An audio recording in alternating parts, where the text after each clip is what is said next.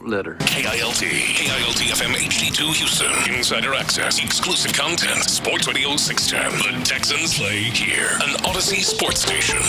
Check out the BetQL Network. Wagertainment for every fan. Get sports betting tips from the best in the game. Available on the Odyssey app and our sister station 650 The Bet. Sports Radio 610 presents Seth Payne and Pendergast. We coming to H-Town. Let's get the work in, man. Let's go. Great day, great day. Oh, give me some juice, baby. Oh, yeah. Let's go. Into center field, coming on Myers, and he makes the catch. Astros prevail 8-7. A line drive rope off the bat of Mike Trout. Caught for the final out of the game, and the Astros have a winning road trip, taking 4 out of 7 on this trip to Sacramento and Anaheim. And Blummer, that's now by the skin of their teeth, 9 straight series without losing any of those 9. Yeah, I feel like we should be running to the bus, getting on there and getting out of here, because the Astros did a good job of taking that one. It got close there towards the end. You got to give credit to the Angels for battling against the Astros, but they continue their domination in the West. They continue their domination of the Angels. Fanatic Fest is crazy. If you haven't been here and been tapped in, anything can happen. That's like me getting traded. But being a part of the Houston Rockets, I'm looking forward to it. Crazy last couple of weeks, but I'm glad it's over with. All right, had to make sure that we got the Astros acknowledged. They took 2 out of 3 from the Angels. We did that. We got that. We'll get to the Astros at some point. But the big news was the second cut you heard, Kevin Durant finding out on stage at Fanatics Fest that he was becoming a Houston Rocket. What a wild day yesterday, man. Lunchtime on a Sunday, the Kevin Durant trade goes down out of nowhere, and we have it broken down from every angle for you over the next 4 hours, including Brian Geltzeiler of SiriusXM NBA joining us at 8 o'clock. But, man, what a wild day yesterday. Hope you all had a great weekend. With you till 10 a.m. this morning, and obviously a ton to get to.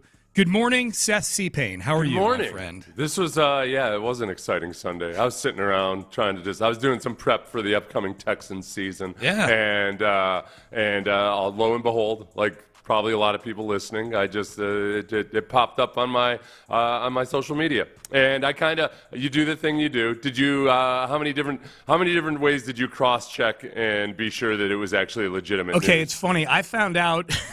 I was like you. I was doing other stuff on my computer for the show, and Amy's sitting on the couch. She goes, "Kevin Durant just got traded to the Rockets," and I said, "Did you double check?" Yeah. And make sure that the blue check mark doesn't mean anything anymore. Anybody can have a blue check mark.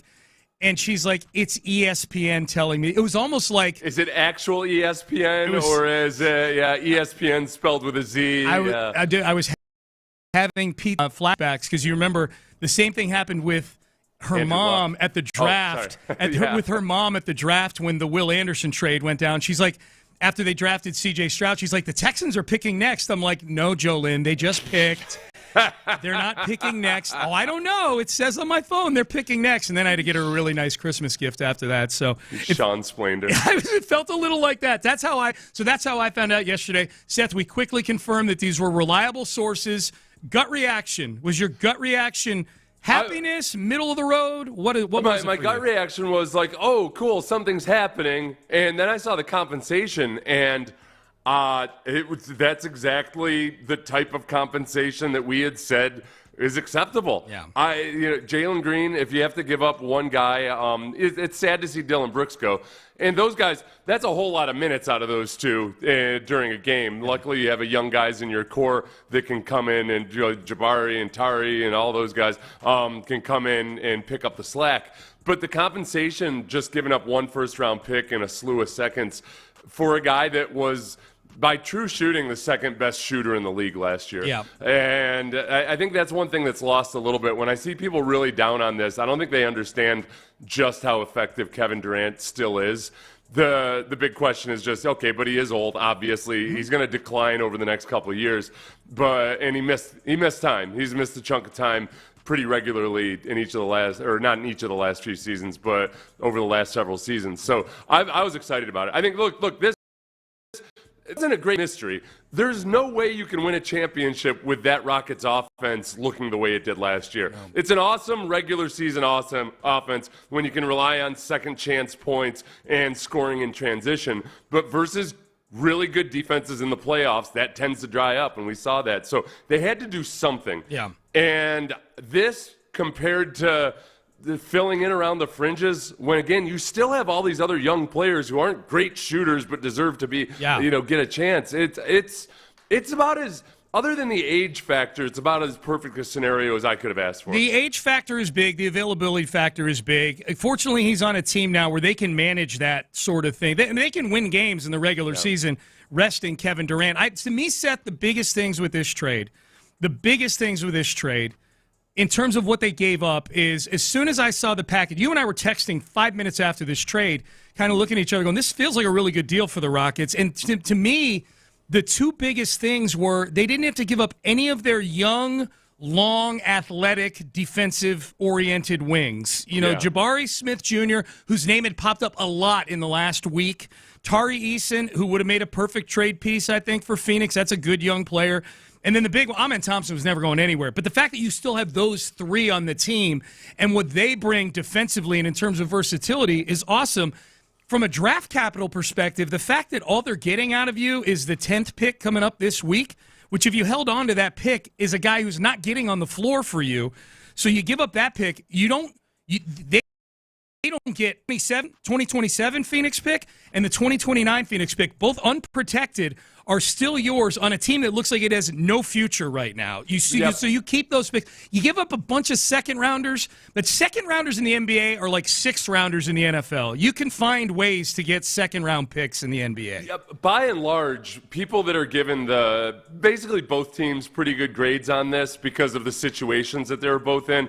It played out exactly the way you'd like it to, where Rafael Stone did not look, and I don't think he genuinely ever was, desperate to get Kevin Durant. Yep. And the Suns had their back up against the wall. Durant only wanted to go to so many different places, and they end up get a bunch of second rounders that they can use to potentially prop up that 10th overall pick or whatever they need to do. Mm-hmm. The compensation makes a whole lot of sense. And the biggest objection we've gotten from listeners is, hey, the Suns tried this already and they didn't do anything with Durant. Just by way of illustration, I don't think people realize what a mess the Suns are. The Suns had a 33-29 record with Durant on the floor this year. And you might say, yeah, see, you didn't do anything. They were 3-17 when he didn't play. Yep. The Suns are not the Rockets. No. Like, these are completely two different universes. Great point. It's a great point. And most of the people, because I've talked to a lot of people over the last 24 hours. I walked the neighborhood, talked to some people yesterday, interacting with a lot of people on social media. I've got the poll here, and I want you to guess in a minute, Seth, what the results. I put up an approval poll on this trade. Seth will try to guess it here in a second. But the people that don't like this trade, by and large, don't like it because they just don't like Kevin Durant. Yeah, they like Jalen Green. Or they like Jalen Green. If you're a huge Jalen Green That's fair. fan. Yeah, there's that too. Most of the ones I talked to is a Durant thing, but you're absolutely right about Jalen Green. And my counter to that is tell me where they got worse yesterday. Put personalities aside. Tell me where they got worse yesterday. They're not worse defensively through this trade. Durant actually has some okay defensive metrics, by the way. He's still fairly long, and when he's D'ing a guy up, you can't change his wingspan. So there's that. But I'm not here to tell you he's an all-defensive player. They didn't get worse defensively. They didn't get worse on the glass. They didn't get worse in terms of just dogness on their team. Kevin Durant has some dog in him, no question about that. The two things that they were awful at last year, half-court offense and shooting. He is arguably the best weapon in both of those areas in the last 20 years in the NBA. And to your point, Seth, still elite. Averaging over 25 a game, shooting over 50% from the field, shooting over 40% from three. He's done that 3 years in a row. He's the only guy in the history of the game to do that. Look, for guys that qualified by usage rates and minutes played and all that, Jokic is the only guy with a higher true shooting percentage. Right. He's still an incredibly effective shooter. Yeah. So, and then defensively, if you think about, okay, how do you beat Oklahoma City? His height does a lot to combat all the length that those perimeter defenders that Oklahoma City has. Yeah. So it's a shot in the arm, and the most way possible to address what ails the Rockets in terms of them just not being a genuine top tier, like, okay, we can compete with a really good defense in the playoffs.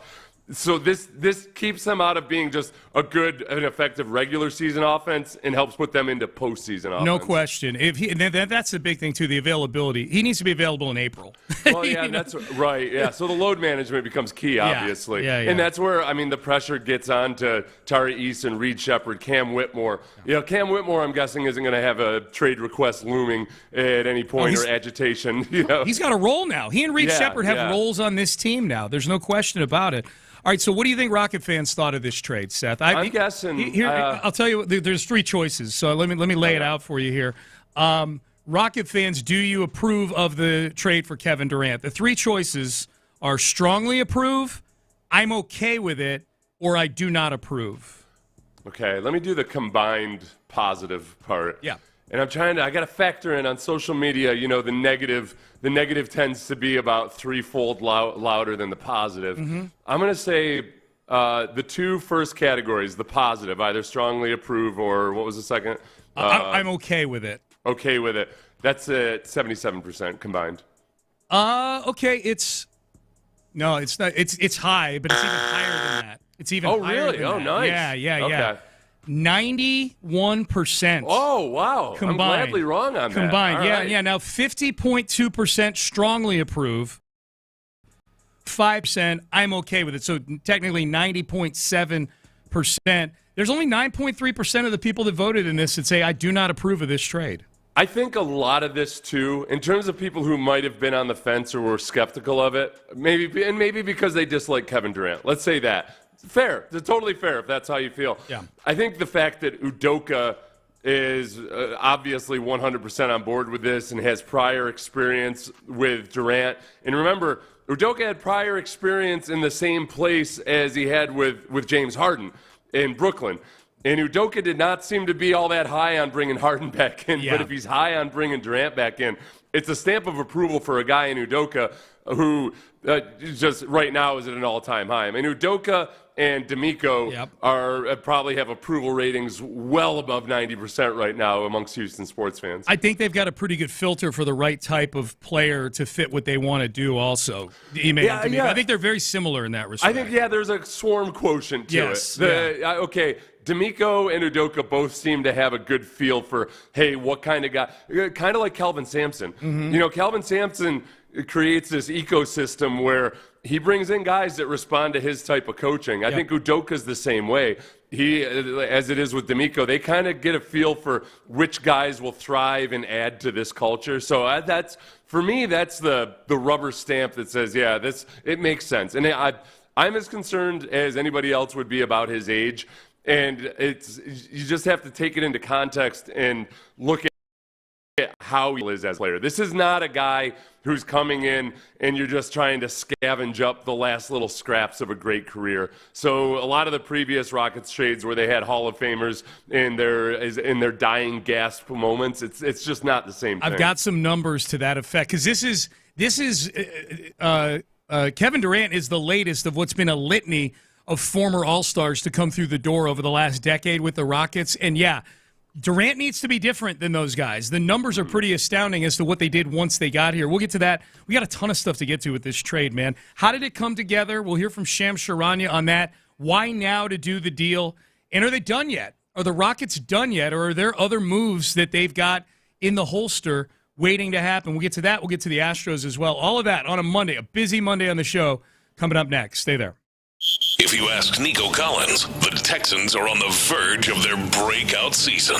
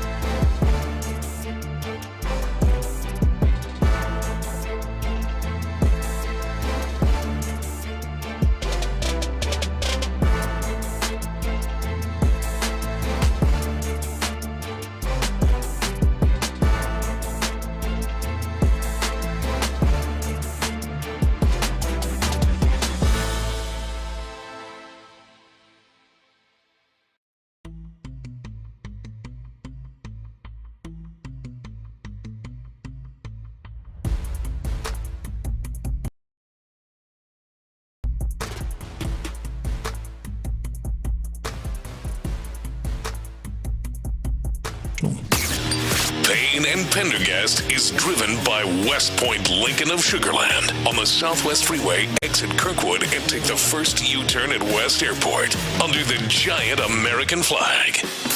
Live from the Mokaram Injury Lawyers Studios, Sports Radio 610 presents Payne and Pendergast. Here was Shams Charania on ESPN yesterday, just after the Kevin Durant trade to the Rockets was announced. This is Shams Charania, ESPN NBA reporter, on the deal coming together. His two preferred destinations, the Houston Rockets and the Miami Heat, essentially competing against each other, bidding on making Kevin Durant deals. And the Rockets, at the end of the day, made the best offer with Jalen Green, a prolific scorer, Dylan Brooks, 3-and-D, tough player, but most importantly, the number 10 overall pick. And why is that important? The NBA draft is on Wednesday in New York, and so it was very important for them to get this deal done before that point. But remember back at the NBA trade deadline, Kevin Durant was blindsided when he was included in any conversation around the league. Now he had some level of driver's seat position because he was in the last year of his deal, an expiring contract. But listen, around the league, make no mistake, the Houston Rockets made this trade because they are in win-now mode. They want to go win a championship. Yeah, I believe, Seth, also, as we welcome you back in here, Payne and Pendergast, Kevin Durant, a Houston Rocket. The Oklahoma City Thunder are the NBA champions as well last night. We'll get to in headlines. I think there's got to be an element with Rafael Stone and with the Fertittas where they took a look around the NBA landscape in the playoffs. I mean, you and I have said this a few times throughout the playoffs after they got knocked out in the first round in a series where I thought they were the better team over 7 games. Their 3 wins were very convincing wins. The Warriors' 4 wins, by and large, were not as convincing. They were close games. The Rockets, I think you look around, you go, man, we're right there. We can play with all these teams right now. Oklahoma City went to 7 games with the 4 seed in the West and the 4 seed in the East. Like they're a good team. They're a great defensive team. They are not, in my opinion, not an all-time team that's just going to rip through the league for the next 4 years. This version of the Rockets, and you nailed it perfectly, like the length of Kevin Durant. Like you watch some of the things the Pacers were not able to do last night, especially once Tyrese Halliburton got hurt. They were just locked down. They were just swallowed up by OKC's length. I don't think that happens with the Houston Rockets. I mean, all of the spacing issues and all of it, I don't want to say it goes away, but, man, you'd be hard-pressed to find another option to just immediately fix so many of the offensive issues. They got to get together, they got to integrate into the offense, et cetera, et cetera.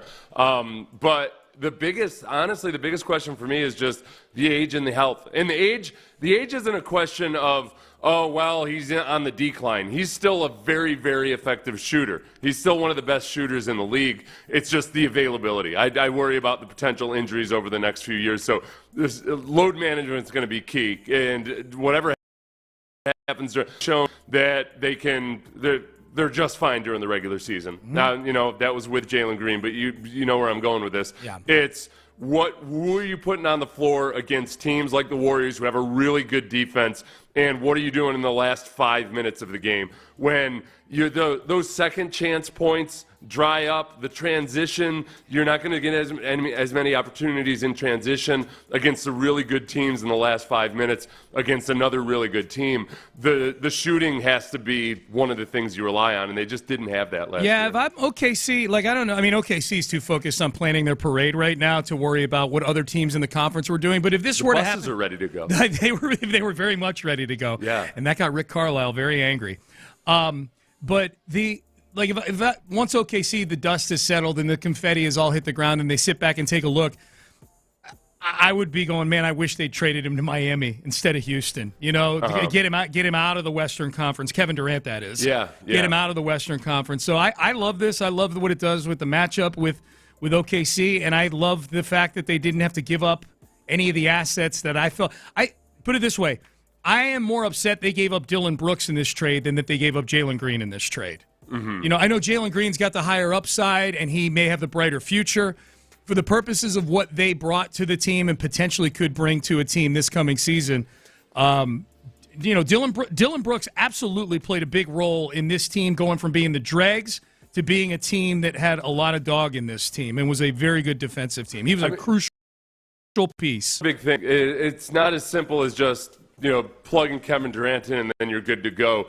The Green and Brooks combined for 65 minutes per game. Yeah. That's a huge chunk of playing time. So I guess that's the second part of this deal that even though on paper I really, really like it, you're going to have to replace those minutes with more than just Kevin Durant, and those young guys are obviously going to have to take the proverbial next step up. Tari Eason has to stay healthy. He can't be a guy where you can't be load managing Tari Eason like he's 37 years old, like they had to do during the regular season last year. So he needs to stay healthy. And I think Reed Sheppard probably gets a bigger role. Cam Whitmore, to your point, Seth, Cam Whitmore may now have a role on this team, which he was, he was upset at times last year. Yeah, I guess for the existing younger players, Tari Eason, Reed Sheppard, Cam Whitmore, Jabari Smith Jr. This changes things. This for expands them. things for those guys. Yeah. Now, I think this begs the question that we tease into the segment: are the Rockets done yet? Are they done? Like the fact that they didn't have to completely empty the chamber to get Kevin Durant, they still have a ton of draft capital, first-round premium draft capital for the next 6 years they've still got these young guys that you and I just got done talking about.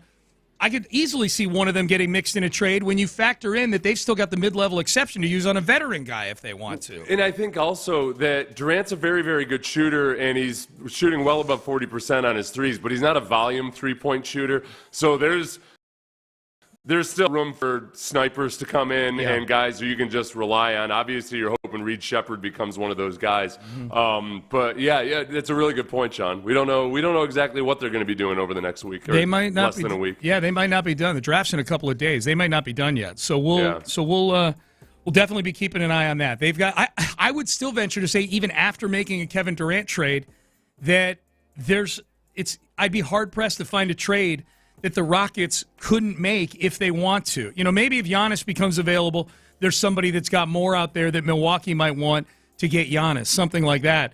But, man, the Rockets, OKC obviously has a ton of stuff, but they're the champs. I don't think they're going and dismantling the team to add somebody.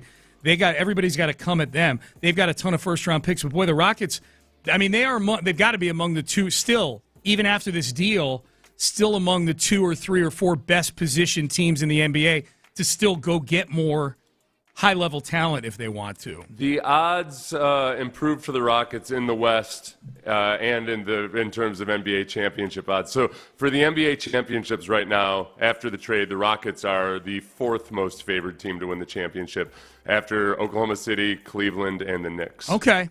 Well, that changed because the Knicks is interesting. That move then, or maybe you and I are looking at different outlets. The one that at the right as the trade, I went on with Meltzer yesterday. Yeah, and on Mad Dog Radio, and he coming out of the break, he was looking at the odds, and the Rockets were number 2. Yeah, behind I saw OKC. That one too. Yeah. Well, I mean, they're probably all over the place with different places. Yeah, either way, this is to me, it's made them the clear-cut number 2 team in the Western Conference. Yeah. No question about that. And who knows what the hell happens with the Knicks? That's yeah. the other big. Other than look, there was an NBA championship won last night, and yet Kevin Durant and Tyrese Halliburton seem to be the biggest story. So at least one of those stories involves the actual championship. Yeah, it took one of the faces of this postseason to shred his Achilles in the game for the NBA Finals to get on the level of the Kevin Durant But trade. even on that, I think the bigger story became Skip Bayless tweeting out that the Pacers were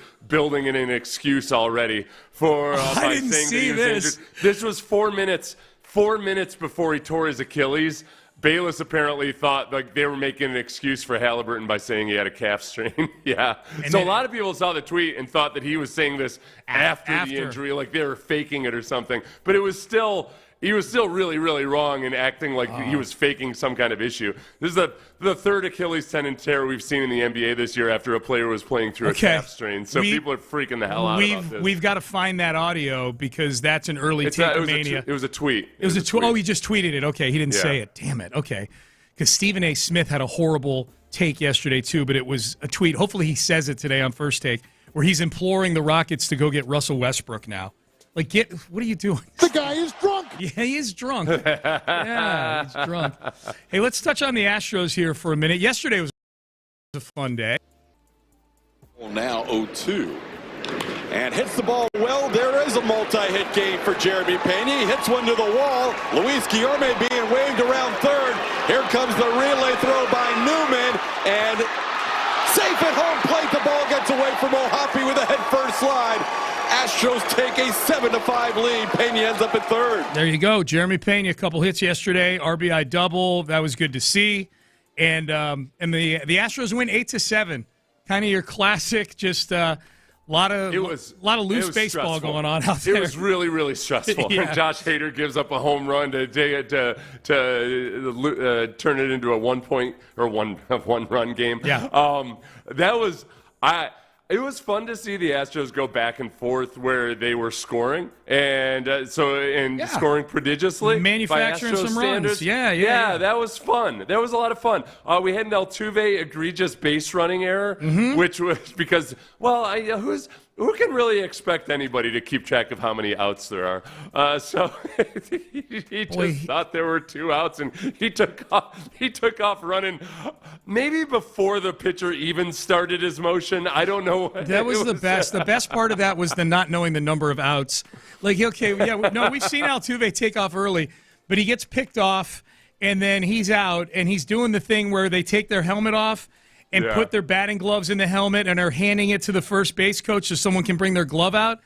And Dave Clark is like, no, you got to – there's 2 outs. You got to go to the dugout. Take your helmet and your batting gloves and get the hell in the dugout right now. Oh, my God. And, boy, he had some plays in the field. Oh, my God. I didn't see that play where he had the base running error, and I came back in and I was like, what did he do? Because I think I was in the bathroom and I saw my Twitter timeline went, and the pitcher was on the mound and standing there, off. and Brandy was like, he took off now. While the pitcher was on that next. Oh, the next pitch. Whoever. If the next Altuve was on first, this is would have been when he took off. Yeah. Oh my God, that's funny. That is funny. Yeah. So 8-7, they take 2 out of 3. They haven't lost a series in a long, long time. The Astros. This is how you kind of build a lead like they have. They're just kind of workmanlike, sort of just building this lead in the AL West. I think if there was one thing we've seen this weekend, though, too, and we knew that it was probably going to happen. It's like, okay, Brandon Walter, young pitchers, Ryan Gusto, these various guys who have done really well over the course of the last few weeks, they're not going to – all of them are not going to continue on a Cy Young pace, okay? You know what's funny about both those guys is they both pitched 6 innings. So if you told me, before the game, hey, man, I didn't get to see the game. How did Walter do? He pitched 6 innings. Oh, yeah, how many runs did he give up? 1, 2, 7? 7. Yeah. 7? Don't worry, Gusto went 6 innings. Yeah. How many runs? Just 5. Just 5. I mean, he's way better than Walter. Yeah. So, right, maybe a little, the that level of guy. Now, we get Colton Gordon in this upcoming first game against the Phillies here. So right. All I was hoping for was one of those guys to emerge. Yeah. So one of these guys be the one that he was a wild card. You didn't know much about him beforehand, but now, hey, look, here we are. Yeah. We'll see. If one of those guys can emerge. On the pitchers coming back from injury front, there's nothing exciting or scintillating right now. I mean, Javier and JP France are the only guys who are really building back up right now. So you're looking at, for Garcia and Arrighetti. Yeah. You're more than a month out with either of those guys. Yep. So it's not like you're not going to get huge relief before the trade deadline, or at least when you can start to make a decision based on it. Fromber tomorrow, Colton Gordon Wednesday, Hunter Brown in the Businessman's Special on Thursday out at Dyken Park. Phillies and Cubs coming to town this week. That's fun, man. That's a lot of fun. We'd be talking about that a ton. Except the Rockets traded for Keven Durant yesterday, and that's a huge, huge story, not just in Houston, but around the league. All right, so let's get up to speed in headlines here in the next segment. We'll circle back to the Durant trade yesterday, get you the details on that. We have a new NBA champion in our midst, and we'll dive a little deeper on the Astros because there is news other than just the results from this weekend that we'll get to as well. That's all coming up next. Stay there. Payne and Pendergast. The strides that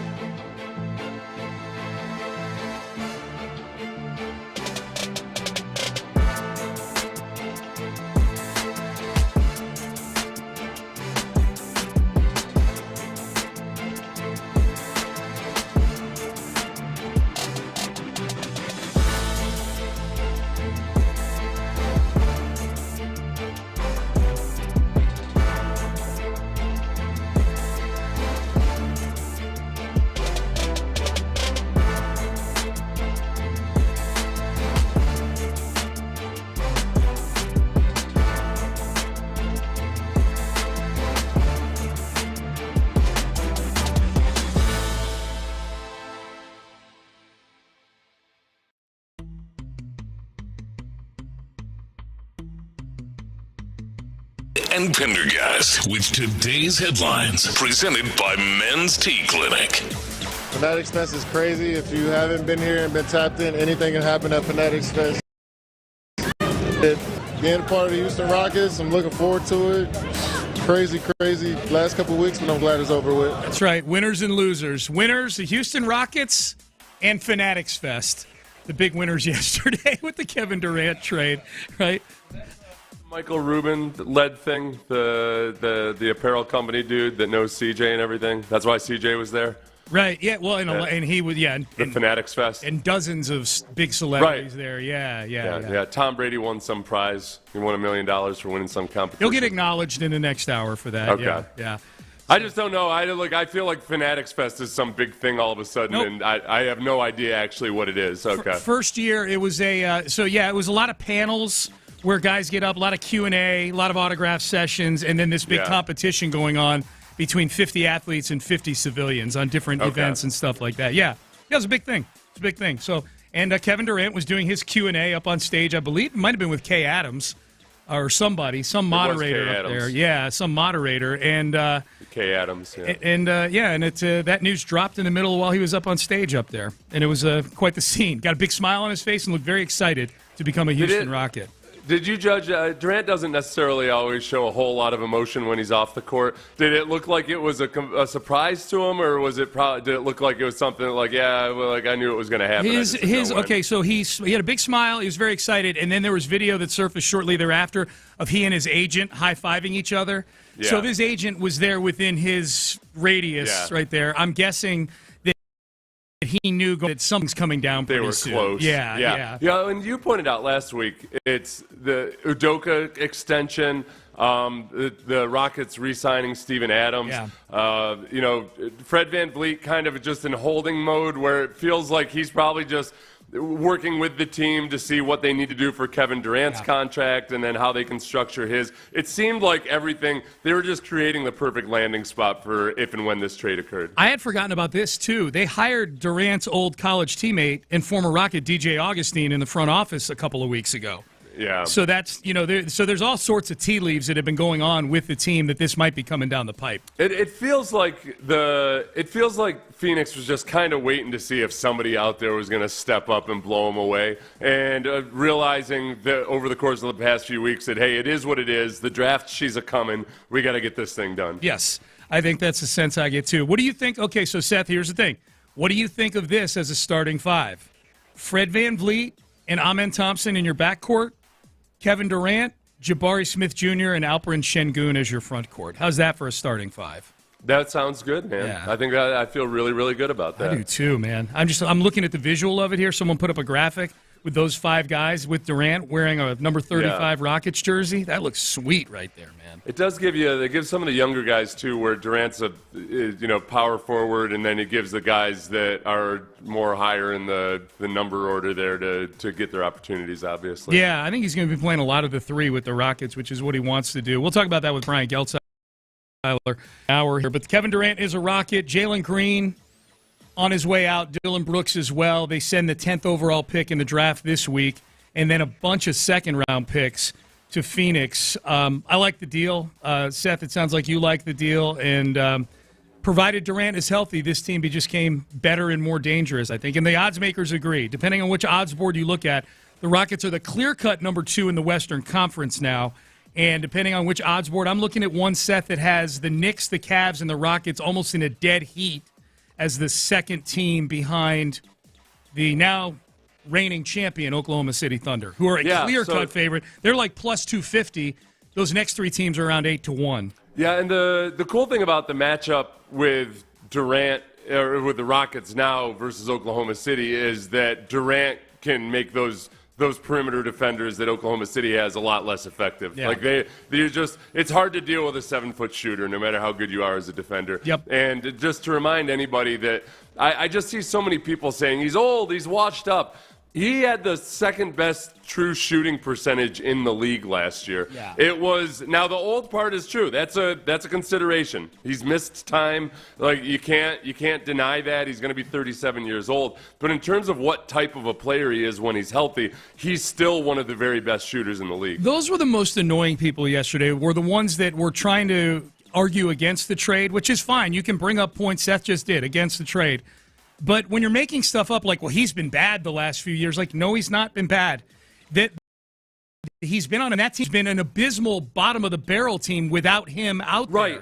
That's the glaring stat. If you want a picture of just exactly what the Warriors are and why, because people say, the Suns, what the Suns are, and, well, they didn't win a championship with him. They had a 3-17 record when he wasn't on the floor. Like, the difference was they were 33-29 with him on the floor. So somebody looks at that and says, yeah, see, they didn't turn him into a championship team. They won 3 games when he was off the floor out of 20. Yeah, I promise you this supporting cast he has now, if he were to miss 20 games, is not going 3-17. Right. You're right. It's indicative of what was around him there. Game 7 of the NBA Finals last night. The big story in this one, Tyrese Halliburton goes out with what looks to be an Achilles tear.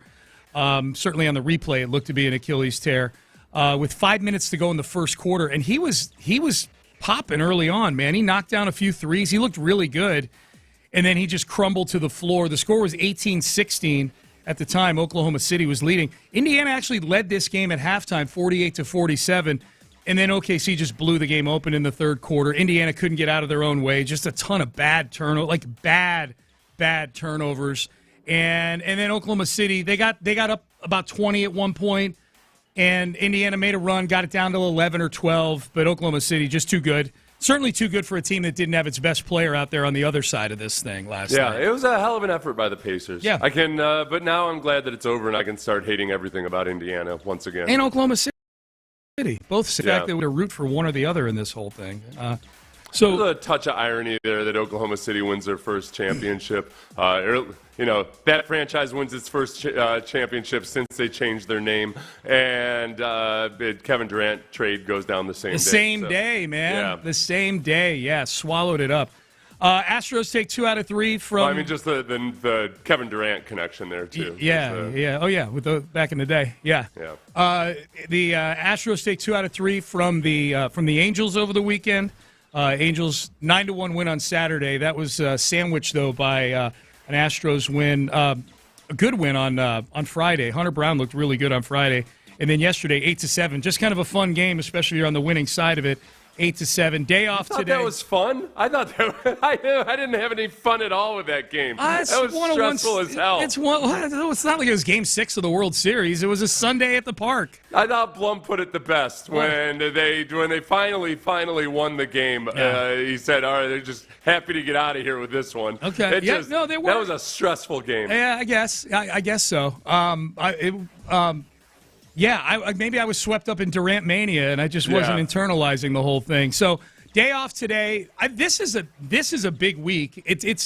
You're not playing anybody that you're bumping up against in the standings, but you are facing 2 teams. The Astros are that you could see in October. The Phillies and the Cubs are 2 of the best teams in the National League. Kyle Tucker's return coming up this weekend. 3 against the Phillies starting tomorrow.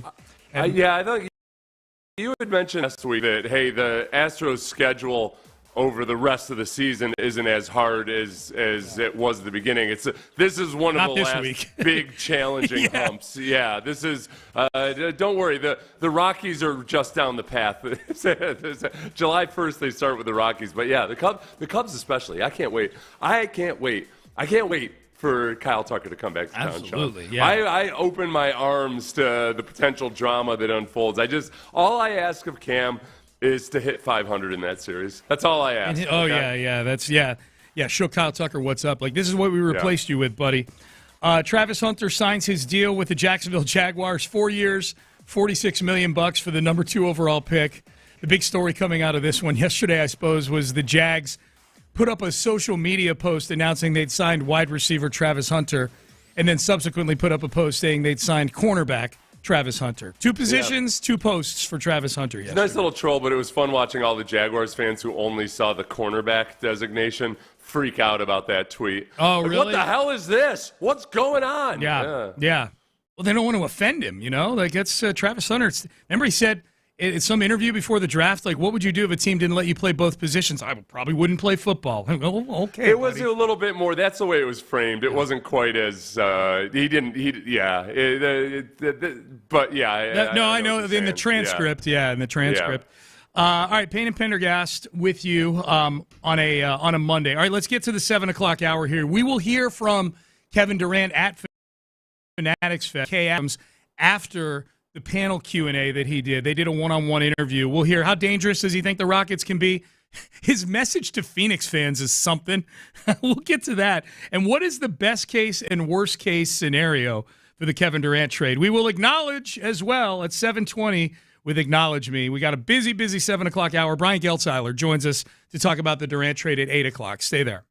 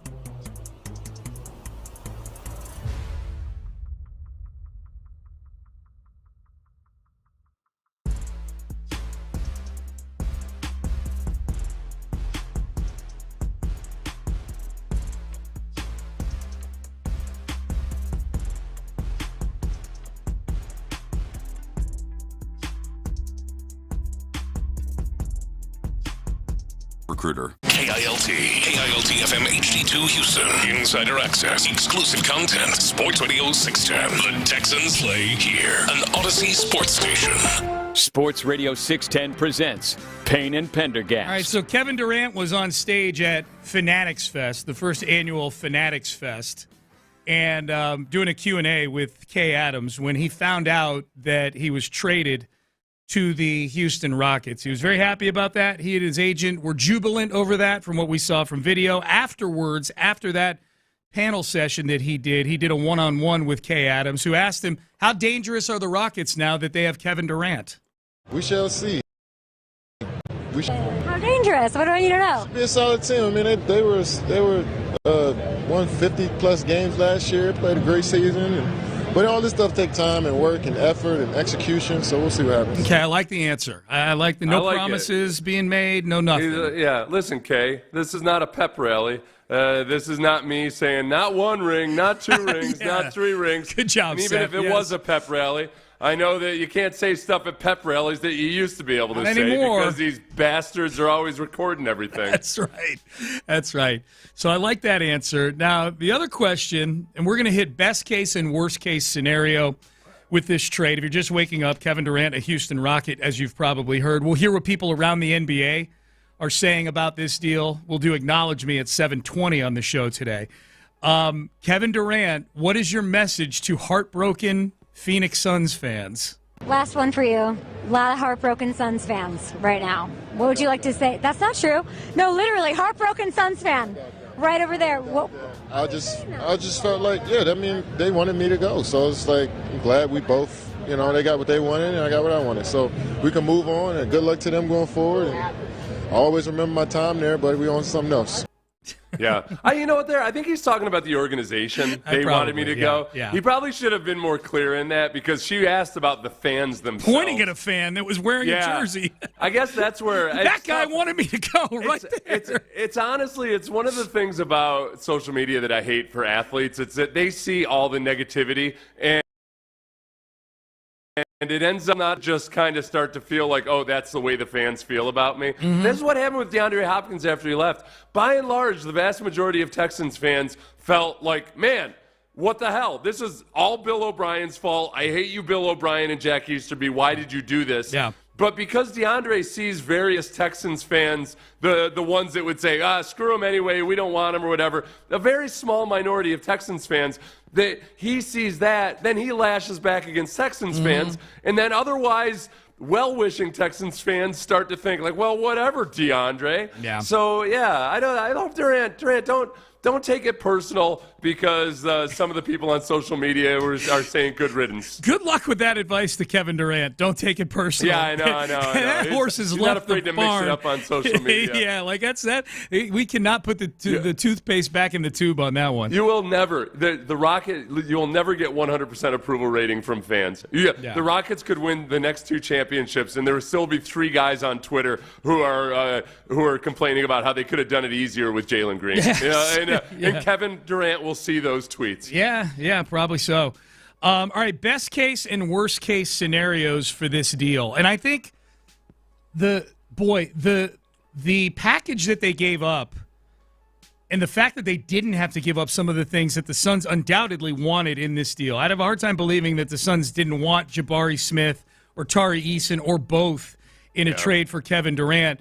They held on to them. They held on to a bunch of assets in this trade. I think the Rockets, based on what's coming in and what's going out, the best case is that they win the NBA championship next year. That is firmly in play right now for the Houston Rockets. Mm-hmm. That they win it for the next couple of years if they re-sign Durant. That'll be another big thing that we still have to talk about. Is there is downside to this deal? We don't know what the contract extension is going to look like for Kevin Durant. Yeah, right. Yeah, and as far as the draft compensation though goes, as we talked about, this is not hindsight reasoning. The Rockets, in a good way, almost had too many first-round picks. And you're still in that quote. You still have that quote unquote problem of have too many first round picks. But you can never have too many first-round picks. They can use those as creatively as they want. But they already have enough young developmental guys that just weren't getting as many minutes as you'd like in Reed Shepherd, Cam Whitmore, etc. That this makes a whole lot. That you only had to give up one first-round pick. This year's 10. That you were gonna have to try to shoehorn that in if you drafted a guy into a role that he might not see the court for a while. Yes. So this the second-round picks I couldn't care less about. I think this was really good composition. But we'll miss Dillon Brooks. Dillon Brooks brings so much more than just his actual production on the court. It's the whole culture fit. I think part of it is you could look at Dillon Brooks and say, hey, man, you know what? Job well done. Yeah. There is an edge to this team now that they simply did not have when Udoka took over. Yeah, and Dillon Brooks had to be in there, too, because of the salaries. You got to make the salaries match up. And my hope was, this mirrors very hypothetical trade that you and I both gave a thumbs up to like 2 weeks ago. Something built around Jalen Green and the 10th overall pick, knowing that you'd have to throw a few more guys in there to match Durant's $50 million salary. I was hoping it would just be filler like Jock Lawndale and Aaron Holiday, just enough guys to get the number up to where it needed to be, that the main focal point would be Jalen Green and the 10th overall pick. That Dillon Brooks is in this trade does cause a little bit of pain. But the best case and worst case, the best case we all agree is they can win an NBA championship. I think even the biggest Durant skeptics out there would think that this team is capable of winning an NBA championship in spite of what you feel about him. The worst case I don't think is all that bad either with this team. To me, the worst case is Durant's injured all the time. You give him a bloated contract, which you have to work around for a few years. And, the 2 or 3 years that he's here, you don't end up winning anything. He's washed at the end. I'm looking at a tweet from someone at Red Nation Blogger that lays this out. In 3 years, when Durant is, quote, washed and the window is, quote, closed, Amen Thompson will be 25, Alperen Şengün will be 26, Tari Eason will be 27, Jabari Smith will be 25, and Reed Shepherd and Cam Whitmore will be 24. Right. Like when Durant is in, like, the worst case, if he's injured all the time and he gets sunsetted out of the league because he can't stay healthy and he's expensive, you've got 6 guys that you used first-round picks on that are presumably still with the team that are all – the oldest one is Tari Eason at age 27. Right, and it is. Like, you're not trying to be too clever. I wouldn't want Rafael Stone to pretend what's going to happen 3 or 4 years from now. GMs don't operate that way. But if you just look at the composition of the team, that was one of the youngest teams in the NBA of the playoff contenders, and that it's to round it out and you already kind of had your long-term plan or developmental plan in place. It's okay to bring in. This isn't bringing in a slew of aging veterans. This isn't pulling some move the Lakers might make where you just bring in a bunch of name brand guys and hope you can get the last dying gasp out of a bunch of them. This is a balanced approach to old and new, to veteran and young players. So it feels right in terms of this doesn't all of a sudden make the roster look lopsided in any way to me. No, I don't think so. And if, like you said, if Durant is injured all the time, you still have a defense without Dillon Brooks, albeit, but you had one of the best defenses in the league last year, and that was enough to sustain you to where you got to. So some of the moves you can make on the margins to improve the offense, that's still there if Kevin Durant can't play. Well, and the young guys are all presumably they're going to improve as basketball players. They all work hard. You know what I mean? Like Amen Thompson has not reached his ceiling. Tari Eason and Jabari Smith have not reached their ceiling. Reed Shepherd and Cam Whitmore haven't even gotten on the floor yet. Like they're all going to improve also. Yeah, that's the way Rafael Stone went about this. I think it was textbook. Hey, the deal is there. We can make it. We know that it would help us, but we don't have to make this move. There's other things we can do. So I'm not going to just bide his time. Phoenix just waited and waited to see if somebody else would sweeten the pot, and it didn't happen. So Rafael Stone, I think, handled this really, really well. I felt like he was in the driver's seat the entire time. He'll get acknowledged in about 9 or 10 minutes here for what he did. Unless something happens. No. Unless there's breaking news. In the next 9 minutes. And I think, too, just taking the best case and worst case scenario approach to this thing, the best case for the league, especially in light of the fact that Oklahoma City won the NBA title last night, looks like they're built to last. I mean, we just talked about the Rockets being built to last. OKC, if this is the group they want to keep together, really, really built to last. Ton of first-round picks, average age. They're one of the youngest teams in the league. They're, for now, one of the least expensive teams in the league. They got all kinds of cap flexibility. Sam Presti's done an incredible job. The best case for the NBA is that, in my opinion, is that these two teams, the Rockets now with Durant and OKC, who seem to be the next big thing, are facing off in the Western Conference Finals for the next 3 years. Yeah. That this turns into some sort of, and now some may say, well, the league probably wants Luka involved, or LeBron in his waning years, or Steph, or whatever.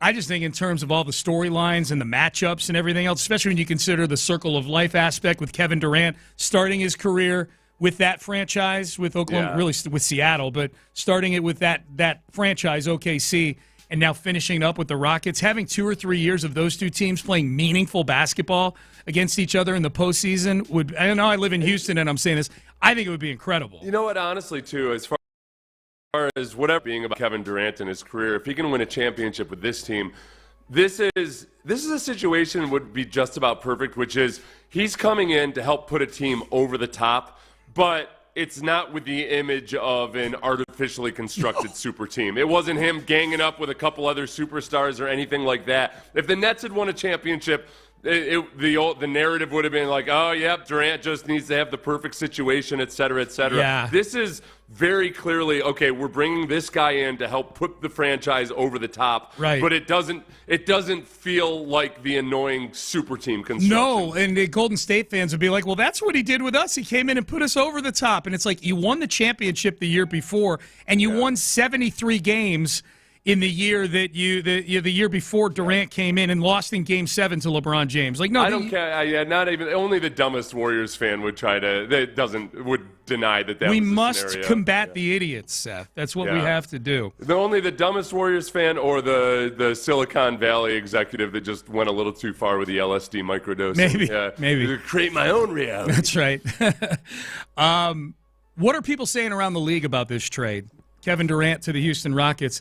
Here is Kendrick Perkins, of course, Texas's finest. Kendrick Perkins from the Golden Triangle over there, from Beaumont, and I believe makes his home here in Houston, if I'm not mistaken. I think they bring this up in this bit of audio here. But this is Kendrick Perkins on the broadcast last night on ABC, talking about the Houston deal, or the Durant deal, from a very, very, very huge. This may sound country and foreign to y'all, but this is the H-Town flavor, right? Hey, man, say, man, Kevin Durant is on the way to H-Town, man. We talking about Bun B firing up, getting the Trill Burgers ready. Right. Little Kiki, Paul Wall, Slim Thug, pulling out the slab with the Super Poker rims, popping the trunk with the KD lights. See, it's foreign to you, but H-Town know what I'm talking about. You know what? That's where you live. But you better know it. Represent. You're welcoming Kevin Durant, and now you're legit title contenders. Legit title contenders. Yes, they struggled in the half-court set. They also struggled with three-point shooting. Right. Now you've got KD.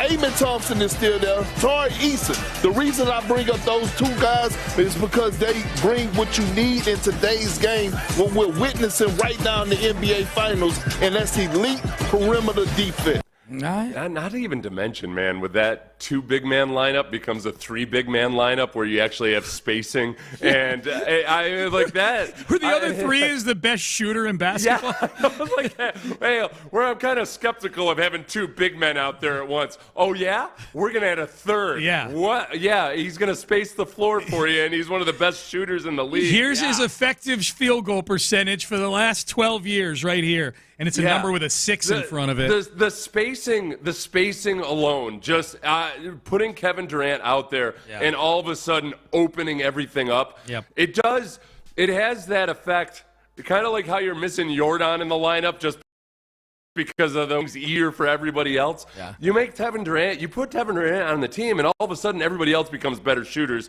because they've got more wide open shots, because they've got more options. Fred VanVleet becomes a better point guard because he's got more options and more open guys.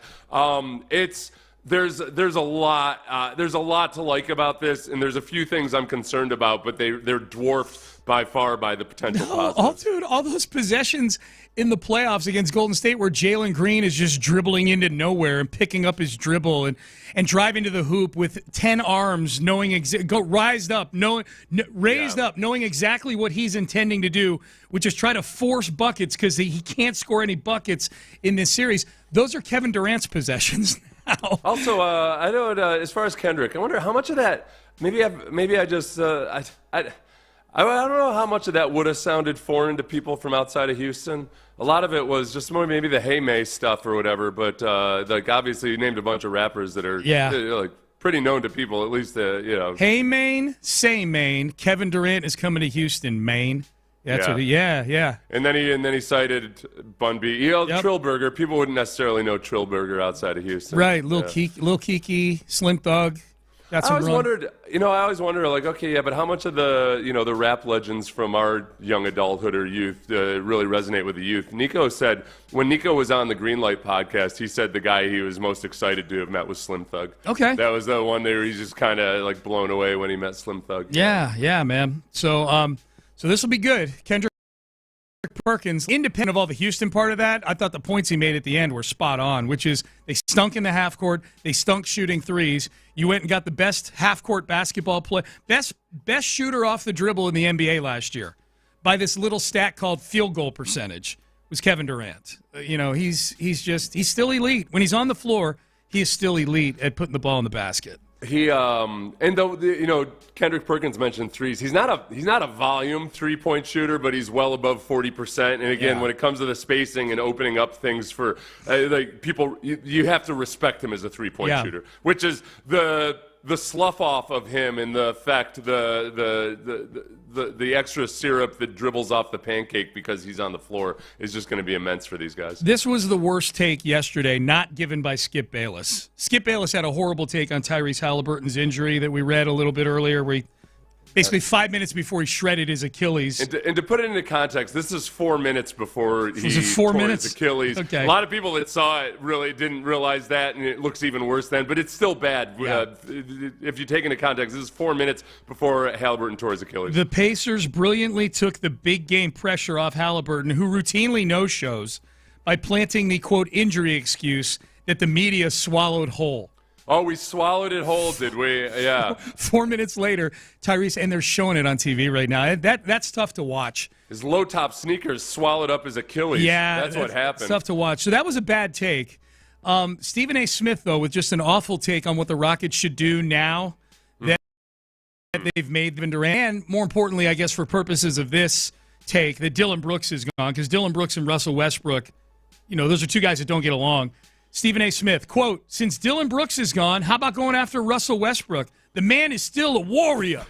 Ain't backing down from anyone. Can't underestimate his toughness and dependability. Not saying it's going to happen, but wouldn't mind seeing this for Kevin Durant and the Rockets at all. To hell with all the past nonsense. Let's all move forward. End quote. This guy is trying so hard to get Russell Westbrook a ring, man. Stephen A. Smith had a title level take-a-mania take before the playoffs that Russell Westbrook was going to be the difference in the NBA playoffs. That's what was going to get Denver. Which wasn't inaccurate, and if you think that he's going to be as much, 50% of the time he's going to be as much of the problem as he is the answer.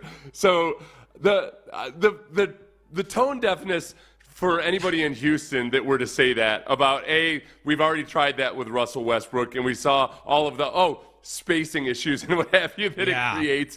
And B, it's a double whammy because, Kevin Durant has tried it with Russell Westbrook already. Remember when he fled? Yeah, exactly. Of all the people that are going to say no to Russell Westbrook coming into this particular team, I would imagine Kevin Durant would be chief amongst them. He would do it very quietly. Just a odd, weird, bad take. And that's why it's good that we have Magic Johnson on Twitter to really balance things out with takes like this one. Two-time NBA champion and future Hall of Famer Kevin Durant being traded to Houston will make the favorites in the West next season. End quote. That's just smart engagement right there, Sean. He takes something that is widely already known, and you put it out there where people are expecting to see hot takes. But because he's Magic Johnson, people might see it and think, oh, if they haven't seen or read anything else about it, they're like, wow, Magic makes a good point there. Yeah, that'll make him one of the favorites. Yeah, and there they are. They're anywhere from second to fourth most favored to win the championship. Magic Johnson. Well, Magic Johnson, inarguably one of the greatest businessmen among former athletes in the history of athletics. Let's see how many. Oh, yeah, I know. He's just awful on X. He's awful on social media. Sean, you got 4,200 likes on that. Yeah, right? I know. I think I do pretty well on X. I think I do a pretty good job on there. Maybe I need to flip things and be horrible on there, and I can be better in my business life.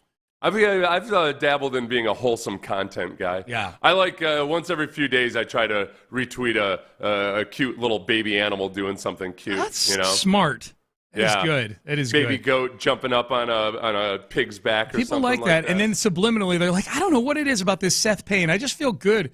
When I hear his name, I feel good about this I feel guy. good about humanity, or at least non-human mammals. Right. It's easy to feel about non-human mammals. You know what I feel good about when I hear Seth's name? Small farm animals. For some reason, I feel really good about small baby goats and pigs and things like that. Seth Payne, is that the baby goat guy? Yeah, it is. It's the baby goat guy. You want to be the baby goat guy.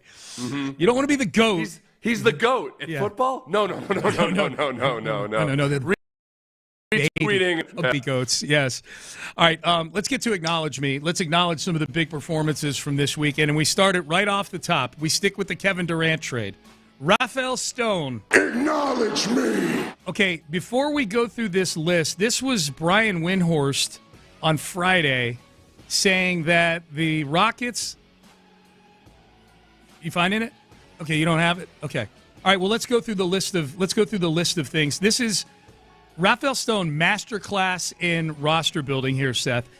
Oftentimes, these NBA teams try to tank it, strip it down, build it back up, and sports are a zero-sum game. Not all the teams that tank can become good. There's not enough room.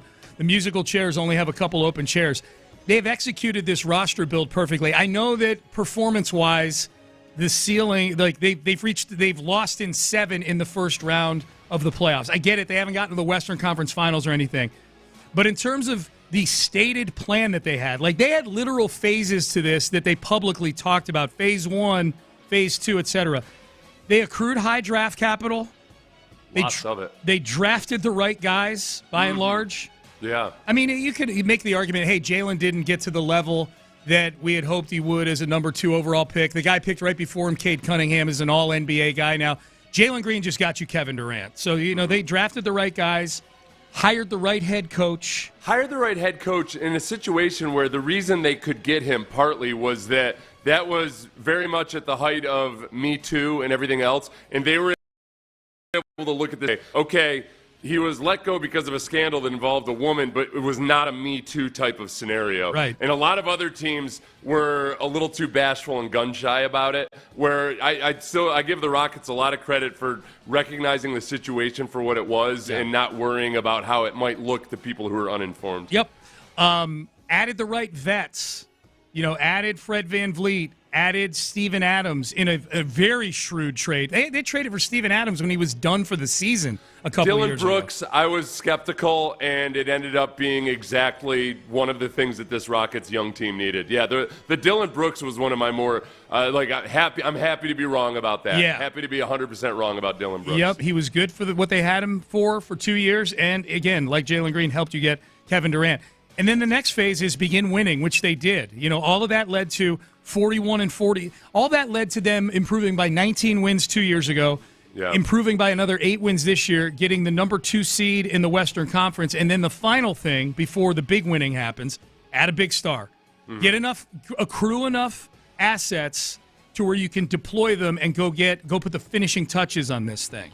And it's a star who's going to be 37 years old, but who is still very, very effective and one of the very best shooters in the league. Yep. And not along the flavors of like an Ed Reed type signing or a Scottie Pippen or somebody like that. This is much, much different than those. It is very different, no doubt about that. And I think the big thing in making that deal, Rafael Stone did not flinch. Here was Brian Windhorst saying that the Rockets, this is before the trade, making it very clear the Rockets did not want to give up all that draft capital that they have. Houston is the team that can make the best trade and also is the best spot for Durant. And there's a connection there with Ime Udoka. Ime Udoka was an assistant coach for Brooklyn when KD was there. If Durant ends up in Houston, I think you've got a serious contender in the Western Conference there. However, Houston is really not motivated to dip into the stash of picks that they have. Specifically, guys, they have 2 future Phoenix Suns draft picks. That's what the Suns want back. They literally want some of the stuff back that they traded for Durant. The Rockets went out and acquired that stuff from Brooklyn with the possibility of making a Durant trade. But they don't want to pay that price right now. And they're basically wagering that the Suns' price will come down and they will make the deal. I'll never forget the day they made that trade with Brooklyn, Seth, where they had all the Brooklyn picks. The Rockets did.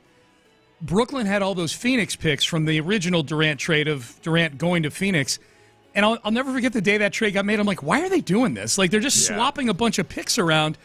And man, Rafael Stone playing some 4-dimensional chess there with these picks. You know what? The really interesting part of this, too, is that Kevin Durant was one of the first superstar NBA players to be just 100% all about working with the analytics staff. And it's a little bit like an Astros dynamic here when a pitcher like Verlander comes in and can work with a really good analytics staff. Doesn't maybe how they feel like he should transform his game and become more of a volume 3-point shooter, perhaps, or whatever it might be. Yeah. He's going to be 100% on board with that. Yep. Like I'm sure one of the things he's most excited about is sitting down with analytics people and talking to the nerds about where they feel like, hey, maybe we can tweak things a little bit. Yeah, I can see that. I can see that for sure. Last one here and acknowledge me on the Durant trade. Momster, Tari Eason's mom, Acknowledge me. managed to inject herself into the rhetoric on this trade yesterday on Twitter. She's feisty on Twitter. She tweets a picture of Leonardo DiCaprio laughing, cackling with shades on, and saying, now y'all got to deal with me and KD cooking you on Twitter. LMAO. I like that. I would watch that. They should start doing some kind of social media series of Kevin Durant and Momster responding to mean tweets or something like that. Yeah, that'd be good. Be fun. Let's do that once a week. That's all I need. 10 minutes once a week. What could possibly go wrong? All right, Hunter Brown. Acknowledge me. Hunter Brown reminding us why he's one of the best pitchers in baseball. Actually, not even one of his best outings. And he was nails on Friday again. 5 innings pitched, 1 run, and was ready to throw hands when Zach Neto stepped to him after he hit him with a pitch.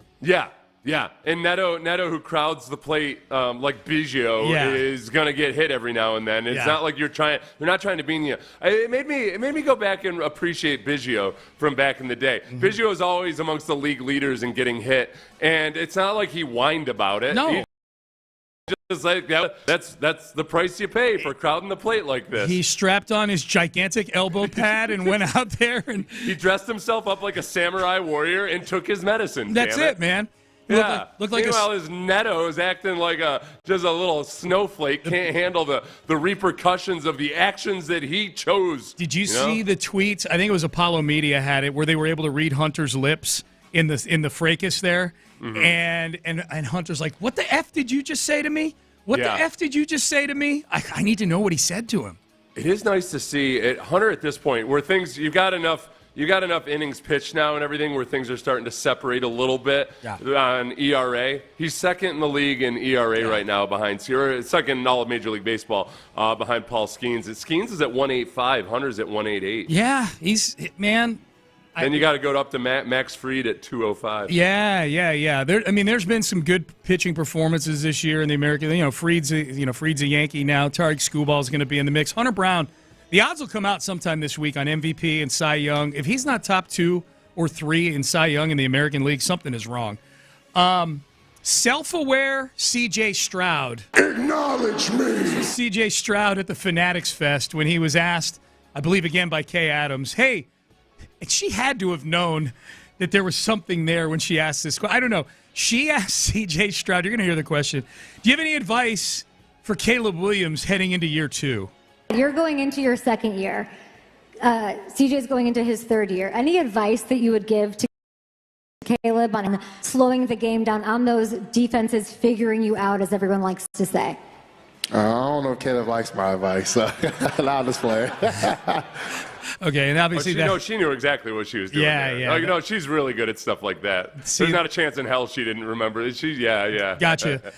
So Caleb was up on the stage, by the way. I should have set that up a little bit. He was sitting 2 seats down from CJ and had a huge laugh over. For those who don't know what we're referring to, CJ and Caleb had a moment on the field after the Texans beat the Bears this year where CJ kind of little broed Caleb Williams, like, hey, man, don't worry about the turnovers. It's all going to be good. It's all going to be all right. And Caleb looked like he wanted to hear advice. Caleb looked like he would have rather gotten a terminal illness diagnosis in that moment than get advice from CJ Stroud. The biggest thing, honestly, and going back and watching that, is that he opened up with, don't worry about those mistakes you made. That's that part of it was. That almost felt like a dig, you know? Yeah. I know he didn't mean it that way, but I could see why people outside of Houston took it the way they did. Yep.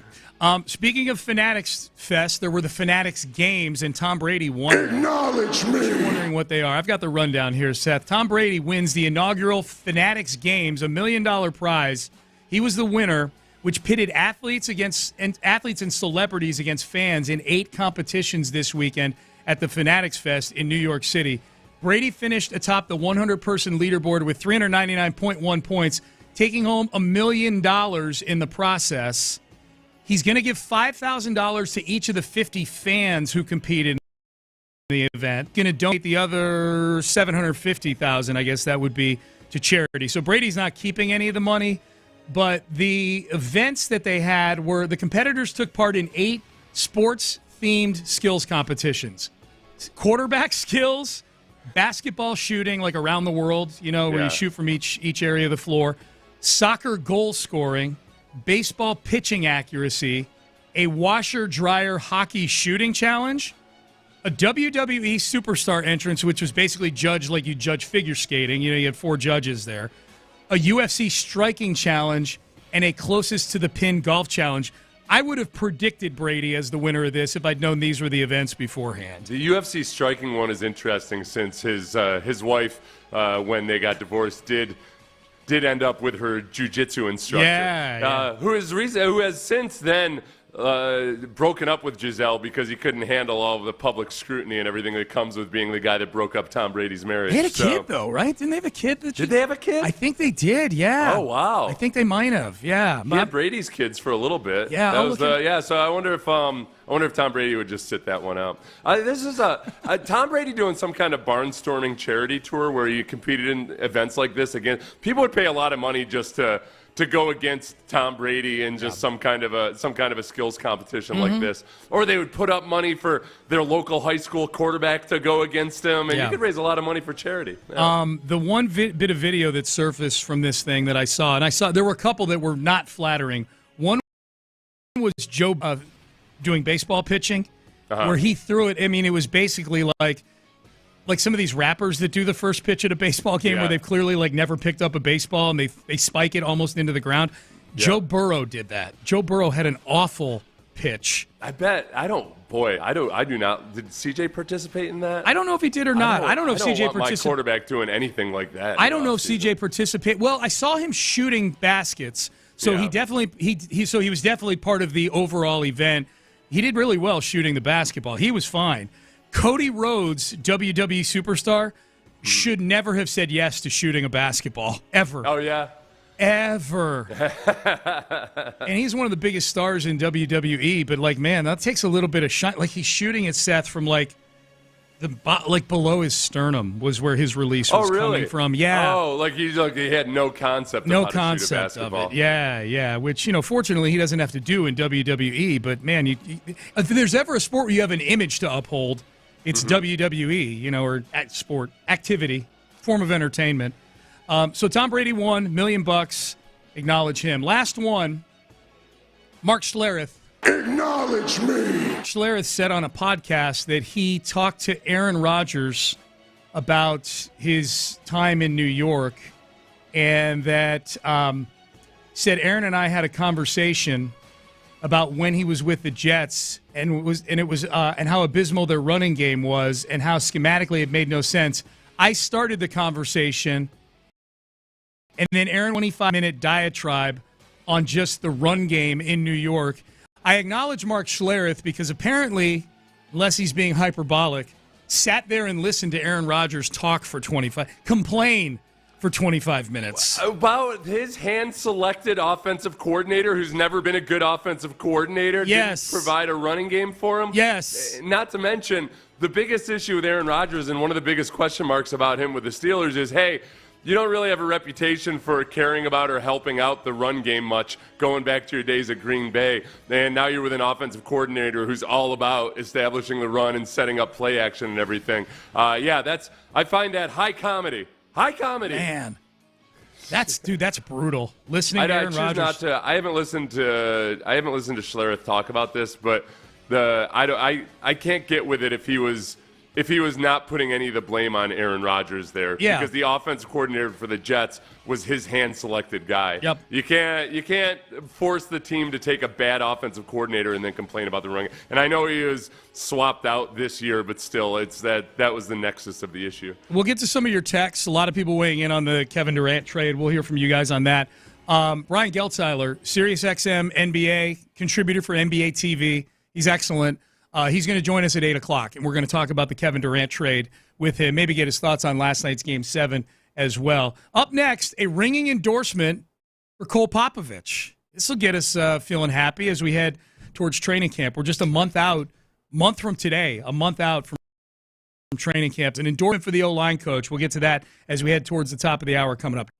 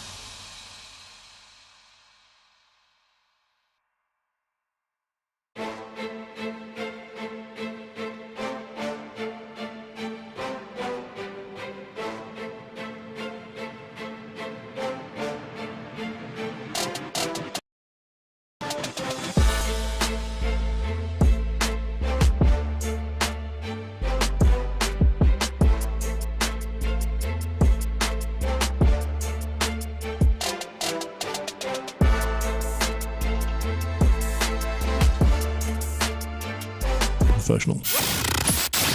Payne and Pendergast is driven by West Point Lincoln at Katy Freeway, 1 mile west of the Beltway, exit Kirkwood, under the giant American flag. Live from the Mokaram Injury Lawyers Studios, Sports Radio 610 presents Payne and Pendergast. All right, Payne and Pendergast with you. We'll circle back to the Kevin Durant trade at the top of the hour. We'll be joined by Brian Geltzeiler of Sirius XM.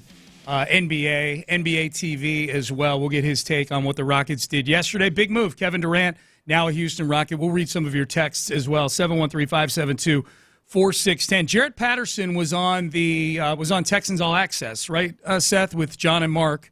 Yeah. With John Harris and Mark Vandermeer. And good conversation. Cole Popovich is one of the most important people coming into training camp this year, without question, right? Assistant offensive line coach last year, this year's offensive line coach. And a lot of people have wondered, okay, well, how come if the offensive line room was that bad, how come you made the assistant offensive line coach the offensive line coach? My take has always been that, look, the assistant position coach can only do so much. And this clip from Jarrett Patterson about that touchdown drive at the beginning of the third quarter, it was an incredible drive, because it was about an 80-yard drive, but they shot themselves in the foot 3 times. Yeah, too. 50, they ended up 15 plays, 82 yards, and they burned 10.5 minutes of clock on that drive. Yeah, it was a beautiful drive. Yeah. It really, really was. Here's Jarrett Patterson on that drive. Yeah, I would say like that week and the 2 weeks prior, we kind of had like a similar run game plan. Yeah. A lot of that was due, Pop. That's he wanted to kind of go along with that. I think that's the bodies we have in the room are great for what we were trying to do then. Yeah, and it just shows that we have the ability to run the ball. Now, obviously, we've got to be a lot more consistent, and everyone's got to be locked into the communication and how we're going to run the play. But yeah, I mean, that was like you're talking about. That was probably one of our top 5, top 3, if not the best drive we had all last season. Unfortunately, we didn't win the game, but that kind of shows that we got the guys for sure. Yeah, so him talking about Pop there, obviously that's Popovich. They did do a lot of things towards the end of the season where they kind of recognized the strengths of what guys could and couldn't do, and just to put it as simply as possible, they put bodies on bodies. Yep. If a more gap scheme, man scheme, however, you don't have to understand what all that means. They put more just let's get bodies on bodies and drive them. And on that drive, they had a lot of examples of the offensive line driving the Kansas City Chiefs line off the ball. Yeah. And that's encouraging to me because I think Popovich, maybe more so than Strausser, the offensive line coach, may have had a better feel for recognizing the strengths of the players and what they could do. A lot of that coincided with Titus Howard just being a big, massive dude, being in there at guard. And they were more effective in a lot of regards running the ball because of that. That made me feel good because you could tell by Jarrett Patterson and other quotes we've seen that the offensive linemen themselves really think a lot of Cole Popovich. Yeah, here's one more from Jarrett Patterson specifically on Cole Popovich. Yeah, Pop solid. We have a lot of respect for him, and obviously you kind of build a relationship with him the past 2 years. I wasn't really surprised when he got the job because I know what type of coach he is and what type of guy he is and how much care he has. So he has a lot of respect from all of us in the line room. He respects us, and about him, it's just work. We're not going to worry about, obviously results are important, but it's, are you doing the technique? Mm-hmm. Are you playing hard? All those little things. That's what really matters at the end of the day. Result of the play is result of the play, but how's that play look? It could be, a 99-yard touchdown run. Did you do your job though? Yeah. That's right. What really matters to him. It does make me wonder, Seth, as Jarrett Patterson's not the only offensive lineman for the Texans to talk about how much they admire Cole Popovich. He was in the building last year. He was the assistant O-line coach. His boss got fired. So it does make me wonder, what – and the offensive line was clearly not a well-coached unit last year. Yeah. I don't think talent was the issue. They weren't well-coached. It just makes me wonder what the dynamic was, that while there's this tremendous amount of respect going on for a coach who was in the room, meanwhile the offensive line is failing. What was all the chatter going on? Assistant position coach, where you got to be a good soldier and you do what you're told, even if it's not always what you agree with. Yeah. It would be interesting to know what the meeting was like with Cole Popovich at the end of the year. where maybe you encourage, especially after Bobby Slowick is fired, okay, feel free to speak freely. Yeah. Just don't worry about whether you're throwing shade at your former boss or anything. Just what do you think the problems were? Yep. And I think there were multiple coaches that may have felt that way on the Texans offense last year and that might not have really agreed with everything Bobby Slowick was doing. As far as the individual offensive linemen themselves, I think if just the center position, I don't think Jarrett Patterson or Juice Scruggs were athletically suited to do a lot of things that they wanted to do. If you think about some of the things that say Jason Kelsey or Chris Myers back in the day can do, smaller guys but who are super quick and athletic, that's not really Juice Scruggs or Jarrett Patterson. So I am intrigued by if Titus Howard plays at guard as well, that it's going to be more of a mash 'em mentality and more of a let's physically impose our will. At the beginning of last year, I would have been skeptical that these guys were capable of that, but because of some of the stuff they did in the postseason at the end of last year, I'm a lot more optimistic about it right now. I want to skip to this one only because Jarrett Patterson uses a phrase that feels like a taboo four-letter word around here. Here is Jarrett Patterson on the composition of the offensive line now. Yeah, so we got some really young guys. We also got some really vets. Yeah, but it's kind of interesting, talking with older guys like Cam, Trent, and how much ball they've played, and all the little insights about I guess D-line play, where it's run game, pass game. All those guys have been a tremendous help, and they've been great as well. They're super solid, all super great guys to get along with, and I'm excited to have them be able to play next to them this year. Vets. They're vet vets. This, compared to C.J. Stroud's definition of vet for Laramie Tunsil a couple years ago, which was he doesn't do nothing more than he has to.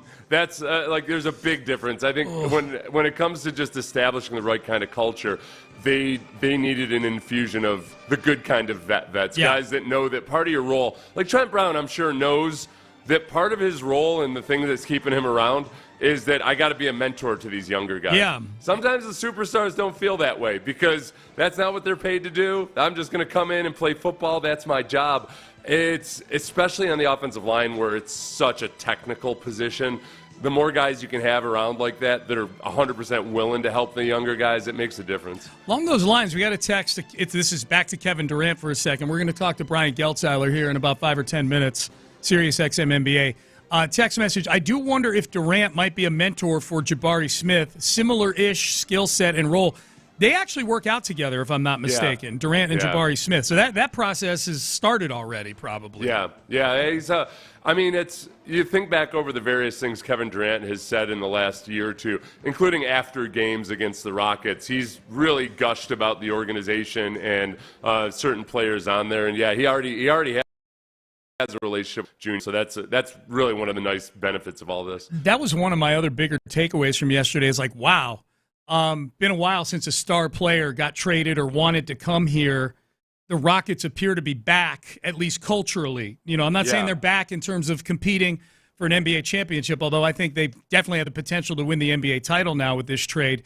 But that it's a little like the Texans, Seth. Where if you had said this 2 or 3 years ago, that Daniil Hunter or Stephon Diggs or any of these other stars they brought in would want to come here, people would have thought you were crazy. The Rockets and the Texans have been on a very similar arc when it comes to that type of thing. And I think this is now the big indicator, similar to the Texans being able to bring in some star power over the last couple of years, free agents willing to come here or guys willing to approve trades here. That's where the Rockets are now, too. The people who are most vocally against this trade seem to be, at least from what I've seen, people who are huge Jalen Green fans. Yeah. I would just say that the two, if I had to handicap, all right, what's more likely, that Jalen Green develops into the type of guy that can handle being the focus of attention and regularly score more than single digits in the playoffs, or Kevin Durant stays healthy enough to be a huge force in the playoffs? I feel a lot more bullish about Kevin Durant's ability to be a force in the playoffs without health being as much of a concern. Health is the only issue I have with Kevin Durant, age and health. Yep. Whereas with Jalen Green, it's a huge wild card as to whether he's genuinely ever going to develop into a guy that can play anywhere near the way Kevin Durant has played in the playoffs. He development issue, and that's, to me, way trickier than the medicals. I'm with you on that 100%. We'll see what Brian Geltzeiler thinks about it. Sirius XM, NBA TV. He's going to join us coming up next, and we'll get his thoughts on the Kevin Durant trade. Does he agree with the odds makers? Are the Rockets inside the velvet rope of serious NBA title contenders? That is next.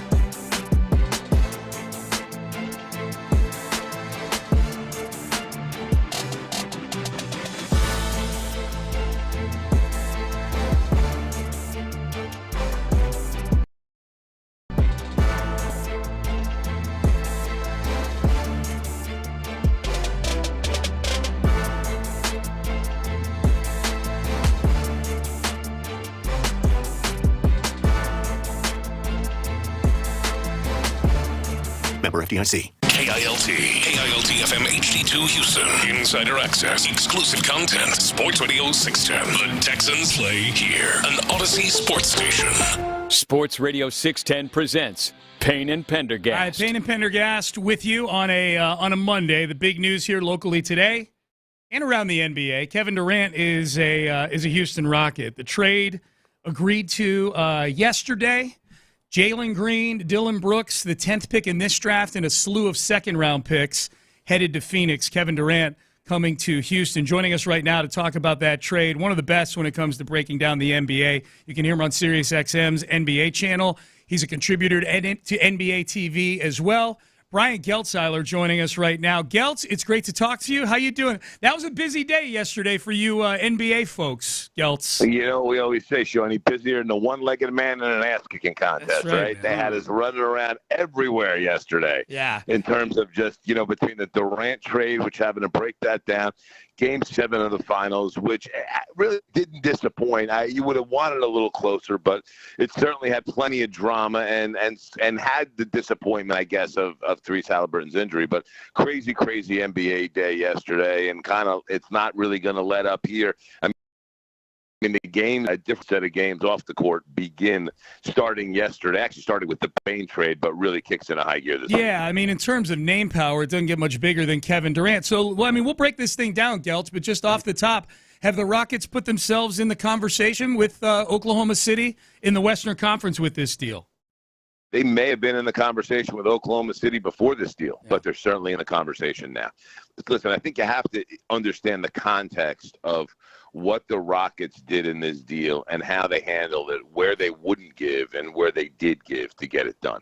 So understanding this, listen, the Suns knew better than to ask for Şengün or Thompson in a package. I'm not sure if they did or they didn't, but it was summarily dismissed and a deal never would have happened with those two. The other three guys that were interesting that ended up being in this deal per se, not necessarily permanently, but in this deal untouchable, were Jabari Smith, Reed Shepherd, and Tari Eason. And Eason's going to factor in important here. So when you take a look at what the Rockets decided to do to bring in Keven Durant, and this is not Oklahoma City Keven Durant or Golden State Keven Durant. It's Phoenix Keven Durant. And not that he's not a fantastic scorer and not that he's not going to be a great fit and help this team out a ton, but he's going to be 37 years old when the season starts. So it's important to understand that, you know, Durant's still great. It's not the same top version of Durant. But you were still able to add Keven Durant here for your sixth most valuable guy in your front office's eyes. And listen, it's the thing about Jalen Green, an ultimate feast or famine guy. This is as feast or famine as it gets, and I think it got very hard for the Rockets because when he's on, you want to ride him as much as you possibly can. I think of the text I sent you, Shawnee, I referred to him as the veal chop special. Mm-hmm. I'm a big veal chop guy. You can absolutely hit a home run, could be the best thing on the menu, but I've gone to the steakhouse, they've pushed the veal chop on me, and it's $20 more and doesn't taste all that good. That's Jalen Green right there. He is the veal chop special. He's even going to be the best thing on the menu or the absolute worst thing on the menu, but he's going to cost you a lot of money. Mm-hmm. So for right here with where it went, I thought Houston did a great job. Listen, they don't need another rookie scale contract on the books right now.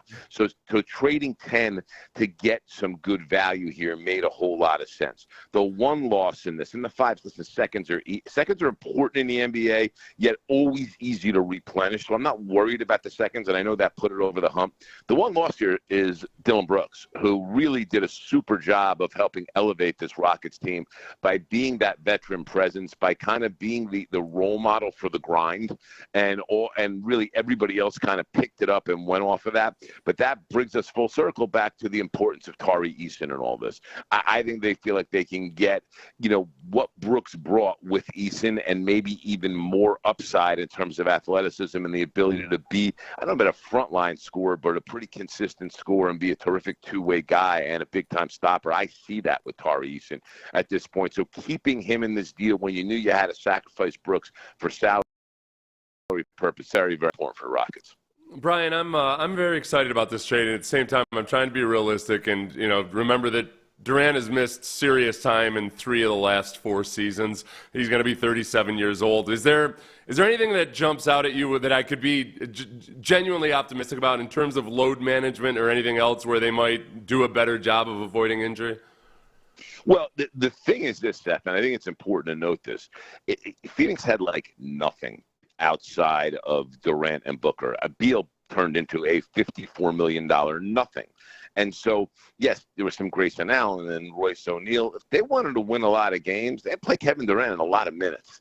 Think about how many games the Rockets chose to finish games with Jalen Green on the bench. There were plenty of games they chose to finish with Dylan Brooks on the bench. My point being is that they don't have to play Keven Durant 37 minutes a game. They can play Keven Durant early parts of the season 27 to 30 minutes a game because there's the beautiful part about what Rafael Stone has done with this Rockets roster is the vast amount of depth. I mean, we're having this whole conversation. We haven't brought Cam Whitmore's name, who's a wonderful young player who just frankly is a victim of, or at least up till now has been a victim of a numbers game. Now you're kind of one less in that rotation. Allows him to elevate up. These are all ways that you can check Durant's minutes a little bit and stretch him out. I'm not a huge proponent of sitting games being something that really helps guys be healthy for later in season. I don't think there's any scientific evidence that says it. However, I am a proponent of spotting guys kind of the beginning and the middle of the season, pretty moderated for older players. I think there's a history there of showing that helps guys later in the year. And the Rockets really are the ideal place for Keven Durant to go at this place of his career. It's kind of the perfect marriage of team and player in the respect that you saw in the playoffs. The Rockets just didn't have that go-to guy to get a bucket when they needed it. They tried to make it Şengün, and he's fine as a number 2 dude, but he's not a lead guy that way. Keven Durant needed to go somewhere where he was going to be traded and there was enough around him to be able to compete, and a place where his scoring and his ability to get his own shot was going to have a massive effect and not take usage away from other guys that should have it.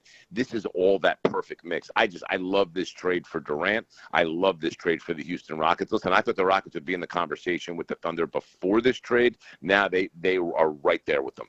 Yeah, just to illustrate that point you made about his minutes played, like last year, he played more minutes per game than he did in his age 26 through 31 seasons. Wow. Yeah, it just the usage can definitely be a lot different. Go ahead, Sean. Yeah. Yep.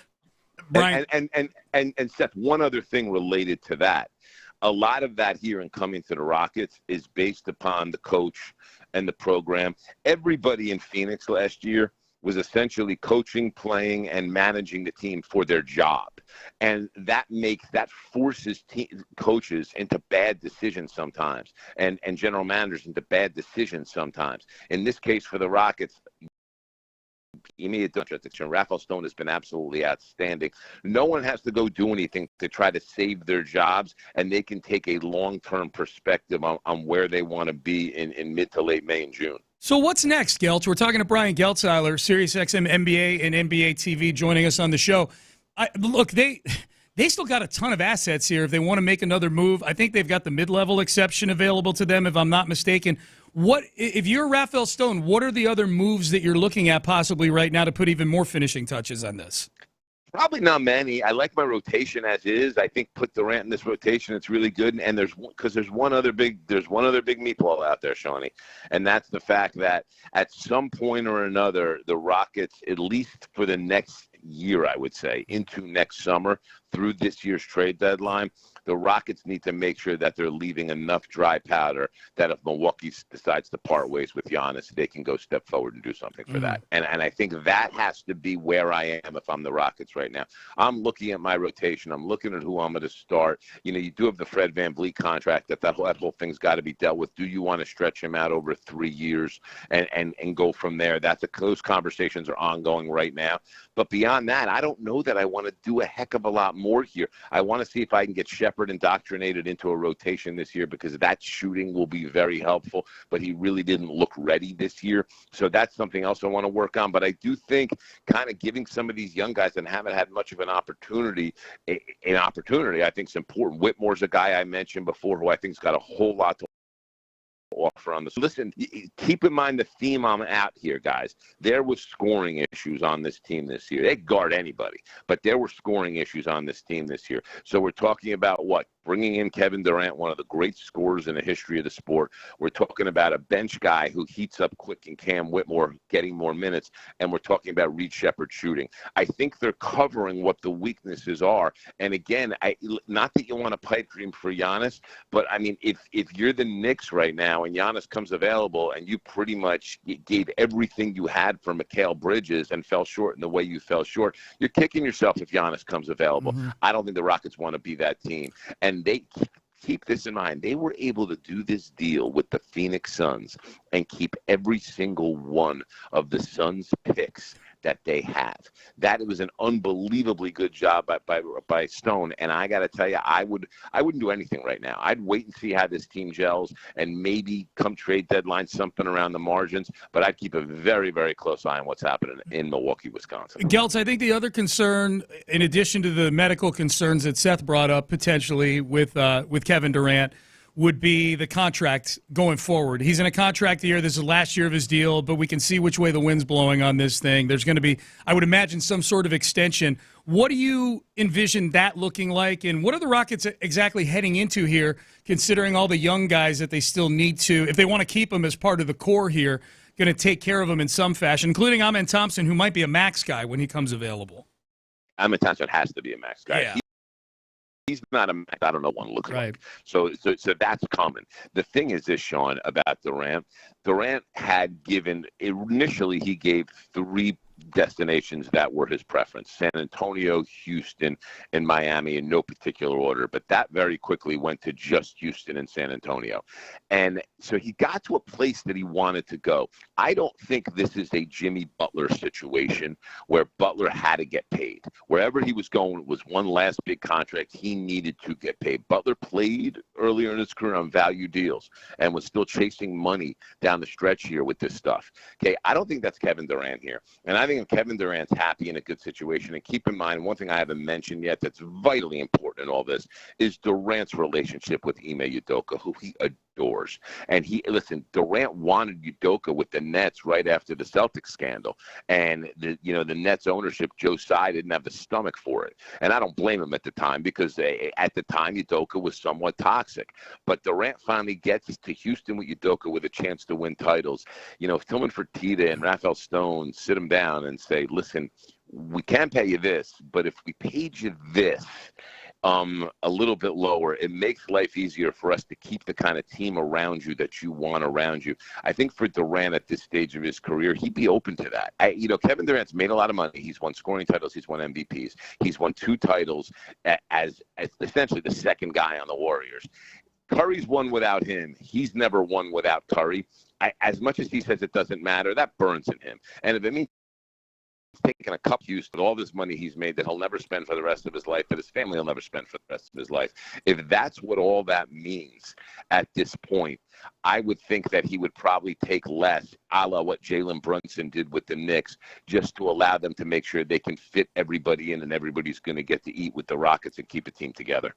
Jalen Green's never really played with a creator in the backcourt like Devin Booker. If those two remain together on that team, is this perhaps a better situation for Jalen Green in the long term?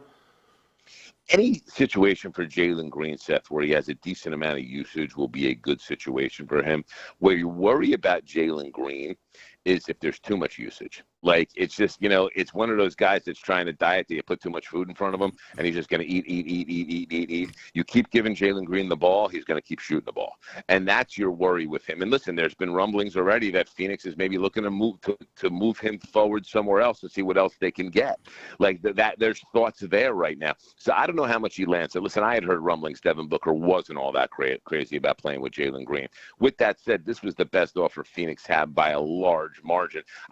Some of the things I've heard about Miami drive me crazy. I don't understand where they are. Miami, there was a possibility if Miami was willing to throw Nikola Jovic, Jaime Jaquez, and Haywood Highsmith in this deal, they could have actually gotten a deal with multiple firsts done that had them keeping Andrew Wiggins and Khalil Ware. And if they were able to do that and passed on that, can't help them. That's kind of silly, because if they really want to do something now on a weekend East, that would have been a very smart thing for they did do that. But you look at this Jalen Green situation right now, Phoenix may move on from him and look to see if they can get a veteran that will help more and fit better with Devin Booker. I don't think they think that he's a wonderful fit with Booker, but it was the most asset-rich deal they could possibly make. And really right now with where Phoenix has been and what's happened there, they need a dude like Dillon Brooks. They need a dude that's going to bring a seriousness to that locker room and that bench that they kind of haven't had. It's been a little bit of a joke there. And from a leadership standpoint, and some of that's on Kevin Durant, by the way. We don't want to let him off the hook totally about that.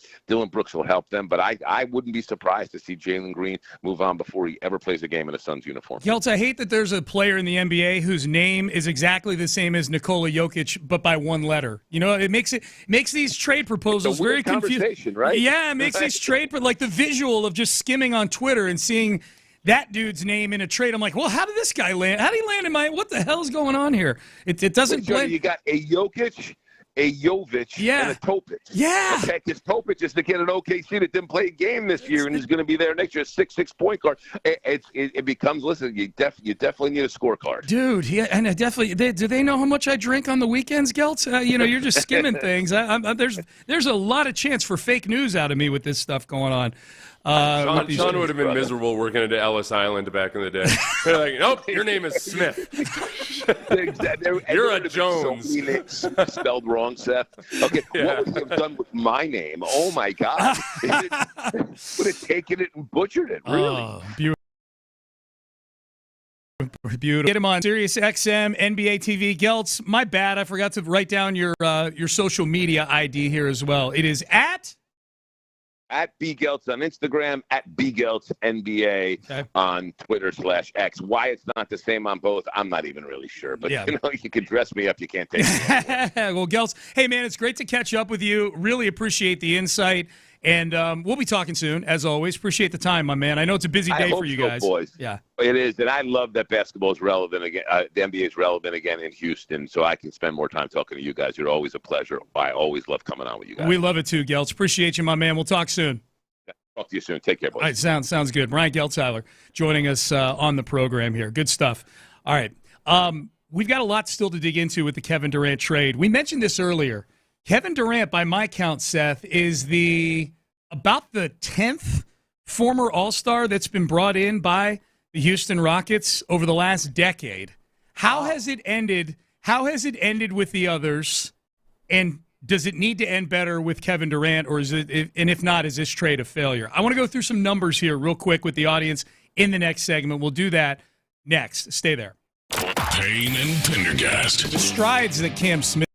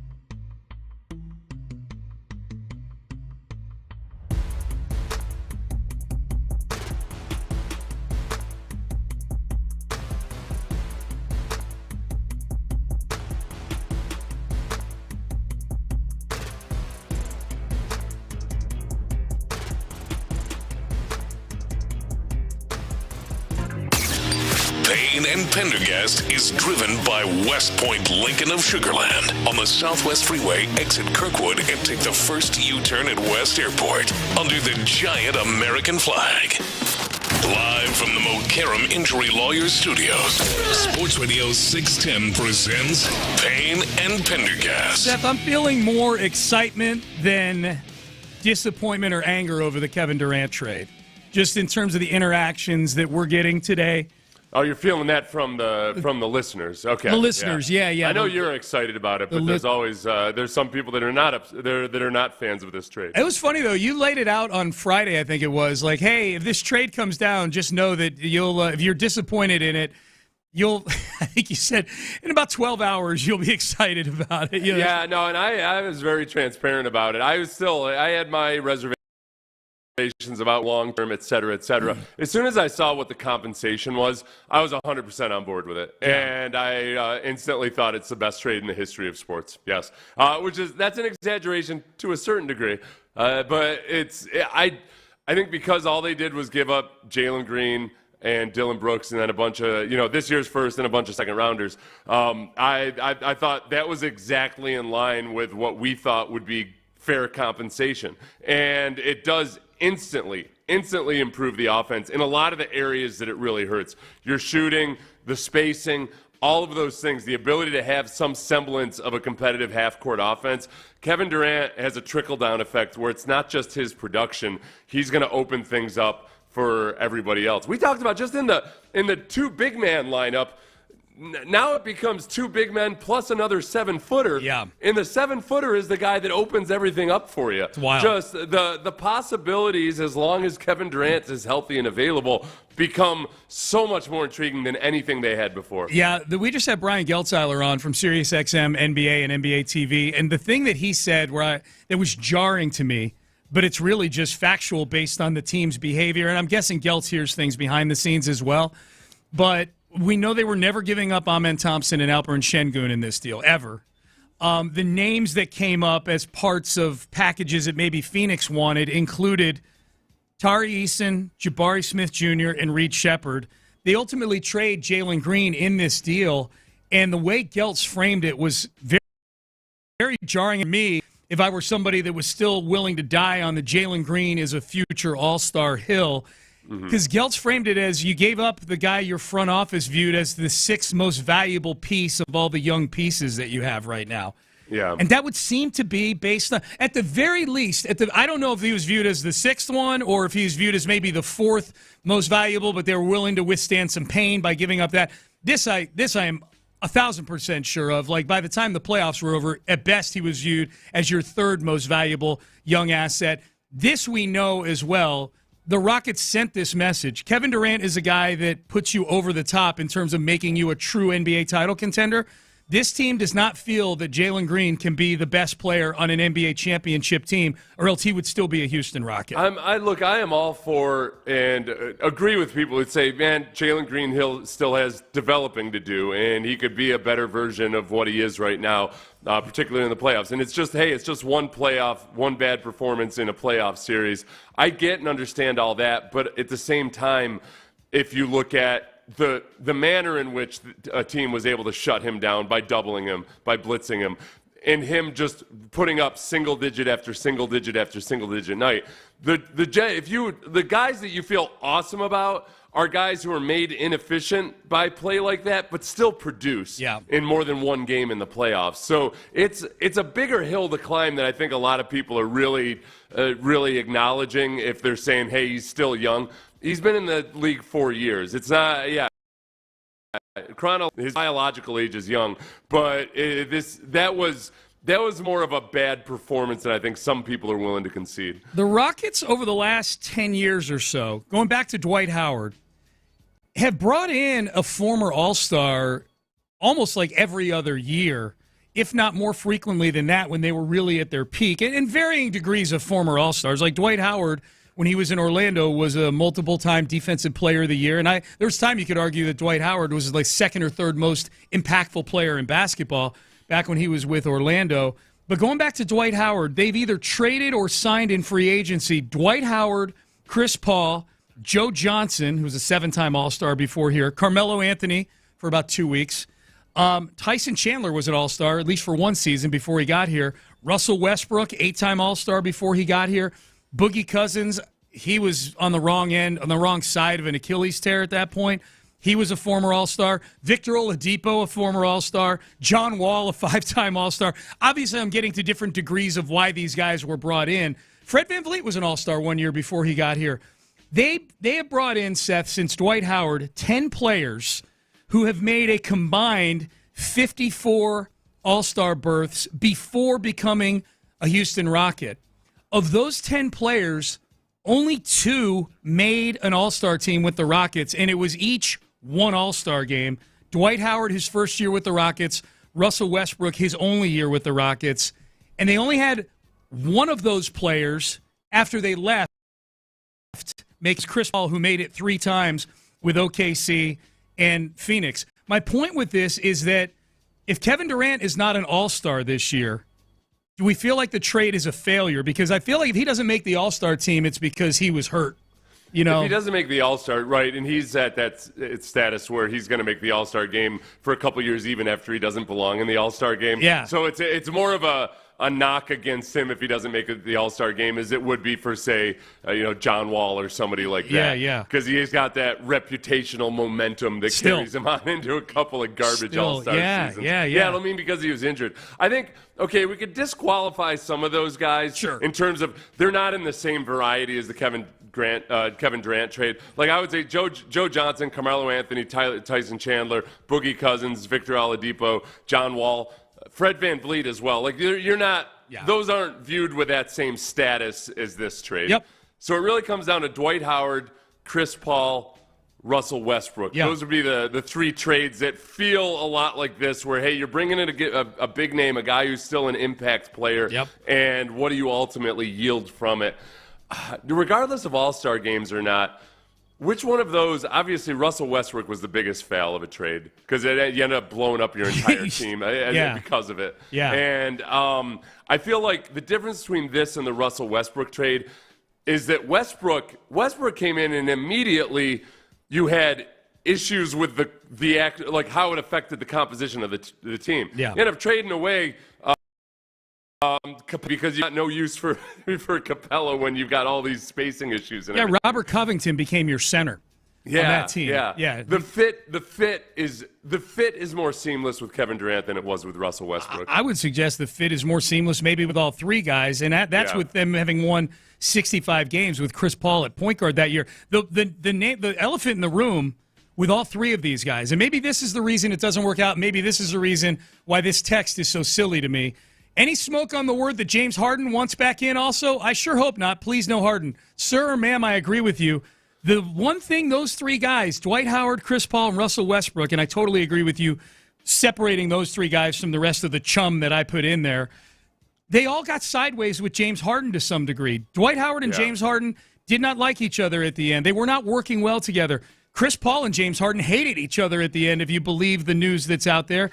And I would say Russell Westbrook, from what I had heard behind the scenes, Seth, is that Russell Westbrook got in the building, and within like the first month or so that he's there, it was like, wow, this is how much leeway James gets, huh? Yeah. This is not going to work. Because say what you will about Russell Westbrook, he's a maniacal worker. He may be an odd fit or a bad fit basketball-wise on a lot of teams, and he's certainly not what he used to be as a player. That dude works his ass off. I don't think you can say the same thing about James Harden, and certainly whatever Westbrook saw, that was going to be a short-term relationship. And that's why Russ wanted up and out of here so quickly after just one season here. That's the big thing. There's no element like that in the building right now. Man, this is a group of young dudes, by and large, that get along really, really well, that I think a lot like this Oklahoma City. So if you watched the trophy presentation last night for OKC and Sam Presti was up there talking, he said this is a really young team, but these are guys, a lot like how D'Amico describes the young guys on the Texans. They just love basketball. They love the work. And I think the Rockets' young guys are a lot like that as well. And I think also, if you go to the Chris Paul trade, immediately we talk about, okay, how seamless is the fit? They traded for Chris Paul, and that was super cool. Yet at the same time, immediately you had the question of, okay, we've got 2 ball-dominant guards here. Exactly how does this work? And it ended up, you played with an A squad and a B squad for much of the season, which was cool. And I get it, except it wasn't so perfectly a match for what can this guy provide that we lack right now. Yeah. That, like, Kevin Durant provides exactly what you lack right now in a way that none of those other trades really provided. I mean, for me, the age and health are the only concern I have. Yeah. I know that Udoka and Durant love each other, so that's not going to be an issue. I have a real hard time seeing any kind of a personality clash between Durant and the other players on this team. We know he and Steven Adams love each other. So I don't see a culture issue whatsoever. So the age and the durability, that's the concern. I don't think that, and it's really just the durability and how that's tied to age. Because Durant's game is one that's going to continue to age really well when he's healthy. He's a 7-foot-tall shooter. Mm-hmm. Like, whatever he loses in speed or anything else like that, just sheer geometry makes up for a lot of it. When we were talking to Geltzeiler, great point, which is that you look at Durant, who's missed serious time in 3 of the last 4 seasons, but also in that time, in these last 4 seasons, he's played more minutes per game than he did in his age 26 through 31 seasons. Wild, man. And especially in Phoenix, where, as Gelt said, you know, coaches are coaching for their job. The guys are trying not to get fired. They leaned on him a lot more heavily than they're going to have to, where I think they're going to load manage him extremely. And it won't be annoying because I think he's going to be putting out enough that it's not going to feel like it'll be more about minutes per game than it is him sitting out a bunch of games. I don't think it'll be annoying to fans because I think they know the deal with Kevin Durant. And also, it's still going to be an incredibly watchable product even when Durant's not on the floor. This is not like you're going to a game back in the day where it's LeBron James and then you take him off the floor and it's the LeBronettes out there. You know, like this is a very deep, talented, hungry, young athletic basketball team. And that's where I think that some people's knee-jerk reaction on this I've seen is that people that perhaps don't pay a whole lot of attention to the league. He's the second best shooter in the league right now by true elite still. Shooting percentage. Yeah. I mean, he's still very, very effective. He's just been on a bad team. Yep. The Suns were 3-17 without him on the floor last year. They were a bottom of the barrel lottery team without him. That's the other knee-jerk reaction people have is like, well, he didn't lead the Suns to a championship. Right. They're a garbage team. Garbage. They were an above 500 team when he was on the floor. They were 3-17 when he wasn't on the floor. That's a great number, man. It's a great number. All right, Payne and Pendergast with you. We'll wait at the top of the hour and what they're saying about it around the league.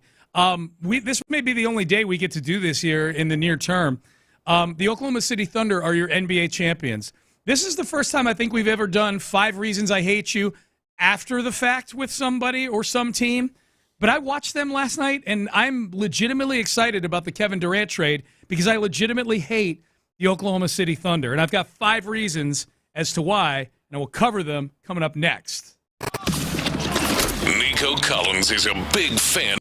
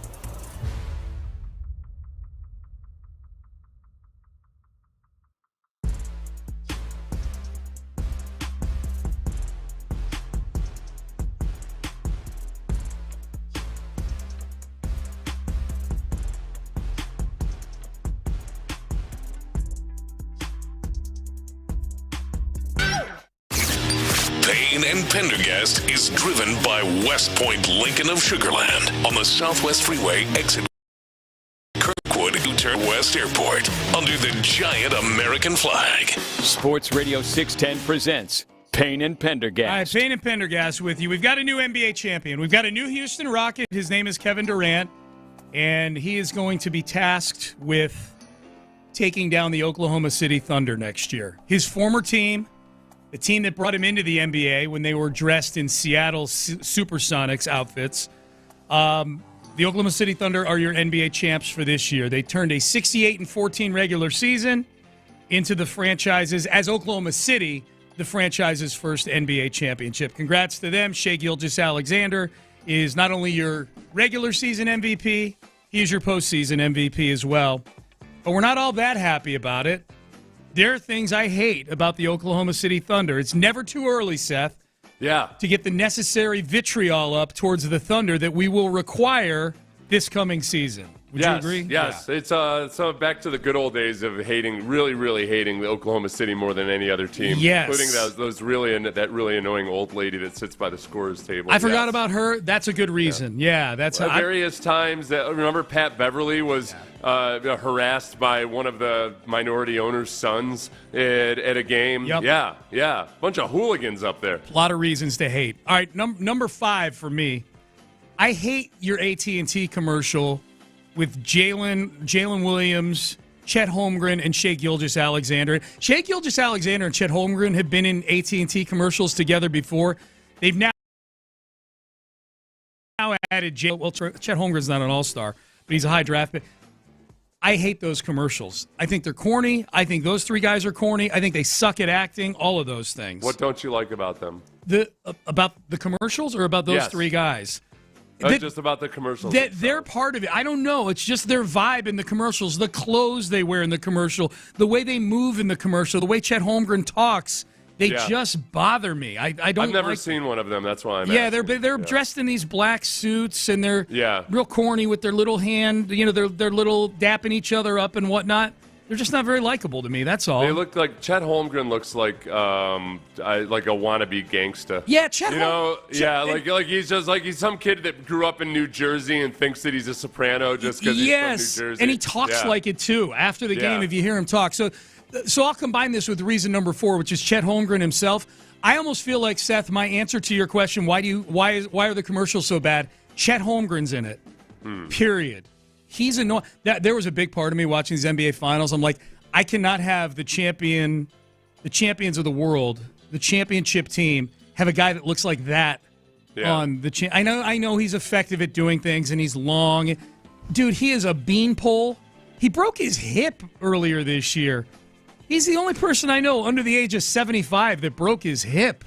What the hell? An old man injury. And the beard and the foofy hair. Yeah. Chet Holmgren, no. So that's reason number 4. I feel like he's a broke-ass generic version of El. Yeah. He's a Timu Şengün is what he is. Mm-hmm. Number 3, Alex Caruso. Do I need to explain why I hate him so much? He's running around with that headband on. He'll try hard with the head. Sorry, Aggies. I know he's your guy. Yeah. And I know you're an honorary Aggie. Is that headband as annoying to you as Stephen Curry's mouth guard? More annoying than that. Annoying, okay. Yeah, I'm not as annoyed at Steph Curry's mouth. I mean, I hate the way he chews it at the free throw line or whatever. And we were doing 5 reasons I hate the Warriors. It might find its way into it. Yeah. I just think that I'm not a fan of the bald white guy, and I can say this as a bald white guy. Oh yeah. I'm not a fan of the bald white guy with the headband look. Mm-hmm. Alex Caruso, and he's annoying. He try hard on defense. He should have played for Duke. Floor, like a Duke floor. He should have played for Duke. Too, He should be slapping the floor every time down. So that's reason number 3. Reason number 2. I'm watching last night. They didn't even boo Adam Silver during the trophy ceremony. Isn't that tradition? If you're a real sports town, don't you boo the commissioner when he comes up there to present the trophy to your team? Roger Goodell, in the America I grew up in, it is. Yeah. This is supposed to be Middle America at OKC, and they don't even know how to do a trophy ceremony properly. Oklahoma City is. They probably haven't gotten to the point where Silver would get booed, even though it wasn't him that, oversaw Seattle, the Supersonics going to Oklahoma City. Yeah. Even though it wasn't, it would, I guess Oklahoma City is young enough.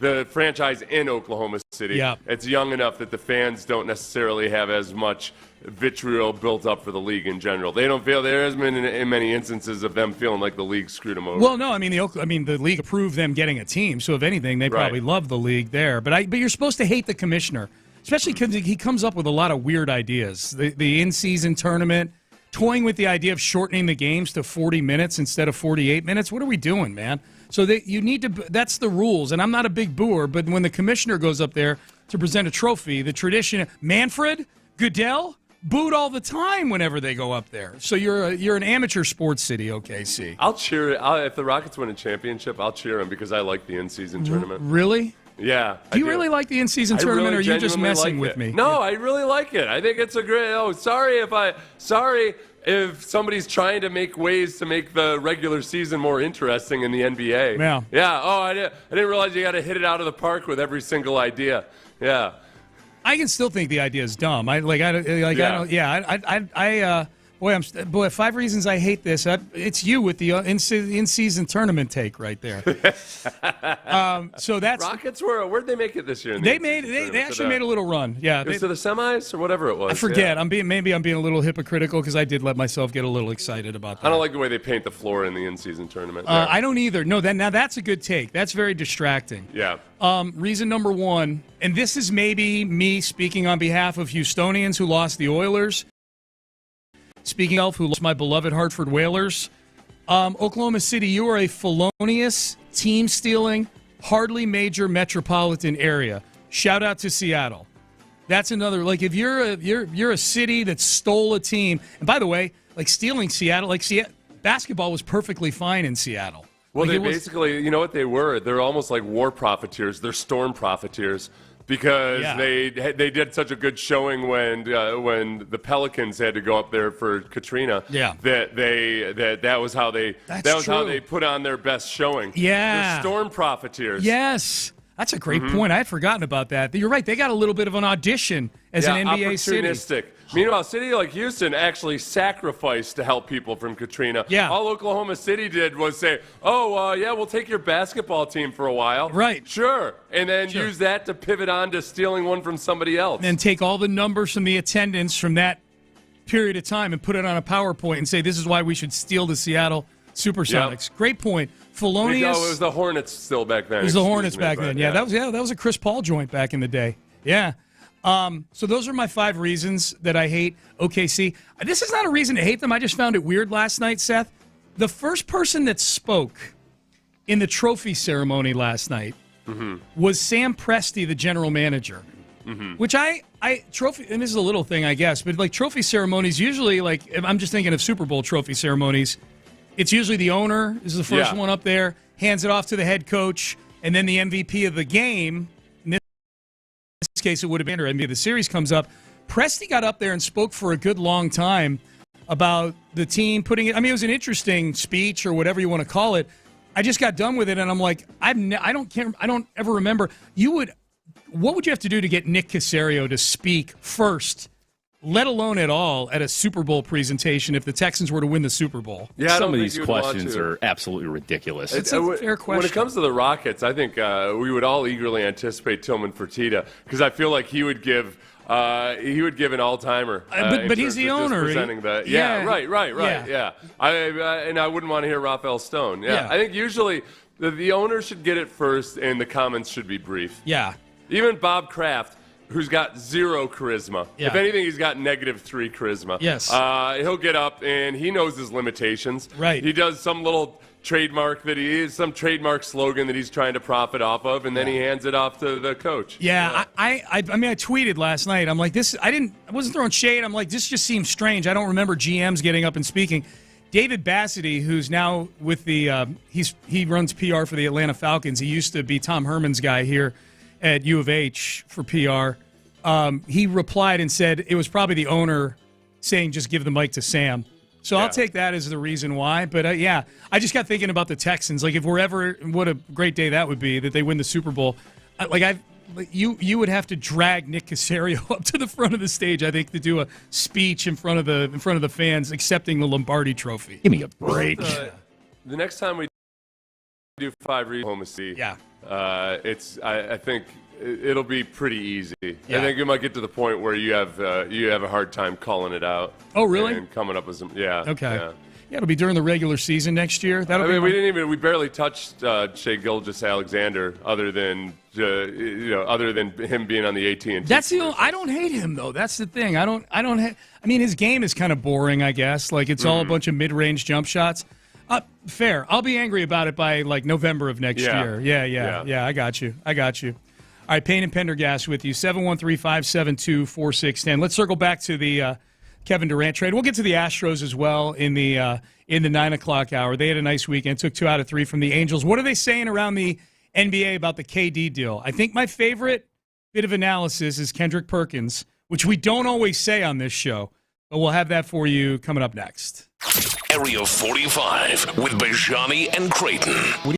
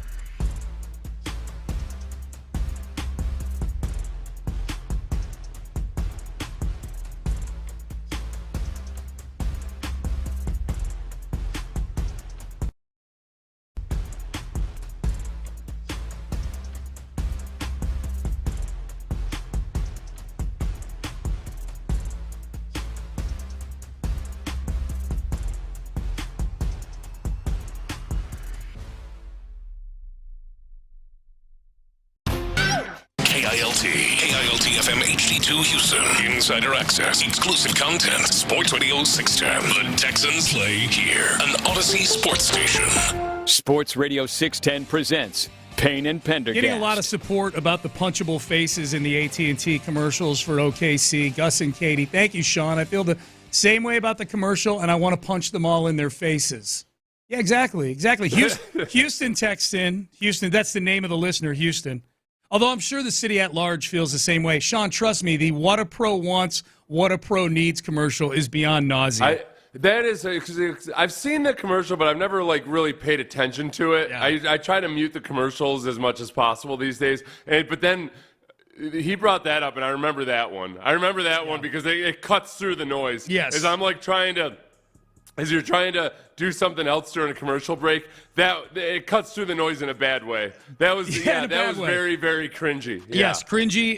Reggie, even if it was trying to be cringy, but it's so cringy that even the ironic cringiness is cringy. Yeah, yes. The whole thing is just bad. Yeah, no, shout out to our colleague and friend Reggie Atatula, who immediately after that segment texted me all caps, what a pro wants.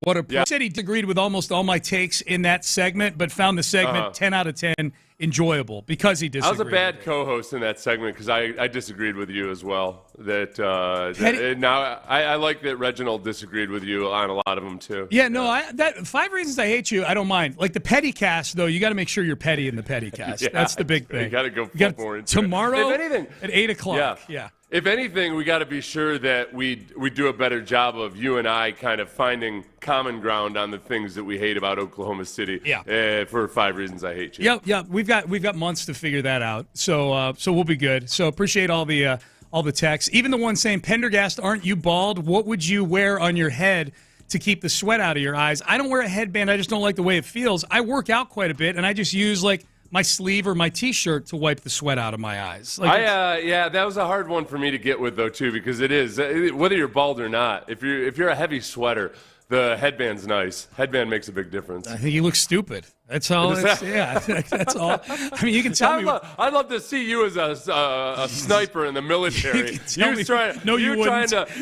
You're taking aim on the most dangerous terrorists in the world, but you can't see clearly because you refuse to wear either a headband or a do-rag or something. If I'm a sniper in the military, sweat in my eyes is the least of your worries as an American. The heavy breathing from having gotten in position would be your biggest. The bad shooting, all those scopes just bouncing up and down as you heat. Yeah, sweat's the least. I had to walk a long way. I got a better chance of shooting randomly than having a headband on. All right, here was Shams Charania yesterday. The Keven Durant deal comes together late Sunday morning. Here was Shams Charania of ESPN talking about how the deal came together. His two preferred destinations, the Houston Rockets and the Miami Heat, essentially competing against each other, bidding on making Keven Durant deals. And the Rockets, at the end of the day, made the best offer with Jalen Green, a prolific scorer, Dylan Brooks, 3-and-D, tough player, but most importantly, the number 10 overall pick. And why is that important? The NBA draft is on Wednesday in New York, and so it was very important for them to get this deal done before that point. But remember back at the NBA trade deadline, Keven Durant was blindsided when he was included in any conversation around the league. Now he had some level of driver's seat position because he was in the last year of his deal, an expiring contract. But listen, around the league, make no mistake, the Houston Rockets made this trade because they are in win now mode. Mm-hmm. They want to go win a championship. All right. Yeah. Win now. And it makes 100% sense. And they had a wealth of picks. They didn't want to give all of them up, but losing a number 10 this year is, if anything, it makes it a lot simpler to operate where you're already trying to shoehorn so many young players into getting more time on the court. There is an overall part of me that is starting to feel a little bit of a first round, I feel like we're missing out. Because the Texans, more times than not, don't have a first-round pick. Oh, you're talking about the draft. Houston itself, yeah. The Texans have traded out the last couple of years. They didn't have first-round picks forever because of the Laramie Tunsil trade and whatnot. Yeah. Dude, for me, there is way more – it's a good point. There's way more FOMO for the NFL draft when there's no first-round pick than there is the NBA draft. Like, I'm at a stage now, and I watch a fair amount of college basketball, and I still follow the draft to a degree. But the NFL draft, like just the build-up to it for a few months, and I watch way more college football than I watch college basketball. I'll be fine later this week. It would have been fun to have a pick just because you start to think about how the guy's going to fit in. And last year was fun because they got Reed Shepherd with the 3rd overall pick. That was cool. But yeah, like in the NBA, dude, the NBA is doing a 2-night draft now. They're doing the first round on one night and the second round on another night. And if you wonder how the NBA front offices value second-round picks, the Rockets just threw 5 of them into a Kevin Durant deal just to get Brian Gregory off the phone. You're like, fine, here's 5 second-round picks.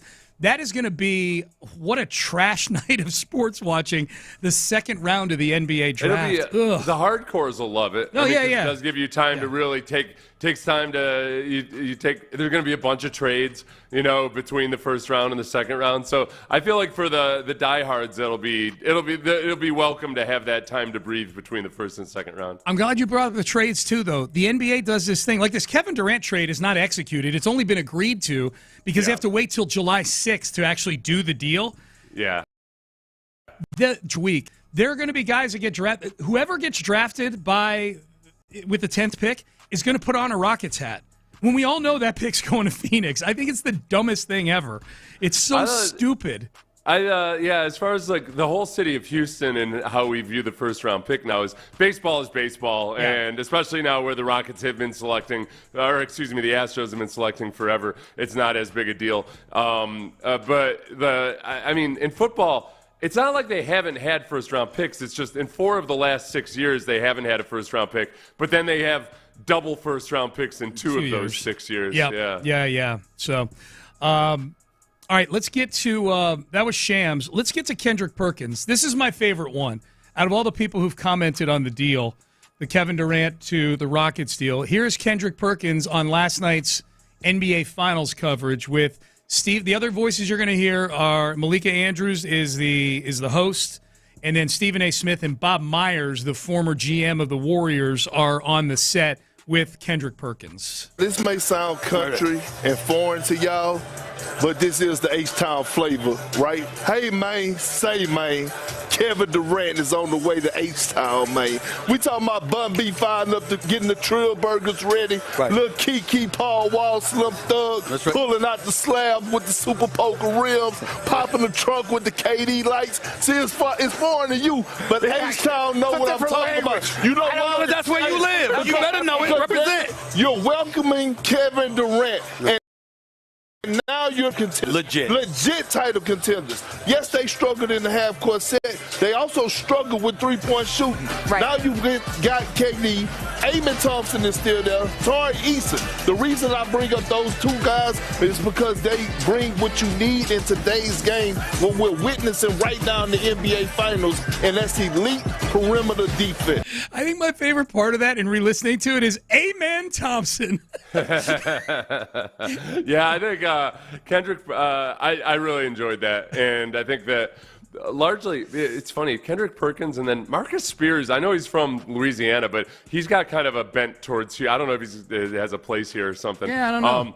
But those guys are both a little bit of like Houston homers in a way. Yeah. Marcus Spears, I've just always noticed that he really sticks up for the Texans a lot of the time and watches the games more closely, even in the bad years, than others do. Yeah. I like having big, husky, likable, like former athletes sticking up for Houston in a way that just you can't get from another guy the same way you can from Kendrick Perkins or Marcus Spears. That aren't overly serious, that don't take themselves too seriously. But if there were scrap, they would be ready to go. They're giving it the real man vibe to it. That's what it is. It's a real man vibe and a guy that's actually paying attention type of. I agree. So that's Kendrick Perkins. All right, I don't know how to feel about this one. Isaiah Thomas, arguably the worst general manager in the history of basketball. How he keeps getting jobs is beyond me. But he was on NBA TV. Here's what he had to say about but now they got championship experience over there. Yeah. KD as a champion, right? VanVleet. And then you got VanVleet. These 2 guys, have been champions in the NBA. And then you have a championship coach, even though he didn't win in Boston, but he's coached in the NBA Finals. So when you look at what Houston has put together, they got all the pieces. They got everything to make it right. I love the deal, but I also love it for KD, and I also love it for Ime. Again, these are two of my favorite people. So you're torn because I really wanted. It wasn't like it was a hot and cutting controversial take that he was giving that you have to be disgusted with yourself for liking. I mean, he just kind of pointed out some pretty surface level stuff. He brought up the championship DNA, or at least championship experience of a lot of these guys in a way that I hadn't heard from anybody else. So I think you have to give him extra credit for that. I wanted Isaiah Thomas to hate this deal. I disagree with almost everything Isaiah Thomas has done as an executive in the NBA. I don't need the guy who makes all the moves. He should have been – this is the one guy who should have been operating in George Costanza fashion when he was a GM in the NBA. He should have done the opposite of everything that his brain told him to do when he was the GM of the New York Knicks back in the day. Like, he was bad. I don't like hearing that he likes this deal. Had Isaiah Thomas come on and told me all the reasons this deal wasn't going to work, I'd have been like, all right, well, that's Isaiah. Nothing ever worked for Isaiah back. If he thinks that way, he's the opposite of the Baltimore Ravens in that when the Baltimore Ravens do something, you think, oh, my team should have done that. He's the opposite. Like, I was cool with the Texans not getting Jair Alexander. Yeah. Really, really cool with it. And then when the Ravens got him, I thought, oh, crap. Man. Yes. It's a perfect analogy. Yes, that's exactly. He's the opposite of the Ravens. He's the bizarro Ravens is what Isaiah Thomas is. Yes. And so I don't like that he liked this deal. I needed Isaiah Thomas to hate this deal to sleep well at night. I mean, I think I'll be okay, but still, yuck. What's the biggest thing that scares you about this deal? I mean, you and I have both been very, very hot on this thing today. We both love it. What's the thing that scares you the most? I mean, I think Isaiah Thomas would probably have this take as well. It's a pretty simple one. He's going to be 37 years old, and he's missed serious time in 3 of the last 4 seasons. There's things that cushion that for me a little bit. For one, he's played a lot of minutes in those games on a struggling team this past year. The Nets trying to finish it all up or do whatever. In the last several seasons, he's played more minutes per game than he had when he was in his upper 20s. Mm-hmm. So I don't think the Rockets are going to have to lean on him that much. They're going to be able to give him load management within games. This is just a much more complete team than the Suns are. But he's 37 years old, and it's not the performance that I worry about. Is he healthy and available to give you the performance that he's capable of? Yeah, there were people. Look, He ironically was against the Rockets. At the end of the year, he suffered, I think he sprained his ankle. And so they shut him down for the rest of the year. So he missed 7 games there. He was inactive for 3 games here, 3 games there. There was a 6-game stretch. There was never any one thing this year where he was out for like 20 games or something like that. And like as you pointed out, a lot of that was just they were just playing out the string and we were hoping. Remember, they won a couple of games that kept them from. Kept them in the playoff hunt. Getting into the lottery triggered them being in the lottery is hugely important on multiple levels for this deal even happening. So so he missed some time this past year. People were making things up, though, yesterday. Like, the people on social media yesterday saying, well, he's been bad in Phoenix. Like, no, the team's not been good, but he's been very, very good, and he's not had a good supporting cast. I didn't like that. I'm like, you're making stuff up. If you're saying he's been bad, he's doing things still at this age that NBA players have not done ever in the history of the game in terms of his shooting. The other thing they were making up, Seth, was that he's missed 20 or 30 games each of the last 4 years. He did play 75 games 2 seasons ago. Yeah. So he played 62 this year, and he played 75 2 years. That's the most recent 2 seasons. He's averaged around 70 games or so. Yeah. So but he is still also turning 37. Yeah. The age. The only reason that age concerns me is that you get more injury prone as you get older. As far as his actual performance. Anybody good just is lying. They're just flat out lying or talking out of their butt. He's the second best shooter in the league right now. Yeah, with true shooting percentage. like he's still very, very effective. And so as long as he's healthy, being as good a shooter he is at a 7-foot height is a game that obviously has aged very well, and it's going to continue to age. So it's just the propensity for injury as you get older is the biggest thing. Yeah, for sure. I'm not dismissing it. Like, I know there's a good chance he's going to miss games this year for load management, if nothing else, and probably some dings here and there. The narrative that gets created that he's missing like half the season each of the last 4 years just is it's not true. Well, Colin, what did you want to ask us? No, I was just kind of curious, like, because I mean, it looks like that it's just going to be a 1-year thing with KD, but how would y'all look at the deal if he is extended? I think, I need to see what the numbers look like. I don't think it's going to be a 1-year thing. I think it's going to be a multi-year thing ultimately. They just can't do the extension right now because the league year needs to start. So I think it's going to be, if it's a 1-year, if it ends up being a 1-year thing and they win a championship, then so be it. I'd give up plenty. The championship trumps everything. That's my biggest concern, Seth. That Colin brings it up. I'm actually more concerned about what a contract extension looks like than I am with the medicals with Kevin Durant. I think they'll manage around that, and I think the goal will be to have him healthy in April.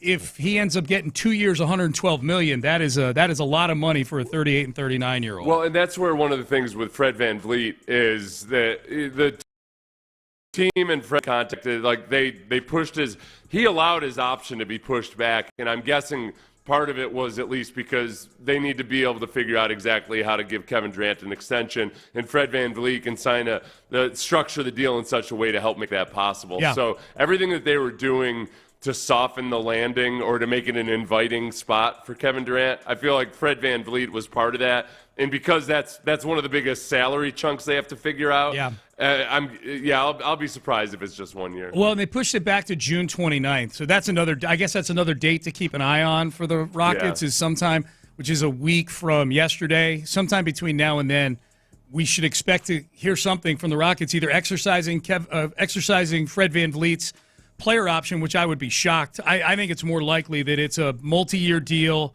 with lower dollar amounts, maybe even structured like Steven Adams, where I think Steven Adams is making 14, 13, and 11 in the three. Like, it's a descending contract as you get these guys on the payroll where the numbers are going to be going up for a lot of guys here.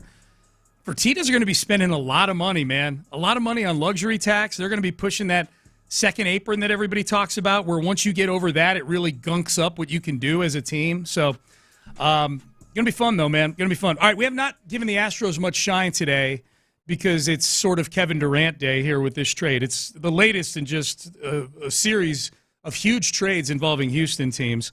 But let's get to the Astros from over the weekend. The Astros take 2 out of 3 from the Angels. This is not – there's no American League teams coming up. Is this the biggest week of the season coming up? They're off today. It starts up tomorrow. We'll discuss coming up.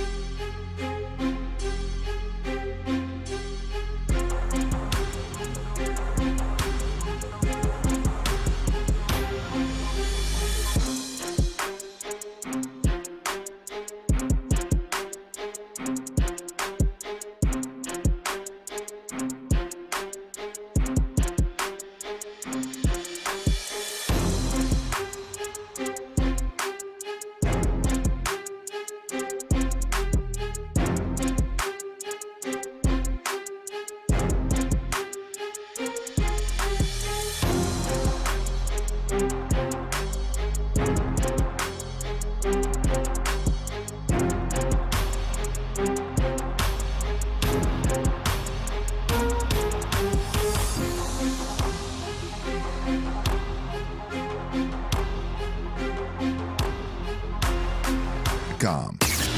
Payne and Pendergast is driven by West Point Lincoln of Sugar Land on the Southwest Freeway. Exit Kirkwood and take the first U-turn at West Airport under the giant American flag.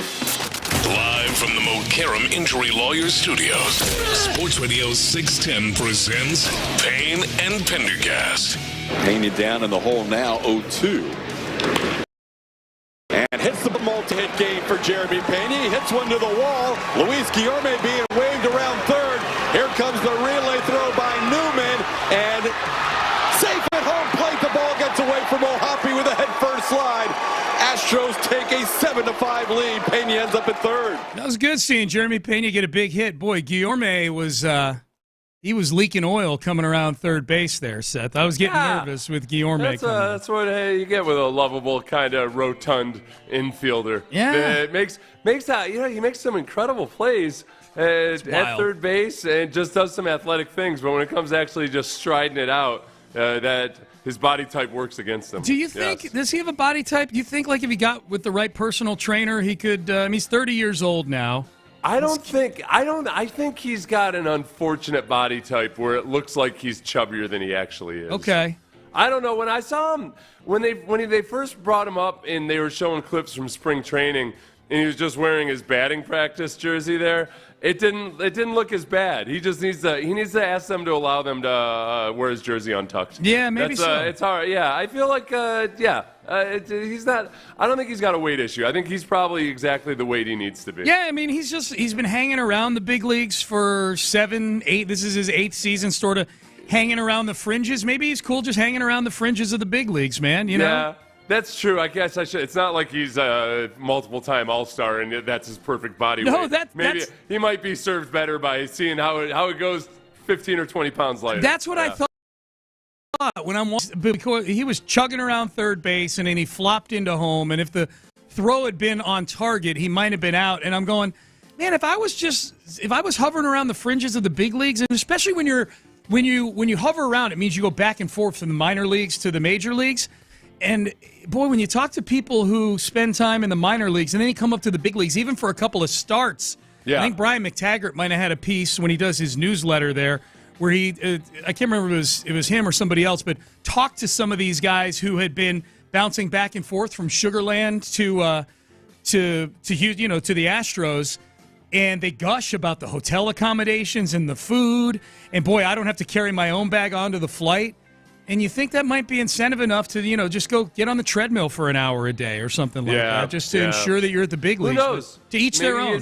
Maybe he actually does battle it, and he would normally be like 20 or 30 pounds. Maybe so, yeah. The beard doesn't. I feel like the beard makes him look pudgier than he is, too. Without question. You can be a pretty lean dude, but if you have a big bushy beard, it doesn't look like it. People, there's a cognitive dissonance there. Yes. Where your mind doesn't acknowledge. Like, even like Dallas Keuchel was a pretty lean dude, but because of his beard, you don't necessarily think of him that way. No, you're right. You're right. Here's Joe Espada. The Astros took 2 out of 3 in each of the spots. They took 2 out of 3 in Sacramento. They took 2 out of 3 against the Angels. Here was Joe Espada, Astros manager, yesterday, capping the road trip. We never out of a game. Long 13-game stretch. This guy's the fight till the end. So proud of this group. You guys hear me say that all the time, but just they never quit. Our bat after our bat, Gusto, I thought it was a good start, better than what that line shows. I thought he threw the ball really well. Aside from those 2 homers, I thought 6 strong innings, and our bullpen came in and shut the door. Really, really great effort. Okay, by the way, they split against the A's. They played 4. They split. I said they took 2 out of 3. They haven't lost a series in a long, long time. They've had a few splits of couple of splits of 4-game series.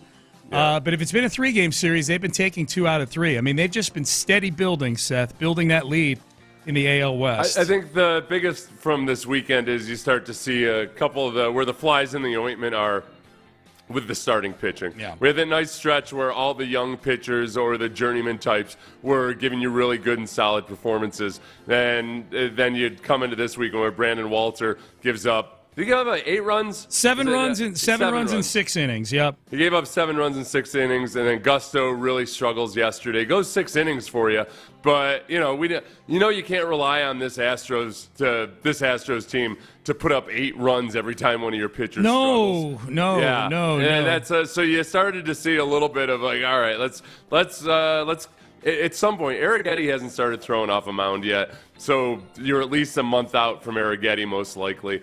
The most likely guys to return anytime soon are Javier and JP France. Luis Garcia, he's at least a month out. So really, can JP France or Christian Javier be a shot in the arm for some of the starters? Here are the updates on those two guys. Then I want to get to Espada on Gusto, but Lance McCullers, we should add him as well. Oh, yeah. Played catch over the weekend. Seth, he played catch.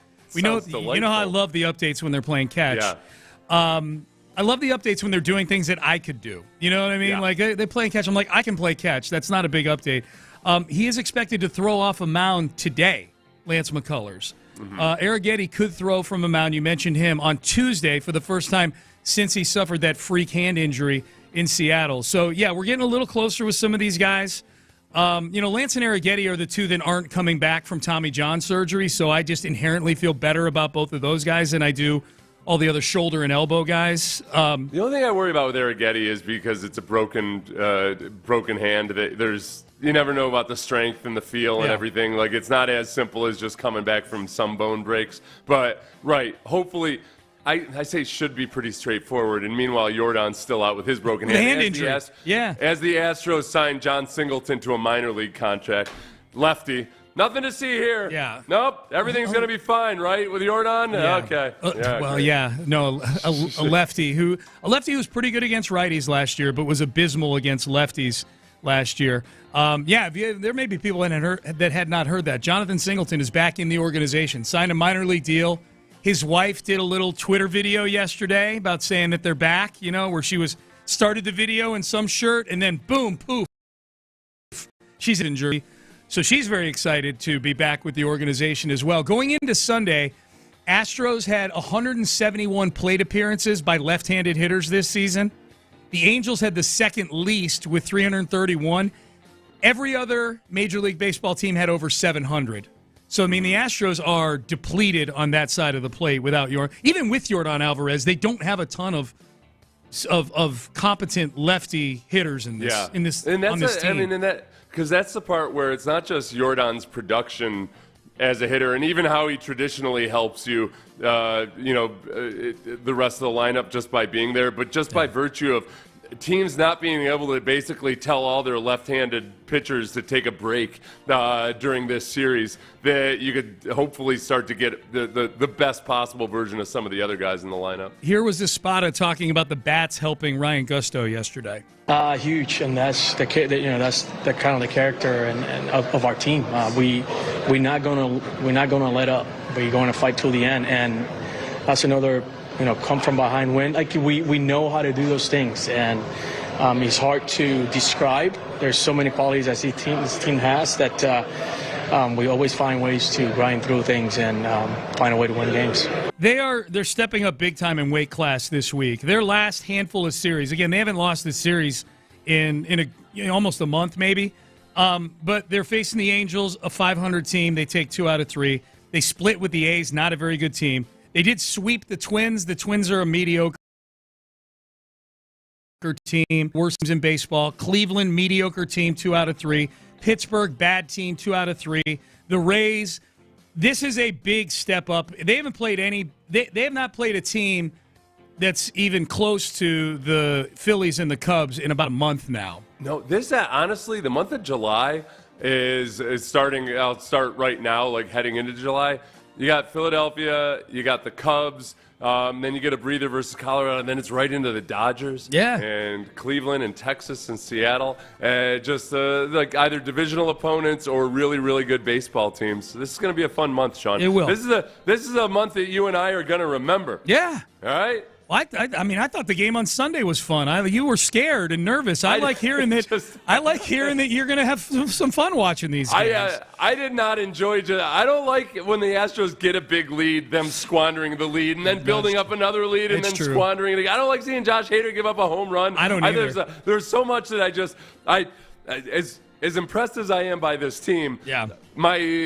I could tell my foundation, it was not as stable as I thought it was. All the reasons where you wonder, how the hell are these guys actually winning baseball games? No, it's true. That was very much front and center in my brain yesterday. Do you think Mauricio Dubon's 4 home runs over the last few days is a sustainable thing to win baseball games? It's not okay. For one, I think very few people dislike Mauricio Dubon for the way you curiously do. What do you mean?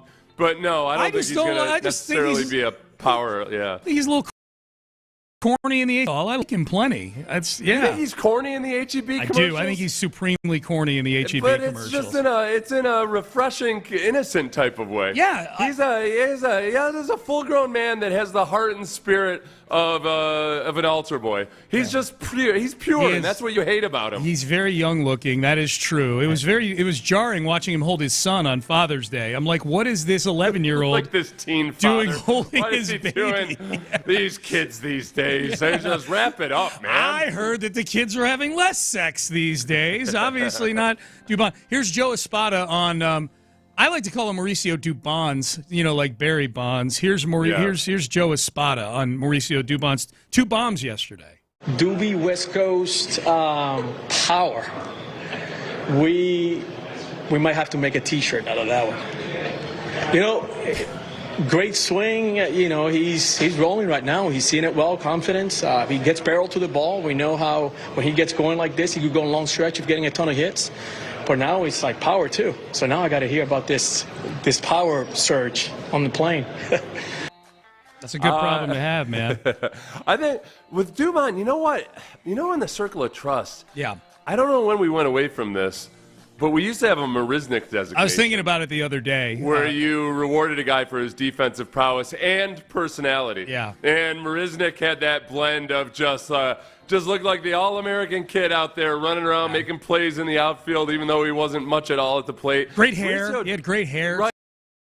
Great hair. Not have the doesn't have that team beat type of look or vibe to him that Jake Marisnik did. But he's lovable for other reasons. Yeah. I feel, and he's in the 97th percentile in terms of run value. And he's not doing it at just one position or just in the outfield the way Marisnik was doing it. Dubon does it all over the place. Yeah, we're going to have to, next circle of trust, we got to consider whether to give Dubon the Marisnik designation. He's got 4 home runs in his last 6 games as well. I mean, he's basically just, he is a massive power source. Over the last 6 games. I'm never going to, look, we've seen stretches of this before with him. Yeah. It's in him. We know that it's in him. Yep. You don't depend on it. He won't make whether or not he continues this surge that he's on, it's not going to be a criterion for putting him into the circle of trust. It'll be the Marisnik designation. Hey, last thing from Espada yesterday. Brian Abreu came in and got a massive strikeout of Mike Trout at the end of the 7th inning. Yeah, that punch out to Trout. Not easy to make Trout take swings like those. I think Gusto did that today too. Anytime you get Mike Trout coming to the plate, you're on the edge of your seat because how good he is. But we were able to make pitches and execute today. He was trash in this series, Mike Trout. He was 1 for 11 with 6 Ks. He was bad in this series. I wanted to play that though because I was a little mean to Brian Abreu on Friday on social media when he loaded the bases and he needed a Myers diving catch. Brian Abreu has been trafficky all year long. His walks hits per innings pitched does not match what his ERA is right now. And I said on Friday when he was giving me the type of anxiety you were experiencing yesterday, Seth, I felt that way on Friday probably because Hunter Brown lost a win because the bullpen blew it. Yeah, they eventually won the game, but they, I think it was King gave up a home run. So I was mad at the bullpen already. When Abreu loaded the bases, I said, this guy is the worst pitcher with an ERA under 2.5 that I've ever watched in my life, which may or may not be true, but I tweeted it. the results were surprisingly split. There were a lot of people that agreed with me. They're like, man, he's way too much of a tightrope act out there. It is. It's a tightrope act. That's how it feels. And yeah. So I think with relievers, I overlook a lot of stuff where I'm okay if they're trafficky. Yeah. I'm okay if they just flat out get the job done. Yeah. It's just that the problem is when they don't get the job done, it feels so much worse than sometimes a guy who's a strikeout artist that gives up a few home runs or something. Yeah. Because it's not as long and drawn out. That's the problem with it. I understand it. I don't agree with you, but I understand yeah. it. By the way, Marisnik and Dubon, like offensively, pretty much the same. Shockingly similar, almost. yeah. Yeah. The OPS of Dubon has an OPS of 678 in his career.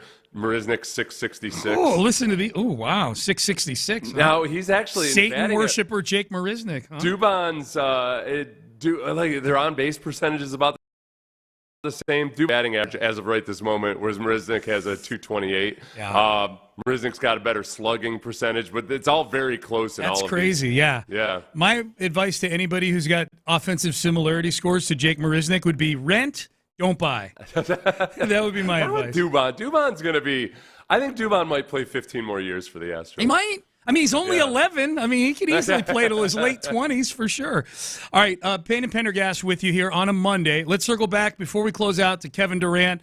What was his message to Phoenix fans? How would you feel if this were your star player getting traded away and this was the message to Phoenix? We will have that for you as we close out coming up next. Payne and Pendergast. The strides that Cam Smith has made in the last couple of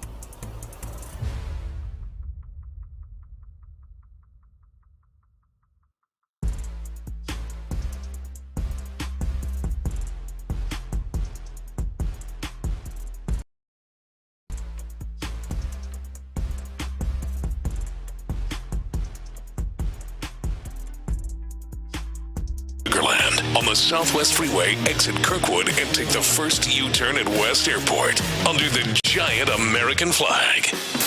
Live from the Mokaram Injury Lawyers Studios, Sports Radio 610 presents Payne and Pendergast. Okay, this is a fair question.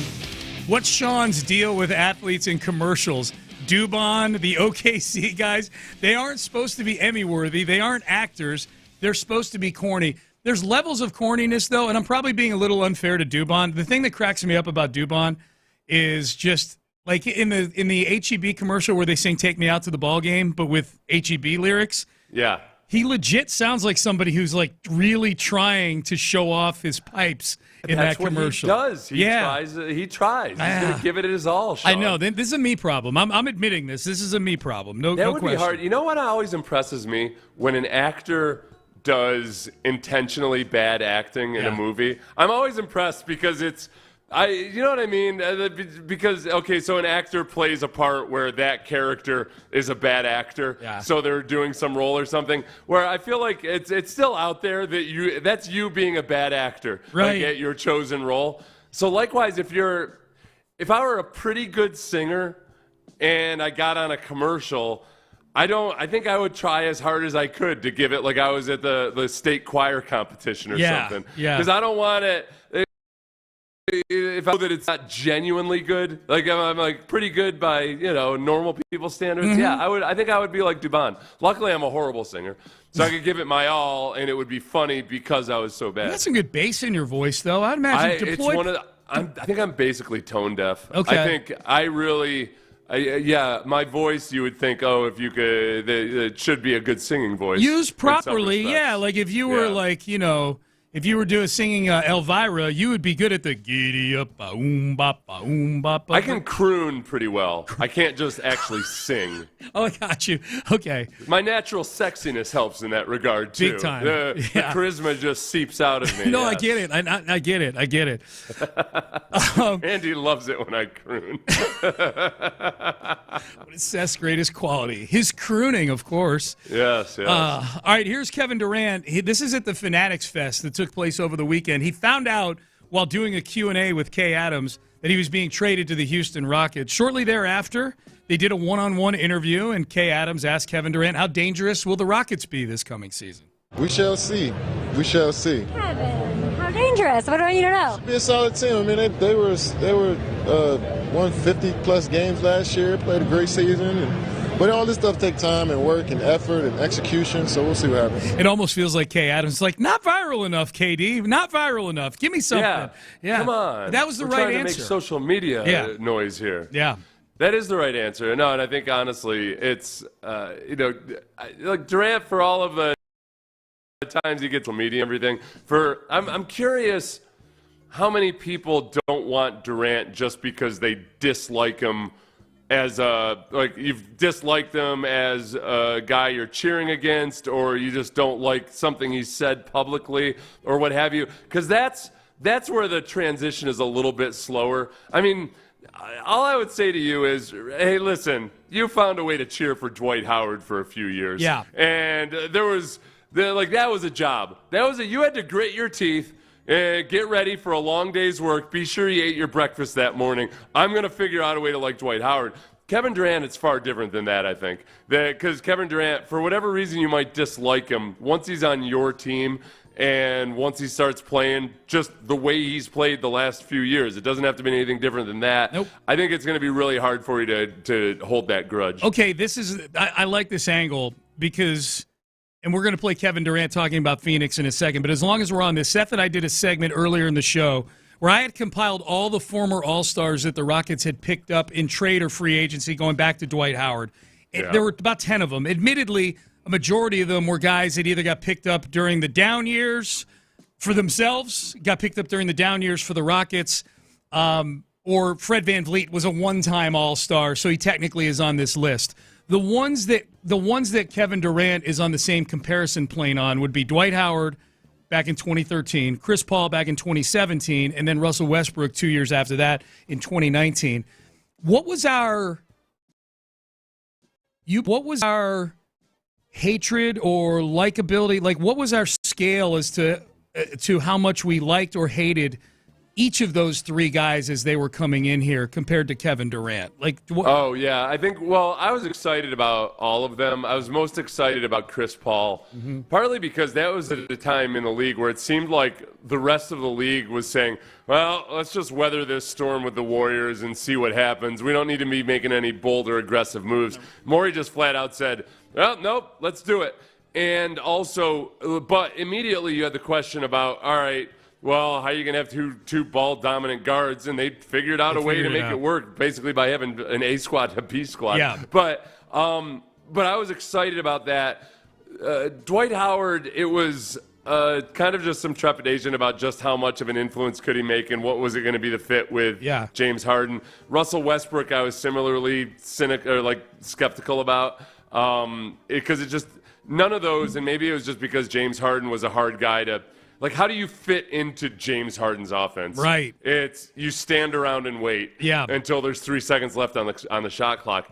I feel the best about the Durant trade in terms of, wait a second, this is too simple. Yeah. You plug him in, and the things that you've been missing, the half-court offense, the ability to space the floor somewhat, actual genuinely good shooting, all of these things kind of just fall into place, and I don't want to overly simplify it. They still have to learn how to play together and everything. But I think I can say I try hard as possible to be objective. I feel the best about this one, despite my concerns about his age. There's no fit questions with this one. We know exactly how he fits, and the biggest difference is James Harden is not in the building. He was in the building for all those other three. Ultimately, it soured with all those other three. And I would say for me personally, Seth, if I had to go back and look, I'm guessing I threw my fair amount of shade at Dwight Howard, Chris Paul, and Russell Westbrook, and immediately became excited when the Rockets dealt for them just because of what it either I thought it made them a better team. I don't know if I thought Russ was going to make them a better team. I just knew that James didn't like Chris Paul at that point, but he liked Russell Westbrook. This is the same. Kevin Durant he's been on my way more towards my least favorite athletes than my favorite athletes the last few years. Let's go, man. Who cares? This guy is an elite scorer right now. No, and with Kevin Durant, honestly, whenever I've ever gotten pissy about Kevin Durant or anything, I'm just trying to think back into the archives. It's mostly for off-court type of stuff. Yeah, I've never said he's not a great player. Yeah, it's not devastating off-court stuff either. It's just they annoyed me on social media or whatever it might be. Yep. I'll gladly flop on that. Yes. I'm not. Yeah, I don't. With full transparency. Oh yeah, I'll flop completely. No, Kevin Durant handles himself on social media just the way he should. I won't go that far. He's not overly sensitive. No, I like having him on the team. It will be a lot of fun for Rockets Twitter because it does. He creates a lot of stirs, and now you can aggressively jump on his defense squad. Tari Eason's mom, man. That's just we're building up a Twitter army is what we're doing. Here was Kevin Durant at Fanatics Fest, asked by Kay Adams about message to Phoenix fans. Last one for you. A lot of heartbroken Suns fans right now. What would you like to say? That's not true. No, literally, heartbroken Suns fan. Right over there. What? I just felt like, they wanted me to go. So it's like, I'm glad we both, they got what they wanted and I got what I wanted. So we can move on, and good luck to them going forward. And I always remember my time there, but we on something else. Okay, you had said earlier, and I don't think you're wrong. I just don't know if you're right. Where the they in Kevin Durant's answer might have been the organization, not the fans. She pressed him twice, asking specifically about fans and pointed to a fan apparently while asking that. I think that for one, the situation has been now though people have they've swung that way. They feel like it's inevitable. It's an inevitability. So yeah, the majority of Phoenix fans probably did want him gone because they figured he was gone no matter what, and let's see what we can get for him. Yep. But that is the other part of for athletes who are online a lot. That's the way the algorithm works, man. It sends you and directs you to the most negative and the most agitating things to the point where athletes start to feel like that's the general sentiment of the fan base. Yeah. Because the loudest, Sean, I don't know if you've ever noticed this on Twitter, and this is not an Elon Musk take or anything. This was before Elon Musk ever took over. Usually the replies The first few are ones that you vehemently disagree with. Oh, okay, or at least maybe the way I interact, it knows that that's what it's going to do. That's what's going to catch your attention. It's the opposition. Oh, okay. So likewise, with any athlete scrolling, and because you spend more time looking at the guy that insulted you, the algorithm figures out, like, oh, this guy, without him even realizing it, wants to see people who are insulting him. Okay. I know I had not noticed that. That's interesting. And now I'm going to notice it on every tweet. You may have unleashed a new version of me, Seth, on social media. You end up interacting with the things that you despise way more than the things that you love, or a lot of people do. So it just, hey, this is what you want, huh? Here you go. More misery. More misery. Why is everybody so angry? I didn't figure that out. You know what I've started to do? If there is something that genuinely agitates me, and it's like, I'll just say, not interested in this. Post. You can do that, And then, so it's not blocking anybody, but it just kind of, I think for me it's worked. It's made a more positive experience. It's like a broom. You can just kind of sweep them aside. That's nice. That's nice. As opposed to building like a fence in front of your door to not let anything in. Like, no, just get out of here. Luke Morrow is in for John Lopez. Reggie Atatula, of course, is here. Figgy Fig in the house as well. Gentlemen, how we feeling? Doing all right. You know, my social media take is there with what Seth was just talking about. I believe that, especially since, Elon Musk took over Twitter and, cut a lot of the people on the back end side of it, I think a lot of those buttons don't actually do things. I think that those are simply placebos. I think that they're baubles that, appease us in a way that you can't remote control. It's always, It's Dwight Schrute steering the ship. That's where, with the fake wheel. Like, it's always been a dumpster fire of like just a garbage of toxicity, no matter who is owning Twitter. I do think that when you point out what he's cut out the one thing that I really actually affects my job is Twitter used to be the best search engine for breaking news and everything. Agreed. And now it's as bad as Google. Yeah. Like when you're trying to search for something current and now, I'm getting articles from 3 years ago, and it doesn't I wish that for any other issues or anything, that's the one thing I've noticed a definite difference in the way I handle it. The thing that I used to use a lot, which, oh man, this is going to make me sound very narcissistic. Twitter would end up being kind of my own personal diary, and I would search my own tweets in order to go back and see, what did I think, especially at this given time? Yeah. Like in a game. As a game progresses, okay, but before this thing happened, what was I tweeting about? Yeah. And it's so hard to search yourself. Mm-hmm. You have to use the advanced search feature that still kind of exists, but you have to go and find it. Yeah. In the advanced search feature isn't as good as it used to be either. It's really it used to be awesome. Especially for what we do, it's really hard to find I just need stories about this specific thing, and it's all or nothing. You either it seems to work in reverse. Like whenever I'm looking for something that's breaking, I can't find it. When I'm looking for something from 10 years ago, all I get is the latest. Oh, and God forbid an athlete has the same last name as a pop star, because even if you put in Durant, Rockets, something. Results are Durant videos. Hungry like the wolf. Notoriously big on Twitter, Durant. Durant. Yep. Today, they're huge up there. Somewhere Simon LeBon is like, why am I trending? What's going on? Luke, how you doing, man? Doing well. Hey, of all days to be in, today's a good one. No, this is a pretty big day, man. Yeah. I was thinking, we'll talk more about this tomorrow maybe, but the amount of big trades around sports, over the last 5 or 10 years that Houston has been a part of, is a disproportionate amount. Across the NFL, MLB, MLB, it's been Astros making trades at the deadline. The Texans, Deshaun Watson, DeAndre Hopkins, and then whatever they've been doing. And now the Rockets, over the last 10 years, as Seth and I have been talking about, we're very lucky. We probably have a disproportionate number of big transactions like that, I think. Part of helps having Daryl Morey around for a lot of that era. Casario. So I'd say starting with oh geez, what am I blanking on this for? Never mind. Nice. I don't even get to guess. It's time for our show to be over. Yeah, all right, so wait before you go. Crosstalk brought to you by D&M Auto Leasing. Got to do that. Question of the day well. Yeah, question of the day today. Obviously, the NBA Finals were yesterday. That seems like a kind of an afterthought now, which is a weird thing. Typically, the NBA almost works on a pseudo moratorium where we don't actually do business until the finals are over, and I guess that's over. That's off. Right. Yeah. But obviously, big game that happens, and one of the big story points in that is Tyrese Halliburton tears his Achilles in the course of it, that affected the way that this thing swings. But for Brian Windhorst, after the game, he was saying that injury affected him more than any other that he's seen. Like emotionally it affected him. Yeah, and I did not see that necessarily, but that got me thinking, what injury affected you most? Whether maybe it was a personal injury, but also maybe it was a sports one that you saw and witnessed. Like, which one affected you most is our question. The one for me, like just purely, not emotional like Windhorst is talking about. He probably knows Tyrese Halliburton, so there's a personal connection to some degree.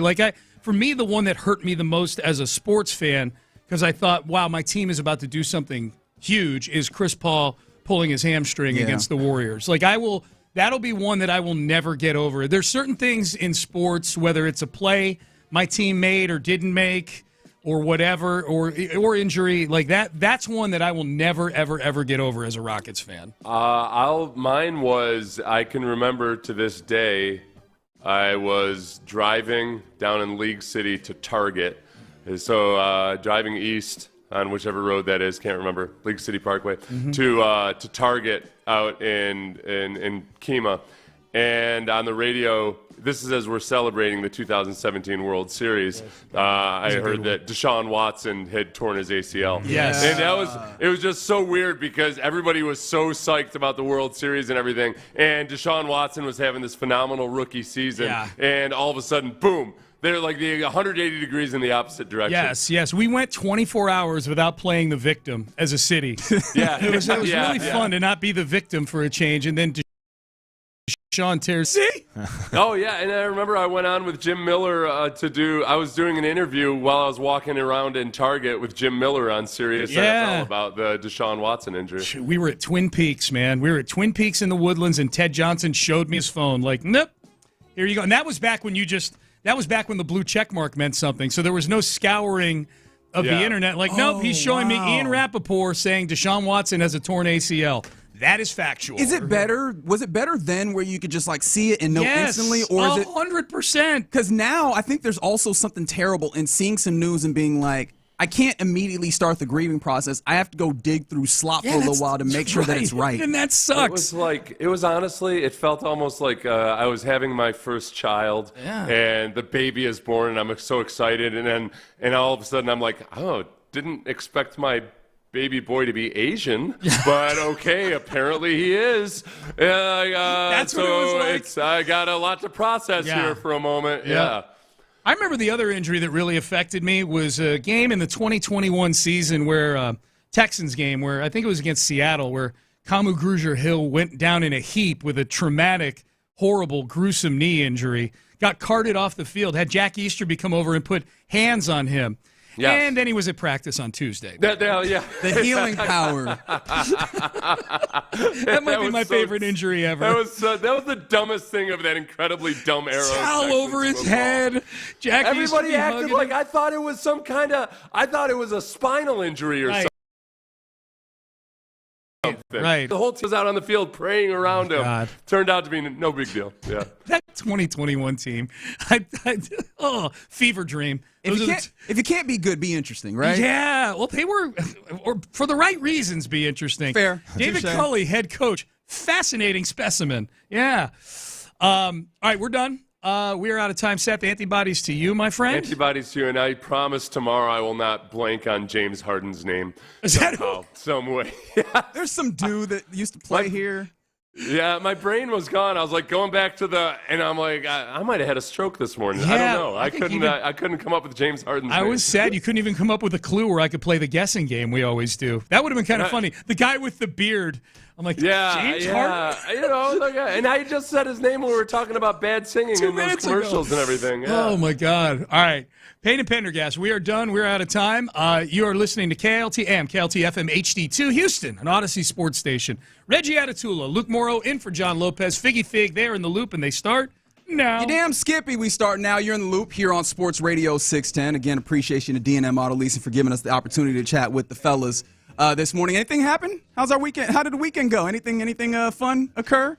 There was a little bit of news, I think, that came out yesterday. I was relaxing by the pool all week, and I thought this was going to be a nice, chill weekend. And then I honestly, I found the news. Some people started blowing up my phone, and I was like, oh, my gosh, it actually happened. Yeah, that's where were you when you found out that Kevin Durant is the newest Houston Rocket? That is the news. I imagine that you're not listening right now. And just if that's the way that I did it, I apologize. I feel like it should have been more ceremonious. Like, there's no way that people learn all of their news.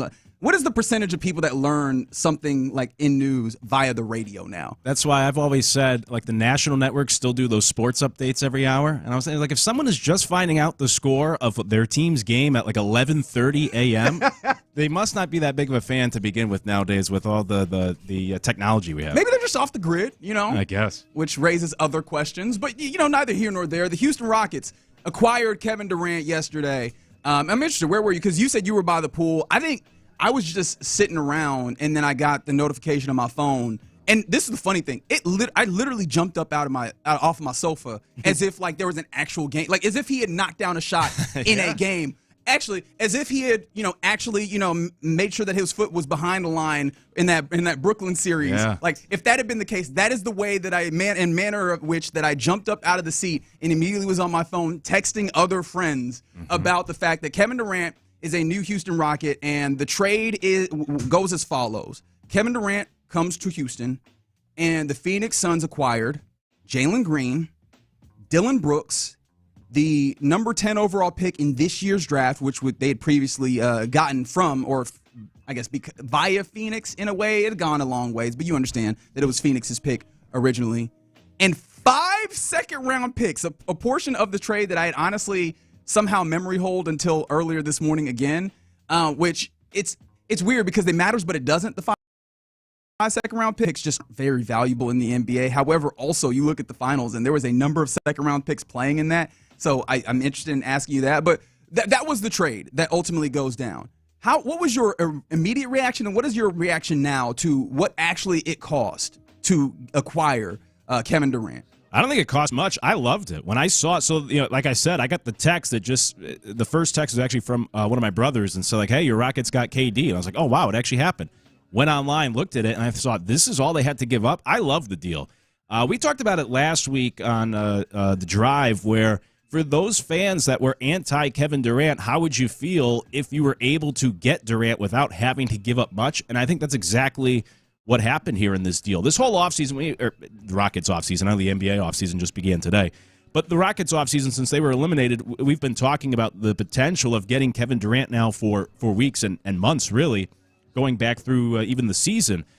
And I was always on the side that as long as it didn't cost you much, I wasn't all in on the Durant camp. But if you could give me Keven Durant and still keep all those pieces around him, yeah, why not? And that's exactly what they're able to do. And I'm surprised it worked out this way, but as we were getting the reports last week about how the price had to keep dropping for the Phoenix Suns and teams weren't as interested as maybe the Suns thought, it seemed like this was going to become a reality where you could get Durant at a bargain, and I think that's what the Rockets did. We could break down all the different parts of the trade, but honestly, just to give you the quick answer, I have no issue with anything the Rockets gave up. I think they, on paper, completely won this deal. I love it. You get too much, keep all the other no-touch players around him, the guys you weren't going to give up, and you have a great roster on paper to move forward. I love the deal. No, I completely agree with you in that. I for a moment, in trying to, probe out all the various different corners to see if I missed anything, and maybe this is like the contrarian within me, I was like,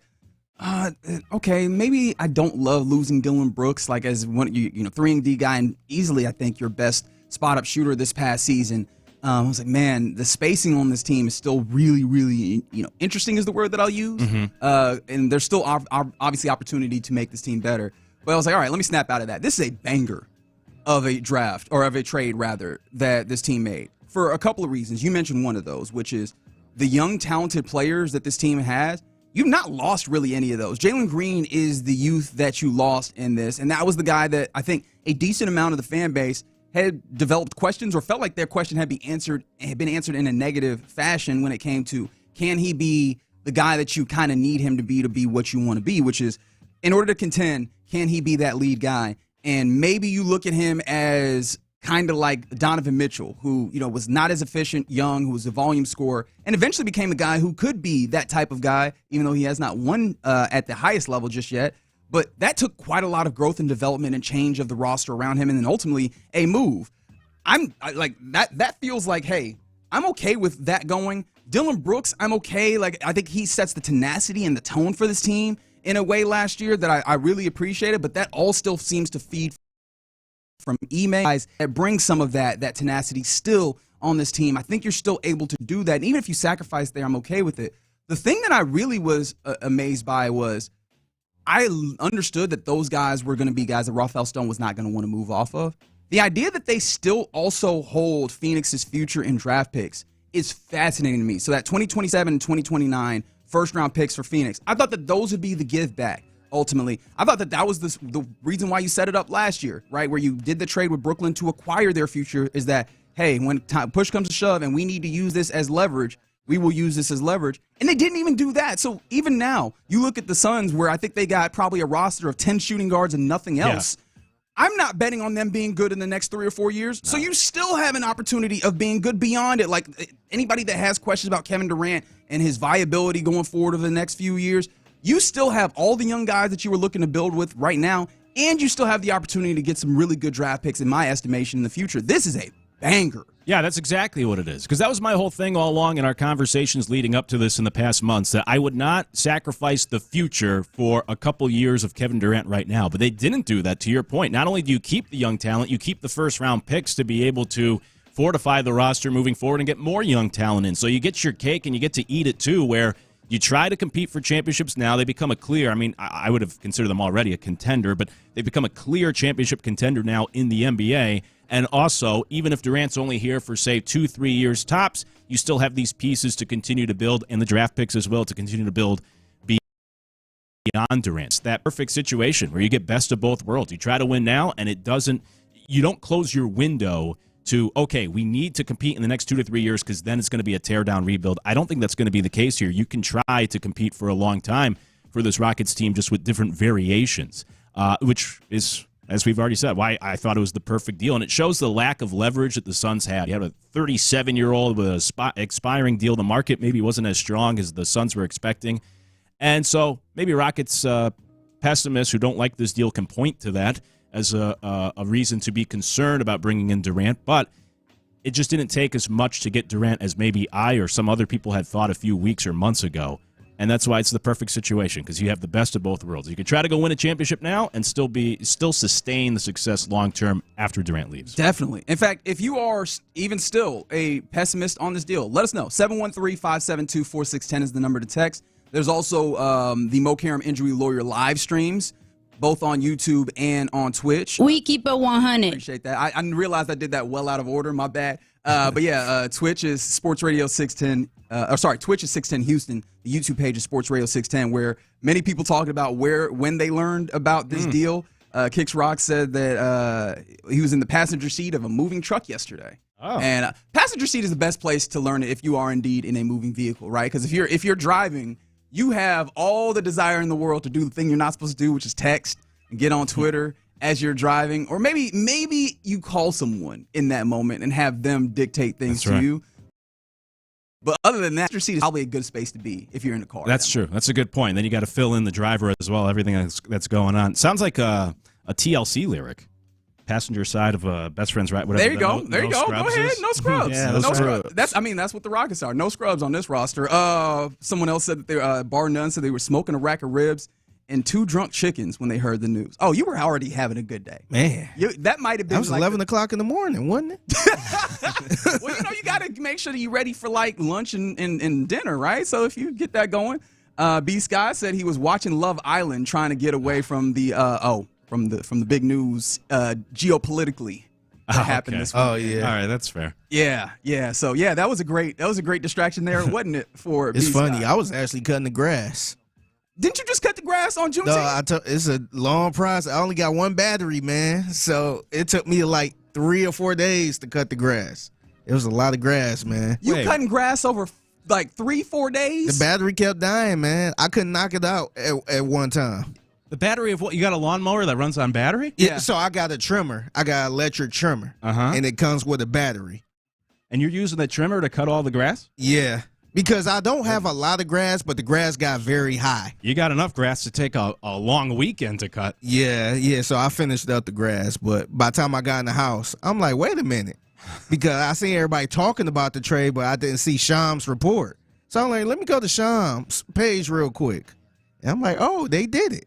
You're like, wait a minute, it's Sunday? I went out on Friday to start cutting the grass. You come back inside. What day is it? Yeah. Jeez. I think at that point, pay somebody to do this, man. Like, Yeah, or the real thing is, don't let the grass get too high. Yeah. Because the grass was super high, man. Oh, I had not considered it. It was damn near up to my chest. Oh, wow. It was kind of high. Oh, yeah. Yeah, see, then you definitely pay someone to do it. That's, wow. I'd be worried about what's in that grass at that point. Yeah, there's no way I'm going in knee-high grass. See, that's why I had to go on and do it, man, because I'm like, you know what, let me get I got a trimmer for Father's Day, pretty much. I'm not a father. And you got responsibility for a gift. Yeah. It's one of the things I hate about like the Christmas season when you're watching the TV commercials, and Lexus is the biggest violator here. Like, buy a Lexus for the holidays, the big bow on it. I'm like, yeah. So you bought them a car note? Yeah. Is what because I know you ain't paid this car in full. What significant other is like, here's a car, and they don't go, you did this without talking to me? Yeah. I know it, right? Right, like that is insane. And you sure ain't paying no $80,000 for a car. And if you are paying that straight up, if you are paying that in cash, either y'all are independently wealthy or you have some real questions. Because where did all that money come from? Yeah, my first question: who paying all of this? Where did you get this money from? Some other ways that people learned about the trade that brought Kevin Durant to Houston. From the 8 through 2, they were playing a match on Call of Duty. One of the random teammates was from Phoenix. Oh, the sounds of that had to be hilarious. Yeah. Because I like people people wanted him to stay. Although let's hear from KD, because KD learned this on stage at Fanatics Fest, which I want to talk about Fanatics Fest in and of itself. I don't understand what this thing is. Like, as a convention, I understand it's a convention, and conventions are large, and they have a lot of things. I've seen so many different videos from this convention in all different facets that really raise questions as to what is actually happening there. I thought Fanatics did cards and apparel, and there was people eating chicken tenders, and I was very confused. But what was not confusing, or maybe it was confusing to the people in the audience, Kevin Durant was on stage with Taylor Rooks when the news seemed to break on people's phones. And so they were trying to figure it out on the stage. And then afterwards, he talked to Kay Adams, who was working with Fanatics as an interviewer. This was her talking about or asking KD what was going on. Fanatics Fest is crazy. If you haven't been here and been tapped in, anything can happen at Fanatics Fest, like me getting traded. But being a part of the Houston Rockets, I'm looking forward to it. Crazy last couple of weeks, but I'm glad it's over with. All right, and then right after that, Kay asked him an important question because he kind of played it when he was on stage, like, yo, what's happening? With a half smirk, but I can't tell if that was just KD being KD. KD, you knew this before, right? I had an idea, but I didn't know exactly when it was going to happen, so I'm glad we kind of did this on stage. It worked out. Fanatics Fest deserved to have that moment. That's some real I got paid to be here. Fanatics Fest deserved to have that. Yeah, come on. That sounds like an advertisement, brother. Yeah, seriously. You got DJ Khaled stuffing down chicken tenders over here. Yeah. But thank goodness we got the announcement. While KD, we need this for Fanatics Fest. Yeah, please. They needed this. They deserve this one.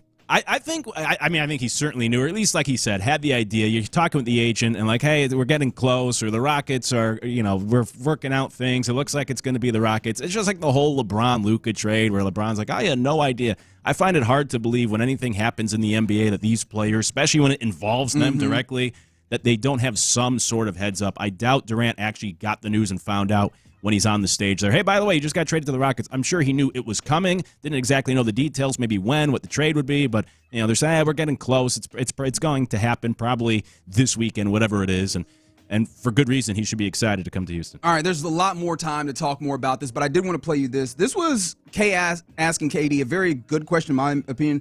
Did you have a hand in this? Because obviously we knew that there was some places that he wanted to go, but the Phoenix Suns were talking to teams that were not on his list. This was KD answering that question. Most definitely. Yeah. I mean, they asked me where I wanted to go. Some of my destinations, I gave them to them, and here we are. Okay, so I took that to mean, and tell me if you think I'm wrong. Like, okay, this is one of the places I wanted to go, but he seemed to also have a little bit of thrust to almost being like, no, I kind of called this in particular, which is one of those things that I think makes this even more, I don't know, agreeable, more of a trade that I enjoy. And we knew that, he has a relationship with Ime, and we'll talk more about some of the other relationships that he has with the team. But the idea that he very much wanted to thrust for this team in particular, I think speaks to what this organization has done has become the eyes of athletes, but I think it speaks to also a commitment to making this team really, really good at basketball this year. Yeah, I'm with you. I think it goes both ways, that it tells you what Durant thinks of this team and what they're building, and then you always want a guy that actually wants to be here. There's nothing worse than having that unhappy star who is looking for a way out or the next destination, or is not happy when they get traded. So, of course, you want the guy to want to be here as well. Durant obviously wanted to be here. He picked those three teams, the Heat, Spurs, and the Rockets, and I think the Rockets can make the best case for any of the three, and that's where Durant winds up. So it's nice not only to get the star like this, but the guy that actually wants to be here, knows what they have here in Houston, and now can be part of it. Yeah, so Keven Durant, newest Houston Rocket, after a trade yesterday that sent Jalen Green, Dillon Brooks, the number 10 pick in this upcoming draft, and 5 second-round picks. We'll talk more about that as we continue on In the Loop right here on Sports Radio 610. But coming up next, there was a basketball game yesterday as well. NBA Finals wrap up with the Oklahoma City Thunder as the champions. And I kind of put together some lessons that I took away from the finals. What of these could maybe help the Rockets as they continue to go forward, especially with their newest player, Keven Durant? Let's talk about that next. Texans training camp is just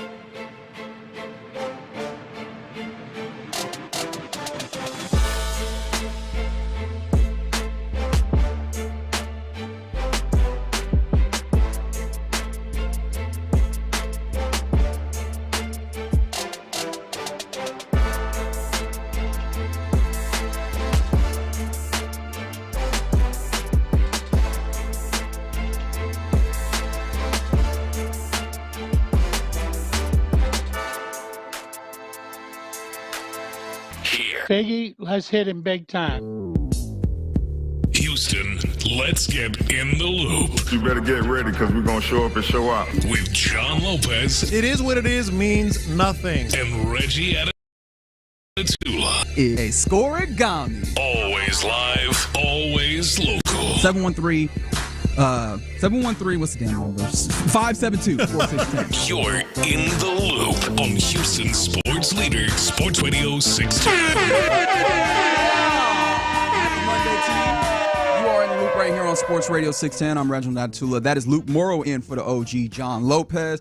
Figgy Fig, as always, making it sound good, making it roll well, and you rolling with us, adding your input and helping us have a great Monday. 713-572-4610 is the text line. There's also, again, the Mo Karam Injury Lawyer live streams, both on the YouTube page, Sports Radio 610, and on Twitch, 610 Houston, where Keven Durant is a Rocket. It traded yesterday, or acquired in a trade that sent Jalen Green, Dylan Brooks, the number 10 overall pick, and 5 second-round picks to Phoenix. And we were talking a little bit in the previous segment about how you learned about the Keven Durant trade. And there's a lot of different ways that y'all picked that up. Somebody said they were leaving church, divine intervention, even though they have mixed feelings about the trades, and they're not sad that Jalen Green is out and that you kept most of the young guys. That's fair. Someone else mentioned that they were in church and their phone was going crazy. I want to know what kind of church you go to, because I feel like certain churches, if your phone goes crazy, you getting some crazy looks.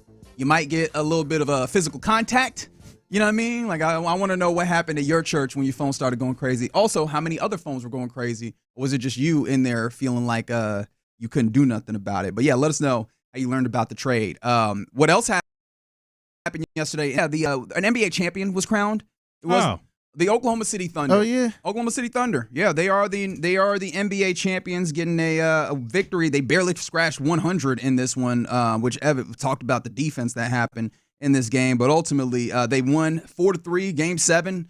Do you feel like Game 7 delivered, Luke? Because I know that has been a question for some folks. I enjoyed it, but I'm also never the guy that you use as a baseline for this, because I'm a hoop sicko. Like, I have gone to middle school basketball games and had a very good time, which tells you just like I am here for. Oh yeah, you a sick individual. Sicko. So I'm not the guy. But I saw some people saying that, especially after Halliburton gets injured, and we'll talk more about that with the question of the day, that they felt like we were robbed. And I don't know if I can entirely felt that, especially because the Pacers continued to keep it close. They had a lead at half. And, they even gave you a little bit of comeback flavor in the fourth quarter, narrowing it down to maybe about 10 late in the game. Yeah, it was still interesting, but I just felt like when Halliburton went down, that just kind of, look, the Thunder already entered the game as a big favorite, and then at that point, even though it was a close game, it was still just the first quarter. They were still, if you were to look at the live odds, like a 10-point favorite. So it just, I felt like took the air out of the balloon, and even though the Pacers did fight hard the rest of the way, as they did all postseason and all series, I never felt that fear, although going into the game, I thought the Thunder would win, and I thought they'd win by about double digits, close to. They've won every home game in the playoffs by at least 7 points, so I was expecting the same. Ball knower Luke. But then once you lose a Halliburton, it's just like, Pacers can't do this. So I do think it took some air out of the Game 7 balloon. A fun Game 7 to wrap up what was a fun NBA Finals. At least it wasn't some sort of 30-point blowout over at halftime. There was still a reason to watch to the fourth quarter, and it was still an enjoyable Game 7. All right, so I took some lessons out of these finals as a whole. Obviously, the Game 7 factor in with that as well. And I'm interested in some of the lessons that maybe you took away, and maybe what are the potential applications, if any, for your hometown Rockets as you hope to be contenders. In fact, you look at the odds, and the Rockets have the second best odds of all NBA teams to win the championship in 2026. And so with that being the case, one of the lessons of the finals that I had is something that was mentioned, I think Howard Beck. And I was like, it's one of those things that I don't think about enough, but matters, which is that the feelings of a closeout game are a whole nother level from the idea of just the feelings of a playoff game. So we talked about that a lot here locally, the idea, and I think me and you, especially because we were able to have a conversation and we host a show before the Rockets started Game 1 of the playoffs. And we were like, yo, what is it going to be like for this Rockets team that has very little experience for a majority of the guys? Obviously, Fred VanVleet, Steven Adams have been in those spaces, but and Dylan Brooks had also been in the playoffs, obviously, but that have not been in the playoffs to feel what it feels like to be in that different level. Those closeout games that you had in these finals, it was entirely different. Like, you saw that obviously Game 6 was one of those for the Thunder, and you could see the nerves that existed, the ways in which they were kind of off kilter for a team that's played a lot of playoff basketball and has been a favorite in a lot of playoff basketball this year. They had nerves, and similarly, it felt like there was nerves on both to some degree, except obviously Oklahoma City was able to get the boon of, not that you want it, but of injury that allowed them to kind of lock in and get more turnovers. But the turnovers that were happening by Indiana, I think also factored into that somewhat as well. That was my concern with this Thunder team throughout the playoffs, was just maybe that youth and inexperience. And I think it showed itself specifically in this finals, where they kind of played with their food a little bit. And even in games where they'd get a big lead and then they would cough it up. I mean, game 1, when they lost, that was a inexcusable game to lose. And I felt like that was a team that, playing in their first NBA Finals game, just showed some of that youth and inexperience and allowed the Pacers to come back and win the game. And you mentioned Game 6. I was actually in for you last week, the day of Game 6, if I remember correctly, and I was talking about that with Lopez, and that was my fear for the Thunder, that I wasn't sure if they could close out Game 6 because of that. You know, they're a young team, you're on the road, you have Game 7 at home. Is the focus going to be there? And it really wasn't. Even with a banged-up Halliburton, the Pacers totally outpaced and outplayed the Thunder that night. So, yeah, that idea of those games being so much more important for especially the younger teams and the guys that haven't been there before, where it's a new experience. I think there is a big difference between those closeout games and just a regular playoff game. And not to be too ham-fisted, I think that's one of the reasons why Kevin Durant is a huge acquisition, because in those moments where you kind of need all right, let's grab the reins and pull this back. Previously, what you'd say maybe Fred VanVleet would be that guy, but we saw him had struggles in some instances where he's like, I have to try and go make something out of nothing. He did an admirable job. I think that is particularly what you have Kevin Durant for, in those moments, to be like, all right, guys, I'm bringing us home. You need that. He has the possibility of being that. It's true, because, the Pacers are also pretty young. It's not like they had a lot of playoff experience or finals experience, but they did have Pascal Siakam, and they had Rick Carlisle, who obviously has a ton of experience as the oldest coach to be in the NBA Finals, which is a crazy stat. That's so wild to think about. Yeah, it's remarkable.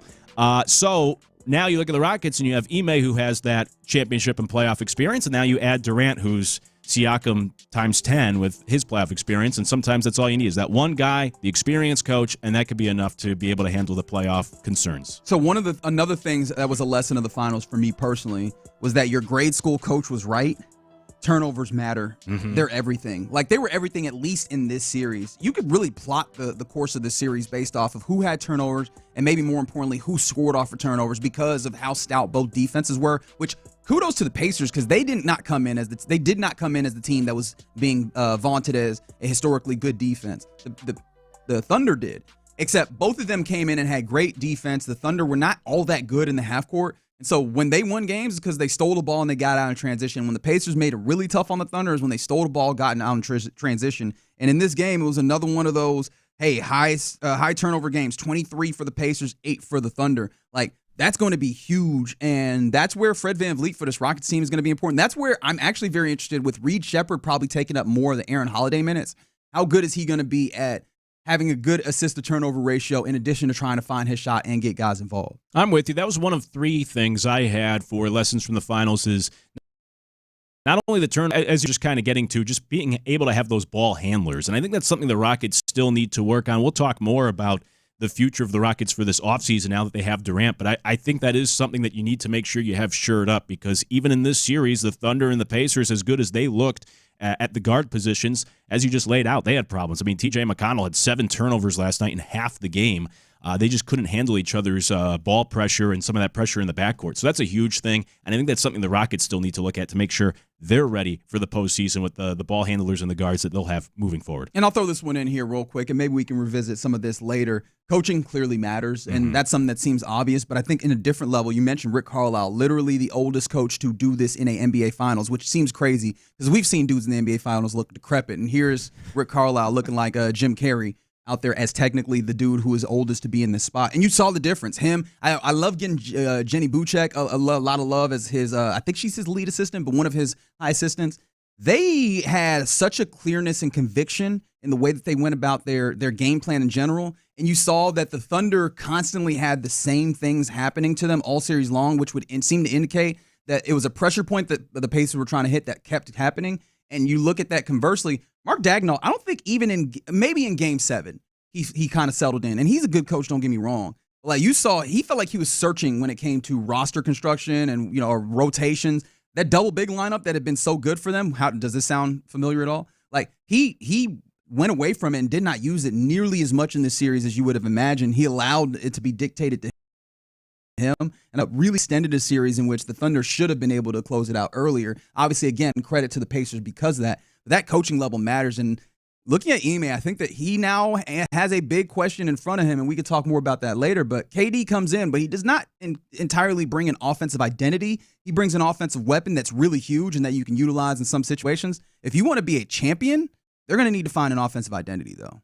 Yeah, I can get behind that. And your point to coaching, I think it shows up in the playoffs. I think you get through the regular season with almost anyone. Like J.J. Redick did fine in the regular season, and then I thought he got exposed in the playoffs. Like that's where you really find out about these coaches. They actually have to do some coaching and working truly in the playoffs. And Carlisle thought really outcoached his counterpart in the first half of the series, and then it kind of leveled out. And I didn't like how he had Siakam on the bench for as long as he did last night, Carlisle. But just as a random side note, by the way, Carlisle, I wouldn't have guessed was 65. And the other thing to randomly, I didn't know Tom Thibodeau was about to turn 68, admittedly. When I watched him on the sideline, I thought he was a lot younger. I found out he's 68 years old. I was like, dang, that's pretty good for him. You know what it is?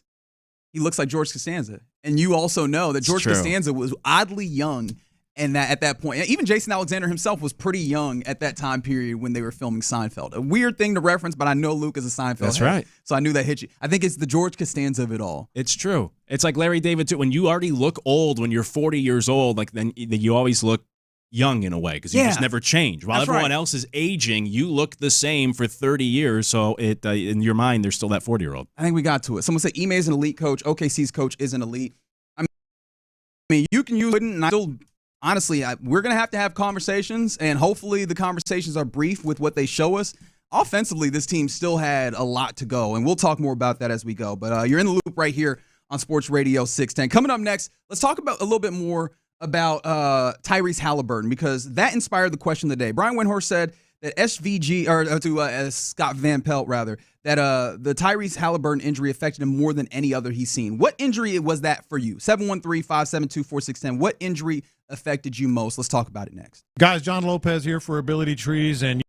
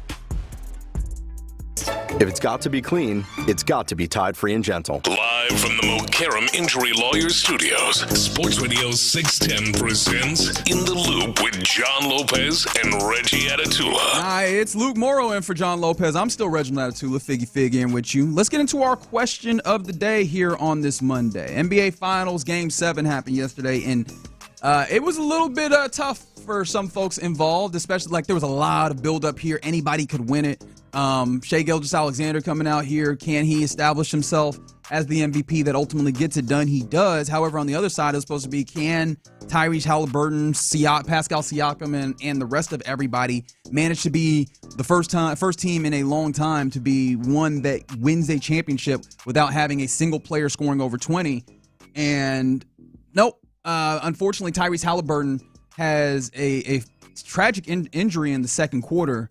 And we find out, although if you're watching the video, if you've watched enough basketball, you know what to look for with an Achilles injury. And I'm not going to say it because every time I think about it, it's very vivid. And I don't want that to be the case for folks. But there's something to look for when you were looking at that leg when it's planted.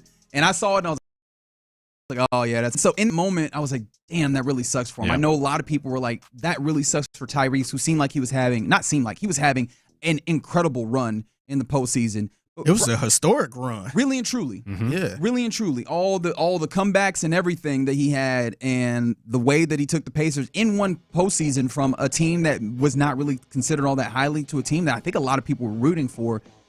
Brian Windhorst of ESPN was on with Scott Van Pelt after this game, and he said to Scott something that I did not really understand fully, the idea that Tyrese Halliburton injury affected him more than any other he's seen.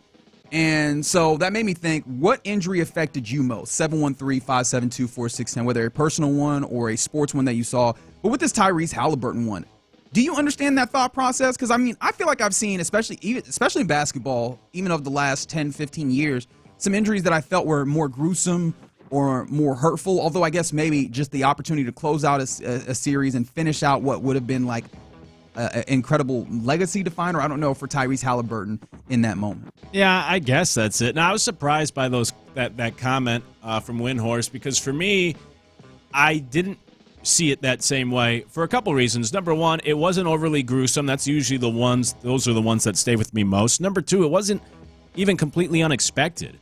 When something happens like a freak injury that's completely unexpected, that really catches you by surprise. Where Halliburton, this was the concern. I mean, there were debates last week about should the Pacers even bother playing Halliburton already down 3-2 and risk potentially losing him for all of next season, which is now, should you just take the loss and try to come back with a healthy Halliburton next year? So this was the concern. This was the Durant, as we've been talking about Durant today, with the calf injury that leads to the Achilles tear or pop, unfortunately. So for those reasons, I was surprised by the comments when it happened. Yeah, it stinks. I never want to see anyone get injured. It's kind of gross to see the way it plays out, and you can see the popping in the leg. But no, it wasn't overly gruesome. It wasn't overly unexpected. So this is not some sort of injury that's going to stay with me as one of the worst injuries down the road. So what is that injury for you? Because a lot of people getting in on the text line. One of the obvious ones that pops up is the Chris Paul hamstring here in Houston. I mean, it felt like the Rockets had spent a half decade building up a team in order to knock off that Warriors team. Yeah. And it felt like they got to the place to do that, and you were just a split second away from making it happen. And then Chris Paul has this hamstring injury that makes it so that as you get so close to the sun, your wings melt and you fall to the sea.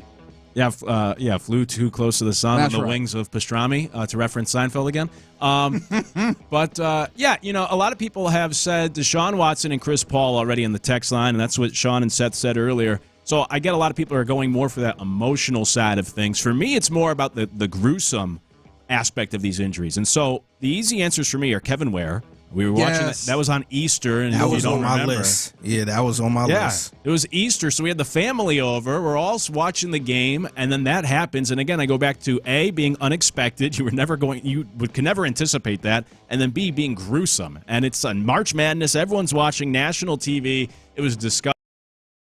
It was fun. And then along the same lines was Gordon Hayward, where, again, national game. You never were going to suspect that injury. He just signed with the Celtics 2017. And that was one I didn't watch live, but I started to get all the texts from my friends. Oh, did you see that? And I flipped over the channel and saw it, and that was gross. So those are the two. And then I would also throw in, I think it was Tony Saunders. He's not the only guy. It's happened a few times, but a pitcher who, when he threw a pitch, his arm like shattered. He broke his arm by throwing a pitch. Yeah. And you could hear him screaming right away. And that's one that sticks with me too because that was pretty gross. And also that fear of just a pitcher simply throwing a pitch and he suffers that brutal of an injury like you worry about. That could happen to anybody anytime. So to answer your question with 3 answers, those are the 3 that always jump right to the front of my mind. Yeah, no, that's absolutely fair to like have that in that space. That actually reminds me of one of the ones that I was thinking of for certain, because it ruined. Not that I was all in on the sport, but there was maybe a slight ajar nature of the door for me possibly finding my way into this sport. And then I was like, never, I can't do it. And that is Anderson Silva snapping his leg on that kick. Yes. And I was like, yeah, I'm too squeamish for this MMA, man. Like, I can't do it, brother. Like, even boxing, like, I understand there's some things that can happen in boxing, but a snap like that, brother, he looked like when you play pencil break. Like, that's what it looked like. I was like, that is insane to me. And so seeing that, I was like, yeah, I'm completely out. That one did it for me in a way that some of the other ones, because I understand what you're saying, like doing a thing that is like normal, and then having that break, which in UFC, just kicking that leg is normal, but you miss it by a little bit, and all of a sudden it's wrapping around like one of them slap bracelets, and I was like, no, I'm good here. I'm 100% done there. Yeah, that's a good one. Yeah, mine's Kevin Ware was on my list. But the other one that stick with me is the Paul George injury. When he got his foot got caught in between the hoop. Stanchion, yeah, that one I was just like, oh, I thought his career was over, man.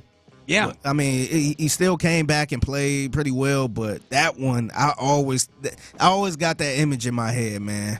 Yeah, and what was tough was that was a Team USA showcase, so it was kind of a not super important game, but then ultimately, so it takes him out of the, obviously your international competition that you were going for. It wasn't in the competition that you normally know him for with the NBA. That was tough. Some other ones that have come in on the text line. Someone said Aiden Hutchinson's injury was awful. One that came up a few times is a hockey one that I was not familiar with. Clint Malarchuk, who apparently suffered a throat injury, where in '89 the skate of an opposing player came in contact with his throat and severed his jugular. Yeah. And I don't think I'm going to stop holding my neck during the rest of this segment because, that one's going to be devastating. I'm not looking up the video. I'll tell you that. I'm definitely not looking up the video on that one. And that's probably a leader in the clubhouse here. I've seen that video before. I never knew the name. Yeah, that's gross and troubling. I think there's 3 types of people specifically with injuries. The one type is the people that don't want to see them at all. The second type is the curious type. You got to see it once, which I would say is me, and then you don't need to see it again. And then there's the third type that almost gets off on like one does that, where they watch people get injured and over again and laugh about it and joke. I can't do that. I think those are the 3 types of people when it comes to injuries. Yeah, and I think the producer at ESPN or the director of the broadcast was the third. Because man, how many times are you going to show us Tyrese Halliburton's injury? They sent it to break before halftime saying, and we'll talk more about that. And I was like, no, nobody wants to keep seeing this. Why are you doing this? I will say this: I'd rather look at that 100 times rather than like a break. Like a leg being broken or something being twisted awkwardly. Like, to me, that didn't bother me as much, but just looking at maybe like a Nick Chubb injury where you see somebody leg just get twisted up, and it's just that's the part that bothered me, where it's like, damn, that's not even normal. A number of other ones that have come in. Wow, this one just came in. Rudy Tomjanovich getting punched by Kermit Washington. Yeah, especially like because that's in a time period where people kind of enjoyed still the fighting in basketball, except it can go really, really wrong. Joe Theismann, the compound fracture, that one comes up a number of times. Of course, I don't neglect this, but Tank Dell's injury was pretty tough. Mm-hmm. That's also comes back to some of the. It was gruesome because he tore all the CLs in his leg, but also like there was the emotion of season ending the prior season with the leg injury and the gunshot wound as well. So like this was just another on the ledger of injuries for him. Someone mentioned Nick Chubb's leg. The J.J. Watt sack of Alex Smith. Yes. Yeah. That one's up there for sure. This one, I have a whole different thing about this, which is DeMar Hamlin. Don't get me started on DeMar Hamlin, and it's not negative towards DeMar himself. It's negative towards the way that the NFL and maybe other sports in particular, but like will kind of do this thing, and maybe just all of us we'll do the thing about like the this is a heartwarming story on the backside of this, as if it wasn't the sport itself that did the injury to the player. Right. I'm like, it was playing football that made him injured. It's like, oh, look at him, the Ryan Shazier at the draft. Like, look at him walking. I'm like, yeah, but it was kind of football that did it to him. I was gonna mention the concussions, like the Tua concussions where fingers kind of twist up. Oh, that's true. Those are tough. That happened to Tom Savage at one point. Those are very uncomfortable. Yeah, for sure. Yeah, it's like I referenced this last week. It's like the Boy Meets World episode, though, where they started the fire and then they put out the fire and they got the award for putting out the fire. That's right. It's similar to what you were just saying. So we got a Seinfeld reference and then a Boy Meets World reference. That's right. What other Only 90s references will we get from Luke in this program? You have to stay tuned to listen, to find out, rather. You're in the loop right here on Sports Radio 610. Coming up next, let's go around the NFL where Travis Hunter setting records in the NFL, and Tom Brady apparently doing some fun things at Fanatics Fest that I still want to ask some questions about. We'll do all that next. Area 45.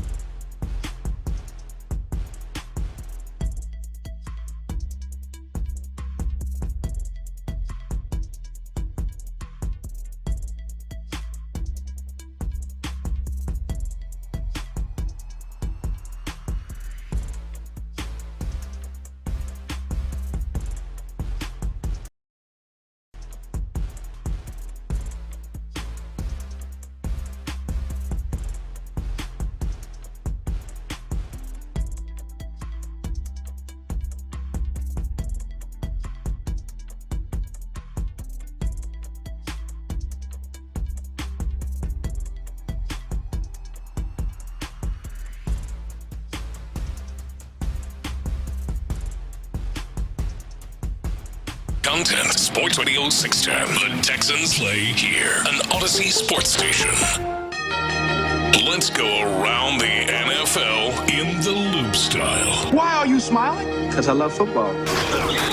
Here's John Lopez and Reggie Adatula. I'm going to tell you all about how much fun you're going to have this season. On Houston Sports Leader, Sports Radio 610. Yeah, you're in the loop here on Sports Radio 610. We're about to go around the NFL. We were just talking about the injuries that affected you the most. And I realized that I neglected something here, which was your personal injuries that affected you. We got into the sports injury bag, and our program director, Parker Hillis, came in here and even reminded me of the Willis McGahee injury that I had not thought about. Someone else mentioned the Dak Prescott injury where his foot's facing the wrong way. Crazy hyperextensions always get me personally. But then I thought about, oh, wow, there's some of these texts that came in on the text line I had not even considered. Like this one from the 979, they said they're a new construction plumber. They blew out their right bicep tendon and had to learn how to do everything left-handed. And they rehabbed for a little over 9 months, went back to work, blew out left bicep. Oh, my gosh. That's brutal. Man. That's one of the things I always think about. What kind about. of work are you doing at that point? I'm like, you know what? Do I need to do this type of job? I know. It's a career change in order. That's the answer to your question. Hard work is the type of work that they're doing. Man, give me a desk job at this point. Yeah, man. Let me type. Let me blow out a finger or something, man. Print, preview, save. Yeah, no, that's absolutely the space that you need to be in. That reminds me though of how many injuries, like in sports, we go, oh yeah, no, that'll be like 9 months, and it's like if you have that injury as just a regular human being, you out for a good year and a half, about 2 or 3 years. Some people don't even walk the same. You're not really right ever again. Like, it's so often that, like, it's crazy that what we do in trying to forecast these things and look at it in the sports perspective, when in all reality, like, some of the things that we are dealing with, we would not even be able to bounce back, not nearly anywhere in the same time frame. From the 832, they said their senior year of high school, and I feel for them, first year to try track, broke the high school record in their first 100 with the 10.5, which is, you was blazing, although nowadays they dust you. These kids nowadays are drinking something entirely different. Very next race, after the 100, tore their hamstring. Never ran track again. Man, that one's tough because I imagine you started seeing it. Like your first race, you're like, hey, we got a school record. What can I do? Maybe I'm going D1. I don't know. What are we about to do? Nothing. The answer was nothing. I know. I'm surprised that was such an injury that cost him the rest of his track career. Yeah, it's a shame. And then this one was wild from the 346. Said they got smashed between two cars their senior year and lost their scholarship for baseball. Had to walk on instead at the very least. Before I feel too bad for you, how'd you get smashed between two cars? I'm just asking questions. I'm not victim blaming. I would just like to have some more details to that end. Is that fair? It's fair. I'm glad you were able to walk on, just literally. Like, yeah, that's true. Walk on after that. You get smashed between two cars. I assume. Does he mean in a car, or he was standing and he got smashed between two cars? I don't feel like you're in a car wreck and you say you get smashed between. Oh, maybe you did. You can. You can get sandwiched.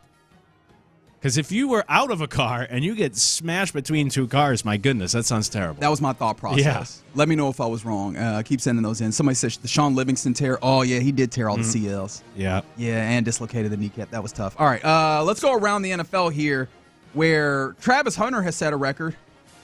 He signed his rookie contract. It is officially a 4-year, $46.65 million, fully guaranteed, which to be expected, right? Number two. Was it number two? No. Yes. Yeah, it was number two. Okay. Yeah. I don't know why. Now the NBA draft has taken over my mind. But $30.57 million signing bonus. They were just like, here, you can have all of it up front. Paid entirely up front. Sets a new record, making him the first non-quarterback, non-drafted first overall to receive that kind of entire signing bonus up front deal. Does this feel like this is going to be something that continues to push forward, or is this extraordinary circumstance because he is DB wide receiver? Yeah, I think it's both. If there's ever a player to get this type of deal, it is the quote-unquote Ohtani of the NFL these days. But I don't think you get to that level with other guys, but I do think this sets some sort of precedent for high prospects or guys drafted at the top of the draft that will get something. Maybe not to the extent of Travis Hunter, but you get larger signing bonuses now for some of those guys that do have some of that leverage. So I'll say both to your answer. I don't know if you can match Travis Hunter, but I do think it starts a trend where maybe you start to see these guys get these bigger paydays right up front if they are these big-time prospects that are drafted highly. Yeah, I mean, obviously quarterbacks can typically do this because by virtue, rather, of their position and the value that it holds. I do wonder if we can find more of the non-quarterback positions that might be able to extract this type of value, maybe like edge rushers because of their just incredible value. But a wide receiver DB, very interesting in that space. Speaking of that, though, did you see what the Jaguars did? They announced this in 2 separate tweets. In one where they announced him as Travis Hunter, defensive back, and then the other one is Travis Hunter, wide receiver. Corny or not corny? I get that. Corny, I kind of corny like or not it. corny? Yeah, I kind of like it too. I want to call it corny so bad, but I was like, if you're going to do the bit, lean all the way into the bit, right? It is a little corny, but I like it. Yeah, it works. Okay, fair enough. I feel like you don't agree over there, Figgy. No, I think it's cool. But I'm wondering, when is the bit going to end? That's a great question. Are they going to keep doing this the whole year? That's true. Then it becomes a little too much. I like this idea, but if like in a game, anytime something happens or whatever, anytime they report on Travis Hunter, if they're always going to do it this way, then it becomes annoying. All right, I'm cool with it if it's just when they mention a position where you would normally mention a position for defense, right? Like when you would typically mention a position like, all right, well, he's the wide receiver defensive back out of Colorado or what have you. It'd be real annoying if it becomes he went to Harvard, he graduated, he played basketball in college. If it becomes that note that the broadcasters use as a level of color to the broadcast, that'll be very frustrating. Because that's one you should be able to see, right? Like, he is on defense. Oh, look, he's also on offense. I'm sure it's going. That's the number one. Every broadcast, when you sit down and you come up with your stories and you set it up, your sideline reporter with their hits. Every Jaguar game this year, it's going to be Travis Hunter playing both ways. It will be worth noting, though, in the first, probably 3-4 games that he plays, because I'm going to be watching it intently. It's just, what is the wear that how does he look? Does he look gassed? Is the technique failing at any point? How viable is this experiment really? Doing it at more of a full scale than just kind of a few packages like Dion or someone like I guess Dante Hall or what have you. Some of these guys that did some of it. Doing it on a consistent basis, how long does that last? By like week 12, please don't. Please don't. I'm curious. I'm wondering. I'm kind of curious how much he's gonna play on both sides, because I feel like, to me, if I had to choose, I would put him on defense and then maybe throw him in there a couple offensive plays, and not like a heavy not like a wide receiver one type deal, but maybe third down, throw him in there and kind of do it like that. I'm with you. To expect him to play like every snap on both sides, the majority, obviously coming out every once in a while like a normal wide receiver. Yeah, I think that's ridiculous. I'm with you. Play him as a defensive back and then have certain packages for him on offense. But we'll see. I don't know. Or vice versa. Yeah, I think they're going the other way because, head coach is a wide or is a offensive guy, and they're going to lean towards that. But it'll be. I can't wait to see it. Cannot wait to see it. Some other things around the NFL. Tom Brady, who now you have to refer to as a Fox Sports analyst. Tom Brady. I feel like if you want to have the attachment to the NFL, I guess you could always still refer to him as widely regarded as the best quarterback, or the greatest of all time. Minority owner of the Raiders. Oh, that is the other way. I forgot about that one as well. Which one makes this story more interesting for you? He won $1 million in the inaugural Fanatics games at Fanatics Fest in New York, a festival or a convention that I still have not wrapped my head around. It's where Keven Durant was on stage with the lovely Taylor Rooks when we found out that he was traded. It's CJ Stroud was on a panel. Michael Parsons was there. DJ Khaled was eating in an eating competition that was happening there for a reason that I have not yet surmised yet. What else were we seeing? And then I guess there was also this, in addition to other things that were happening, and I still have not figured out what exactly this convention is and what all was happening, and maybe that's outside of my purview and something I don't need to know. But Tom Brady won $1 million. He finished atop a 100-person leaderboard, taking home the $100 million or the $1 million prize rather. And so he is, I think he is set to give $5,000 to each of the 50 fans who competed in the event, and then donate the rest to charity, which is nice because we know you don't need it. We know Fox is giving you all the money. But within this, there was like top 10 of the top 10 finishers. 6 amongst them. Wow. But the athletes that finished in there in the top 10, James Harden 4th, Eli Manning 5th were the only other athletes in the top 10. Well, and then also the second place finisher, who was USC fighter Justin Gaethje. I don't know how to pronounce his name. I apologize. I told you that the Anderson Silva break took me out of UFC forever. But which of those is most impressive of like the athletes up there?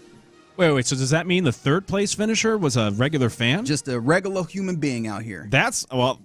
To change, I mean, that's the most impressive. And they beat out James Harden and Eli Manning. I don't even know what the competitions, what that involved. But. Okay, so some of the competitions, it was 8 sports-themed competitions. Quarterback skills, which, okay. Yeah. Basketball shooting, which is around the world. Soccer goal scoring. Don't know exactly what that means, but there you go. Baseball pitching accuracy, which I did see a video of Eli Manning doing that. Surprisingly good. Like, I know he was a quarterback, but, the mechanics were surprisingly good there. And then WWE Superstar Entrance, which I don't know what to do with that. And then UFC Striking Challenge. Oh, and then also a closest to the Pin Golf Challenge. Which of those would you see yourself doing best at? Oh, my goodness. None of them. Maybe I guess the shooting and the around the world basketball. I did see a video of was the wrestler Cody Rhodes. Yes, who just had a terrible the American Nightmare. Oh my God, that was disgusting. So that makes sense that Brady would win that. Getting back to your original question about most impressive, I guess the UFC guy, because like for Brady, he was a pitcher and a quarterback, and we've seen him golf, so he can do a UFC to be that athletic and be able to do all the different sports.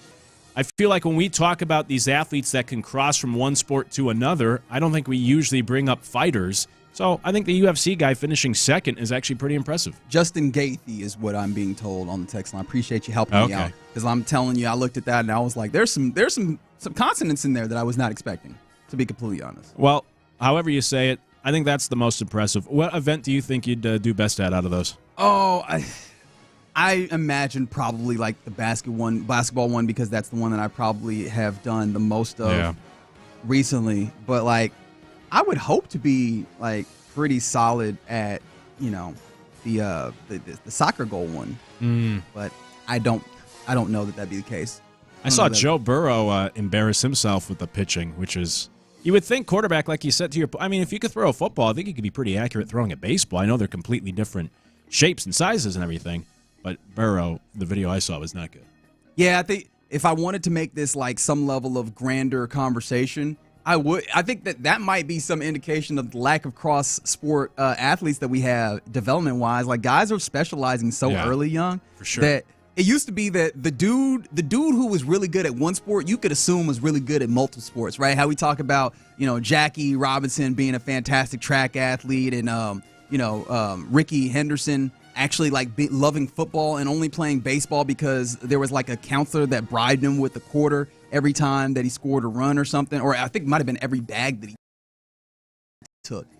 It used to be that if you were a good athlete, you were good at all these sports, and now we can't necessarily guarantee that because guys specialize so early. It's true. Yeah, man. Some other things around the NFL. Fair enough. This is a point that happened. One of the Commanders' owners, that's Josh Harris, who is the principal owner. Apparently, he spent $500,000 on a signed Jaden Daniels card. Are you at all a collector guy? Like, does memorabilia hit you at all? Not really. I have some things. I don't really go out of my way. I'm not a collector. If I see something that I think is cool and worthwhile, I'll get it. But no, I wouldn't call myself a collector. I don't have a huge collection. I think this is kind of weird. I think this is like, I don't know, almost like voyeurism or something. It's lame. Your owner is spending that much money to get a collector's item of your very same quarterback. It comes off as odd to me. It's a 1-of-1 numbered black finite prism card from the 2024 Panini Prism. And so, like, it's similar to Paul Skeen's 1-of-1 that happened recently. And, I mean, it's something that I appreciate, that the people that have this level of love for not just sports, but also for this, like, collectors, because it exists not just as this opportunity to have this thing of this player you're a fan of, but it's almost like a level of stock, trading as well. Yeah. I appreciate that, and yet I recognize that it is so far out of my wheelhouse. Like, I have no real understanding of what it is that folks are doing with it and why, per se.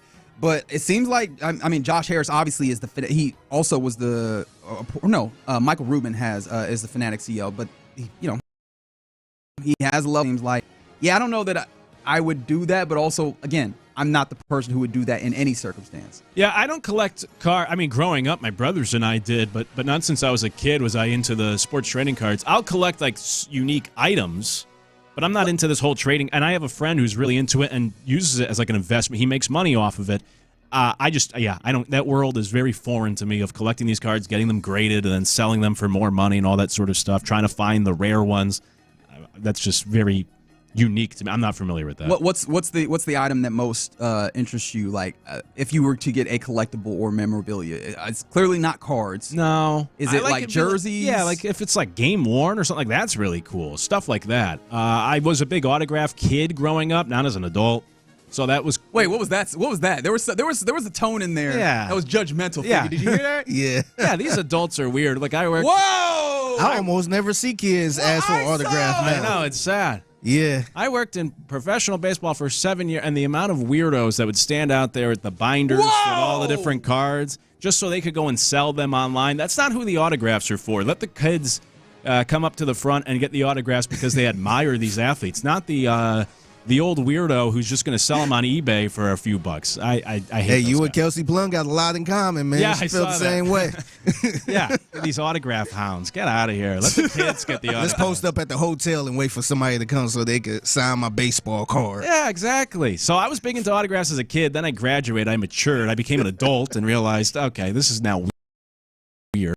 Like about photos, right? If I ever saw like a celebrity, then I'm not going to ask for your autograph. Let me get a photo with you instead.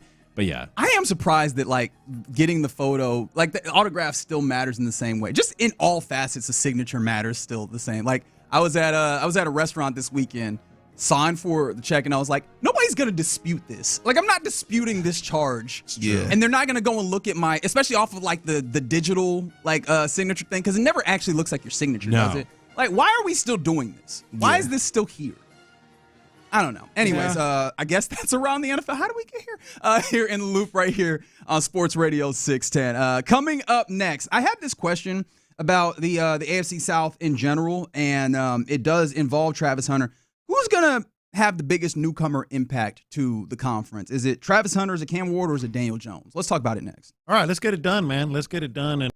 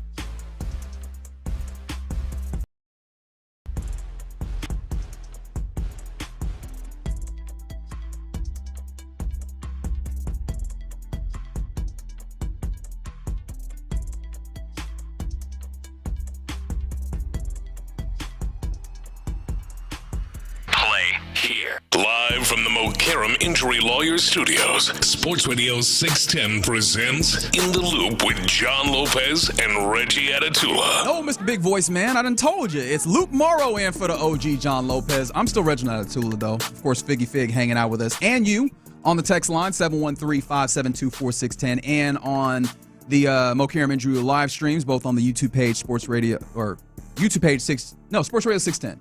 And then Twitch chat is 610 Houston. So people text again. There's a number of people who are indeed autographed lovers and just generally appreciators of memorabilia. So shout out to y'all. And that is Luke Morrow. If you want to send all of your hate. What is the Twitter account? It's at Luke Morrow, isn't it? At Figgy Fig. Whatever. at the Figgy Fig. If you want to yell at Luke Morrow. Yeah. Just to clarify.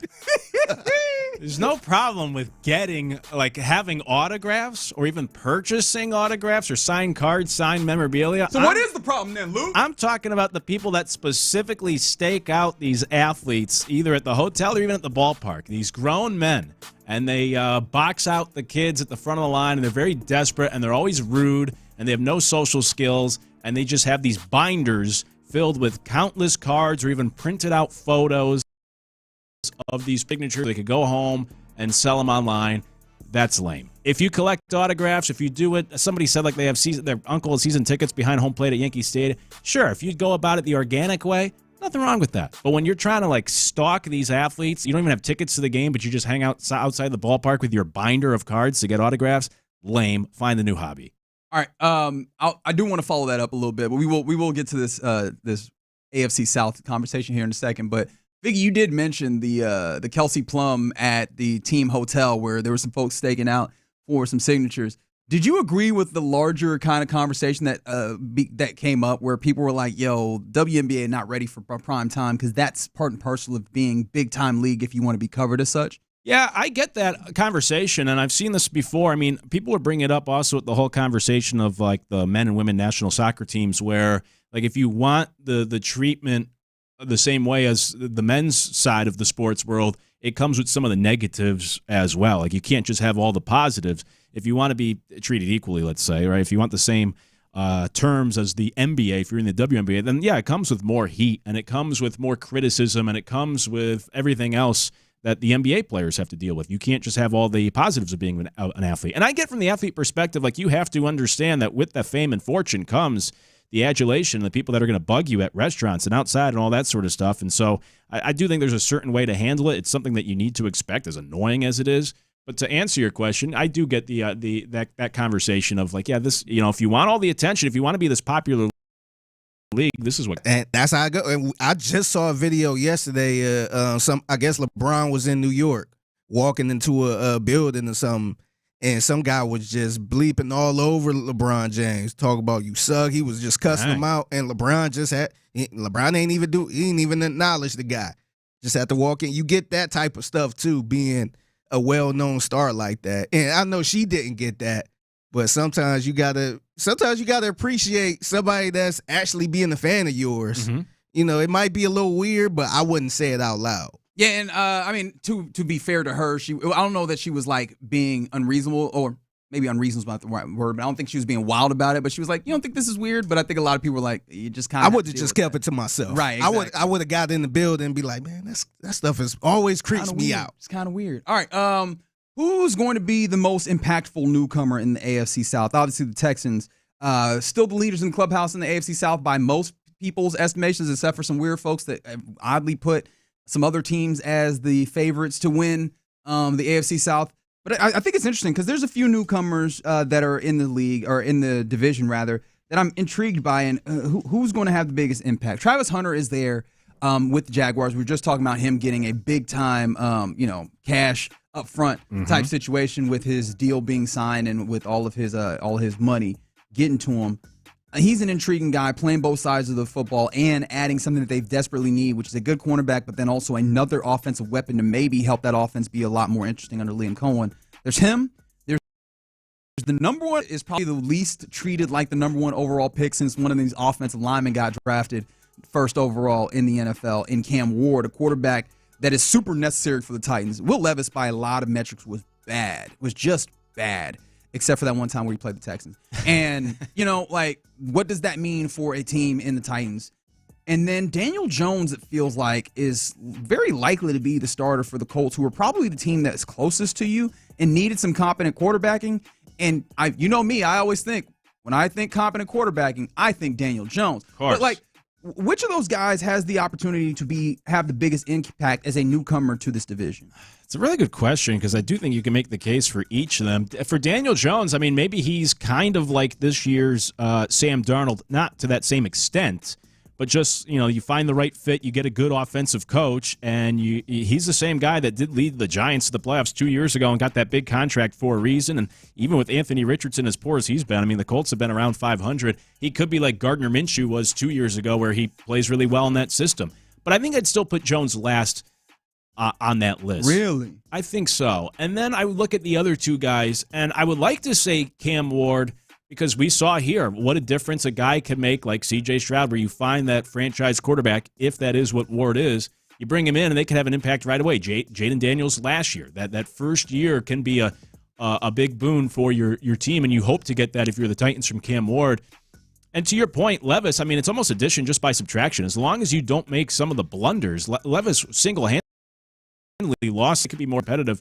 But I think I'm going to say Travis Hunter, because I think the Jaguars on paper are better than the Titans. I think the Jaguars are more of a threat than the Titans, and therefore Travis Hunter can have that bigger impact of elevating the Jaguars even more than a good Cam Ward can elevate the Titans right now. Maybe I'm underselling the Titans. And then, of course, the other aspect is Travis Hunter is going to play both sides of the football, so he's going to impact the game on both sides, which is more than even a good quarterback Cam Ward can do. So I think it's a really interesting question. I think you could choose any of the three, but I'd say Travis Hunter.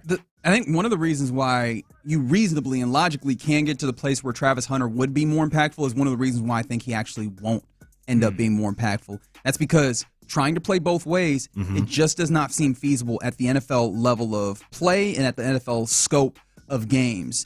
It's one of the things I'm looking for. I imagine by week 10, we're seeing either them deciding to, or, I mean, hopefully not, like being forced to have him play only one side of the football or just not play at all because of the ways in which this game will wear you down. I mean, how many times do we hear from these players that ain't nobody 100% once you get like halfway through the season, and that's just off of regular playing whatever you are, talk less of then also playing on both sides.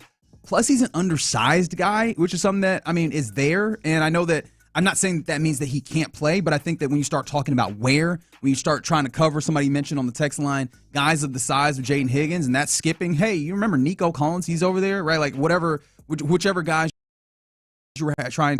Plus the idea that NFL speed is not Big 12 speed, right? So he's going to be tested and pushed and pulled in all of those facets, as any rookie is, on two sides of the football, because now he has to do that on the offensive side as well, with all of the cornerbacks that I imagine are going to get out here and try and jam him and try and see, can we take your legs out from under you because we know you're playing both ways. I think he's going to be under constant assault when it comes to trying to get through the season. And so I don't know that he's going to be able to make that much of an impact sustained-wise. On the other end, I think this then comes to which of these offenses do you believe more highly in when you talk about the quarterbacks coming in? Because Cam Ward intrigues me. I don't think that this was a great quarterback class, but I do have an appreciation for who Cam Ward is and the type of dude he is.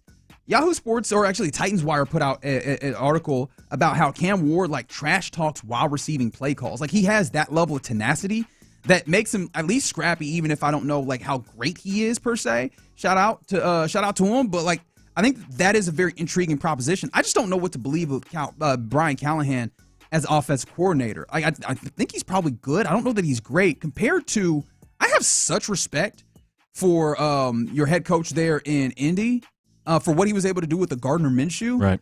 And I think that the places that we've seen Daniel Jones be effective is when he has a stout running game alongside him and an offensive coordinator that knows how to put him in the particular place to be successful. And it feels like Shane Steichen has done that with a quarterback before in Gardner Minshew, making the right decisions for him. And then if Jonathan Taylor is healthy, that is the running back alongside him that will help him be successful. Wow. I sincerely think it's Daniel Jones, which if I had any level of belief that this was a fairly even conference, I would have concerns about the Indianapolis Colts. I just think the Texans are so far way ahead of any of these other teams. But I do think Daniel Jones makes the biggest impact. Interesting. Do you think it's a fair, wide-open quarterback competition in Indianapolis, or do you think they're still trying to like shoehorn Anthony Richardson in or give him as many opportunities as they can? I think they would. The injury makes that more difficult. Yeah. But honestly, like, if you're getting out here and telling me it's a wide-open competition and you have Daniel Jones in here, I got one of two things to think. You're lying to me, or the way that you feel about your quarterback isn't all that strong. And I lean towards the latter. Like, and what has Anthony Richardson given you in ways of feeling great about him, right? Both as a maturity type thing, which I gave him credit for. Like, I think he had done some things that made me feel like, oh, he's a decently mature young man. But then he did the thing where he pulls himself out of game, which makes you wonder, does he have the right maturity for what you're talking about in NFL football? And then, you know, hey, how long can you go with a quarterback that can't hit 50% of his passes? Mm-hmm. Like, what are you supposed to do with that? Like, no matter how talented the ones that he does, or, you know, the incredible plays that he does make are, I can't deal with 50%. Like, maybe I'll deal with 60%. 50% is far too low of what we're talking about. And he did that along with, I think, only two other quarterbacks in the last, the last quarter century of football. Right. Like, it's just not far enough along. For sure. No, based off of performance, I would have moved on from Richardson probably, games ago. But I just wonder if the Colts still feel invested or pot committed in trying to develop this court. So and went in on where, maybe Daniel Jones isn't so much the future as much as Anthony Richardson can be. But yeah, Jones, I think, is the more talented quarterback.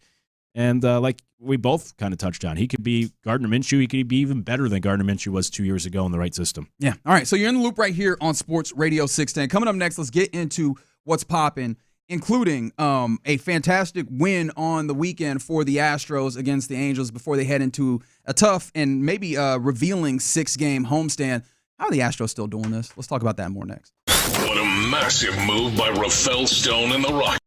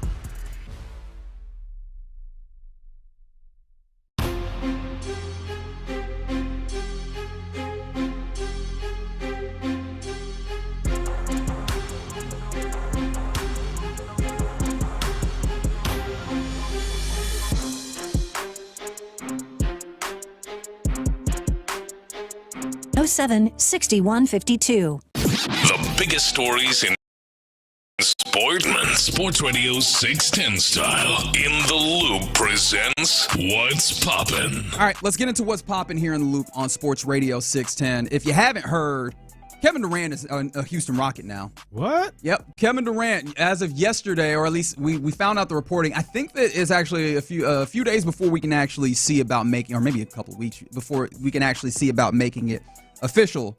But the Rockets acquire Keven Durant, the multi-time All-Star, and about to be 37-year-old, for the low price. Jalen Green, Dylan Brooks, the number 10 overall pick that is originally Phoenix's pick, and then 5 second-round picks is ultimately the cost. I mentioned this earlier, but we didn't stop down and talk about this. How did you feel about those 5 second-round picks and the idea that you're not going to have any of those selections going forward? Yeah, I don't care. I'm just glad they kept the first-round picks. I guess I'm more like Les Snead, with F them picks. Yeah. When it comes to these draft picks for a lot of time, especially second round. I mean, give me the proven commodity in Keven Durant in this case and take those draft picks and I'll keep my better picks. But I know, like Jokic was a second-round pick, right? You could always find talent in the second round of the draft, but the Rockets have such a talented roster right now, and you keep those first-round picks. It's not like they have a bunch of holes they have to plug or try to do so in the draft or could try to do so. And like I said, most importantly, you keep the first round. So I don't care. Give as many second-round picks as you want. That did not bother me at all. I like that portion of the trade. Yeah, I agree as well. I think that the second-round picks become more valuable when you're a team that's growing and developing, like Memphis a few years ago, where you're like, hey, we want first rounders, but also guys that we can get at a value that maybe we can grow into something else. You don't have space to grow guys. In fact, even that number 10 pick, I'm okay with sending that this year. Obviously, you need the value to be able to get back a player, but then also, let's say you select a player. I don't know who you select, right? I don't think Knippel would have been there at 10, but it's the name that I'm remembering in this minute, above all of the other 15 interesting names for Wednesday in the NBA draft. With, mind you, I'm very happy I don't have to think about that draft. There's so many really good players, but I don't want to have to actually evaluate them right now. So appreciate you, Rafael Stone, for getting this deal done. But let's say you draft a Knippel or a Maluwak or whoever one of these guys is available. How confident are you in getting them minutes?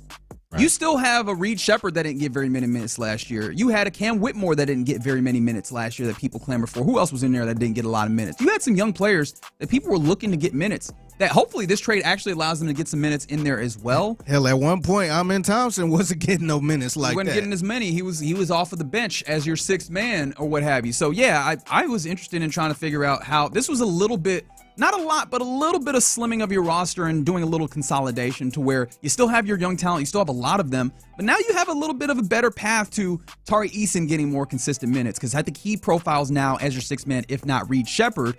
Reed Shepherd is probably your backup point guard. That was already reported, and he's going to get a significant amount of minutes there. And I'm interested to see if they give Cam Whitmore opportunity to play. We'll talk more about that in the next segment, but I'm interested to see how that one plays out as well.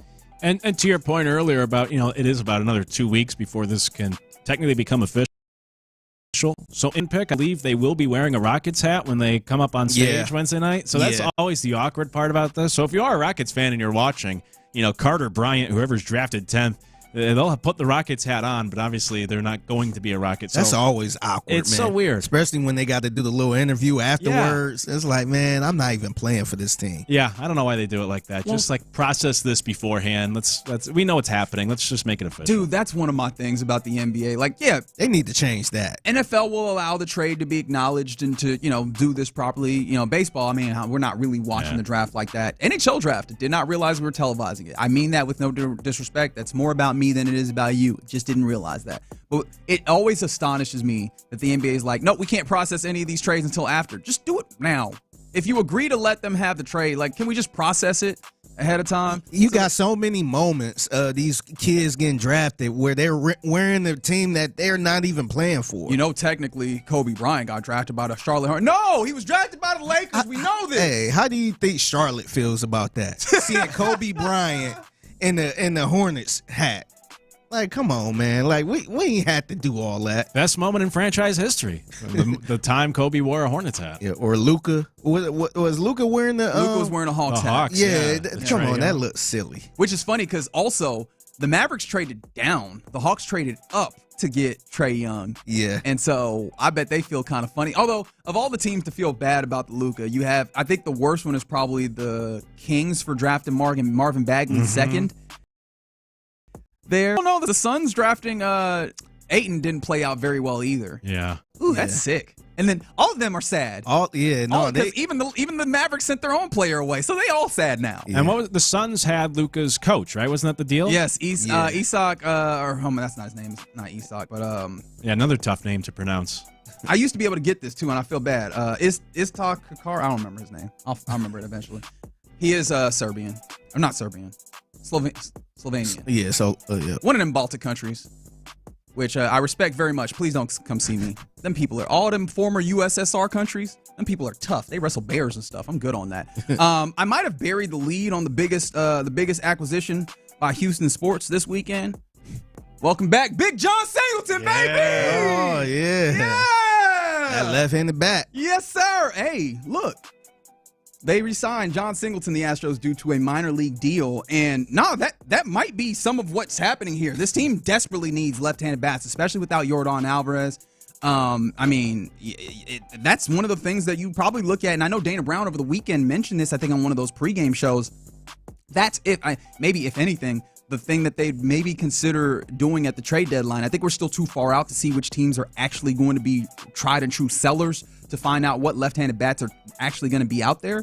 But hey, man, that might be a way to finagle your way a left-handed bat in there. Do you like the idea of possibly getting Singleton into the mix of a left-handed bat? Because it feels like you really constructed your offense in a very particular way that if you have to put in a left-handed bat, that you have to have a good read. I wonder how you feel about John Singleton in that end. Yeah, I think he could try to improve that part of the lineup or lack thereof.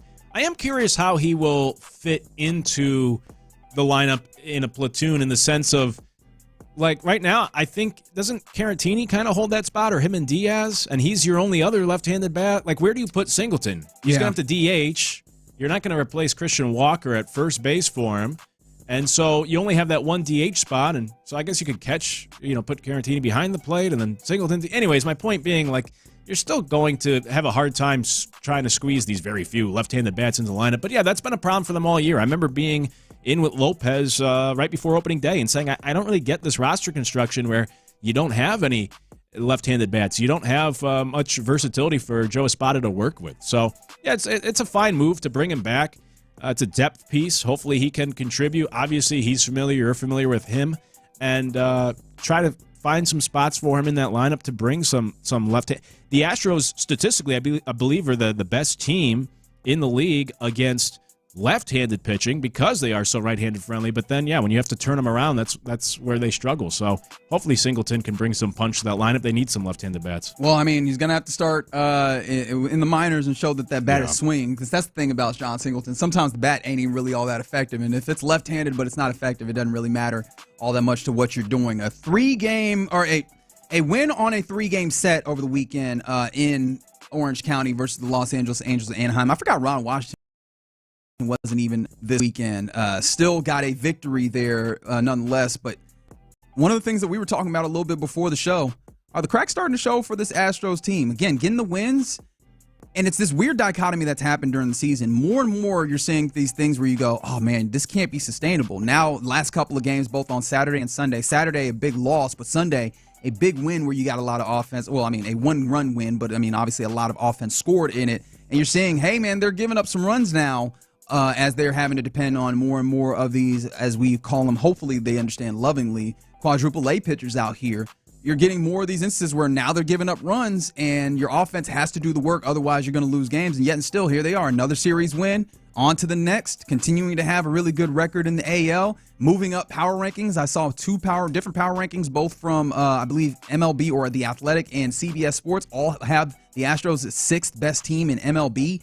And I go, how do they keep doing these two things simultaneously? Being really good in one-run games, managing to win series even though they're giving up runs, but then also having these chasms continue to show more and more. Yeah, I guess maybe they benefit from being in this division where, like, at least it was the Angels this weekend. So you're still able to find a way to win 2 out of 3 in that series against a lesser team, even though it's on the road. And the Astros have struggled against some lesser teams in recent years, and division games are always tough. But, yeah, to give another 90s reference, it's kind of like Mrs. Doubtfire, of like, how long can you continue this before the jig is up and you get caught? And they're trying to have these 4 to be big league starters, and eventually, the chickens come home to roost, whatever that expression is. And you look. That's it. Okay, good. Gusto's 4.62 ERA. Gordon's 4.54. After this weekend, even Brandon Walters' ERA doubled. So you look at the numbers and you just wonder how long. Obviously, you hope the other starters are going to come back healthy at some point, but you wonder how long you could keep this up. Kind of like, watching Robin Williams. How long can he keep up this whole disguise? That's what the Astros are doing. We need some more 90s references. That's three. We by need the way. more, man. We need more. Over under on how many Luke Morrow gets in, and I think I'm ruining the betting by actually letting him hear this. I'm setting the number at, we're halfway in? 5.5. 5.5 is the over under. Let's see if he gets to 6 on 90s references. I think since he heard this, I think he's gonna try to go over. He's gonna force him in. Yeah, that's probably what's gonna happen. But Joe Espada said, I think it was Saturday night, or no, it had to be Friday night after the 3-2 victory in overtime in extra innings from the Astros. They just know how to win. Like, I'm buying into the mysticism that they just know how to win at this point, as it's in the organization. Jose Altuve is connected. I guess you could say to some degree Joe Espada is connected. They just are finding ways to win. And so I'll buy into that, I guess. And the Astros also signed Cuban outfielder Orlando Martinez, a 27-year-old, to a minor league deal as well. He'll join AA Corpus, apparently, in the Mexican League, for whatever this is worth. And you're a baseball guy, so you tell me what you think. 371 average, 16 homers, 48 RSBI. Yeah, pretty good numbers. I believe the Mexican League, though, is kind of in the minors, so we'll see. It's another depth piece, and we've seen them do that. Wes Clark was another one, right? So they're adding you can never have too much depth. They're adding these guys and seeing if in the minors they show something that they can contribute at the big league level. So why not take a shot there? They're low risk, potentially high reward options, and ways to keep trying to fill back up the farm system, especially as you have to dip into it a little bit to help sustain yourself during these injuries. They'll get back going tomorrow. Tonight's an off night for the Astros. And reminder, Phase 1 of MLB All-Star voting, if you want to try and pump up the numbers for Isaac Paredes and Jeremy Pena and such, concludes on the June 26th. So you got 3 more days. That's at noon, mind you, noon Eastern. So it's 11 a.m. So if you got a few more days to get your whole 5 ballots a day in for your Astros to be All-Stars. All right, you're in the loop right here on Sports Radio 610. Coming up next, let's get more into the Kevin Durant acquisition for the Rockets. We talked about the deal itself, the cost of getting Kevin Durant. What does it now mean for the team building? How do the Rockets continue to move forward? And are they done? And should they be done? Let's talk about that next. Payne and Pendergast.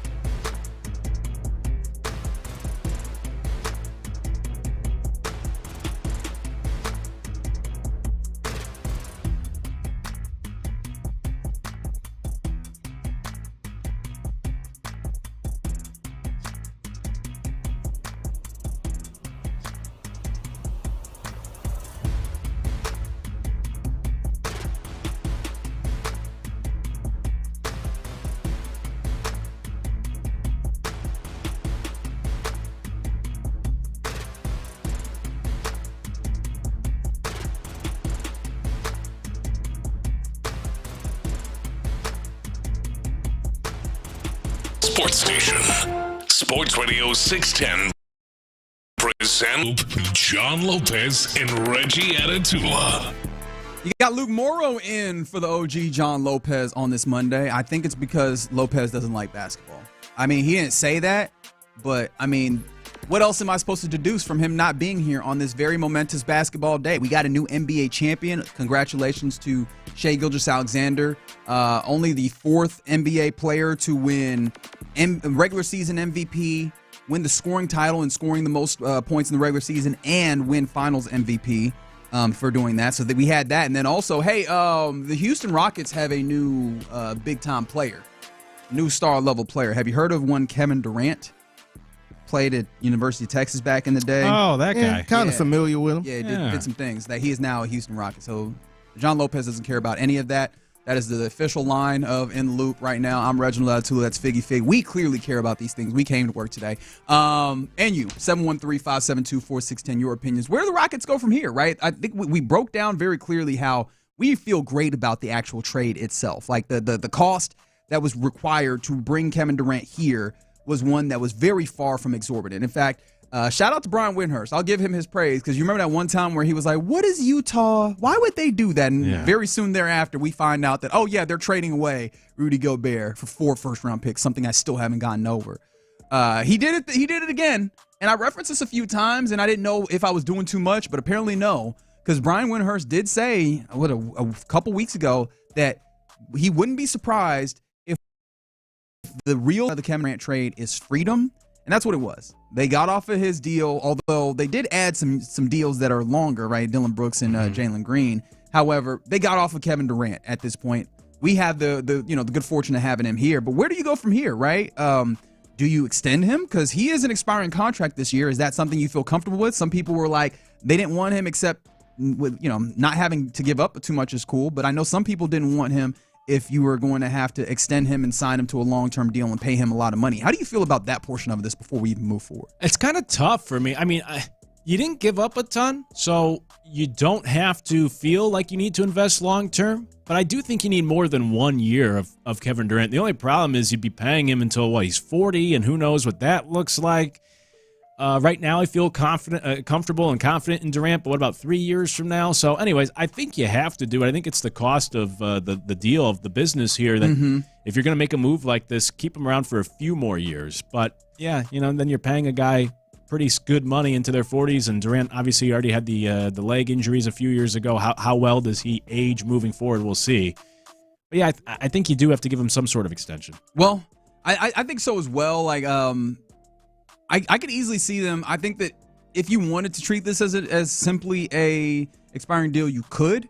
I think that what he can come in and offer you is a level of, I think we talked about the consolidation that is there a little bit. Your rotation, I think, looks a little bit more clear than it previously had. Even as I don't know that you're going to have to play him all of the minutes, that maybe that opens up more opportunity. Well, with Dylan Brooks going, I think Jabari Smith Jr., first and foremost, is going to get a lot more minutes starting as he probably should, which will hopefully unlock him a little bit better. I think Tari Eason will get a lot more minutes to be, if you size down a little bit, to have a guy on the perimeter as a lockdown defender, especially losing what Dylan Brooks gives you. That's helpful. Cam Whitmore is an interesting one. Maybe does he get more minutes in this is a question that I have with all of this as well. Like, is he going to get more involved? Is he have the opportunity to, maybe find a role that is more consistent? Because if I'm counting it, Cam Whitmore is like number 9 when it comes to your rotation. And that's as it stands right now, right? If I'm listing them off, Fred VanVleet, Amen Thompson, Kevin Durant clearly, Jabari Smith Jr., Alperen Sengun, that's your starting 5. The guys that I know are going to be in your rotation, Tari Eason, Reed Shepherd, and Steven Adams. Those guys are going to be in your rotation. Outside of that, Cam Whitmore feels like he's the next guy in that space. And do we feel great about him getting burned? No, I wouldn't say I feel great. I'm not a big Cam guy. I just don't think he's a great fit for what they're trying to do here. I think he'll have the opportunity because, as you just laid out, I mean, there is an opportunity. And I think that will be decided maybe more so in the offseason or the preseason as you go into the regular season, see who can take a hold of that spot or who can elevate their minutes and opportunities. But I just don't think Cam Whitmore fits what the Rockets are trying to do. I think he doesn't work well enough within the system offensively, and I want to size the other end of the floor too. So I'm just not a Cam guy, but I think the opportunity will be there for him to prove me wrong, or maybe even the coaching staff. You know, it seemed like him and Ime had butt heads this past year, so I think there's an opportunity. I just don't think this is the right opportunity for him here in Houston. I don't entirely disagree, but you said a phrase that got me thinking, right? Because we're talking about how you move forward. Like, what is the next thing? Are they even done is a question that I think is worth asking. But you said he doesn't fit in what the Rockets are trying to do offensively. And my question is, what actually is that? Because last year their offensive identity is we get offensive rebounds, which is a concession of missing the shot on the front end. Yeah. What does this Rockets team look like now you have Kevin Durant? Because that's one of the things that people were talking about going forward. And I think that, again, that's something that even if you don't figure that out, this is the right decision. A guy that you can hand the ball to in those closing moments or what have you, or just even in an instance where things are kind of stagnating, hey, go get something, and he can do that. He's still one of, if not the best jump shooters in the league right now. He shot 43% from three last year. Yeah. Let me say that again. He shot 43% from three-point last year. Like, that is still going to be incredibly helpful for a team that did not shoot threes very well, did not shoot them very often, and just was not very good at it to be all the way around. However, like, without Dillon Brooks, you don't have a lot of good guys that are spacers and jump shooters. Obviously, Kevin Durant will be his own thing, but I think he already draws a level of attention. Now, he does draw some gravity, which will help. Mm-hmm. But who else do you have out there as shooters? Jabari might be that if you can get him more confident and shooting a lot like what he came into the league as.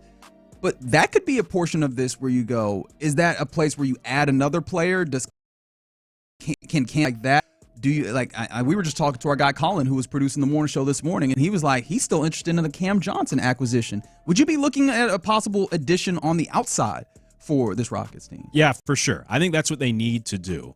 I don't think this is the be-all, end-all in the sense of you're ready to roll into the season now. I think they still need to add something at the guard position, most notably the shooting. They don't have you just lost Dillon Brooks, who was your top shooter, and obviously Durant helps to fill that, but you still, I think, need to surround him with some more shooters. And then that goes along with what I said earlier that I think we saw play out specifically in the NBA Finals, was just the ball handling. And I know eventually, we talked about this off air, but Reed Shepherd is eventually going to have to be given an opportunity.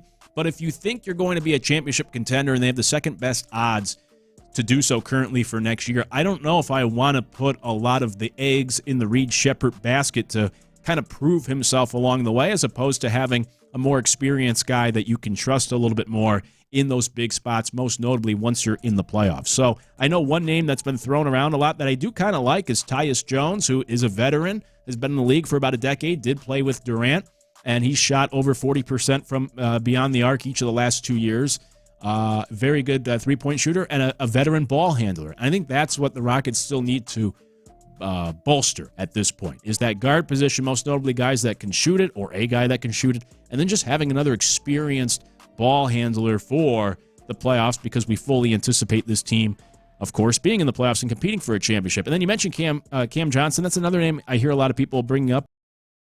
But to get Cam Johnson, would you trade a Jabari Smith? And I don't know if I would go that far, but those are a couple of the names that I've heard thrown around of potential options. But that's the type of player I want. I want a shooter and another ball handler that can help this team, the shooting throughout the stretch and the ball handling in the playoffs. Yeah, and I hear you on that. I'm really bought into the idea that they're going to make Reed Shepherd that backup point guard and really allow him to run the bench mob.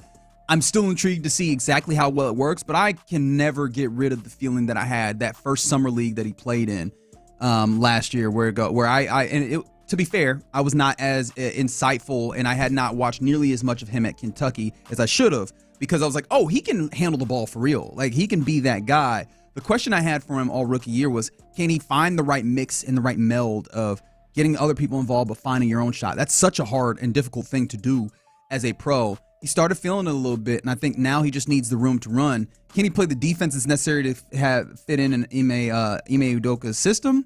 That's a question that I'm interested to see. But I think if he's the backup point guard, he doesn't need to play as much with Fred VanVleet, which I think that was the big issue, having two smaller guys on the court at the same time. If he is the point guard, and then you were able to put other sides around him where your shooting guard is not small as well, I think that it's more viable for him to be able to play the defense, because he's smart. He's got good hands. He gets into people's pockets. He at least positions himself pretty well, and you can hide him a little bit better if there's a larger context around him. So I do feel better about that, which coming back to the idea of adding a guard, I like a guard for shooting or what have you, maybe a guy that can add a little bit more. And that Quentin Grimes gets really interesting to me if you're able to get him at the right number. I know some people are talking about the possibility of like a Derek White who might be a cast-off, a cost cast-off from the Boston Celtics as they're trying to, get themselves back under the second apron and have less of the salary or the luxury tax on them. And another name that's out there that I found interesting was Nickeil Alexander-Walker, because I really like him. I just wonder what the cost will be, because the mechanism that you'd have to do, and this is getting real in the basketball weeds, is the mid-level exception I think that you would have, if memory serves me correctly.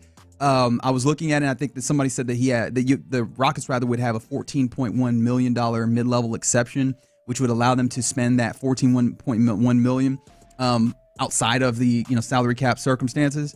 And I'm looking at those three guys I talked about, and I don't know if any of them would fit in, but I wonder if Kevin Durant choosing to be here and this team looking like a contender might coerce a player like one of these guys to want to be a part of it and fit in for $14 million a year, as opposed to maybe a 20 that they might be, maybe not Quentin operating on 20, but one of these guys might be more inclined to, command as opposed to 14. But does the opportunity to play on a team that looks like they're going somewhere entice somebody? Because if you add the shooting in that way, then I think you really don't have any misses. Like maybe you still looking for a guy that can drive in the way that Jalen gave you and that you don't have, because I don't even think you have that nearly as well.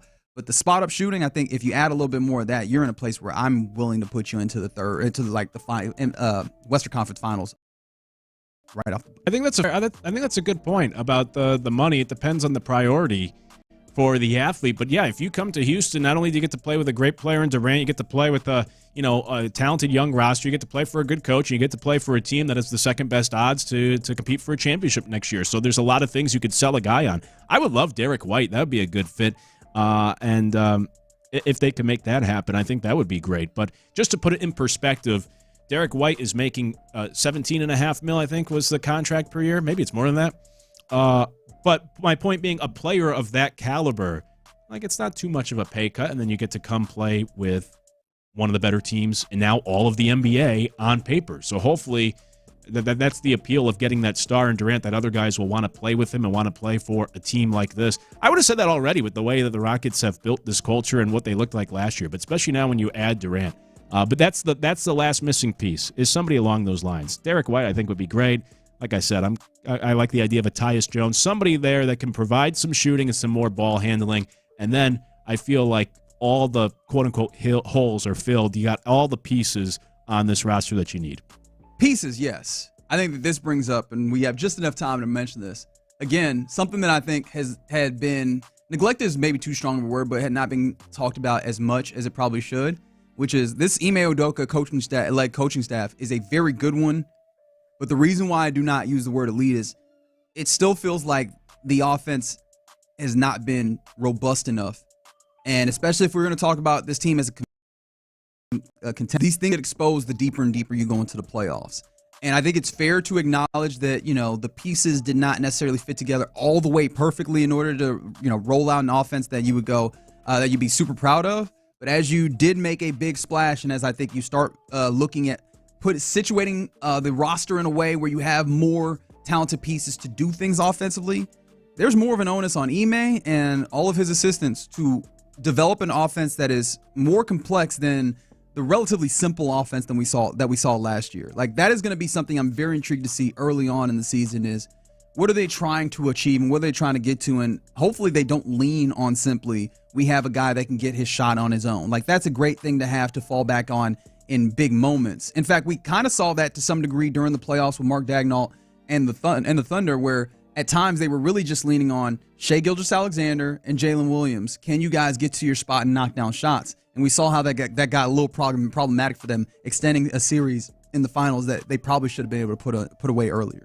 Yeah, I think for Durant, he should be kind of like the closer, where when you need that basket or in the fourth quarter, right, then you go to him. And I know he was the best player in isolation this past year, but I'm with you in the terms of you still need that team approach and a certain style, and then come fourth quarter or come clutch minutes or just needing a basket, that's when you turn to Durant, let him do his thing. But you can't rely. By the way, and this was one of my concerns all along, is that we've never had a team be led to an NBA championship by somebody this age or older. So you still can't rely on Durant. He needs to be just part of the team and that closer in the fourth quarter. But I think he helps with spacing. I think he'll help somebody with somebody like Amen. I think him and Alpi with the two-man game will benefit.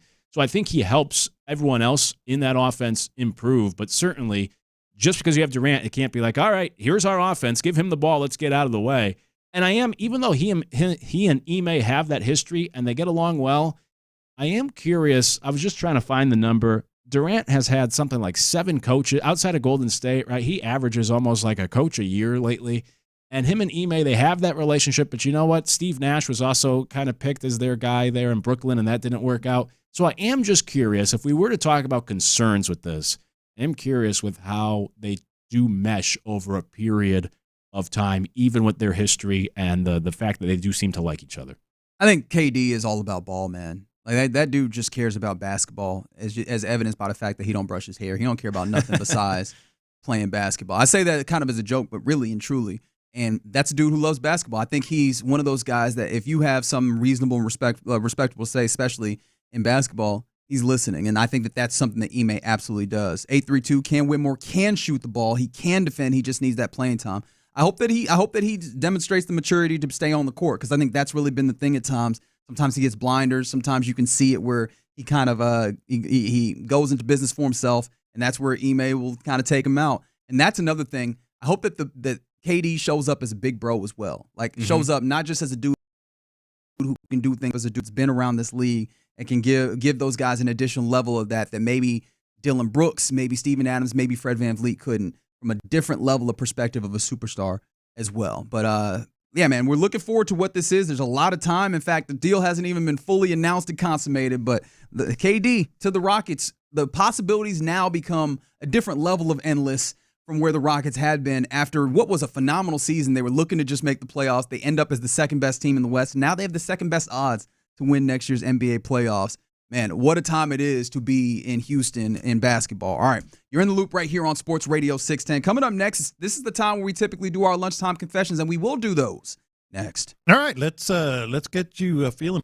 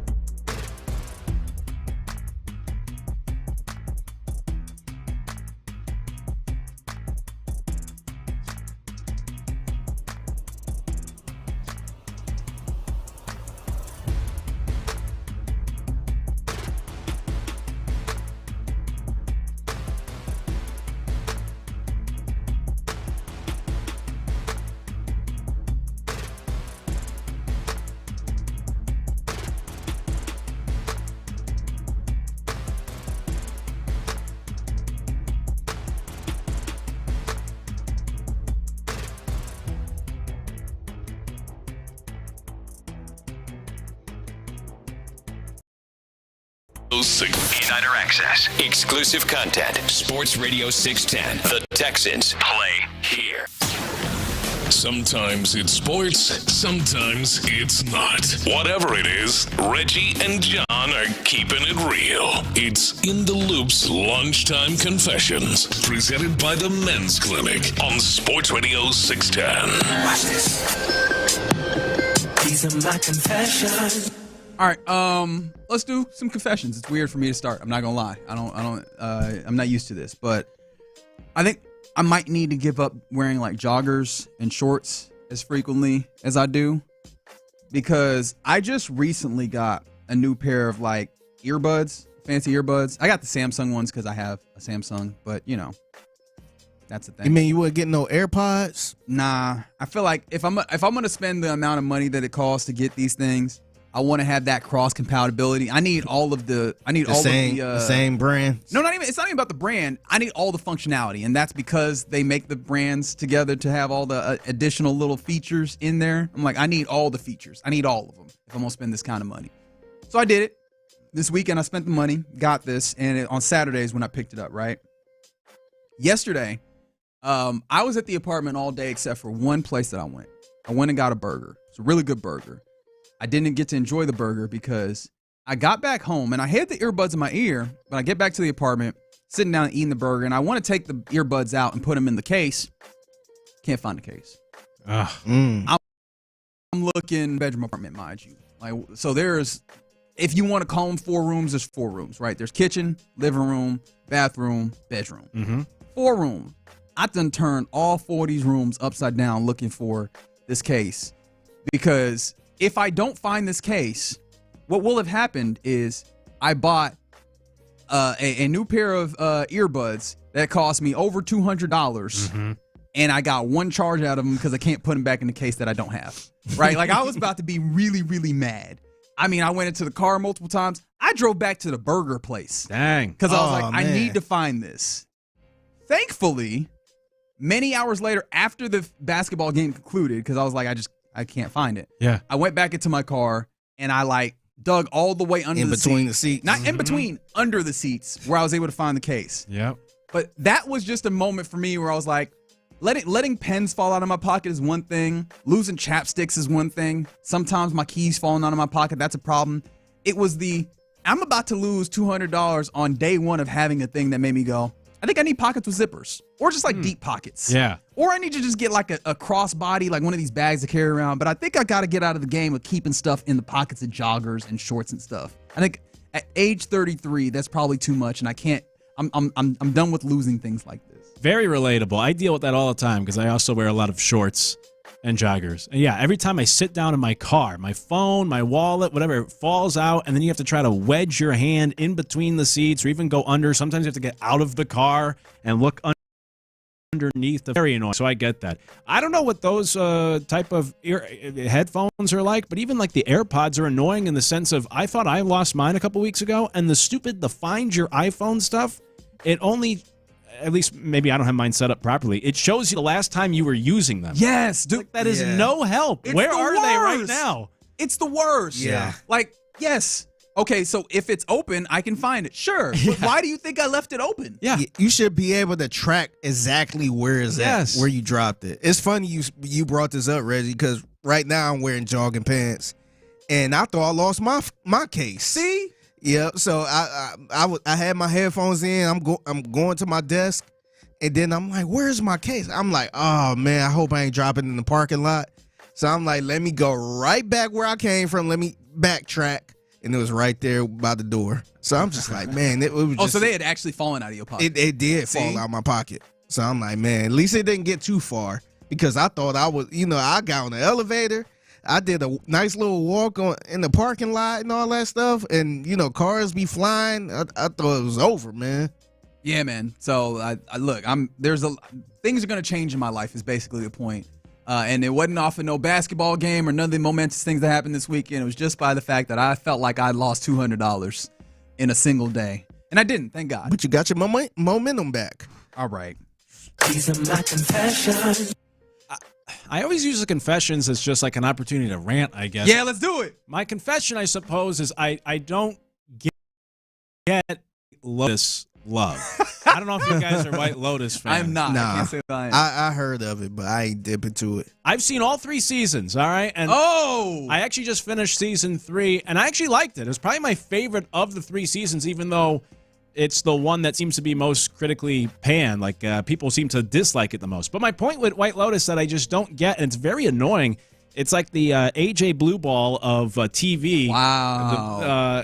In the sense of they always build up all of this quote-unquote tension and suspense that leads nowhere. And they use this dramatic music underneath because it's always like tropical destination. So season 1 was in Hawaii, and it was always the bongos. And the bongos are going the whole time. And because of the music, it makes you feel on edge, like, oh, something's going to happen. And they even try to build it up, and then it doesn't happen. And it goes on all season long. You're waiting for something, and I just don't get it. I don't know what people enjoy. Season 1 gave me like anxiety because the bongos are going the whole time, and you're waiting like, oh, something's about to happen when he goes through this door. Oh, no. It's just a normal hotel room. Why do they have the dramatic bongos going? The whole season. And I actually like season 3. But same thing. They build up all of these. You think something's crazy about to happen? Oh, no. Actually, here's a swerve. Nothing happened at all in the entire scene or episode. Until the last episode, there's always some drama, but it's the whole season. They use this stupid dramatic music to build up. If you watched this show with no music, it would be the most boring, dull show ever. It'd be like our normal lives. Just us coming here and nothing. You're just expecting something because the boom, boom, boom, boom, boom, and the bongos are going the whole time. And it's infuriating. It's funny you mentioned the bongos because when you hear bongos, some stuff about to go down, man. You usually hear it in like a drug movie or something like that. Yeah. That means somebody about to get murked. Yeah. I do love that you're like, hey, man, the TV is edging me. That's crazy. But you know what I thought of when you were talking about like them using this music to get you to feel something? Funny enough, I started thinking more about like these sitcoms that are not actually funny. But they have the laugh track. Yes. And I realized that I might be ruining things for people because it ruined it for me. Like there's some sitcoms that I was like, this is fine. It's not particularly good, but it's entertaining. And then I realized that no, it's actually not entertaining. It's just a laugh track that's conditioned you to think that something is funny. If some of these shows, if you took the laugh track out of it, you'd be like, this is terrible. And the one that I always feel confident doing this with because I'm okay slandering this show in particular is I was about to say, and I forgot what's the one with the nerds or whatever. Big Bang Theory. Big Bang Theory is terrible. Thank you. That show is awful. I never liked that show. That's my wife loved that show. That show is terrible. If you're just like listening to what they're saying and you hear the laugh track and you can acknowledge, that's not actually like it's not actually people laughing. That's somebody pushing a button making. You realize that none of the things that they say is actually funny. All of it is terrible. I love it. I went on a whole Big Bang Theory rant on Friday on the drive, so I love to hear this. But yeah, you could actually go on YouTube and find clips of the show Friends without the laugh track. Let's get spicy. Yeah. To your point, yeah, it's very like, this is what people found as like the second best show of the 90s. It's not good. Whatever that scene was. Pivot. Yeah. The couch. Yeah. These are my confessions. So yesterday when the Kevin Durant news broke and we all on social media reacting to it and stuff like that, I got to confess, man, I feel like I think I'm an old man when it comes to this. So my old man self go in the house, I'm looking at the reaction online and all that stuff. I turn to ESPN, I'm like, oh, they got to be talking about this, right? Oh, no. Man, nobody on TV was talking about this trade at all. And I understand, maybe, I don't know if it's because he's older and who give a damn and ain't no point of blowing up programming for this. But I was so irritated, man. I'm like, what happened? I even went to ESPN News, and I can't even tell you. I can't tell you last time I went to ESPN News. I didn't know it still existed. What do they program on ESPN Man, News? I don't even know what was on. It wasn't no damn news. And I'm just like, man, I went to ESPN. It was a cornhole convention or whatever. They was sitting there playing cornhole. I went to ESPN 2. It was a documentary. I'm like, you know what? Let me go to NBA TV. And it's been a minute since I went to NBA TV willingly like that. Man, they were showing some NBA Finals game, some old NBA Finals game. I'm like, man, ain't nobody gonna break in and talk about the trade? I was so irritated, man. I kind of miss those days at ESPN where you could just turn on, it's an anchor right there just going to different reporters saying, hey, let's react to this. Like, it was none of that. I'm like, hey, I guess I got to stay on social media and just roll with the punches, wait till the NBA Finals come on to hear somebody react to it. But I was a little bit irritated from that. No, I think that rightfully so. Like, that was supposed to be the allure of 24-hour, like, sports programming, is that if there was something happening, you could hear or see about the thing that was happening. And now you got 24-hour programming, but it's not actually serving the purpose of that. So it's like, yeah, would you like to watch this documentary about some drug lords that were impacting soccer in the South America? Yeah, sure, but I kind of want to hear about this thing that's happening right now with my favorite team. And see, that's what I loved about and this just happened recently with the Luka trade, because I want to say it was I want to say it was a game. It was a Saturday night, first of all. And I don't know if it was an NBA game on during that time, but I turned right to ESPN and they reacting to it. Like, they were on pretty much all night at that point, just talking about it. I love that type of stuff, man. And I'm not the really go to ESPN and watch all day person, but I like that type of stuff. When news break, you run right to whatever outlet you go to. Yeah. And it's a little frustrating when you sitting there going to that outlet and they playing cornhole. Cornhole. Yeah, a few people on the text line are saying because it's Houston. If Durant was traded somewhere like New York, they'd be talking about it. Do you think that plays in at all? I didn't really think of the Houston part. I thought because maybe Keven Durant, maybe some feel like he's a little washed, maybe because he's 37 years old. Yeah. And the other thing is, to kind of separate it from the Luka trade, is we all knew it was going to happen. We were just kind of waiting on the day that Keven Durant was going to happen. Luka kind of came out of nowhere. So, yeah, man, I was a little irritated, man. I wonder how much of it, though, is also like, how many people do you actually have at the ready to jump up and do a live broadcast, especially when you have kind of live programming that you're covering when the NBA, and that maybe took all your attention, but that probably speaks to the ways in which we don't have that the apparatus that used to be like ready to go with the newsroom full of folks at any given point for actual breaking sports news. Not to be such a lame like company man, but that's what people always say is the positive still of radio. Like 100%. Podcasts aren't live, and TV, like you said, it's all programmed, and you're not necessarily going to cut in or people aren't there. But radio, especially sports talk, there's usually somebody live at the microphone all day that can give you the reactions and the news as they happen. So. Yeah, and that's why we appreciate you rocking with us here in the Loop on Sports Radio 610. Those are our lunchtime confessions. Coming up next, it is a Monday coming off of quite a weekend. Who are the winners? Who are the losers of the weekend? 713-572-4610. We'll break that down next. What a massive move by Rafael Stone and the Rockets.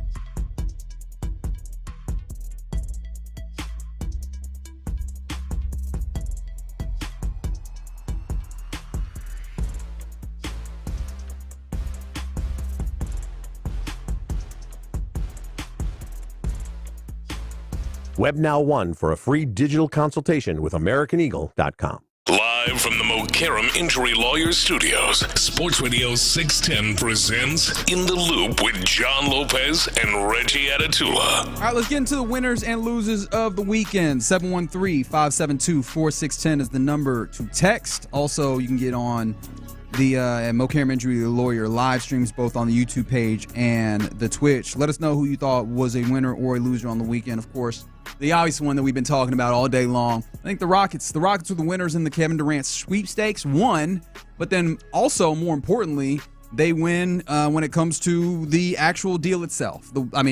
It's very evident. The Suns wanted, and the reporting was that they wouldn't do a deal without acquiring one of the young, talented players on this team, Tari Eason or Jabari Smith Jr. They don't get that. Obviously, as a team that has not been good and probably will not be good over the next year, wanted to have some control over their own drafts again. They get the 10 pick this year, which is theirs, right, from them being bad this year, but they will not get their 2027 nor their 2029 picks back, neither. The Rockets still hold on to that. Objectively, a victory for the Rockets. A big winner on the weekend, the Rockets adding Kevin Durant. Yeah, huge victory. I mean, to me, there's no downside here. I don't know what you don't like. And a lot of Rocket fans were anti bringing in Kevin Durant because I think the concern was you'd have to, trade away the farm for him. And they certainly did not do that. So we've seen a lot of people a lot of listeners and Rocket fans that have reached out on the text line and on social media and YouTube, whatever it might be, and say that it wasn't necessarily for the Durant trade originally, but because they gave up nothing, I like it. So I don't know how, if you're a Rockets fan, if you couldn't be, how you could not be ecstatic today, and what you might still dislike about this, or what concerns you might have, because you got Durant, you kept the future, you didn't have to give up much. It's a win-win. I don't know what there is to be negative about this move. I think it's great. I think it's exciting, and it's a great job by the Rockets to get this done and not have to give up very much at all to bring in your closer now, which is what you needed most. I feel like a loser on the weekend, even though they won the series, I think Jose Altuve in particular and the ability to play him at second base. Yeah. Like we saw another one of those errors, or as Lopez would call them, hidden errors come up for him this weekend as well. It feels like they can't keep playing him at second base. Like there's a level of confirmation, even though earlier on in the season in a limited some base, like, oh well, actually you look at the outs above average and they're actually downright passable. They look pretty good. You're seeing the reasons why. Yeah, they were keen to move him off a second, get him in a space where hopefully you feel a bit better about him defensively, where he's been okay in left field and been able to use his bat. The second base, especially as it's ticked up with injuries, feels like you're seeing more and more of why he needed to move off of that space. Yeah, getting a little more exposed. I thought we were going to talk about the base running because there was another base running gaffe this weekend from Altuve. That is true as well. But yeah, I'm with you on the second base. And look, and Dubon's swinging a hot bat right now as well. So you can just plug him into second base consistently for now and feel good about it. We'll see how long this hot streak lasts. But no problem playing him there every day. And move Altuve out to left field, where statistically he's rated as the worst outfielder, but he's also had the fewest balls hit to him. So it's kind of like when you try to hide your terrible defender in the zone defense in basketball. Same idea. Get Altuve out of the infield and try to hide him out there in left field where far fewer balls are hit to him. But yeah, I'm with you on the whole second base thing. There's nothing you can do about the base running at this point, right? Like, no. If it hasn't improved by now, I don't think it will. In fact, it'll probably just continue to get worse as you continue to get a step slower, and maybe it has gotten even a little worse. But yeah, it's funny. I always say everyone always has a blind spot. We all do as humans, and I guess for Altuve, as great of a player as he has always been, that's just always been hit, he is not a good base runner, and it's funny because he's so good at just about every other aspect of the game, but I don't know what he's thinking half the time. Yeah, that's the crazy thing is, like, he has the pieces, he has the groceries to be a good base runner. Yeah. He's quick. I mean, you would think also being long would help you, but I mean, he is small, which I imagine makes him a little bit tougher to tap. But and he's not like a dumb baseball player by any means. You would think that all those things come together in a way to make a good base runner, and it just doesn't. But yeah, the bat is. It really is. We're just leaning on one, obviously, who he is in his stature, not literally, but his stature as a player on this organization. But then just what his bat brings. Like that is who Jose Altuve is at this point. Isolated for this Astros organization, he's just a really, really good bat at this point. Yeah, good bat. Obviously, a good leader. Yes, agreed. And a good assistant manager, apparently, with some of the changes he's proposed to this lineup or the alignment and everything. But But yeah, that's what it is now. He's not there for his fielding. He's not there for his base running. He's there for some big hits and to help lead these younger guys. All right, some other winners and losers on the weekend. I feel like one of the winners is me being able to call this dude by his nickname, Big Dumper. Big Dumper. Cal Raleigh made a little bit of history this weekend, becoming the fast. Or let me make sure I get this right because I don't want to get this wrong when I talk about this, but he now has 31 home runs as a switch hitter, which I believe is the most or the fastest to that number by a switch hitter at this point in the season. Like, he's been incredibly good leading the league with home runs, and I would have never thought a catcher, but that catcher in particular would be doing something of that stature. Yeah, it's impressive, especially because he obviously plays for the Mariners and plays in that ballpark. It's funny because early in the season, there was such that uproar about the torpedo bats, and they hit those home runs in a weekend series, and then it died down, and no one really talked about torpedo bats anymore, but Cal Raleigh uses one, and so I don't know how big of a role that plays in the fact that his career high was 34 homers before this season, and now he's already at 31, and we're not even in July. I mean, he's on pace to hit 60. He's on pace to double his home run. He's having a Brady Anderson season where a guy just, like during the steroid era, Brett Boone, these guys like randomly would hit 45 homers. Like, where the heck did this come from? He's going to double his home run production. So I'm curious how much of it is that bat or what has led to this remarkable power surge here in 2025. He's always been a good hitter, but I mean, this year he's just, even the batting average is much higher. He's just having an incredible year. Yes, he is. And to make sure that I clean myself up, he has, a day after, mind you, he set the record for home runs by a catcher before the All-Star break. This was most home runs by a switch hitter before All-Star break is what he's broke by hitting the 30th. He now has 31. Yeah, man, it's been wild, and I like what you're doing there. Go ahead and test him for everything. Drug test, blood test. Go ahead and give me a Rorschach test. Yeah. Give me a litmus test. All of them. Give me a Scantron test. All of them for him. I want to see what's happening there because I don't care about the Mariners. Go ahead and make sure that all that is good. And if there's something awry, put him on the bench for a good 80 games. How's that sound? Yeah, sounds pretty good. Some other winners and losers on the weekend. Losers, College World Series umpires. Did you see this? Well, shout out a winner, LSU. They win the College World Series for baseball for the men. It was victory. Was that yesterday? All the days running together. Over the Chanticleers of Coastal Carolina in Game 2. However, in the bottom of the first inning in Omaha, the umpire ejected the Chants head coach Keven Schnall after there was a strike to the infielder, a strike thrown, and Schnall gestured 3 fingers at Campos, the umpire. So apparently, what had happened was Schnall said that he had missed. A warning had come from the umpire first and foremost, saying that they were arguing the Chanticleers were arguing balls and strikes, right? Which again, that feels like that's within the range. Schnall came out with a little bit of fire, and those 3 fingers was him saying, "You've missed 3 calls," which look, you're getting a little aggressive there now, ain't you? You're getting a little aggressive now. When Schnall ran onto the field to argue a little bit more, second base umpire Kellen Levy stumbled and fell, and then Schnall was ejected for that because supposedly of that contact, which wasn't quite contact. Dude just fell. Yeah, it was embarrassing. I mean, it's pretty fitting because these umpires are usually not the most athletic guys and not the most coordinated. It was pretty funny to see. But yeah, it's lame. Look, it's the biggest game of the season. It's the College World Series. You can't toss the guy that early, especially for these reasons. He didn't push the umpire over, and even if he had a problem, like I always hate when umpires are very sensitive, where if you get a call wrong, you got to let the guy give you a hard time.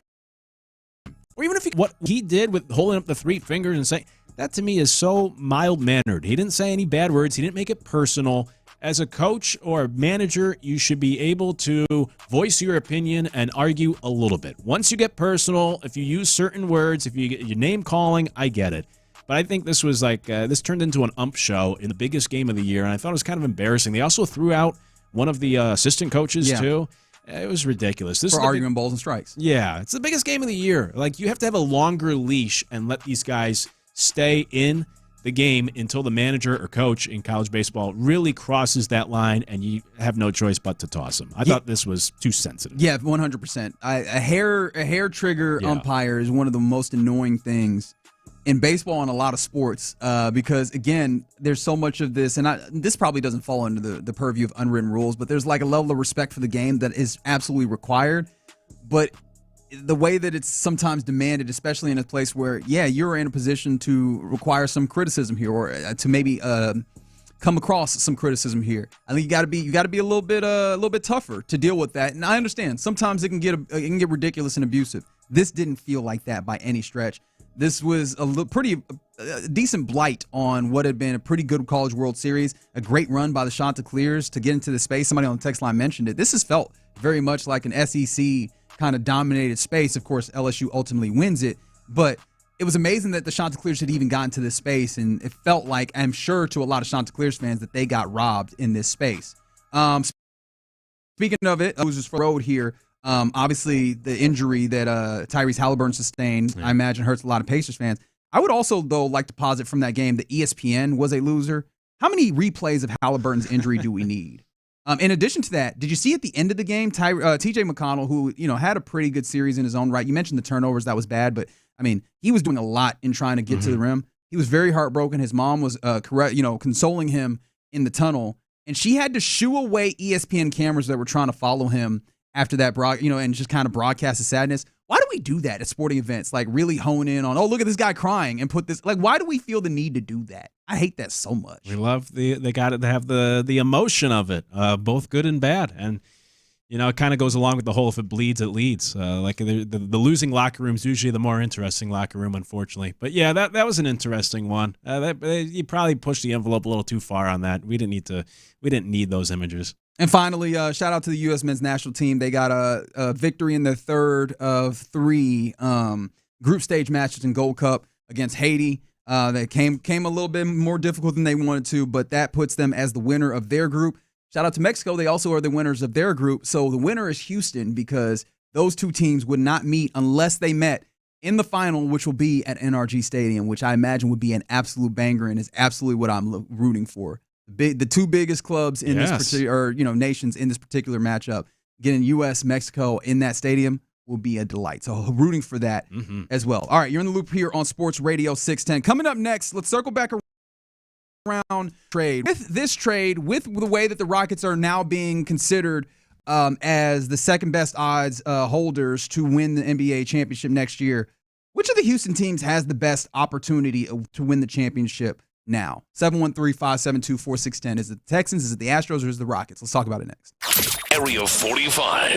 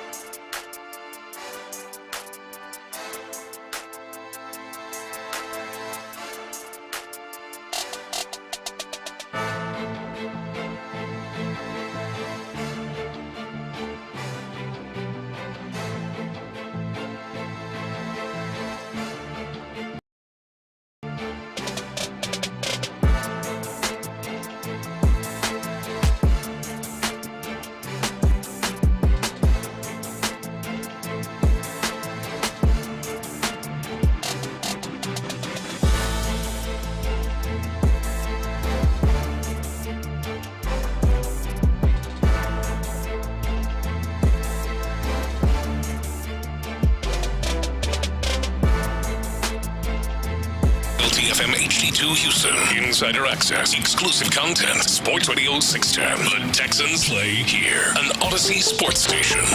Sports Radio 610 presents In the Loop with John Lopez and Reggie Atatula. Yeah, you're in the loop here on Sports Radio 610. I'm Reginald Atatula. Luke Morrow in for John Lopez today. Of course, Figgy Fig still here. And might I say, crushing the diet, buddy.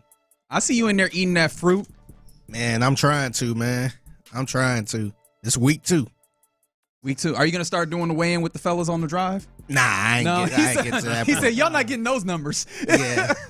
Honestly, I wanted to just try this new, lack of a better word, diet. I don't want to call it a diet, but my sister, y'all probably know, she's a professional bodybuilder. And her daily routine is insane, where she eat the same thing every single day. So I'm like, you know what? Let me try that.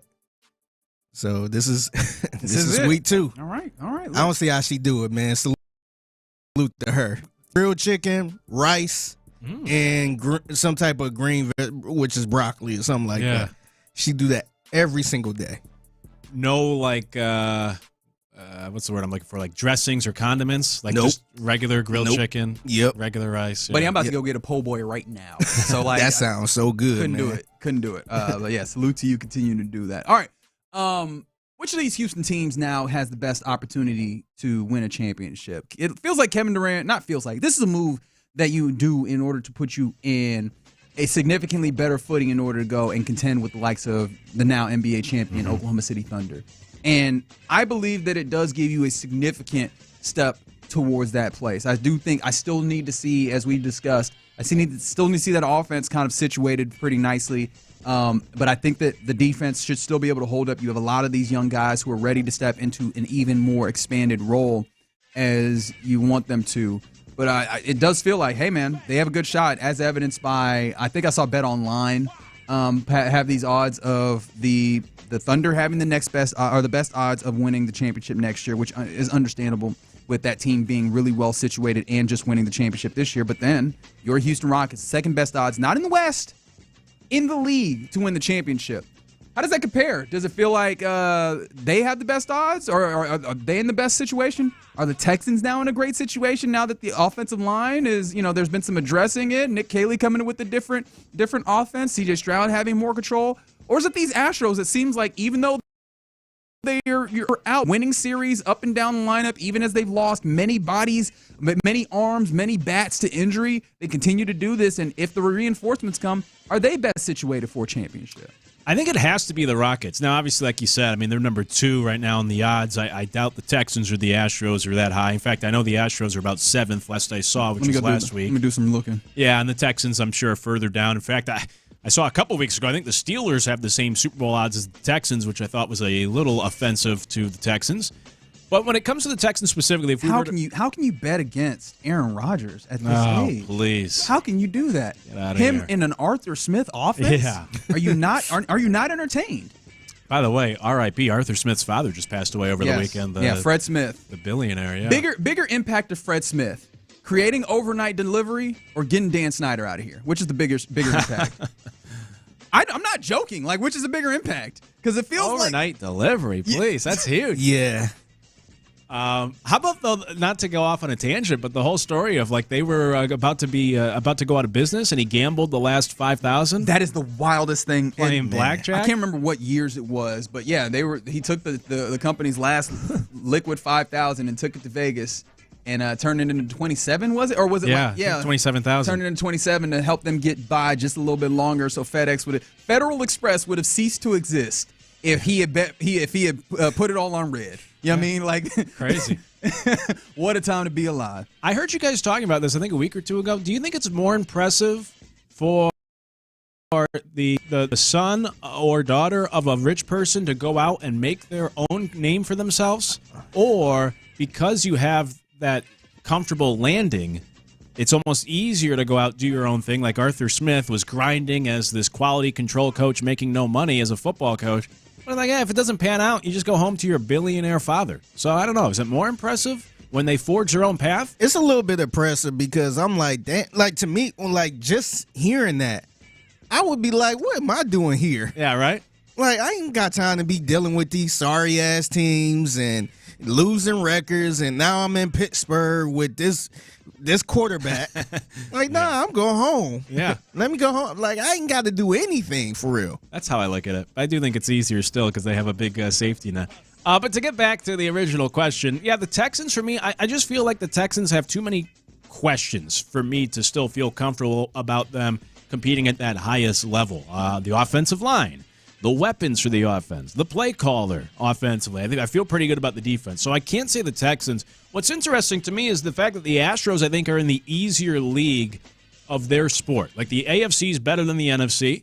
The Western Conference is better than the Eastern Conference. But I do think the National League is better than the American League, and so that benefits the Astros. And the Astros are playing so well. They have, the second-best record in the AL with all those missing pieces. And the hope and the expectation is you're going to get Yordan back soon, and you're going to get McCullers and Arrighetti and some of these other arms back. And if they're already playing this well and you add those other pieces, then, boy, make this Astros team seriously as a World Series contender. But with all of that said, I don't know, when you add Durant and you have the second-best odds to win a championship, I don't know how it can't be the Rockets, especially when you consider the fact that we haven't had a repeat champion in now 7 straight years in the NBA. So theoretically, like, that door is open for a new team to step through. And if the Thunder are the Vegas favorites, but we don't anticipate a repeat champion, then that would therefore make the Rockets the favorite of this new parity era in the NBA next year. So I think you have to say the Rockets. Is that the 9th straight? No, it can't be. All right, so let me go back. How many non-repeat champions have we had in a row in the NBA? So you have the Thunder now. 2023 was Celtics. 22 was Warriors. 21 was Bucks. 20 was Lakers. 19 was Raptors. 18 is the last. Is the last different one. So, yeah, we have 7 different champions. 7th different champion, and it feels like if that continues, yeah, man, that takes the Thunder out of that. I think you're right. I think it is the Rockets. This with the second best odds. I think last time I checked, it was 15-2 odds for the Rockets compared to the Texans have the 12th best odds, courtesy of FanDuel Sports at a plus 2,500, and then the Astros 7th best odds plus 1,400. Looking at it, I think you're right, and I think it's also because when you add a player, any individual player in a basketball game, just off the basis of them being 1 of 5 as opposed to 1 of 11 or 1 of 1 of 9, right? Like just off of that, mentioning how important each role is or how much they touch the ball or what have you. It's just going to be you have more impact that can be had, and Keven Durant is going to have a big opportunity to have a much bigger impact on what's happening here, provided he stays healthy, which for the most part he has been the last couple of years. I think the thing that actually kept him out last year was a foot injury late in the season that I do wonder if the Suns had been better if he wouldn't have played more of those games. You know what I mean? So I do feel like that they are best situated to win. It is a good question that comes in here on the Twitch. What do you see as the Rockets' death lineup as right now, where you talk about their best lineup, not necessarily their starters, because we had reporting that their starting lineup would look like Fred VanVleet, Amen Thompson, Kevin Durant, Jabari Smith Jr., and Alperen Şengün, which makes sense, and I'm really excited about the possibility of that lineup, the versatility that's there, the size that they have. But if you just looking at what they have right now, I'm not anticipating any additional moves that they make. What is the lineup that you go, oh, this is going to be a menace for whatever reason that you may have, whether it's like this is going to be an incredible defensive lineup or this is going to be a lineup that scores particularly well? What do you think is that lineup that you see being a real problem for teams? I mean, it might be that one. I still have questions about Jabari. The only other one was because of the success we saw this past year at that double big lineup is if you throw Steven Adams in there and then mix those two guys, now with a Durant even and see what that looks like. But I think the starting 5 is, it's a really good starting 5. I don't think there's a lot of weaknesses there other than, like I said, I'd like to see a little more from Jabari this year. I don't know, what changes would you make to the... They always say, of course, it's not about the starting 5, it's about who finishes the game. So if we were to project forward, like you said, assuming this is the roster moving forward, who's the 5 on the floor at the end of the game? How different would it be for you from the starting 5? I think it'd probably be those 5. The thing that I think would be really intriguing is if you end up in a place where you feel comfortable enough with the pairing of either Reed Shepherd and being able to make those decisions and distribute the ball and then maybe Amen Thompson, who I know came into the league being looked at as could he be a point guard. I'm not sure if I'm there, especially without his ability to shoot. Yeah. I think that without shooting and being trying to be the initiator, teams are going to drop under screens. Teams are going to give you space, and it's going to make it harder for you to do what you need to do as a distributor and as a creator. But if you feel more comfortable about what those guys do, having Reed in that with those other guys that start would be really intriguing as a lineup, because you have then the shooting of probably your 3 best shooters that I can look at right now, I guess outside of Cam Whitmore, depending on what his rotational impact is, with Reed Shepherd, Jabari Smith Jr., and of course Kevin Durant all on the floor at the same time. I think that you have a lot of shooting there. You would still have probably Jabari and Tari Jabari and Amen that give you some really good defensive looks, and then having a lot of size still there between the other guys. I think that could be a really intriguing lineup. But it's a good one to mention your double big lineup with Steven Adams in there. I'm interested to see how viable that continues to be for them. And with Jabari Smith Jr. at the 3, or even with Kevin Durant at the 3, because he ends up being a nice guy that kind of rotates over almost as a big, but I don't know how well he plays necessarily defensively on the perimeter in the same way that Jabari kind of demonstrated himself and his capability to do, especially with his youth. But man, I'm super intrigued by what this looks like, and it does feel like they're best situated. The only thing now, though, is we're looking at these odds, and they bring in a level of experience with KD. Has the entirety of this team learned enough from that one playoff dip for them to be not just one that goes in and goes deep, but that is able to knock off the likes of a Thunder now that has a different level of experience going through some of the tough times of all of this? I know it's a fair question. Well, I would say it's not apples to oranges; it's different. But what was the case with the Warriors? They lost in the first round, right, when they fired Mark Jackson, and they brought in Steve Kerr. Yeah, and then what they do in Kerr's first year?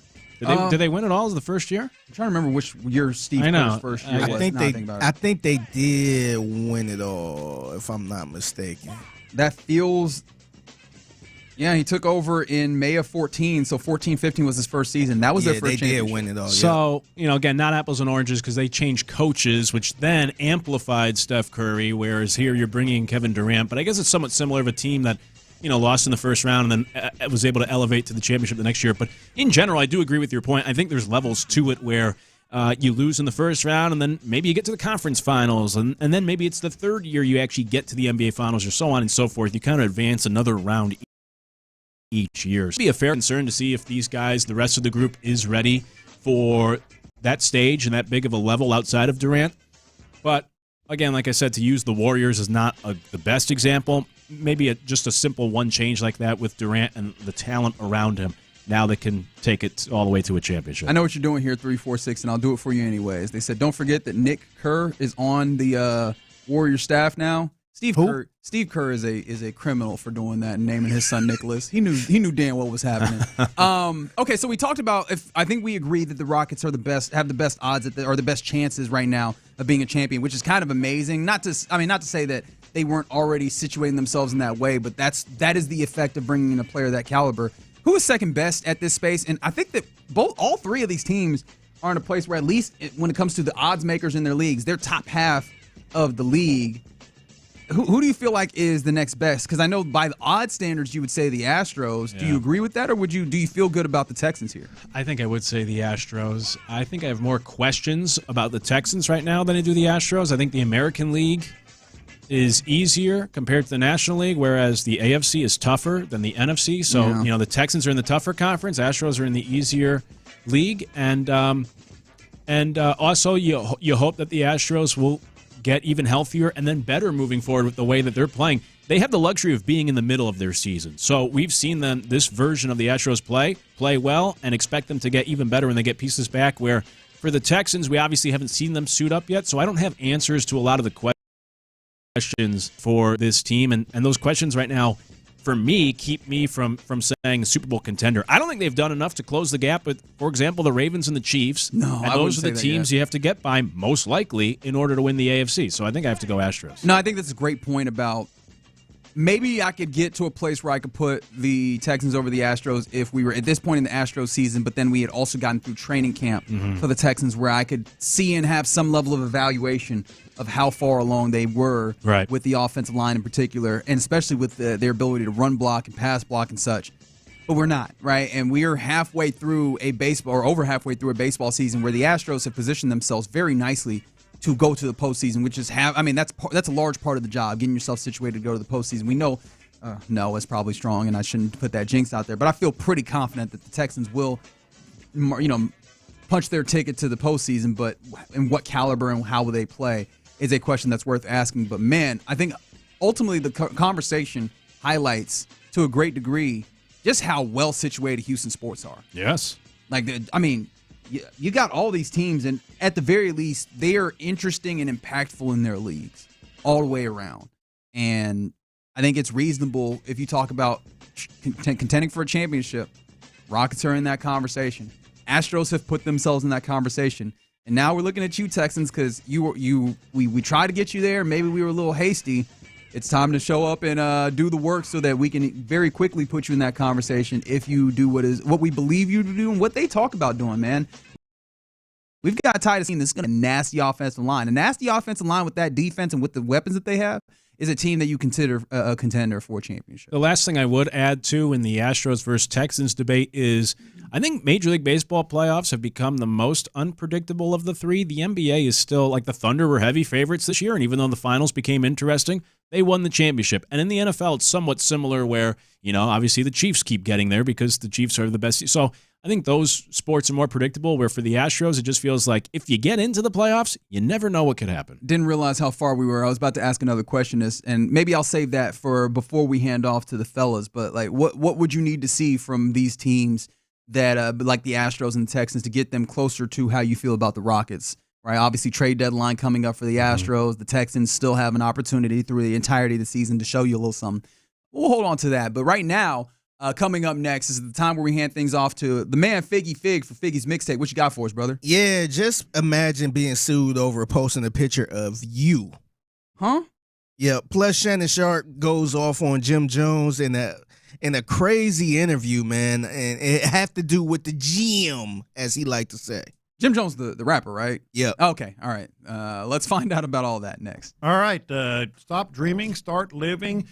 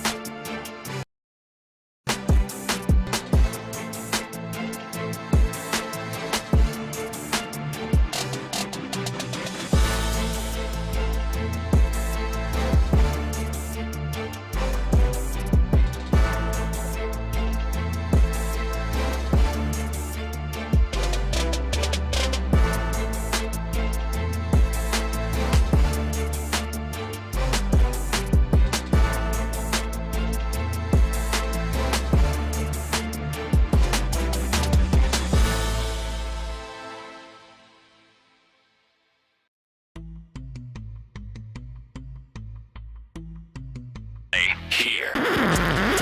Pass the aux cord and crank up the volume. Figgy Figs in the driver's seat. Sit back, relax, and enjoy the ride. It's time for Figgy's Mixtape on Sports Radio 610. Yes, it is the mixtape in the loop. Sports Radio 610. It's your man Figgy Fig holding it down on a Monday. Happy Monday to everyone out there. Before I get to this crazy, I don't want to call it a crazy story, but somebody being sued over posting a picture of themselves. Before I get to that, I gotta bring up this dumbass criminal I just ran across on social media, man. So shout out to my cousin Ken. He go by Ken Gilliard, and he posted this. It's not my real cousin, by the way. I don't know how we related. Oh, really? We just found out we had the same last name, so we call each other cousin. That's how that works. Yeah, y'all definitely cousins then. Yeah. So a reel on Instagram. And it's a guy he's in the Galleria, by the way. He's from Houston. He's in the Galleria inside the mall. And it's a guy in the middle of the ice rink. And I see some cops and all that stuff around. And I say, what the hell happened? And this caption is, bro jumped from the second level in the Houston Galleria to run from the police and broke both his legs. He thought jumping on the ice was the one. You can't get no stupider than that. Unless you about to do a life sentence. Yeah. And it's over anyway. Bro, what are you doing? Wait, what was he doing that the cops had to pull up on him at the Galleria? No, I guess from what I can tell, or what I think is he probably stole something from a store or something like that. It looked like he had a phone in his hand. I don't know. It looked like he might have stole something and was trying to run and decided to jump from the second or third floor. The mall's got to be the ice rink. The mall's got to be, and the gallery in particular with the size of it, it's got to be the worst place to try and do a grab and run, right? I don't know. Maybe the size helps because there's so many people around and everything. I don't know. I mean, there's a lot of security there at the Galleria, especially right over by the ice rink. They're always posted up of the next level where he jumped from. Wait, Luke, you been checking out where the security at? Well, I live. Admittedly, I live right across the street from the Galleria. I've gone there to eat lunch at the food court way too many times because I love a mall food court. I would have never imagined. I love the food court. You are a great complainer. I love your ability to complain. I really do. Wait, what I you be getting? Thank you. I love mall Chinese food. But also they got a Raising Cane's over there, which is the closest. You went to the mall for? Oh, okay. No, it's walking. It's right across the street. Okay. It's a 2-minute walk for me. So, and it's right next to the ice skating rink. So yeah, I know that very well. I walk right down. I would never jump down, but I walk right down there, get whatever. Maybe get a smoothie. I will say this: I felt like the Galleria Mall been kind of going down the last couple months, man, because it seemed like it's all type of. I think it was a couple shootings going on. There was a lot of stuff going on. It's getting kind of crazy. Yeah, there was 2 in the same week, 2 weeks ago. Yeah, I saw it on the news. I'm like, damn. Figgy said this used to be a nice place. I know. There's too much riffraff around here. It really did used to be a nice place. It's still, whenever I go over there, it's still kind of nice. It's still real nice. Come on now. But, man, we got to stop the violence, man. We can't be having all that going on. He said, cut that riffraff off. I know. I can't walk to Raising Cane's anymore. Man. Unless you had security guards or the officers or whatever. All right, let's get to it, man. So, Robin Thicke. Are you familiar with Robin Thicke? Yes, I am. So, he is being sued for posting a paparazzi picture of himself on his Instagram without paying the photographer. Man, he got to be sick of getting sued now, ain't he? Yeah, I feel like he's a mark at this point, man. You can't even post a picture of your damn self. He was the one that got for Blurred Lines by the Marvin Gaye estate, right? It damn near ended his career. But this will be L number 3 that he carries if this suit comes through, because there's this one, there's the Marvin Gaye suit, and then there's losing Paula Patton. How do you do that, brother? Yeah, and then you name your next album Paula, and that album flopped. You can't name an album after the wife or the girl you trying to get back, and that album flop. It's got to be heat. It's got to be an album full of bangers. If you're trying to get somebody, if this is my grand gesture to try and get my lady back, you can't have flops on there. It can't be that. Yeah. So this kind of got me thinking. What are some silly rules or laws that need to be changed in honor of this. And look, I'm not saying he's in the right or the wrong or anything. I mean, if it's not your picture, then I guess the photographer do have a point of, getting his money, because I don't know what happened, but what are some silly rules that you feel like need to change? I have a couple of them that kind of came to my brain. I feel like people who invented HOA rules need to live under those same rules. Oh, 100%. I don't have HOA, so I'm totally fine, but I feel like you can't make up all these rules and don't abide by these rules your damn self. Well, the problem is the people that are making rules, they do abide by the rules, but the problem is they're rules that fit them because they made the rules. Like, I think that's the tough part about it. It's just my grandmother always used to say common sense ain't really common. It's like, hey man, let people live as long as it's not like a real problem for others. The problem up is that it don't have to be a problem for others. I just don't like it, and so here is an email, or here is a letter that says that you owe us $200, or you need to paint the side of your house or something like that. Yeah, I feel like you need to live in that type of rules too. If you the one that came up with this, I don't think that's fair. Another one that kind of hit me personally, man. Shout out to all my streamers, all my YouTubers out there. We should be able to play a little bit of a song on there without getting banned and your account getting suspended and all that stuff, man. That stuff is ridiculous at this point, man, because I understand these record labels try to protect everything because a lot of people can make money, a whole bunch of money off of something. But come on, man, like, I could play like a 5-second snippet or something, and then next thing you know, my whole page is blocked. They need to stop that, man. I don't understand the purpose of doing this. Stop using our music. Yeah, it does kind of get ridiculous. Especially if you're trying to promote the music. That's the worst part about it. Like, I'll be trying to big up a song or something and be like, oh yeah, this is it right here, and then next thing you know, you banned. I'm like, man, I don't want to talk about it now. Yeah, that's real nasty work. Kicks Rock said, Fig, we knew you didn't have an HOA after you told us about that 3-foot grass. Oh yeah. No, I would have been kicked out of the house. They probably would have forced me to sell the house with that grass. I don't get that. Does anybody like HOAs? They're the worst. I don't get why we do this. HOAs are great for the folks that volunteer to be the hall monitor. You know what I mean? That's all. The purpose that it serves. Yeah, it's a bunch of old people with nothing else to do. Yeah, older people.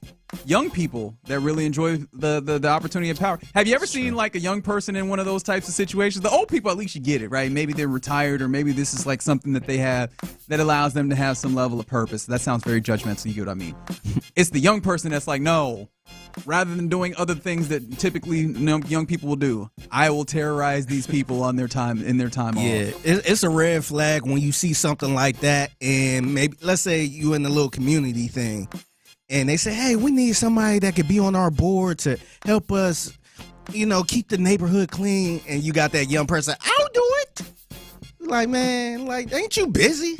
Like, what you worry about this stuff for? Yeah. Leave that to the people that ain't ain't busy. Same person that would ask the teacher about homework at the end of class. Like, wait, you forgot to check our homework. Yeah, or you forgot to assign it. Yeah. Oh my God, that's crazy. It's the mixtape in the loop, Sports Radio 610. So, Jim Jones, who is a rapper out of New York, who is part of the legendary group Dipset, he was kind of ticking a lot of people off this, I want to say the last month or so. So he got into a big thing about him being better than the rapper Nas, and that kind of ticked everybody off. So he was making the media rounds and all that good stuff, and he was on with the Nightcap with Ocho Cinco and Shannon Sharp, and it's him and Nas as rappers and all that stuff. We ain't got to get into all of that. This ain't a hip-hop podcast. But if you want a hip-hop there podcast, it is. Yeah. Jim's the Juice podcast every Friday. That's what we call a plug, ladies and gentlemen. Yes. So here is Jim Jones and Shannon Sharp going back and forth.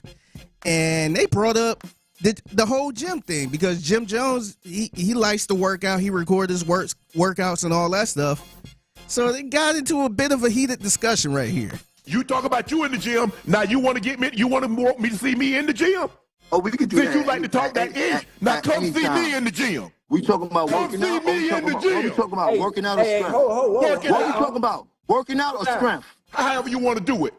We talking about Since you got money, if we talking about put your money where your mouth feels. So you talking about working Run out, I them burn stacks. you. You talking about working out, I burn you.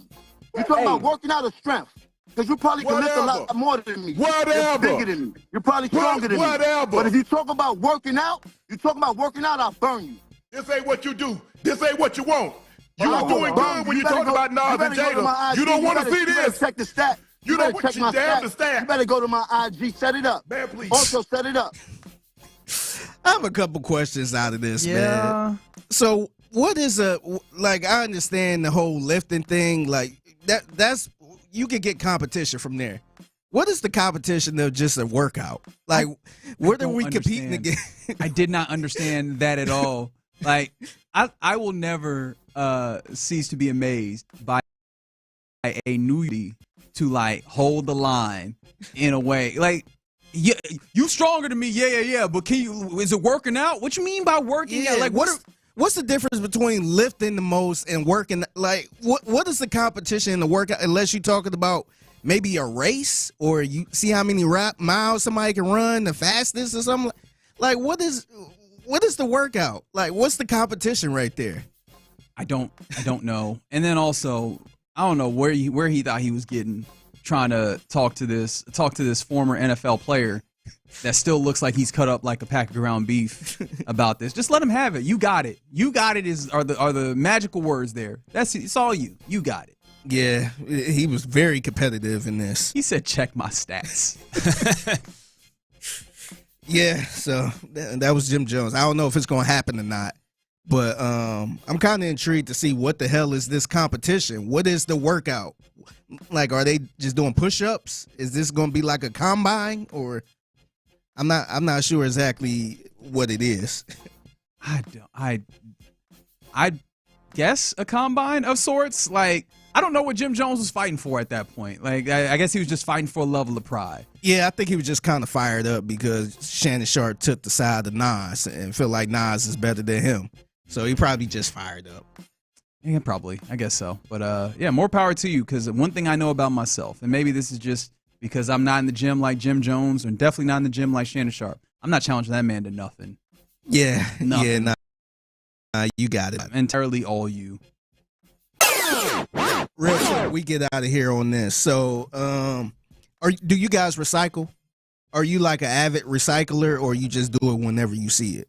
Yeah, whenever I see it. Yeah, it's whenever I see it. Unfortunately, I don't have the opportunity to. So, like, it goes in the trash, unfortunately. Yeah, so this might be a little crazy idea, but a study found recycling should have a lottery jackpot. How would you feel about a lottery jackpot? How would that work? Is there any level of explanation? Yeah, so a study found more people would recycle if you made it more into a lottery system, which is instead of 10 cents per bottle, each bottle give people 1 in a 10,000 chance to win $1,000. Would that make you recycle a little more? Yeah, make me recycle a little more. Yeah, I mean, like the incentivize or the incentive on the other side of, hey, maybe I can get a little bit of money out of this thing that I've already drank out of this or what have you. And I mean, it's got to go somewhere. If choosing to put it in the right place gives me an opportunity and maybe getting $1,000, I'll absolutely do that. Yeah, I thought it was kind of interesting. I think I would probably recycle more if that was the case. I would recycle more. I wouldn't go crazy. It's only 1,000. It's what, 1 in a 10,000, whatever you said, to win 1,000. You know, if it was like life-changing money, sure, then I'd become a huge recycler. But it's not enough free money, Fig. Yeah, but this could be something simple as just recycling at the house, because I don't recycle at the house. No. I probably should, but I don't. But if I'm at a store or a restaurant and they got the recyclable can, right, put it in the right can. That is a good point, though. Like, we can't trust people to be up and up on this. Somebody's going to rig the recycling. Of course. That was the other thing I was going to say. Or even if they even, I'm not going to be sold that they even give out the money. It's like when you go to your CVS or wherever, like CVS got busted, and it says you like want to round up for so-and-so charity. I don't know where that money's actually going, and these companies have gotten busted for just taking that money. How do I know anyone's getting paid out for recycling? This is just all a ploy to get you to recycle more, and they're not paying out anybody. Keep your third eye open. Luke, That's right. Luke sees it. Yeah, Luke sees it. We had to make an announcement. Did anybody get paid? Did anybody win that $1,000? That's right. Somebody said not enough usage either. All right. That is Figgy's mixtape at the Figgy Fig on social media. If you see something you believe mixtape worthy, let him know. He'll shout you out at 1:20 p.m. every weekday when the mixtape gets done. All right, you're in the loop here on Sports Radio 610. Coming up next, we'll chat with the fellas of the drive. Before we get there, somebody did ask, has any city actually been able to do the three-peat and have 3 champions in the same calendar year? Let's talk about that more next. What a massive move by Rafael.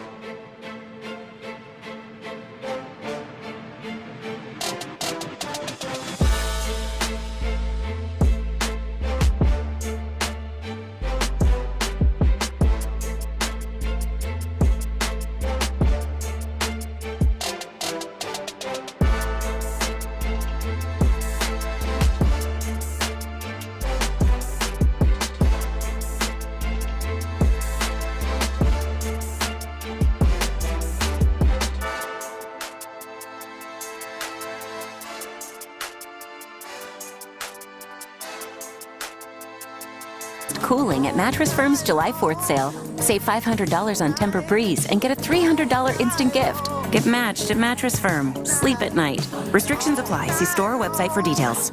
Thank you, Figgy. Live from the Mokaram Injury Lawyers Studios, Sports Radio 610 presents In the Loop with John Lopez and Reggie Atatula. Yeah, you're in the loop here on Sports Radio 610. Reginald Atatula alongside Luke Morrow, who's in for John Lopez on the day. Appreciate you, man. It's been fun all day long. Figgy Fig, obviously, holding it down as well. And thank you for rolling with us all the way. We're getting ready to hand things off to the fellas of the Drive, Clint and Ron, here in a little bit. But before we get there, we've gotten the latest All-Star ballot check-in as the first phase of All-Star voting in Major League Baseball it'll time out in a few days, the 26th at 11 a.m. Central, 12 noon Eastern. And looking at it, Astros are represented in the voting, but kind of far back in many different situations. Interestingly enough, Christian Walker is fifth when it comes to voting at first base with about 246,000 votes. It is Vladdy Guerrero at the top with over 1 million, 1.1 or almost 1.2 mil votes. Second base, Altuve is still getting a lot of votes at second base. That's where he's listed. I understand it. He has almost 800,000 votes. That's a good 3,000 votes or 300,000 votes behind the leader at second base in the AL, Gleyber Torres, who's up there. Also behind Jackson Holliday of the Orioles, who have had their little bit of a resurgence. Jeremy Pena is the one that I find to be very interesting because he felt like he'd have a good opportunity. One would think it's a tough group of guys to battle against because Jacob Wilson is having such a great year thus far. Yep. He leads with 1.1 mil. Bobby Witt has about 800 to 900,000 votes, and Jeremy Pena with 600,000 votes. Like, he's still just kind of out of pace there. And then Isaac Paredes comes in fifth. He's well behind, very, very far behind Jose at third. Like, he just has a ton of votes. And also receiving votes, Yannier Diaz, fourth when it comes to catchers in the AL. Not going to get anywhere close, Kyle Raleigh. Kyle Raleigh has been incredible this year. But, yeah, man, a lot of guys receiving votes when it comes to Astros. Jordan also receiving votes, but he's a good 600,000 votes behind. So, like, it doesn't look like you're going to have starters, at least when it comes to this, in all-star voting for the Astros, but they're being recognized at the very least. They're showing up with votes, just not nearly at the top of any of the voting in the AL. Yeah, I think I saw a stat, if I remember it correctly, that 7 of the top 27 in WAR in the American League are at the shortstop position. So that's the one guy or the guy that should be at the top of the list for the Astros, and Jeremy Pena, I would say, to potentially be a starter, but that just happens to be the best position in the American League or the deepest position. So it's tough to crack. The other guys, realistically, I don't think any of them should be starters anyways, but to your point, I mean, at least they're getting acknowledged. They're in the race, the top 5, and they're getting plenty of votes. But Pena would be the one guy for me from a position player perspective that you could make a strong case should be a starter. He just happens to be at the toughest position to crack through right now in the AL. Right. I could ask you what you need to see for them to be starters. That's neither here nor there, but we were talking about the idea of Houston kind of trying to situate itself as a city of champions in some ways. They acquire Keven Durant. The Rockets now have the second best odds in the NBA to win next year's NBA championship. Obviously, we just crowned a champion this year, yesterday in the Oklahoma City Thunder. But we were situating and talking about who has the best odds, or who has the best chances rather.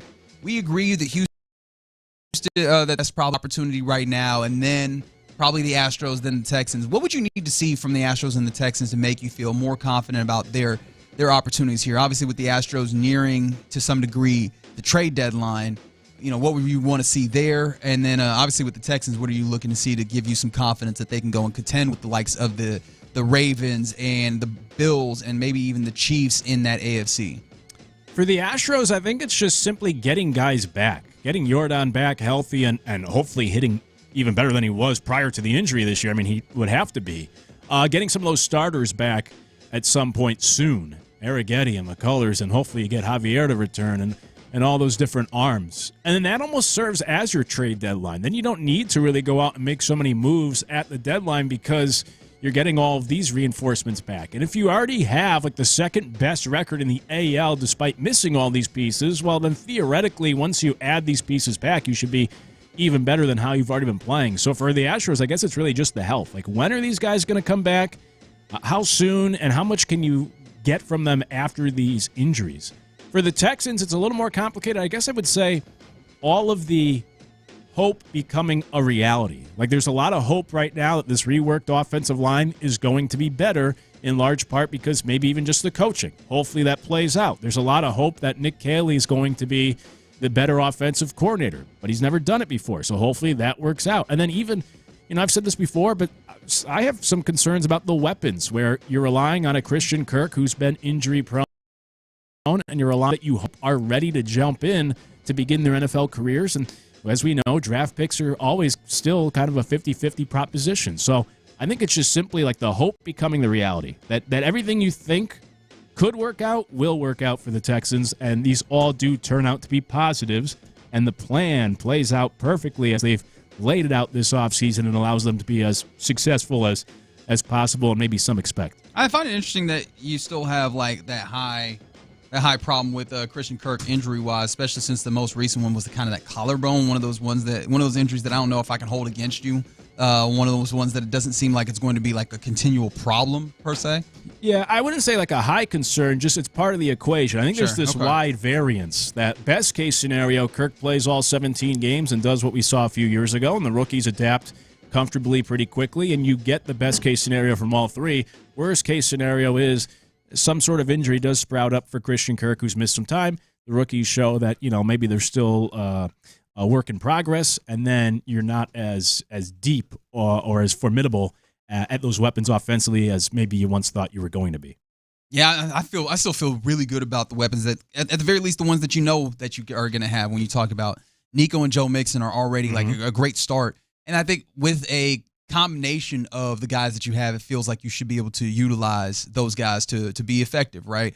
But the one that I definitely agree with you is just having a play caller in his first time. Like, so much of play calling is knowing what the answers to certain looks are. You're doing as a player, right? As you're giving yourself an opportunity to see these looks over and over when you're practicing, so that when you see it in a game, you know how to respond to it. And that similarly as a play caller, I think through calling plays in games, you learn, hey, in certain situations, these are plays that work in these places. Now, of course, you get that. There's a level of quote-unquote mental reps, but I imagine doing the job yourself adds a different level of, experience, expertise, or what have you. And so hopefully Nick Caley can jump in and hit the ground running, and hopefully the likes of like C.J. Stroud can help make him right on the ground. But he is also doing some of this for the first time, like having the grasp on all that. But yeah, man, that's what we have to look forward to, and hopefully also during the course of a season. And this is where having an easier division, I think, helps during the course of the season as you're picking that up. Hopefully having an easier different division allows you to still get to the place where you win a division, have an opportunity at a home wild card game at the very least, while still maybe allowing you to figure some things out on the run and on the fly as you get towards the postseason. The season itself can be some level of learning opportunity and a laboratory for you as you go. Yeah, certainly. Fair point. And as they say, for a lot of the athletes, there's nothing like game reps. And to your point, I'm sure it's similar for the first-time play caller. I would imagine so. We got a signal caller in the house, as we also have our guy around the show, Hughley. The fellas of the drive join us courtesy of D&M Auto Leasing. Fellas, how's it living? How you living? It's good, baby. What do you mean, how we living? I don't know. What's got you so hyped? Is there something that happened? This is like one of them times you felt it. I was rolling through HEB yesterday when I found out we're gonna do this like the Kennedy would. We did that plenty today. Many people letting us know where they were when they figured out that there's a new rocket. I'm rolling at HEB, and I don't know. I just felt compelled to just look at folks that I judge as they give a damn about this. Oh, you were breaking the news to folks. I walked through. I don't know if you care about this, but the Rockets just got Keven Durant. Oh, yeah? Seen a dude coming right to me in a Rockets hat. I said, well, I got to get him. Hey, boss. I feel like I got on his nerves, too, because he had something in his ears. I said, hey, boss, man, I feel like I didn't mean to interrupt you, but I just want to let you know KD with the Rockets. Oh, yeah? He said, man, I just saw it. Then I kind of got in an argument with the guy in the water department. Look at you. You done got in an argument. In the water department, and I think I'm going to run into some of those people today, and I just want to let you all know here at 159 that I am choosing violence. Oh. I am choosing violence against those of you that are fans, that call themselves fans and have issue with this trade. Hold on, so I'm going to tell you, you can have your opinion, but I'm telling you I'm choosing violence today. I'm not going to do everybody has an opinion. If you're a fan, then you don't work in the front office. I just don't. I don't understand it. Are you telling people how to fan? Yes. You can't tell people how to fan. The hell I can. I can. They do what they want to do. I do it all the time. I'm just telling you, you're wrong. You're wrong in this one. You're wrong in this one, right? There may have been, this could have gone a couple of different directions where maybe you might have had something. You are wrong in this one. Wrong. Kick rocks. All of you. The ones that talk. I think Kicks Rocks has been fine with it. All right. He had been talking a lot. To me, it's he's aggressive. I am. I can't stand it. I can't stand it. Well, you got to keep that same energy, right? Yeah. If you're somebody that doesn't I believe the majority of people that were going, I don't want Durant before. I believe that now that he's literally going to be wearing a Rockets uniform, they're going to come around that way of thinking and be a fan and be happy that we got him and keep it moving. But I think some of that is also new information, new opinions. And I think the way that this trade came down, the Rockets made it very easy for people that were doubters to go, that didn't hurt nearly as much as I thought it could. And I'm even good if you had a change with new information. Okay, all right. But if you sitting here today, like this person who said, well, that's my cue to exit 610 for the day. Bye, Felicia. See ya. Pack your damn bags and go where you want to go. You bad fan. Roll. See ya. Ron's got some juice to him. Yeah. Shoot, man. Get the hell out of here. There is I can't eat. And I'll listen to you. You can call in 713-572-4610. Yes, and I will choose violence on the phone with you. But if you are a Houston Rocket fan and you have a problem and you are sitting there, no, damn it, they shouldn't have made this trade. There is nothing you have to stand on. Somebody texted me yesterday, well, what about their young players? I want to see this young. How many of them you want? They kept damn near all of them. They kept them all. They're still all here. Except for the straight. 7, 8, 9, 10. Not the straight. He was one. If he'd have just got a bucket in that game 7, that'd have put him at 10 instead of 2 8-point games, and he would have been at 7. Y'all, I'm fired up. And if this is too much for you, if you can't put your big boy pants on and you're affected by this and you want to go somewhere else, I know my boss doesn't like me saying this, but peace. But I believe as the number one sports show here in Houston, your ass will stay because you won't be scared. But please, the phone lines is open. I cannot. I told you, Clint, when we got here that I was going to lose my mind for those people. I sent out a harmless tweet. This has been 2 weeks in the making right here. I knew this tweet. I sent out a harmless tweet yesterday. He was instigating. I'm a bit under the weather. I sent out a harmless tweet, and then I saw those people, and I said, okay, I want to do this. Y'all just don't want to win. Want to wait on Jalen Green. Is that my boy Ron? I'm not sorry. I meant that. Anyway, a couple of things. I don't know if you were listening. I don't know where Figgy is. Figgy, 3 days to cut your grass? 3 days, dog. Well, apparently what we found out is he does not have a large enough plot in order to, pay the money to get someone to cut it, but it's also not so small that he can just edge it up. So he's in this weird space. I don't know. I don't know. You got to get a different lawnmower. You got to get something. We can't have a stop and start for 3 days. All right. I don't believe that grass was up to his chest. I don't. It might have been high. He may have had to lift while he was going to start it and put it down. Yeah, but nah, man, you can't. Whatever you got to go. He doesn't have a mower. He's using He's weed eating the whole time. The whole. I think you got to. Oh, that judgment. That was a very judgmental. I think you just got to pay for it. Yeah, you got to realize sometimes you just don't have the time or ability to do it. 3 days. 3 days to cut your lawn. Yeah. I'm all about doing stuff yourself. 3 days to cut your lawn. I got a big yard. It can't take me 3 days. 3 days? No, that ain't it. Yeah. So appreciate you guys rocking with us. Yes, there's going to be a lot of fire on the drive. I cut off the show for 5 minutes from your no scrubs reference that you just decided to slide in. That was it for you. You couldn't do it. I came back, but that's right. I felt him thinking it through in his mind, and then he went on out and said it. That sounds like a TLC line. Yeah. Was that a 90s song? Because we didn't count that. That would have been another 90s You still hit the under. You still hit the under on 90s references, but it was still a very good show. And we leave you in the capable hands of a show that I already know is going to be fiery and good, so make sure you rock with us. You're listening to KLT AM, KLT FM, HD2 Houston and Odyssey Sports Station, and right now the drive is live. It is. And I want to take this time Tillman Fertitta, Rafael Stone, and listen, OL, I didn't trust you for a long time. Rafael Stone, Ime Udoka, for taking the power and the weight that you had and start swinging that weight around and said, damn it, I need KD. There have been reports saying that he is the one who wanted Kevin Durant here, and he had the power, and he did it, and you all did it. Congratulations. Great job, and you didn't give up nothing. You did it. Nothing for real. Congratulations. In my opinion, Clint, you have now the Houston Rockets, I believe, is Houston's best chance to win a championship of all of the sports teams, including the Dash, including the Dynamo, including the SaberCats, including the Astros, the Texans, all of them. I think they give the best chance. Now, the Astros and the Texans also have a chance, but I think right now, how you all doing? Kevin Durant got traded. You happy? There you go. I think they give them the best chance, Clint, and I love what they did, and they found a way to do it without having to give up Smith, without having to give up Torrey Eason, who is a natural replacement right there. Either one of them for Dylan Brooks, who you gave up. And they kept the Suns don't want Jalen Green. Rafael Stone said, yeah, you do. Your ass is going to take them. And you gave up 5 second-round picks. Great. You know what else you still got?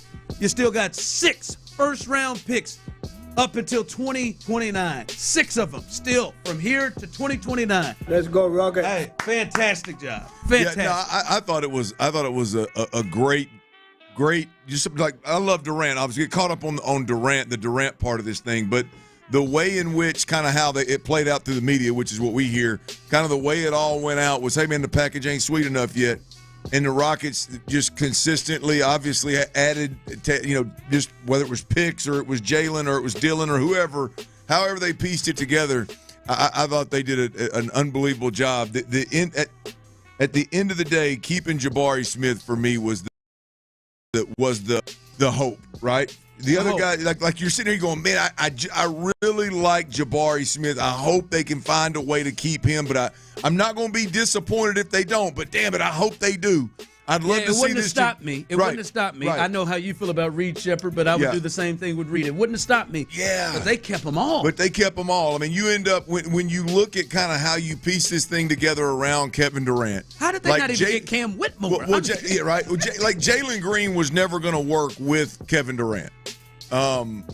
And one could argue after the postseason that Jalen Green just had, it was going to be like your more ball dominant guys. He was going to be your third guy to get the ball moving forward. Real quick on that, Clint. Are you also to a point now that we hear they were trying to force that in? Yeah. Are you to a point that maybe Ime Udoka maybe lost some real belief and trust in him? I felt like it in Jalen Green. I felt like it was leaking anyway. But we saw him bench him in second halves both the years here. I wonder going into it if Udoka had started to lose even more trust in him. I think Ime Udoka. I don't think he ever trusted or believed in him. I think he believed. I think he ever. I think when you come in and you got young guys like that, I don't know that you really come in with just this huge amount of trust. Like you gotta see how they respond to adversity. You got to see how they work. You got to see about the chemistry. You got to see how it all goes. And I think the Rockets did right by Jalen Green by giving him another year, by giving him more time, by giving him the benefit of the doubt the whole time. And I think when it's all said and done, Ime Udoka looked at it. Look, this is just no offense, but he is just not cut from the cloth of guys that I need on his team. Might he go somewhere else and be a mid-20 scorer and shoot the ball better and kind of come into his own and develop? Sure, maybe.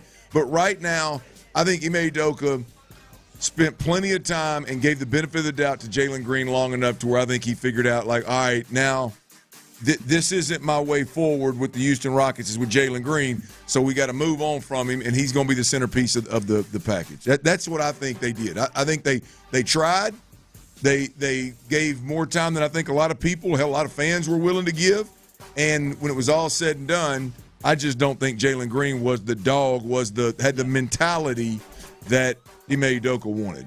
Yeah. And so they were willing to move on from him. And in the process, again, back to the way that Rafael Stone and Ime Udoka and the organization worked this deal, just tip the cap to him, man. I mean, the fact that you kept – if you look at Jalen Green – we just talked about Jalen Green. Jalen Green's gone, right? Like, Jalen Green wasn't going to work in Houston moving forward. And you bring in KD, and you literally kept the top 5 pieces that were going to work with KD. Because I'm not saying Jalen Green wasn't a top 5 young player on the team. Obviously not saying that. I'm saying that of the players, the pieces that you would like to surround KD with, right? You kept your top 5 in the house. Amen Thompson, Smith, Eason, and you mentioned Shepard. Now, if Shepard can shoot, if the shooting aspect of Shepard can show up at the NBA level, then to me, those are the top 5 pieces to put around a Keven Durant. Now, you mentioned some other guys that the Rockets were able to keep as well. That's fine, but those the guys you wanted that could fit. The pieces that would complement a superstar player, play off ball, right? Not in no way, shape, or form is Keven Durant's presence going to, I think, rattle them and create any kind of issue with the standard, the foundation, the culture that's already built. I just think it all played out in a beautiful way, man. Again, listen, I said coming up next segment, I'll do it right now, Tyler. We're gonna open up the phone lines because this is to me a franchise changing move at this moment right now in time. Potentially a championship. Your championship contenders, right? This is bigger than when Diggs came, and I know when Diggs came, I said the Texans are championship contenders. You are championship contenders. Only the Oklahoma City Thunder in Vegas right now have better odds to win the West. You're there. This move has put you in that place.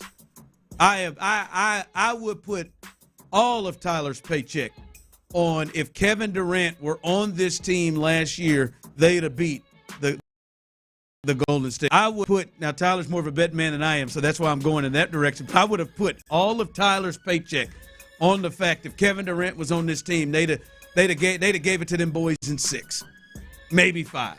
All right. But however you feel, if you feel different, however you feel, this is the day we need to hear from you. And as I said today, I'm not kidding around. I am choosing violence for those of you who are against this trade. Like this person who texted in and said, Ron, you like sellouts.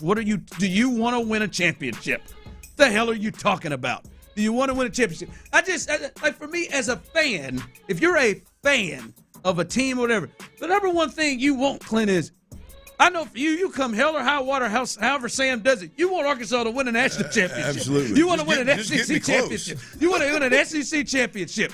Tyler, I know you. You're not thinking about, oh, man, what is this going to do for the second apron for the Rockets? Or no, you want to win a championship.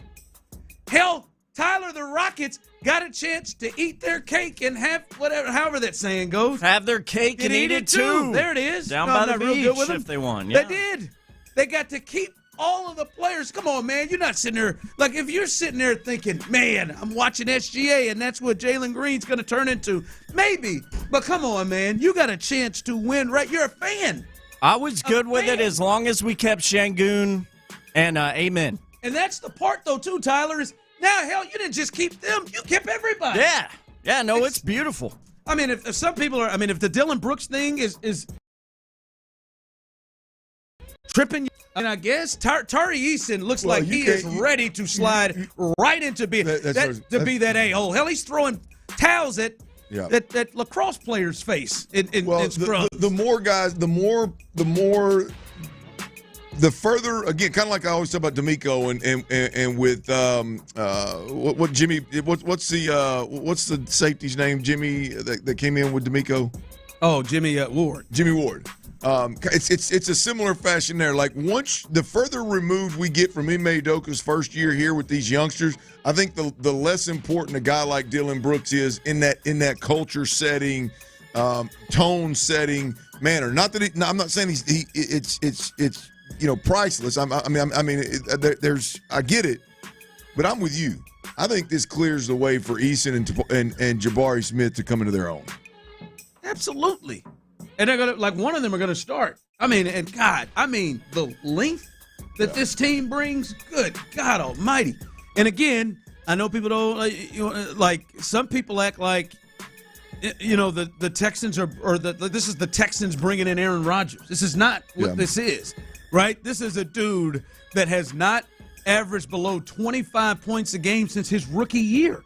This is a guy, the only player in the league history to have 3 straight years of shooting 50% from the field and shooting 40% plus from 3 while averaging over 25 points.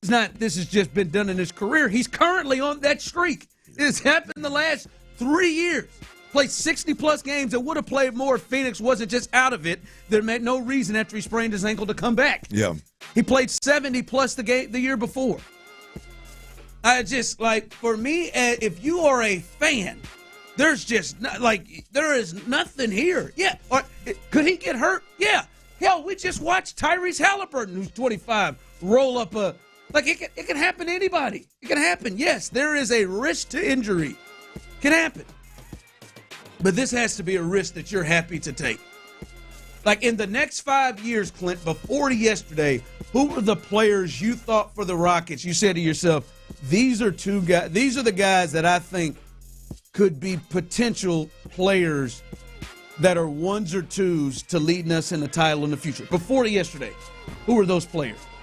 One or 2? Yeah, 1 or 2s. Amen or Şengün. And did you lose them? No. No, they're still here. Yeah. I just yeah. Look, the fact that the Rockets got Keven Durant and they did not lose Şengün, Amen Thompson, Reed Shepherd, Jabari Smith, and Tari Eason. I don't give a damn what level Rocket fan you are. I don't know how you can't get excited about that.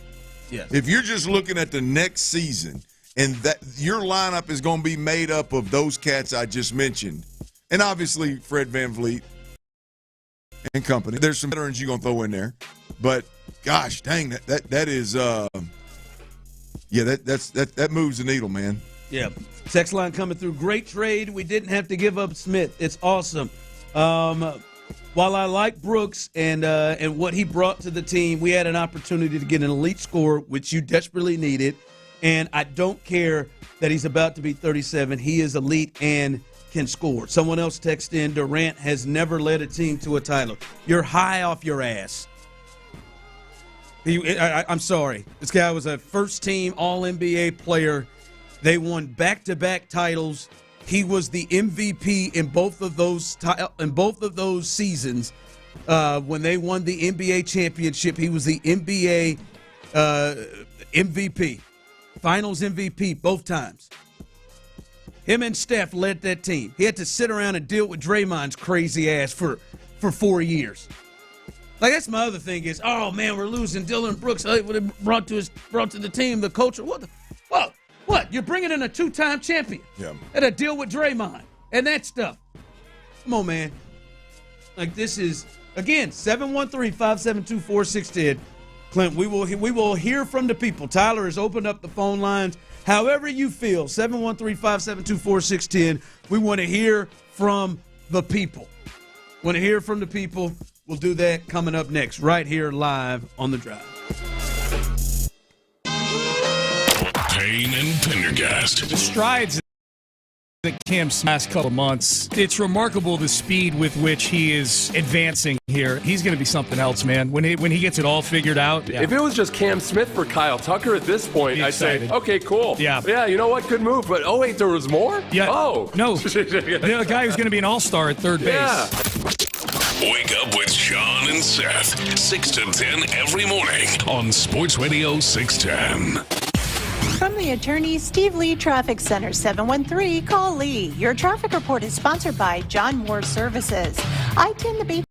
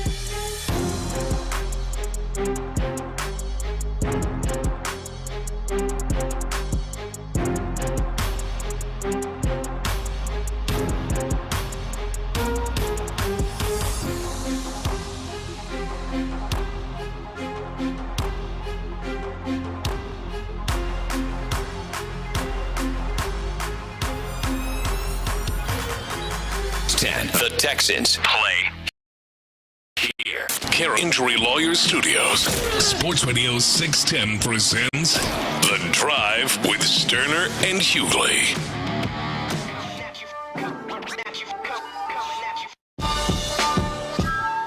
The Houston Rockets have become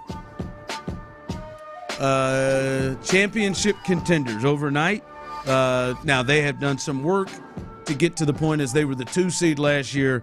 They have made a trade for Keven Durant, and especially if you hear the reports of what they're thinking, they were able to do this deal without really giving up any of the assets on the floor that they wouldn't want to give up, right? They give up Jalen Green, Dylan Brooks, the first-round pick, number 10 pick overall in this draft coming up on Wednesday, and then they give up 5 second-round picks as well to Phoenix. So that's what they gave up. As I said, we do want to hear from you, 713-572-4610. Tyler's got the phone lines open. Do want to hear from you, hearing from some on the text line. I'm sorry, Whoopi, a 37-year-old used-up ball player. Like I said, there is a sucker born every minute. I'm sorry, but you guys are idiots. Okay.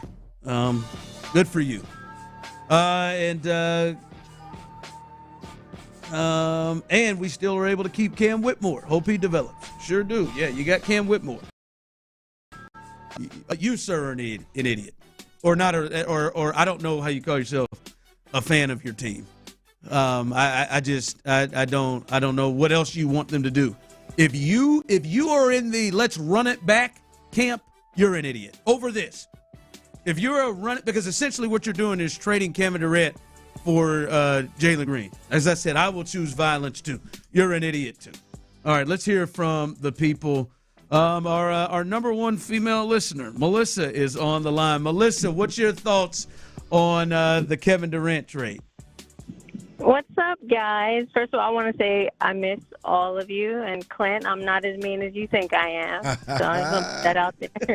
But I want to say I'm on board. Like you said, Ron, I'm excited for this. I think that Jalen's going to be like another James Harden where he's going to put up great numbers all season long, and then the playoffs come and he just disappears. And sadly, I just think that's going to be his pattern. Unfortunately, he's got all the talent in the world, but I just don't think he has the heart to win. And we have a great front, 5 starters with Keven, Jabari, Albie, Van Vliet, and Amen Thompson, and then a backup of Steven Adams, Reed Shepard, Cam Whitmore. I mean, we're not losing a beat here, and so I'm so excited. And I think Jabari can learn a lot from Keven Durant. I think he'd be a great player to mold him into what he's capable of being. He wasn't a number 3 pick, neither was Shepard. So I think we're in good hands, and I think I love what Ime's doing and the foundation he's brought to Houston. And I think we have a chance to win the championship now. I appreciate the call, Melissa. She's right. Listen, I understand there is a concern, Clint, Tyler, of Jalen Green becoming. Now, listen, if he wins a league MVP like James Harden did, I don't think he will do that. If he wins a league MVP like James Harden did, I understand. I also don't believe he's about to turn into what SGA was. And listen, and I don't hope there are going to be some Rockets fans that hope for his demise. I do not. I hope he does play well, but to me, obviously there's a risk in things, and there is a risk that I would take that Jalen Green is going to find it to the tune of where you may regret it. And I think this risk is a big enough risk to make. Look, living life in the rearview mirror is silly as hell, no matter whether you're talking about real life or sports. And right now, this is one of those where this trade makes a ton of sense. Yep. You got significantly better. Sure, there's some context there that Keven Durant's an older player, and sure, there's some context there that Jalen Green may go on and do this. But the reality of it is, your team, the Houston Rockets, just got significantly better, and their chances of being a real contender for an NBA championship improved drastically over the next 2 or 3 years. And I'll be honest with you, I for one, I don't know what it look like with Kevin Durant. I like what Kevin Durant is kind of what he's saying. What we're hearing reported is that Kevin Durant will take less than, basically have a team-friendly deal to give Houston the best chance to win a title while he's here. These are the kind of things that you want. That caliber player, as you said, not just former champion, but former champion with MVP in the final type stuff. And league MVP. And willing to go, yeah, man, I'll take less to give the organization a chance to bring in more so that we can make a run. That's exactly what you want out of KD. You can't let the reality of it is, as a fan, is there's only so many options that you have when the stars align for you. We got lucky as hell to get Ime Udoka. We got lucky as hell that he was even available, and we got him, right? And then he comes in and does his thing, and the timing is now. And you can't dictate who is and who isn't available. The reality of it is you got a handful of guys that are available. The Harden stuff all worked out where you had all these pieces. And the young guys have gotten to a place good enough to get you to the 2 seed, and now you got to strike. That's it. And KD is who's available and the option you have to strike. And I, for one, I greatly appreciate the age, to be honest with you. You know, that doesn't scare you. No. I mean, look, I just don't. I mean, I like the thought of you got a guy that makes you a true contender, and you don't have to commit 8 years and $5 billion to him in order to do it. Yep. K-Jack, get your thoughts on it. What's your thoughts on this trade? The Rockets just got Kevin Durant. Okay. I'm going to need y'all. I'm definitely not going to listen. Y'all might need to cut the AC up on this one.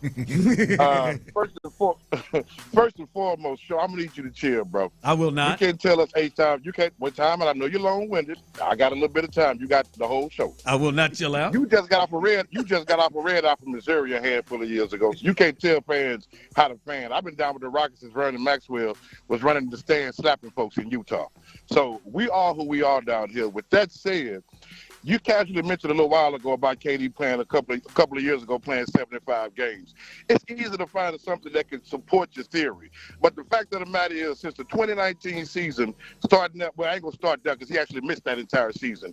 He's played 35, 55, 47, 39, 8, 78 the year before that 75-year game, and 62.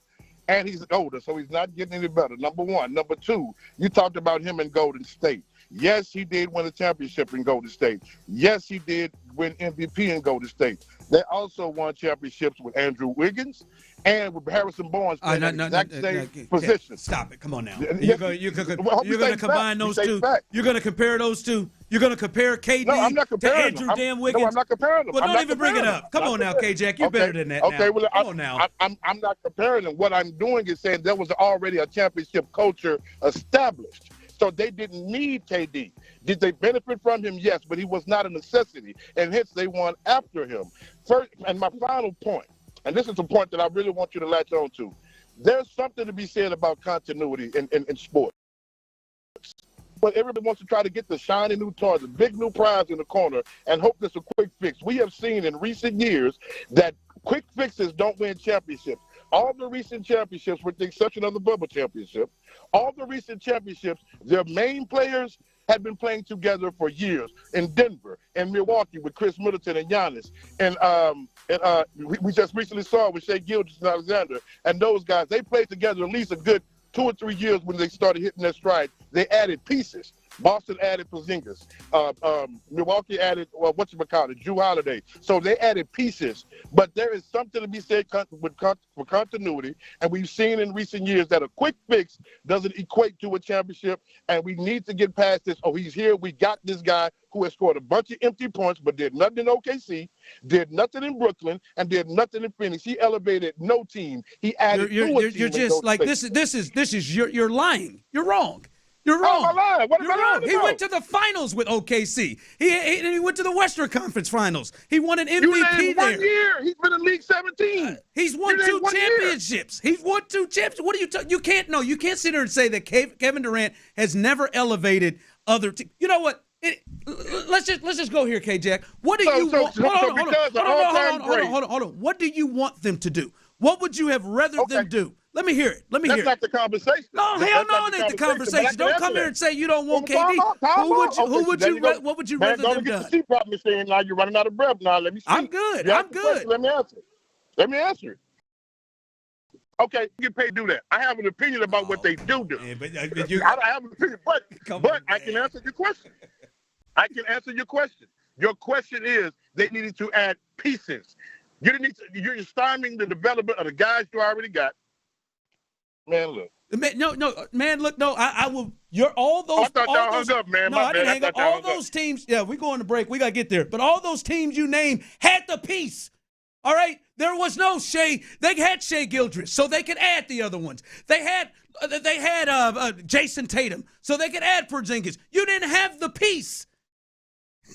You didn't have it. Your piece was not Jalen Green. You needed to add a piece. You needed to add the big piece. OKC didn't go and try to get Kawhi Leonard. They didn't go and try to get LeBron. No, James. because they have the league MVP. They have Shea. I appreciate the call, KJ. They have Shea. They have the dude.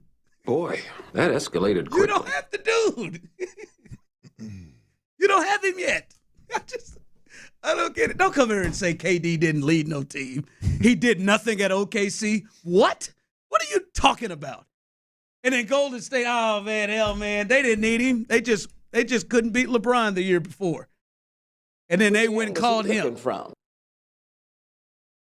Oh, Brooklyn, you forgot that Brooklyn thing, huh? You forgot that old injuries, those couple of injuries that James took and maybe Kyrie took there, and he almost beat. Talking about, Milwaukee just added a piece. They had Giannis.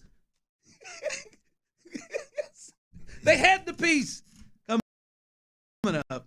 I love it. Okay, Jack, call it back again. This isn't done. I just love it. All right, coming up, there is some news about KD, just recent news. We'll push that towards you, and we'll look at what somehow became the second biggest story in the NBA yesterday, and that is the finals. All that coming up next. All right, y'all, check it out. If you live around these parts for any amount of time, man, you know all about Academy.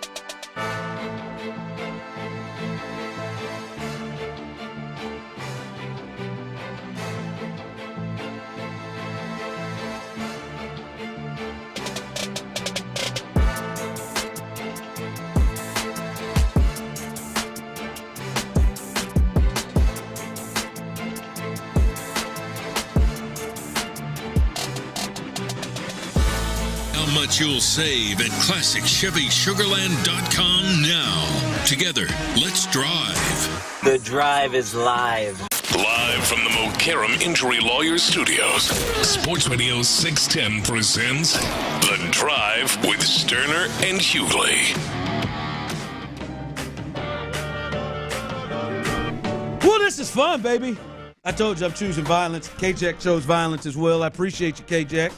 Text in, tell your friends. I like that, man. Felt like I was down up at the shop there real quick, KJ.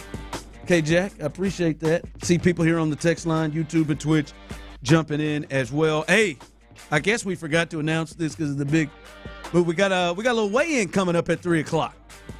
Yeah, y'all do. Excited about this one, boys. Today was the first time I got to work out since Thursday. Was a little under the weather, a little sick.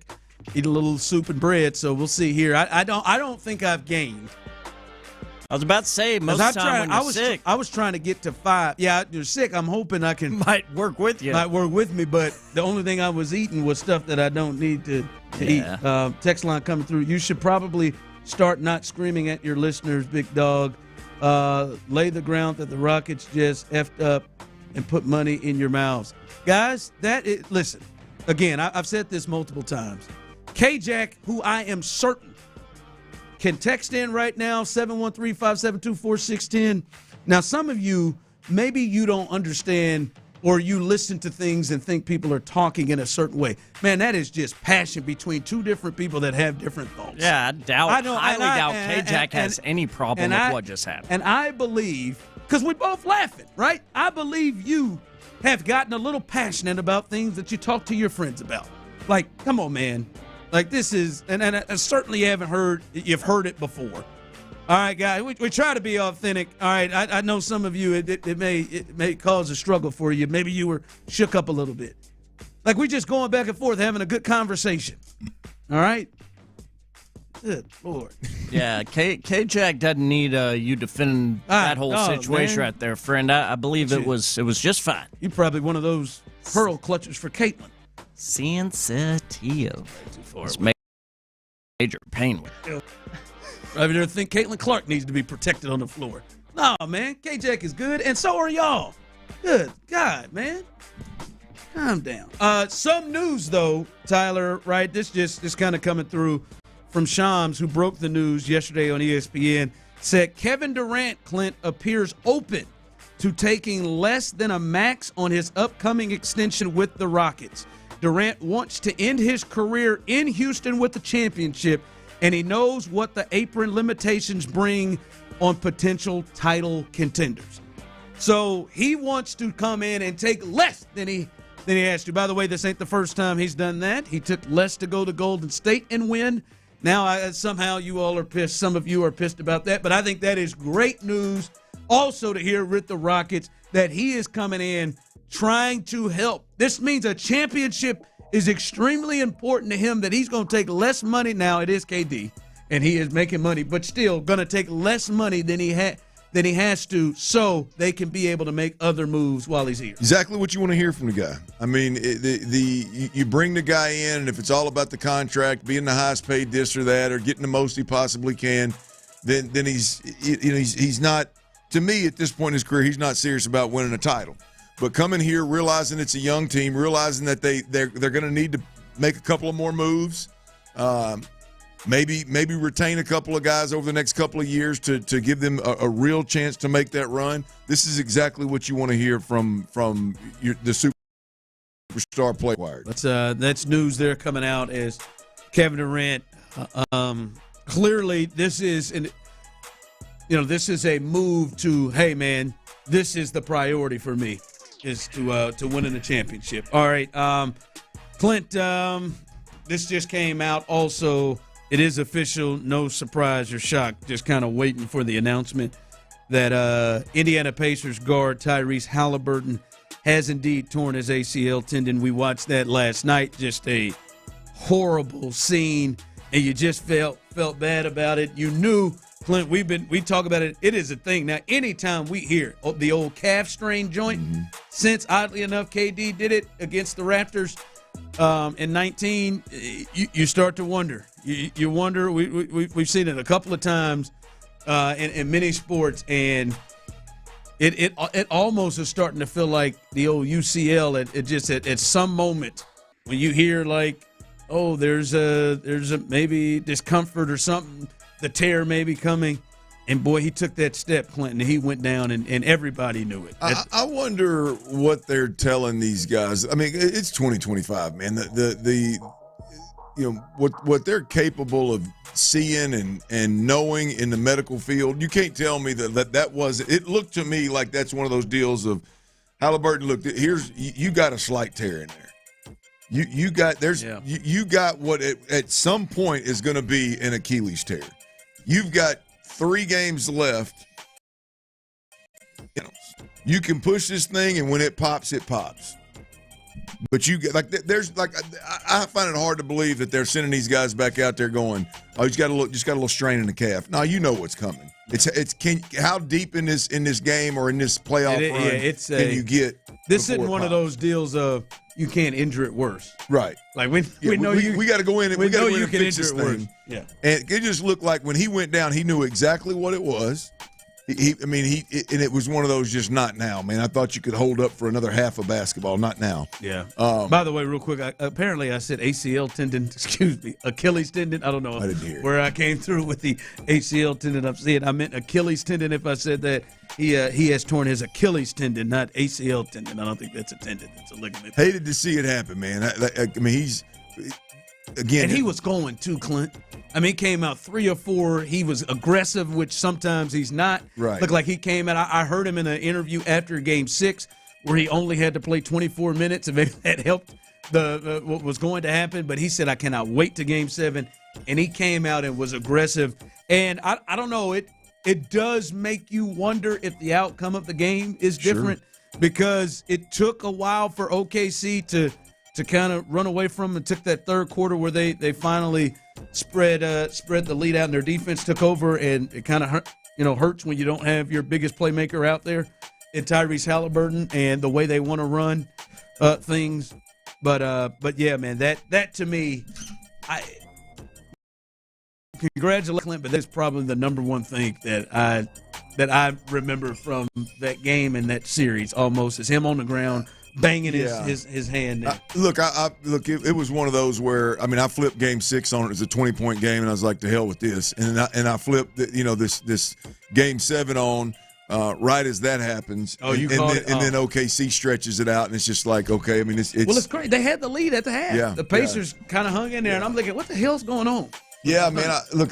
I'll be honest with you, man. But leading up to this series, I mean, I was leaning heavily into the styles make fights, the tempo and pace in which Indy plays, and the defense with SGA being the predominant scorer, but the pieces that they have offensively, boy, this is a styles make fights deal.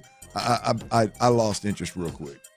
Yeah, I mean, I just didn't enjoy what I did watch at the same rate of when there's a superstar on the floor. When there's a surefire superstar on the floor.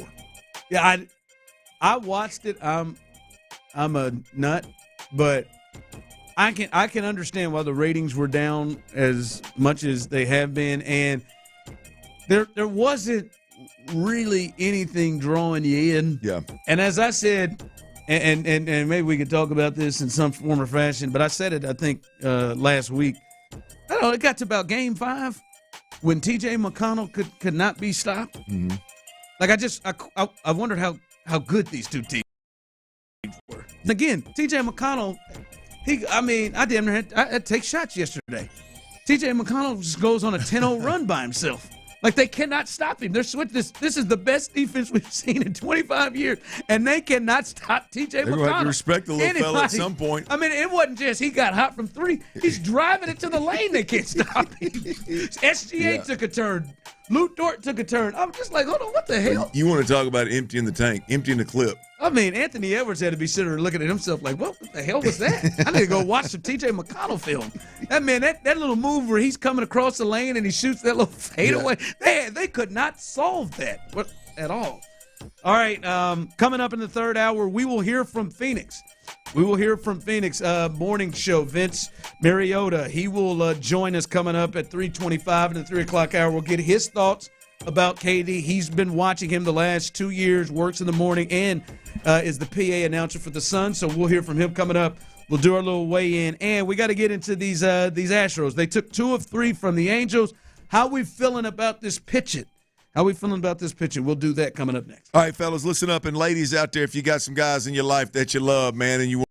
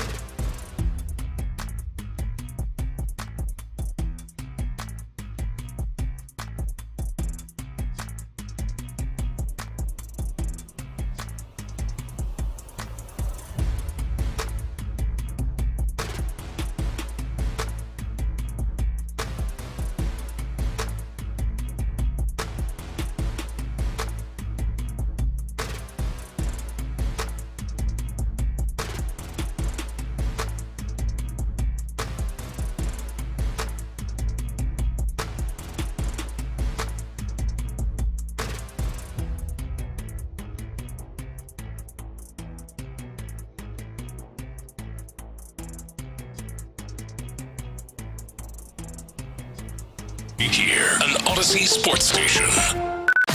Sports Radio 610 presents The Drive. Stoerner and Hughley.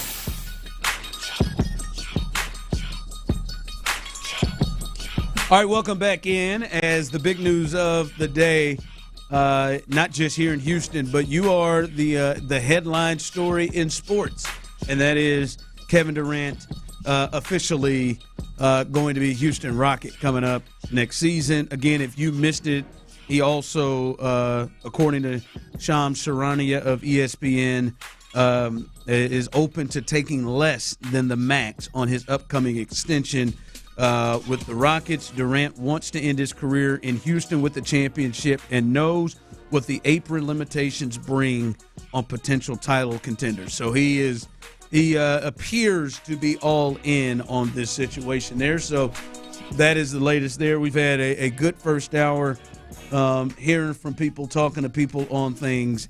And when you look at the deal, again, if you missed that they were able to make this deal, losing Jalen Green, who was their leading scorer last year in the regular season, and then also losing Dylan Brooks, somebody who has come in and helped change the culture along with Ime Udoka and was their best three-point shooter last year, and obviously a strong defender in the league.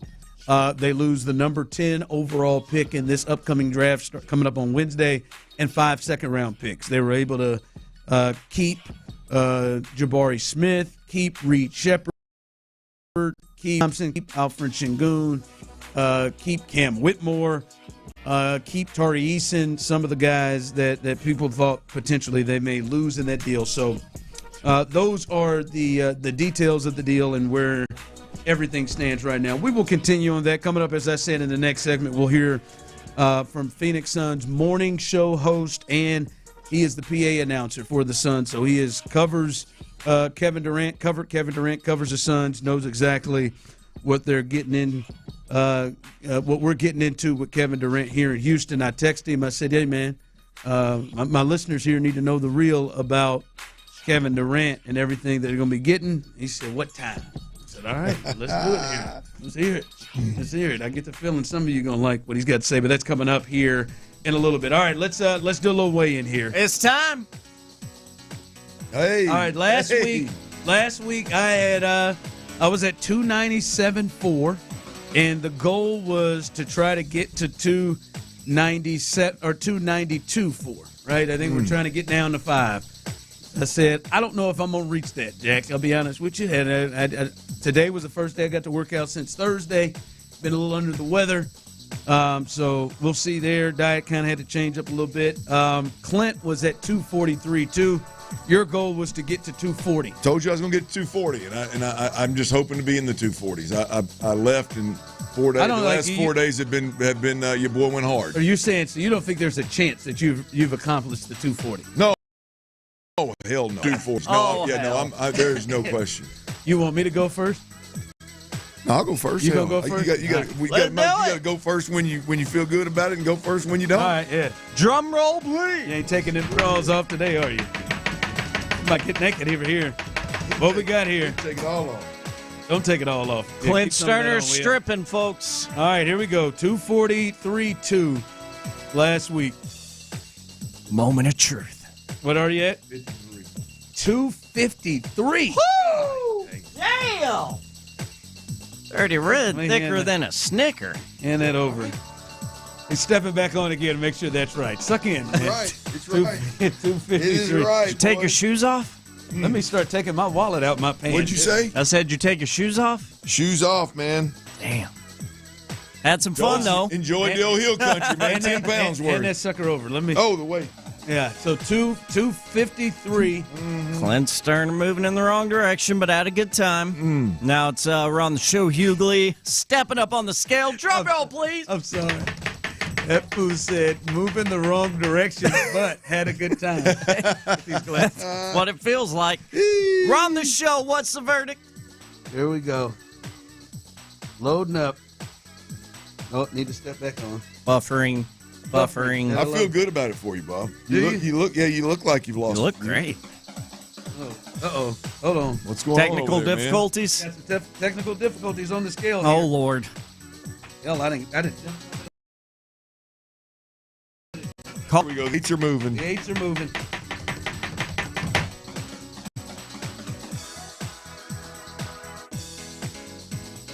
What do we got, boys? The anticipation. 294.8. That's good, right? That's not bad. That's not bad. That's not bad. That's not bad. We can work with that. It's still 2 pounds from the goal. Mm-hmm. But hey, that's not bad. I was a little, like I said, man, had a little soup and bread for about 2 days there. Yeah, Wasn't feeling a little too sickly. I'm Didn't blaming get to it work on out. I'm blaming it on my mother-in-law. All right, yeah, blame it on your mother-in-law. My mother-in-law's in town too, but I was able to shake her off. Damn it, Cindy. All right, I didn't get to the 5. We But got to I'm get all right. serious this week. 294. I'm not bad. 294. 290. Hey, take them wins. I'll take them wins, baby. All right. What about when you backslide, Tim? That's all right. Now you got to get back on the horse. All right. All right. All right. That'll be great. We're in Traverse City, Michigan this weekend. Hey, plenty to do outdoors. We can get sweats in there now. What are we targeting for next Monday? I'm trying to get to the 280 point, man. Woo. In the 80s? I'm trying to get an 8 in there. That would be 5 pounds. Maybe that's a little aggressive. Let me get to 290. 290. I'm at 294.8. Let me get to 290. Okay. Dirty Red, you got work to do, son. What you thinking this Well, week? I'm trying to decide whether I want to get real serious and try to push for my this week's number. I think you got to get in 240. Lock it in. I'm gonna go. I'm gonna try to get back to 243 too. So you're trying to get 10 down? I'm gonna try to get back there. Yeah. Yep. I can do that. That is this. Let's do it, boys. You know the mission. I think we have this in common. Again, if you missed it way in today, I went from 297.4 to 294.8. Clint went from 243.2 to 253 there, and he jumped on twice. Both times it was right. You're right. You walked in, you knew it. Oh no, I knew there was not enough sweating this weekend and too much eating. And it ain't just been a weekend. It was Thursday, Friday, Saturday, and Sunday. Yeah. But I think me and you have that, and I'm certain many of our listeners. Let us know if you've been participating, and you participating in the weight loss challenge here. We have this where we can. And some people experience this, and I think others don't. I was saying it to Tyler before the segment. He doesn't deal with this. I bet Brandon Scott, who's with us every Wednesday, doesn't probably have these swings. But some people can just, in a short period, have, big swings, like 8 to 10 pounds in a matter of days. It's just, like, you got to stay on top of that sucker. At least until until your body gets used to. But like I said to you, can you see yourself just living life close to regular, right? Just to living a normal life where not that you're just going crazy and just eating just buffets in every meal, but maybe not, on it tight and then swing 10 pounds. No, yeah, that is fortunately for me, unfortunately for people like yourself to deal with it. Yeah, the most I'll swing on a vacation like that. I mean, yeah, I might gain 3 or 4, maybe 5 pounds, but not much more. Yeah, man, I put on 12 one time on 7 days for Thanksgiving. Woo! Doing work, son. Well, y'all see, I just put on 10 with just 4 days of vacay. Yeah, that was 10, wasn't it? That was a 10 spot. That's all right. All right, okay. But so next week, Clint, you're trying to get to the goal for next week? I'm trying to get back to 243. 243. I feel good about that. All right, Clint's goal next week, 243. I'm going to try to get to 290. Goal, you putting this in or I'll put it in. 243. Y'all can do it, boys. Believe in you. I'm going to try to I'll get put yours in. Go ahead. You going to put it in? Mm-hmm. I'll try to get to 290. I get to 290, that'll be big. We're on vacation. No, I'm going to drink. You got this. Red wine's less calories. Good for your heart and eyes. Yeah, no. All right. So that's where we are. That's every Monday. The weigh-in as we are trying to get down there. Clint's trying to get into the 230s. I got to wait to where I'm trying to get to. So we'll get in. We'll get in there. All right. I feel like I let you down, man. All right, man. It's one thing not to get the weights. Nothing go. I'm not gonna lie. I saw a video you with the girls and the wife. I saw some enchiladas in front of you, and I thought, I wonder, is this just his bad meal today? Well, no, there was no just his bad meal today. The bad part about that was it wasn't just the enchiladas. I could work off the enchiladas. It was elbow deep in the chips and salsa. Yeah, guacamole, queso, all those of will get you. I decided when I sat down at that table, I said, I'm going to enjoy myself. Margaritas, yeah. I had 3. That will get you, especially if they're frozen. No, these are top shelf. I know they were. Damn. All right. By the way, Astros. Mouth water a little bit. There you go. Don't do it now. Just a little something else. The Astros took 2 of 3 this weekend against the Angels, doing what they need to do. I guess I want to go here with things as they're about to kind of embark in a tougher part of the schedule. Got the Phillies coming up, one of the best teams in baseball. Clint, are you any – and you guys can jump in. I see some people already have on the text line, 713-572-4610, YouTube and Twitch as well. Are you starting to get a little nervous about some of these young pitchers that are having to be forced in? We're seeing Ryan Gusto had a couple of, but he started to have in the last month or ski action here. We saw Walter have his shaky start. Gordon, not terrible, but not giving a lot of innings in it. And it does at times feel like, especially with Gordon and Walter, we're teetering on a huge inning. That they're able to kind of shake loose and they go 5 innings or whatever. But are you starting to get to a point a little bit where you're like, I wonder is this starting to get them to a space where they're coming back to reality? Ron, I've never thought that this was sustainable, right? I mean, I thought this was, can these guys hold down the fort until Lance gets back? Can they hold down the fort until Spencer Arrighetti gets back? And then you've got really 1, maybe 2 starts if they want to keep, go with the 6-man rotation. You got 1 or 2 starts you got to worry about. I've never thought this was sustainable over the long haul. It's kind of like my weight loss journey. We're going the wrong direction, boys. I mean, Lance is down now. You're down to Hunter and Fromber. I mean, at some point you got to get really Lance and Spencer Arrighetti back, and then we can see the light at the end of the tunnel, and maybe these guys can, you can string together a couple of good starts and have you a couple of good runs through the rotation without. Right now, you're having to depend on Gordo, Gusto, and what's Walter and Walter, all to go out there and give you a chance to win games. I've never been a believer in that.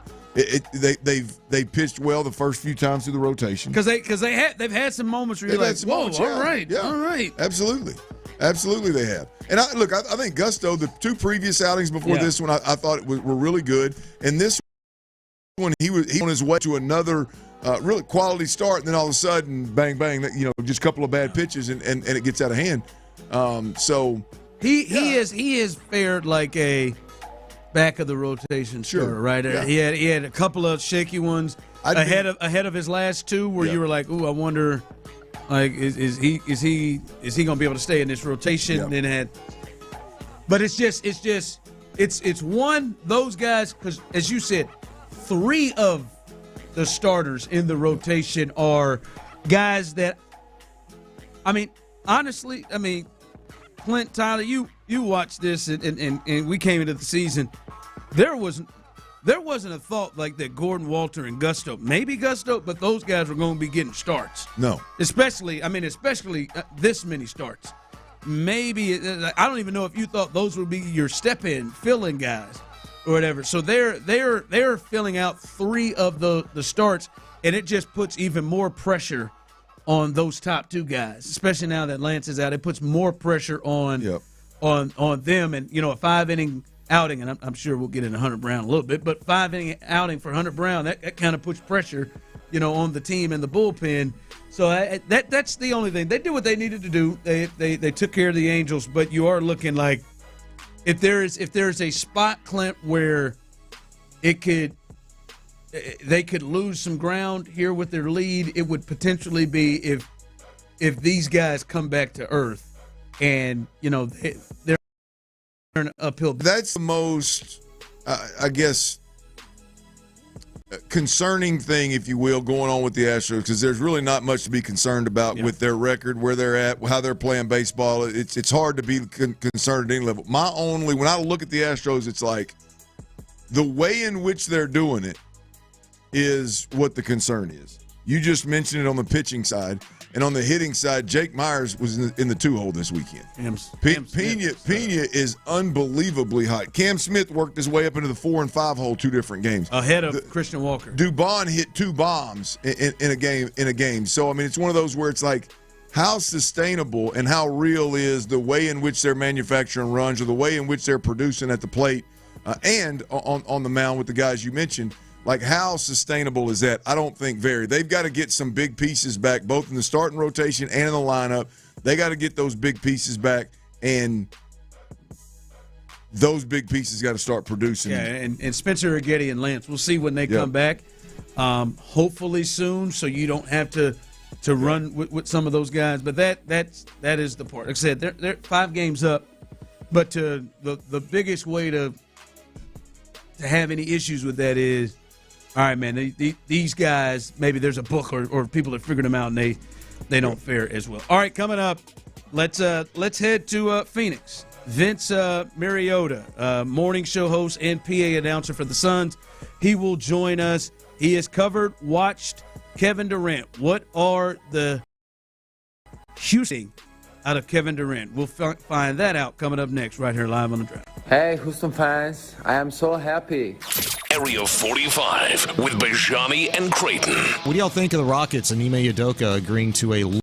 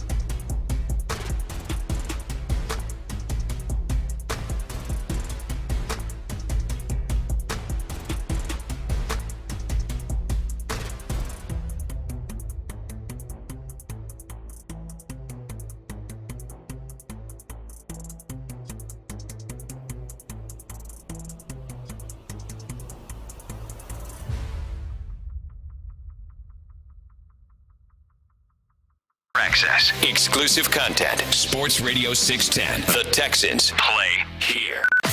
Sports Radio 610 presents The Drive with Stoerner and Hughley.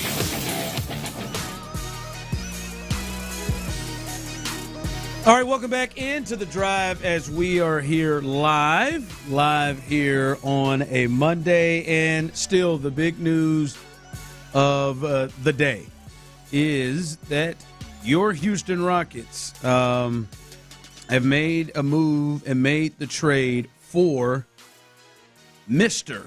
Keven Durant. He is now coming in and will be the newest member of the Houston Rockets. And we've talked about it, throughout the day, and we've had some good conversations with it. I do want to get, the most and the best information that we possibly can to you on the guys that have watched him. And we're going to head to Phoenix here.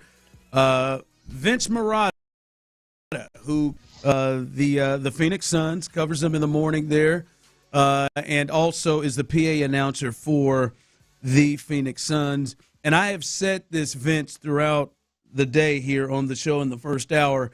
I think not only does Vegas have them in that space where they are only behind OKC as the best odds to get out of the West next year, but to me it feels like this move has made them a championship contender. Your thoughts after covering and watching KD the last several years? I'm intrigued. I can't go as far to say that he elevates them to championship status, because I went back and did the research and looked up what Kevin Durant's arrival in Phoenix did to the Vegas odds on championship, the championship odds, and they became the second highest favorite to win the championship the year he arrived. And people were picking him his second year in Phoenix, and people were even picking him going into this last season, and they won 36 games. So it's not all on Kevin Durant. Obviously, he's still an elite scorer, but it's just his skill set with what the Suns had around him for 2+ years just obviously didn't work. Suns moved on. The Rockets, I think, got a really good deal to try to integrate him into their championship hopes, because they didn't really have to give up much that they wanted to hold on to long term. So I think it's still a very good deal for the Rockets at this point, but I'm intrigued to see what the next chapter of Kevin Durant looks like, because the Phoenix one was very underwhelming. Vince, you mentioned obviously Phoenix Suns, Kevin Durant, and those odds and what the acquisition did for them in terms of championships. Obviously, he was joining I would guess, correct me if I'm wrong, but a little bit more established team that wasn't as young as this particular team in Houston is. And so I just, after covering him and knowing KD from that angle, kind of how do you view him working with a younger group, less established group that needs to take that next step? It's a great question. I don't think it's necessarily about youth or veteran experience.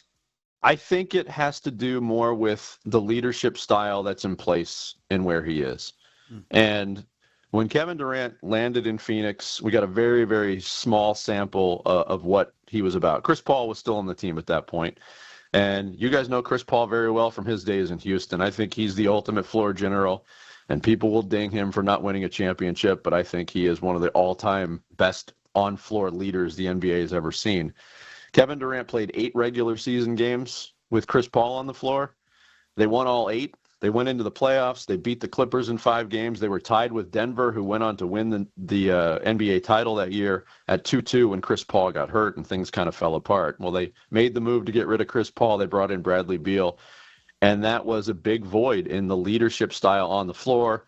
Of course, it's well chronicled as well that the Suns couldn't find the right head coach. They went from Monty Williams to Frank Vogel to Mike Budenholzer. Now they're on to Jordan Ott. So they've struggled in finding the leadership components. The Rockets have the right leadership, and I believe they do at the head coaching position in Ime Udoka. If they have the right on-floor alpha kind of guys, I think it'll work out fine for you guys. Vince Marotta, co-host Bickley and Marotta in the mornings. So what are they getting? What are the Rockets getting from the KD that you know? Because here they lacked scoring, they lacked a go-to guy and that seemed to be the biggest issue they had, especially in the postseason. What are the Rockets getting with KD? Oh, he could still put the ball in the hole. I think just watching him over the past 2+ years, there's certain players where people will just flippantly throw around the term, "Oh, he's a walking bucket," or "That's a layup." But with KD, it's kind of true. If he gets to his spot on the floor, he's going to make 15-foot jumpers. I think he's the most devastating mid-range jumper I've ever seen. The three-point shooting is there. All the advanced shooting metrics are still there. He can do that at an elite level. What else he does? He's still a decent defender, I think, at this point in his career. A thing that frustrated a lot of Suns fans while he was here, and I think this has followed him his entire career, is he is turnover prone.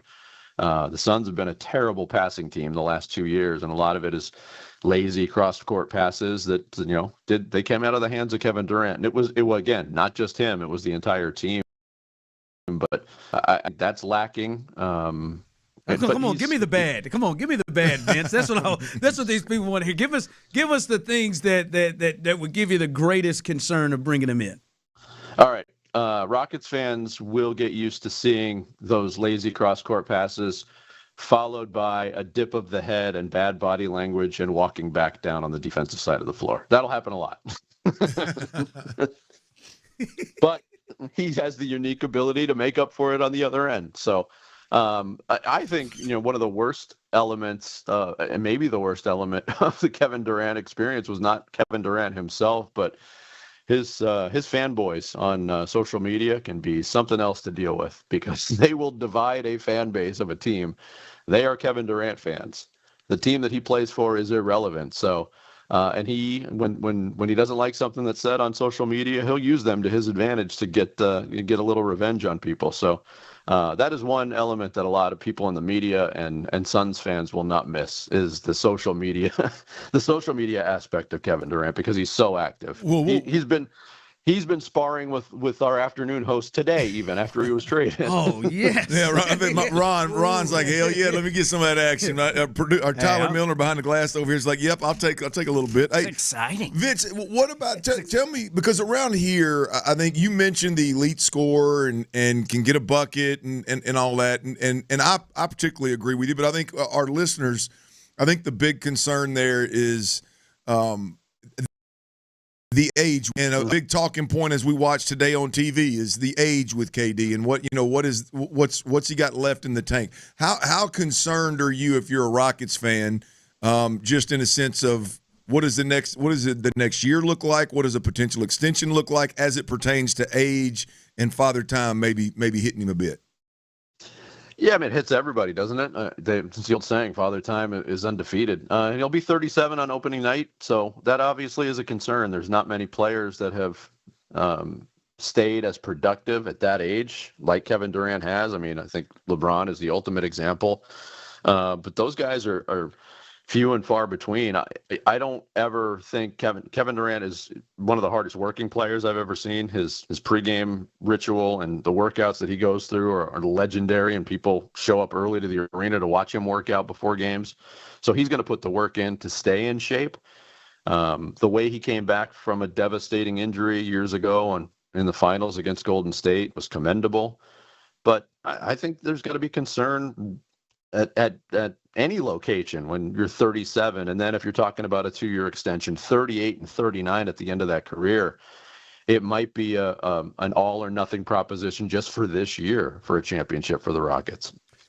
Vince, I do want to get to maybe what your listeners and what the thought is about Jalen Green and Dylan Brooks going to Phoenix in the trade, but this is something that we're getting a lot of, and today we're having to, as Clint has said, the Rockets, they didn't just get to pick and choose whoever the hell they wanted to get to bring in to make a move, and a lot of people were well, I'd rather have Devin Booker. Was that ever on the table? Devin Booker being moved from Phoenix ever on the table from what you hear? No. I mean, Devin Booker represents the last shreds of goodwill that the Suns ownership built when they went to the finals in 2021. He's the only player remaining from that finals team. He's the most popular athlete in town. He's got reason to stay financially. He's eligible for a massive 2-year contract extension this summer that's going to pay him over $75 million a year.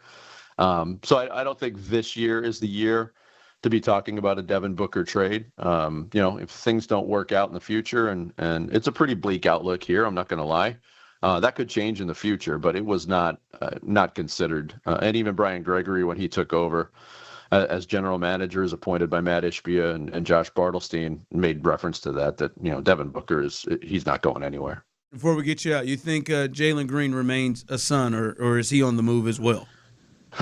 My first thought when I saw the trade go down yesterday was, wow, they got to flip him because they got more wings than a B-dubs on the roster right now. And, the positional overlap with Booker and Jalen Green, they just went through 2 years of that with Bradley Beal and Devin Booker, and that's a big reason why they're in the dire straits that they're in. But, all the reporting I'm hearing, everything I'm reading is that the Suns like Jalen Green work. I'm wondering what they're going to do another year without a true point guard, but I kind of expected it. But I also think that if the Suns were interested in making a deal to send KD to Houston, where he wanted to go, that if they weren't interested in Green, they would have worked out some three-way deal or four-way deal to spin him off somewhere else. But I just don't think there's an appetite or a real interest in Jalen Green's services around the league right now, and that playoff performance didn't help. Let's be honest. No, it did. All right, Vince, man, we appreciate you joining us and giving us what you have after covering KD the last couple of years, man. Oh, no problem, guys. Thanks for having me. All right, we appreciate it. We'll talk to you down the line. That is Vince Marotta, who does mornings and PA announcer in Phoenix for the Suns. A lot there. I do. I want to get the bad. I want to hear what pissed him off. What's made people happy. We'll look at a little bit of what Vince had to say there, and we'll get to our weekend's best, weekend's worst. You can text in 713-572-4610, or those of you on YouTube and Twitch, text in your weekend's best, weekend's worst. That's coming up next right here live on The Drive. All right, I'll tell you what my weekend's best.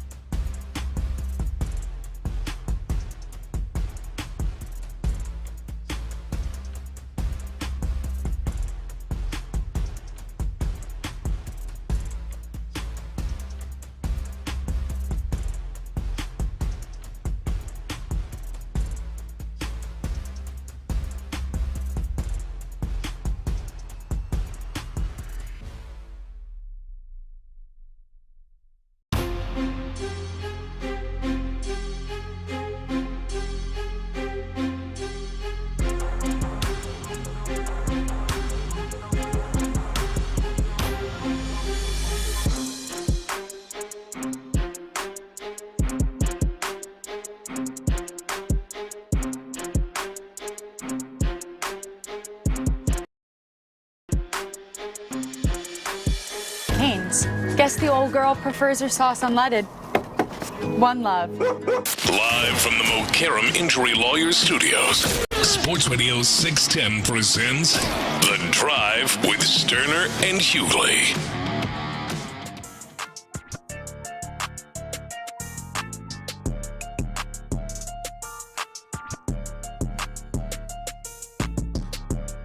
Thanks to Vince Marotta, who joined us here, giving us a perspective of KD from Phoenix, who covered the Suns, PA announcer, and does mornings there as well.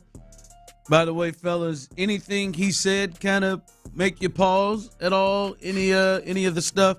And I wanted to hear from him to get the real from him, and I think he laid out a very honest view from his eyes of KD. Anything make you pause or look at things differently? I got one deal. I'm gonna highlight it in Dirty's Daily at 4 o'clock. I got one thing really stuck out, and I think there's one thing that really stuck out for me, and I think that one thing most Rockets fans probably it's on their radar and they're concerned a little bit about it. I'll tell you why I'm not. Okay. 4 o'clock. How about that? 4 o'clock. He's there. For me, no, it didn't. Like all of the things he said to me are certainly risk that you knew would be potentially risk, and yes, not surprised that the annoyance of a turnover and not getting all the way back has happened before. But no, I'm in the kind of the same space that I was in prior to him. But good to have the information from him on Keven Durant. All right, we do this each Monday. Weekend's best, weekend's worst. I will start with T. Millie in the building. What's your weekend's worst, T. Mill? You like to? That's what I do to you. You like to start it bad. Tyler, what's your weekend worst? My weekend's worst. It includes the rookie that plays right field for the Astros, Cam Smith. If you missed it, Major League Baseball, they released their second Rookie of the Year poll over the weekend. Somehow young Cam Smith, not listed. Definitely should be. Not being overly homer here, I like to think with myself. I mean, we all know, as Ron says, I'm a psychopath when it comes to my fandom, especially for the Astros.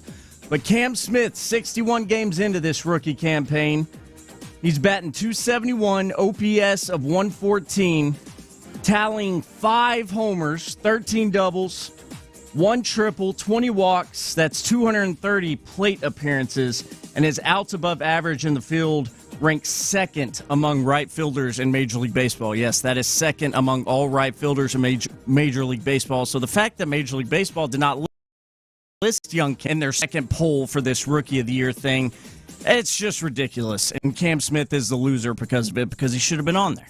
So that's your weekend's worst. I'll be honest, my weekend's worst has a little something to do with Cam. Oh. My weekend's worst. I was wondering how he was going to get to Cam. I was like, damn, what'd Cam do? What'd I miss? My weekend's worst is Christian Walker. Christian Walker, who is the big-time addition to this team when it comes to the lineup. That's the big move they went and made. 3 years, 60-plus, similar deal that they made with Abreu. They're still paying Abreu. Early evening delight. Wherever he may be, still trying to get it going again. They're paying him, and we've reached the stage where the rookie, and Tyler just gave you all the numbers of what he's been doing there lately, but the rookie who was in the 8 and 9 hole a lot of the time of the year has now passed him up, and he was batting 5th and 6th over the weekend. He has now dropped below Cam Smith. And again, it is insane that the Astros are still able to win and play at the level they're playing at with him at that spot. But that was never the thought that Cam Smith, hell, in June, would be jumping Christian Walker right now. So Christian Walker, he has still not turned a corner and gotten hot. I know June, July is when he's supposed to, but now Joe spotted. Hell, man, we got to throw we got to throw the rookie up in front of him. So for me, Christian Walker, boy, the rookie was batting ninth, has now jumped ahead of you in the lineup. Is my weekend's work. That's those are two good ones, boys. I've got to go. I got to go with the NBA in general, and it starts with the headliner of the one guy that was literally having a historical run in a sense of hitting game-winning shots in the waning moments of games.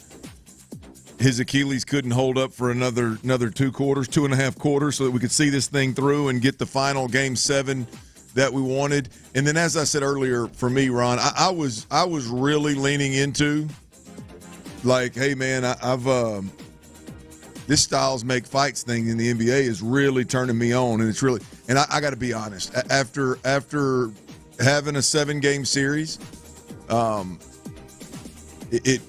I never one time, Ron, this is crazy to think, there was never one time through this whole series where I was like, I got to turn this one on. I've got to turn this one on.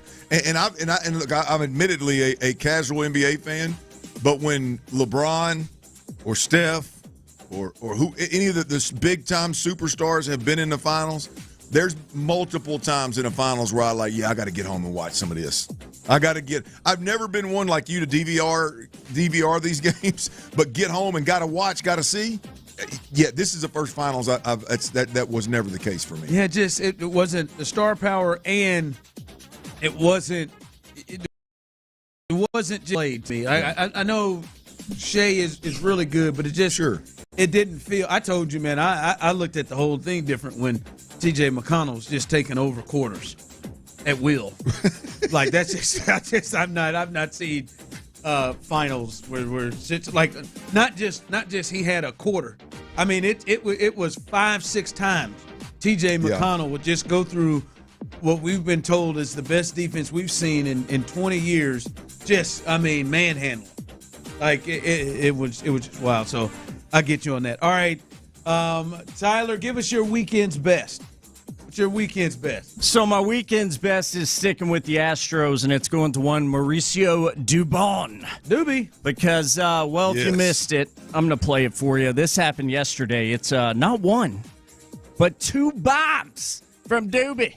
Ball's off the bat over 95 miles an hour. Dubon skies one to left, carrying to left. Taylor Ward at the wall, and it'll go! Mauricio Dubon, who had a huge series in Sacramento, hits a home run here in Anaheim. And Dubon hits the ball well to left field. Back goes Taylor Ward. Has he done it again? It's gone! Who is this guy? A double Doobie Day! 2 home runs for Mauricio Dubon. 4 on the road trip. He had 1 all year before this trip, and the Astros retake the lead at 6-5. Doobie. Double Doobie in California yesterday for the Astros, and as you heard right there, Mauricio Dubon 4 bombs on this road trip, off of 4 bombs in all of 2024 last season for the Astros. Dubon's heating up. He's feeling it. Doobie is my weekend's best. He had another game winner, too. Yeah, but to you, that's coming on the heels of the Father's Day ball that he hit out there in that funky corner, the game winner. Mm-hmm. I mean, he has been on a tear since then, man. I know he wonders this. I just don't know what he has to do to get every day at bat. Give me an everyday run. 2 homers in 1 ball game. And I get the feels that there's when somebody returns from injury, he's gonna go back to being utility. Oh, ain't no doubt, super utility, man. Important role. Every time he gets, I mean, it seems like maybe I'm sure there's somebody who wants to give me numbers, but every time it feels like he gets every day at bat. He seems to double Doobie. All right, what's your hey? Throwing them 2 boys out at second base in that Cleveland to open up that Cleveland series from the damn wall in left field turned me on a little bit too. Yeah, anywhere he can play. Yeah, that's right. All right, what's your weekend's bet? Mine's Hunter Brown, boys. I don't know if y'all saw it, but I mean, you know, hits. Well, I can't think of the kid's name. My mind just went blank. The crowd, the batter's crowding the plate. He throws 95 sinker, actually 95 inside on his hands. Hits the guy on his hands. And the way in which Hunter Brown responded in that scenario is exactly how I'd want him to respond. And Hunter Brown was in my top 3 Astros right now. We got some guys that Cam Smith's. I'm really liking Cam Smith. Hunter Brown just skyrocketed to the top for me with the way. I don't know if you was watching the game or if you saw the video, but the way in which he handled the batter staring him down, and then even another player comes running out of the thing that I love about baseball the most. Everybody runs to the middle of the diamond and then does absolutely nothing. But one of the guys comes out of the dugout and's mouthing to him, and he turns to him, and there is absolutely no back down in Hunter Brown, and I absolutely love it. Absolutely love it. Yeah. All right. I mean, you're going to crowd the plate. Literally, the guy, you literally almost swung at the damn pitch. Yeah. How you going to be mad at me? Somebody text in, my weekend's worst is Altuve's fielding. All right. My weekend's best goes to, I know this is weird, because he had a pretty rough part of his weekend, but Tyrese Halliburton.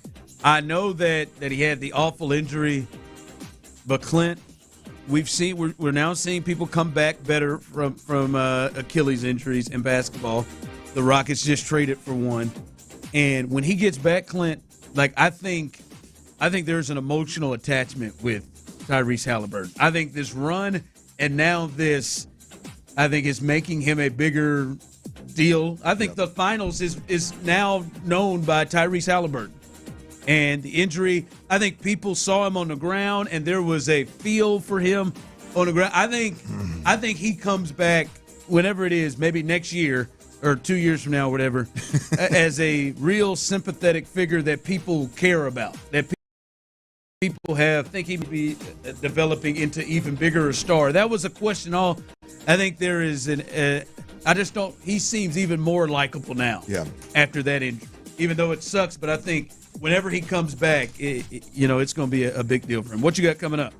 Well, I did it, boys. I made it 4 days. Do you think you could make it 4 days without one thing in your life? I'll tell you what I lost and what I survived without for 4 days. More than 4 days. And I'm going to tell you when I missed it the most. And also that Keven Durant trade. I really liked the interview the last segment. There was one thing that was said on the KD front that, while I think is true, in Houston, I don't believe will be a problem, y'all. We'll do that next right here on Sports Radio 16. Before we do that, though, I got to tell you about Our Vision Homes. Look, if you're looking to build your dream home, build a custom home, Our Vision Homes is the way to go. Whether you have your own acreage, you have your own lot, or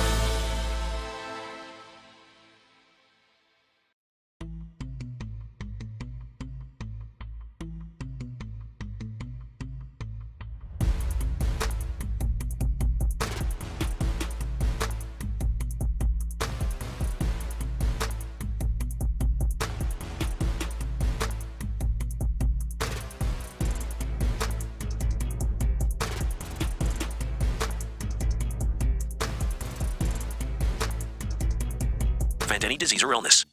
KILT FM HD2 Houston. Insider access, exclusive content. Sports Radio 610. The Texans play here. An Odyssey sports station. Sports Radio 610 presents The Drive with Stoerner and Hughley. Dive into the mind of former NFL quarterback Clint Stoerner. I like a good time. I like to have a party. I know you do. It's Dirty's Daily. Presented by Mokaram Injury Lawyers.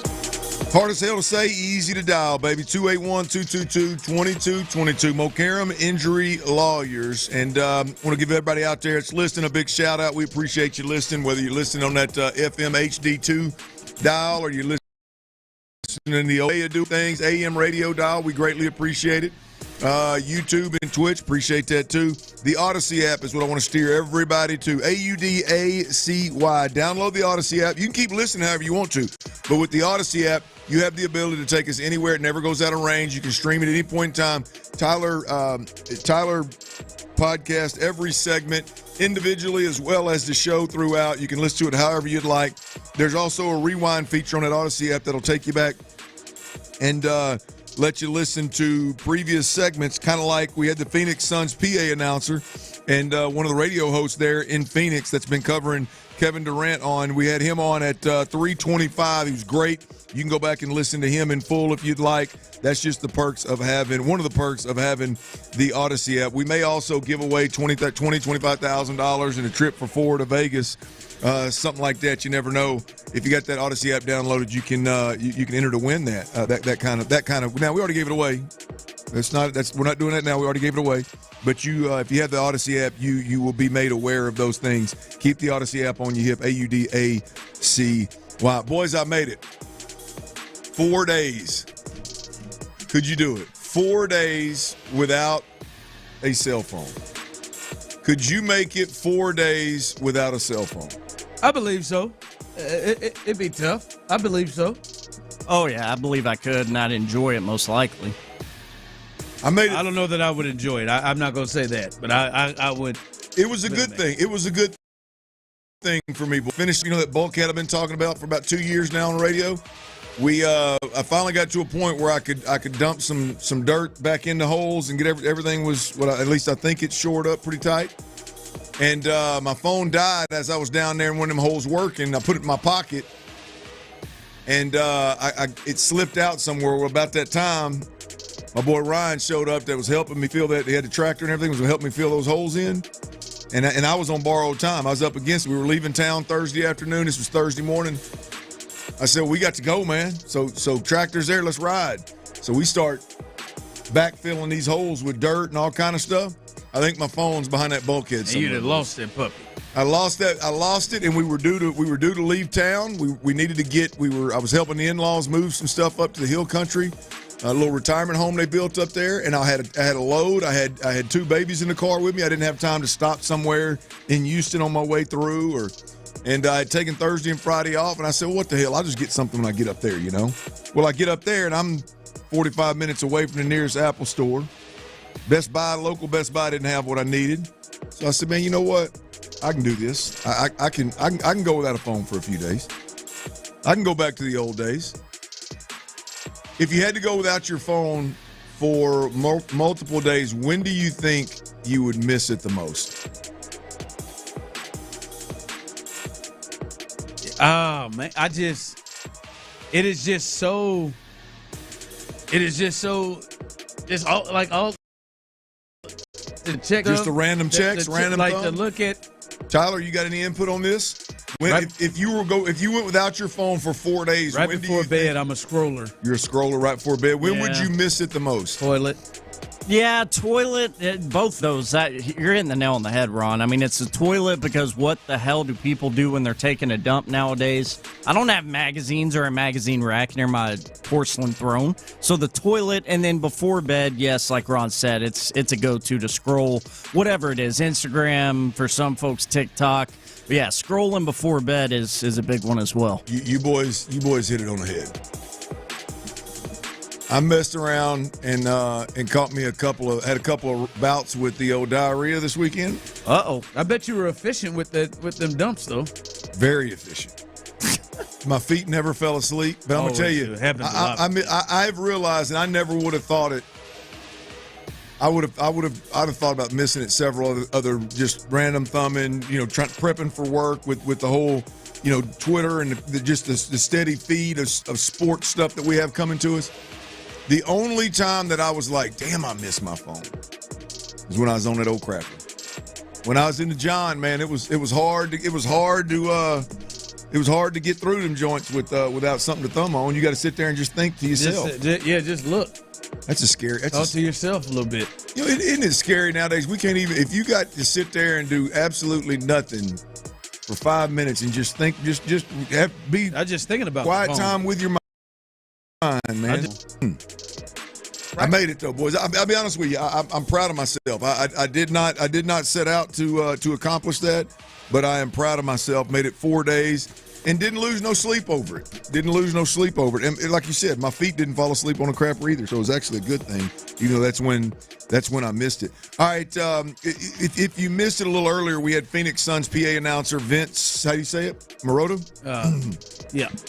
Vince Marotta on. Marotta on, and he had a lot to say. It's really good. I'm going to encourage everybody to go back and listen to it. But Ron said, hey, man, look, we got it. I want the bad. I want to know what problems we could be up against here with KD coming to town. And here's what Vince had to say. Rockets fans will get used to seeing those lazy cross-court passes followed by a dip of the head and bad body language and walking back down on the defensive side of the floor. That'll happen a lot. He also mentioned a little something about leadership here that I want everybody to listen to, and I want to cuss and discuss this real quick. If the Rockets have the right leadership, and I believe they do at the head coaching position in Ime Udoka, if they have the right on-floor alpha kind of guys, I think it'll work out fine for you guys. Right, those two things right there, when you talk about the what-ifs or the negatives with Kevin Durant, right? Obviously, I think he answered the father time thing. Kevin Durant's age, if you're a Rockets fan and you don't like the Kevin Durant deal because you think 36 and he'll be 37 on opening day, I think is what he said. Problem to you, there's nothing anybody can say to you that's going to help you. You're just concerned about the age, father time, and we're here. There's not really much of a conversation there. I love these 2 points, Ron, because I have zero concern. Zero? I have zero concern about the leadership in Houston. And I have zero concern, not about will KD miss a shot or make an errant pass and have bad body language. You're not going to change that. That's KD. That is what it is. But I have zero doubt that any of that is going to rub off on what that elite leaders that I'm talking about, Ime Udoka. Like any of that is going to rub off on the younger players. I just don't see. I think the leadership in Houston, starting with Ime Udoka, Van Vliet obviously is a part of that. I just don't believe that it's susceptible to even a guy that the stature of KD to come in and all of a sudden their expectations change or the standard in Houston changes. I just don't think that. I don't get the feel that that's the case in Houston. Yeah. So if those are the two things that somebody that covered KD for a handful of years in Phoenix, if those are the two things he's worried about, Ron, I don't have much concern at all. Yeah. At least that we can control or that KD can control. Some people may be annoyed, but I mean, there are a lot of players who have that you're like, damn, man, get back. There are a lot of, like, some of the best players in the league. Man, get back. Like that will complain or stop and talk to a ref and do that. I mean, some of the best players in the game have that in them. I think to a point that you're making, I don't think this is anything that will be toxic. Yeah. You know what I mean? Or something that Udoka can't figure out or understand. Well, I think you look at maybe not Brooklyn. Brooklyn was the same way. You look at where KD's been since he left OKC. And it's the difference between all of his destinations and Houston is Houston seems to be they seem to be a younger, kind of up-and-coming, less established guys, less established team than anywhere else that he's joined since leaving OKC, right? But when you look at the standard and, you look at the culture, that part of the organization seems to be very mature. Like very set in stone. This ain't changing, which is pretty similar to some of the other stops that he may have had, even though those were veteran players. So I just don't have a concern about that side of KD. And even Clint, like, has Ime Udoka earned your trust? And I just see your trust. I'm talking to everybody, all Rockets fans. Has Ime Udoka your trust earned your? All right, man, I roll with his thinking. Well, he coached him in Brooklyn. He knows him very well.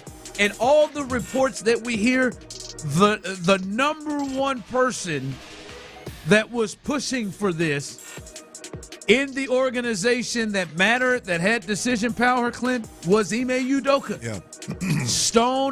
Stephen A. reported earlier this morning that Stone and Fertitta had more reservations, but Ime Udoka was so sure and pushed for this to happen, and he was the one who really wanted KD.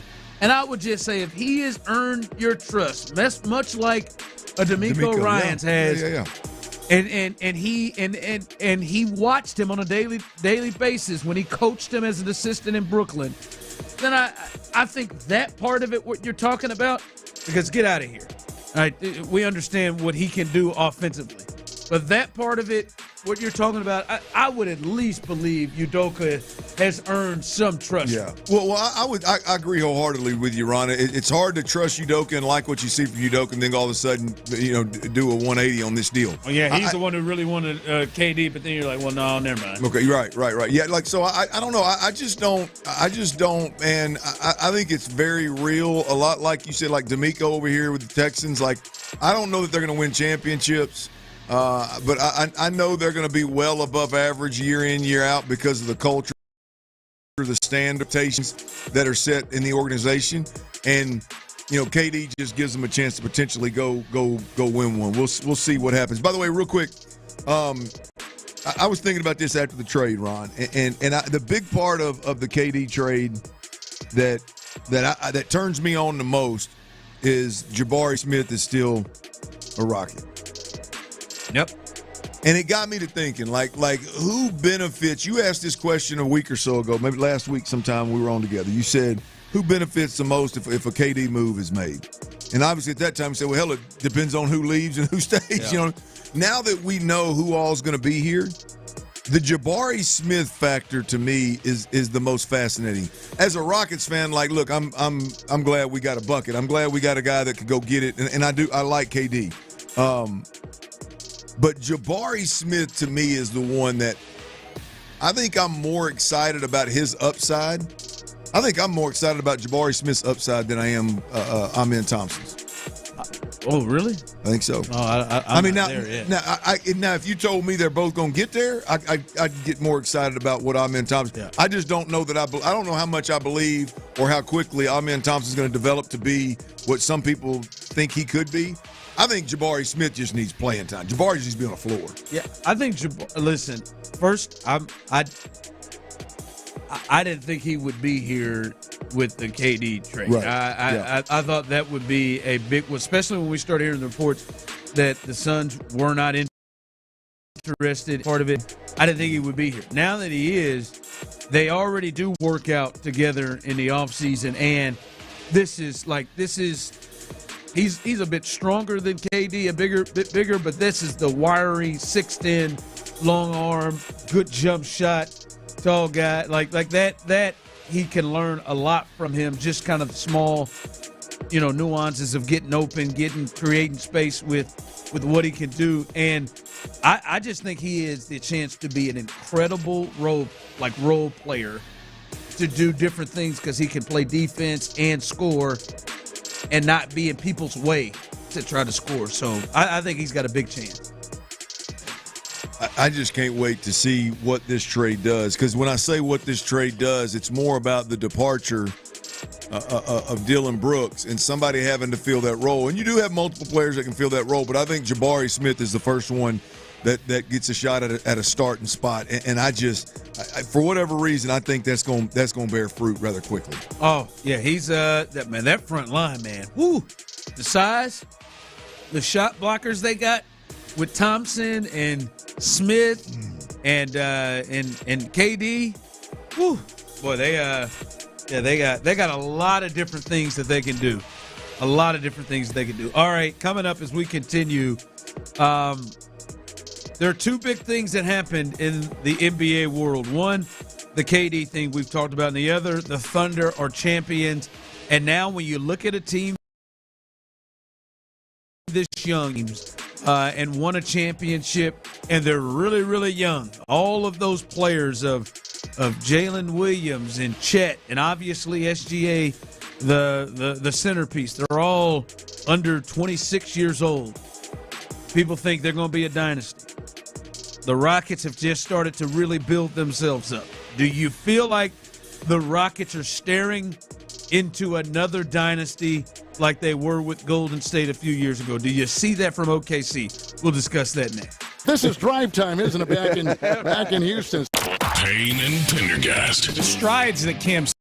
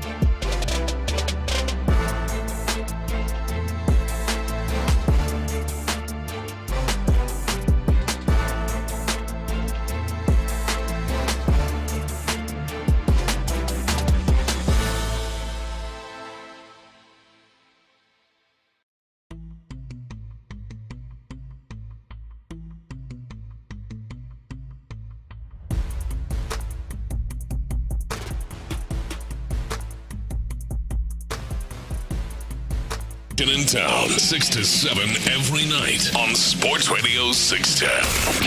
Insider access, exclusive content. Sports Radio 610. The Texans play here.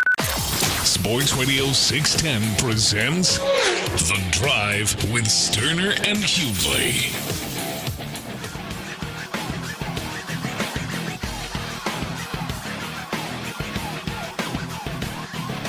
All right, on the same day that the Rockets got Kevin Durant, the Oklahoma City Thunder won their first championship in Oklahoma City. Seattle has won a championship before in that franchise's history, but OKC wins their first title. SGA and crew winning Game 7 over the Pacers. And now, naturally, we look at it, Clint. Vegas put their odds out to win the West next year, and 1 and 2 was OKC and the Houston Rockets.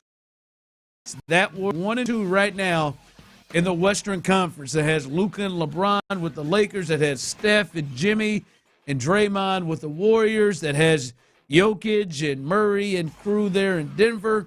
And then Minnesota with Ant and everybody there. That they have the Rockets second behind OKC 1 and 2 when it comes to favorites to get out of the West. And you watched the Rockets in their playoff series. A lot of the young guys, the first ones there. You've now watched OKC run through these playoffs. Run through, obviously, the Pacers in the finals, the Timberwolves, the Nuggets in the postseason. Are you concerned that the Rockets are going to be in this situation they were with the Warriors, where they were getting good, and then the Warriors had this one of these all-time dynasties that they started, where they won 4 championships and ended the Rocket season a few times? Do you feel concerned that OKC? Do you see that out of OKC? I don't. I mean, I see a really, really good defensive team with a couple of scores on the offensive end of the floor, and a tremendous amount of chemistry. They play hard. Everybody knows their role. Everybody embraces their role. And I think the stars align for them. I don't look at that and see great coach. Like system that's very hard to defend because of the ball movement and player movement. And then, by the way, 2 or 3 Hall of Famers. Like I don't see that when I watch OKC. It's again no disrespect. They had a great year, and again I like the way that they win. The type of basketball they play, but I just don't. I don't look at them and think, boy, there's no way that the Rockets can compete with that year in, year out. Yeah, someone, our guy Gene on YouTube and Twitch said OKC has potential to be better, one of the youngest, if not the youngest, to win it all. Yeah, listen, that is absolutely fair. They have the potential because they've got a lot of young players, and then they've got a lot of future too. I would just say I'm with you right now, Clint. I think my tune was different before this series started. In terms of what you thought of OKC, I thought OKC with how young their guys are and how much better they could get. Mm-hmm. I thought that if they run through the Pacers like I think they will, they got a chance to rattle off some. I know we said that about the Celtics last year. They got a chance to rattle off some. Obviously, we don't know anything about injuries, right? That can hold, obviously, the Celtics. But I feel completely differently about this team after watching them in this series. I don't think the Pacers, even healthy, are really a team that should match up with what the Thunder has shown us all year. A team that won 68 games. That I think they had 5 games of a one possession game all season during the regular season. And what they got sent to Game 7 by the Pacers, 7 games by the Nuggets too. And I looked at the Pacers. Like, the Pacers are going to be kicking themselves, not just the injury to Tyrese Halliburton that happened in Game 7, but obviously the injury that happened in the other game where he didn't make a shot. But they didn't play great. Yeah. Like, if you ask the Pacers in that 7-game series, now I think OKC had something to do with it. But the Pacers will tell you, but we didn't play great. Like, we didn't play great, and they struggled with them. They struggled with them. They were down 30, Clint, in Game 6 going into the fourth quarter, a closeout game. So I feel differently about OKC now. Now, the other part to OKC, and this is where the Rockets kind of have a similar thing, but not as much. OKC's future draft. They got 2 1s in 2025, 2 2s in 2025. They got 3 1s in 2026. 2 6. They got 2 1s in 2027, 2 2s or 4 2s in 2027. They've got multiple 1s in 2029. They've got 6 2s in 2028. I mean, they have a lot of first-round picks.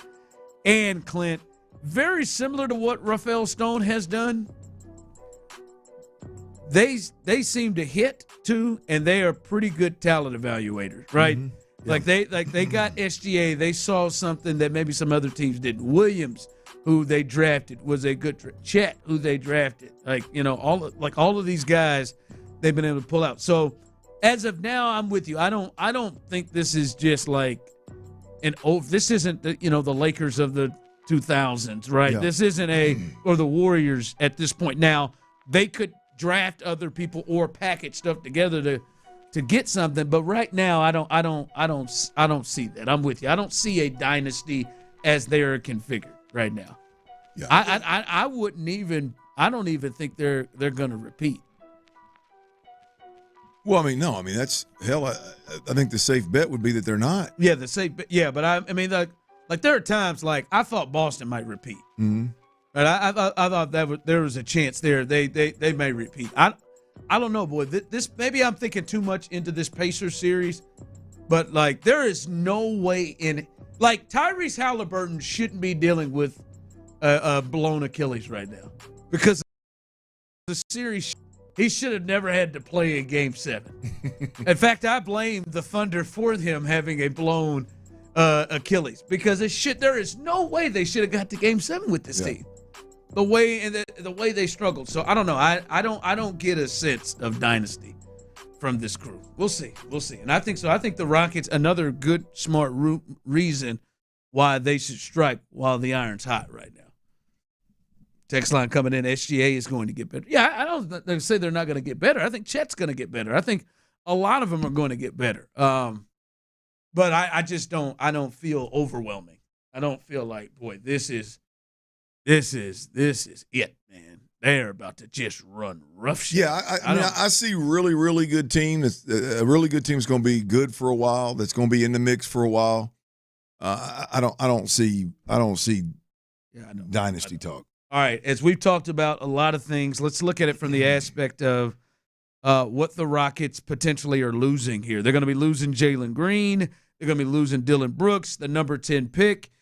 We've looked at it from the gaining part. What are you most concerned that they're losing? We'll discuss that coming up next. All right, y'all, check it out. Now, the biggest mistake you can make when you're selling your home is settling for less money.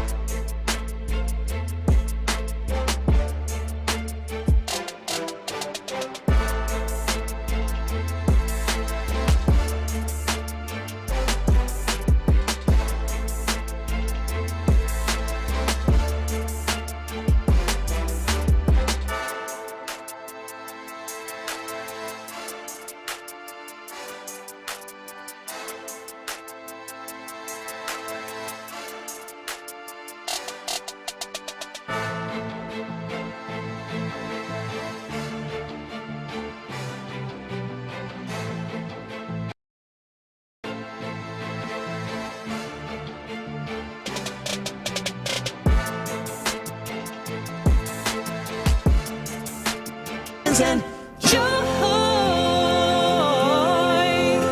Exclusive furniture where low prices live. Live from the Mokaram Injury Lawyers Studios, Sports Radio 610 presents The Drive with Stoerner and Hughley.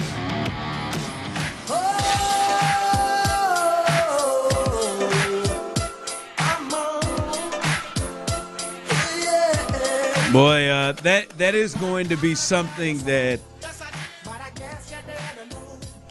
especially some of our Sports Radio 610 listeners, like that guy who was hurt, that I had a little passionate back and forth with old K-Jack earlier. Some guys like that, I think, Clint, this is going to be hard for you. To get yourself adjusted and ready for KD and the Twitter. That one's going. That one he gonna get on your nerves. I know he is. So. I know it. Many of our listeners. I know he is. He is. Holy cow! I'm looking now, man. By the way, who do you think at the station KD gets into it with first? Here, you. Probably. Probably you. Tyler's too much of a fan to push those buttons. Tyler texts and he'll speak with his heart sometimes. Yeah, but Tyler doesn't bring the same venom to his team that he brings to like, let's say, the Angels. Rightfully so. I'm not. By the way, Tyler, I'm not. I just like. No, I'm not like taking Judge. Kind of Judge gets. I mean, when you're that ugly, he gets it, bro. Well, I mean, you got a face only a mom could love. Jake Odorizzi took it pretty hard. That's fair. It sucks to suck. It does, Jake. But I'm looking. A good response there, Ron. I'm trying to. I think there's others that. I think Dalton Schultz, you guys both, he's at the end of his rope with Dalton Schultz. Yeah. Kind of, and who isn't with some folks. Somebody texted and said, it'll be Pendergast. I could see Seth. I could see. Now, Seth's a former player, so I do think Seth has a little bit of an understanding, a little bit of I think a deal that maybe slows him up a little bit. Yeah. Sean, I could see Sean Sean's a sneaky one. I could see him getting good and pissed and doing it. But why I say that is currently KD's he's going at it with about 3 or 4 different people right now. I tell you, that Sam Acho right now is now their responses because and I'll be honest, KD's got a little me in him. I should probably walk away from some of the things that are said to me on social media, but I don't. I have fun. I like to respond and react at times, and I know sometimes it should be I should move on and not entertain it. But I think like KD, I'd do it too. I mean, he is in it with about. I've got multiple friends texting me and said KD is going to be a dream for y'all. Boy, he is in it with about 3 or 4 different people. I don't. Generally speaking, yes. And I'm responding to your thought of like KD's going to get on my nerves. Oh, that's going to get on your nerves. Well, no, I don't. Look, I don't doubt that anything over the top is from an athlete gets on my nerves. To be completely honest with you. But KD, to me, I've always found it interesting with the I don't think that KD, there's a real Aaron Rodgers vibe to KD's social media stuff. I think I'll listen to that. Well, I think the one part of KD and Aaron Rodgers that people find most fascinating or people find maybe frustrating and go after on is because I don't think they care. And they're going to respond to you. Yes. He's right now. He's gotten into somebody who has a Houston fan who has 4,000 followers said Houston needs to fix this before they consider foaming the concept of winning a chip. KD responds, "My behavior is detrimental to success." Like he's yeah, like but I think, and so the reason I say that is because I tend to view that a little differently than just like I don't, and I could be wrong because I've never covered KD. I've never viewed KD as a guy that's like I hear this sensitive or in his feelings. Like I don't think he's in his feelings. Like I think he just has time on his hands and don't give a rip and is going to respond. That's what I said. I have the I'm not in my feelings. I'm going to respond to you. And the only thing that drives me crazy is when you talk big cash trash to me and I say it back to you. Now I'm being sensitive. Yeah, that probably ticks off KD. Hell no, I'm just answering you. I'm just responding. You said. And again, yeah, I should be. There's some times where I find myself rocking and rolling with somebody who's got 17 followers, and I should probably let it go. But much like KD, I'm going to try to win. And maybe that's why I am in the running. Because I am going to be honest. Someone texted in and said PC for sure. Could be it. I could see that one. But I think that part is going to annoy you, especially if this doesn't go the route that we can see it going on paper. I not just when I say you, I didn't mean just you. I meant every people who, because man, KD, man, just dude, man, let this go, man, get off of this. There's no way, but he has always done it. Yeah, but I've never. Like when I listen to KD or I've never got the vibe of KD cares so much, so it's easy to get under his skin. He cares so much of what everybody else thinks. I've heard that obviously a lot. I don't get that vibe. I don't get that. I don't get the he is being led to say something or he's speaking with his emotions. I don't sense that. Yeah. I think he just enjoys bantering with people and getting online and calling folks out. Call it up. You going to say something you think just because I'm KD, I ain't going to respond right. back. He will. I have seen KD respond to people with 400 followers. Will go down. Vince told us, who we just talked to earlier, he said he's been going back and forth with their afternoon show host. When he said to us, when we talked to him, he said they've been going back and forth. That's gonna get used. You think you can get a response in the first month? Hopefully, a nice one. You see, and KD's a little bit like me too. He don't really go to the nice ones, man. He don't really hit up a lot. He's responding to the. Should I shoot one out there right now to see if lob one out there? See if you can get a response. Man, hey, welcome in, KD. I'm a fan. Well, you're KD trained, so it'd be hard for you to. You'd be just stirring the pot if you did something negative. No. Well, that's one thing. I'm gonna be honest. That's the part is I'm gonna be honest, right?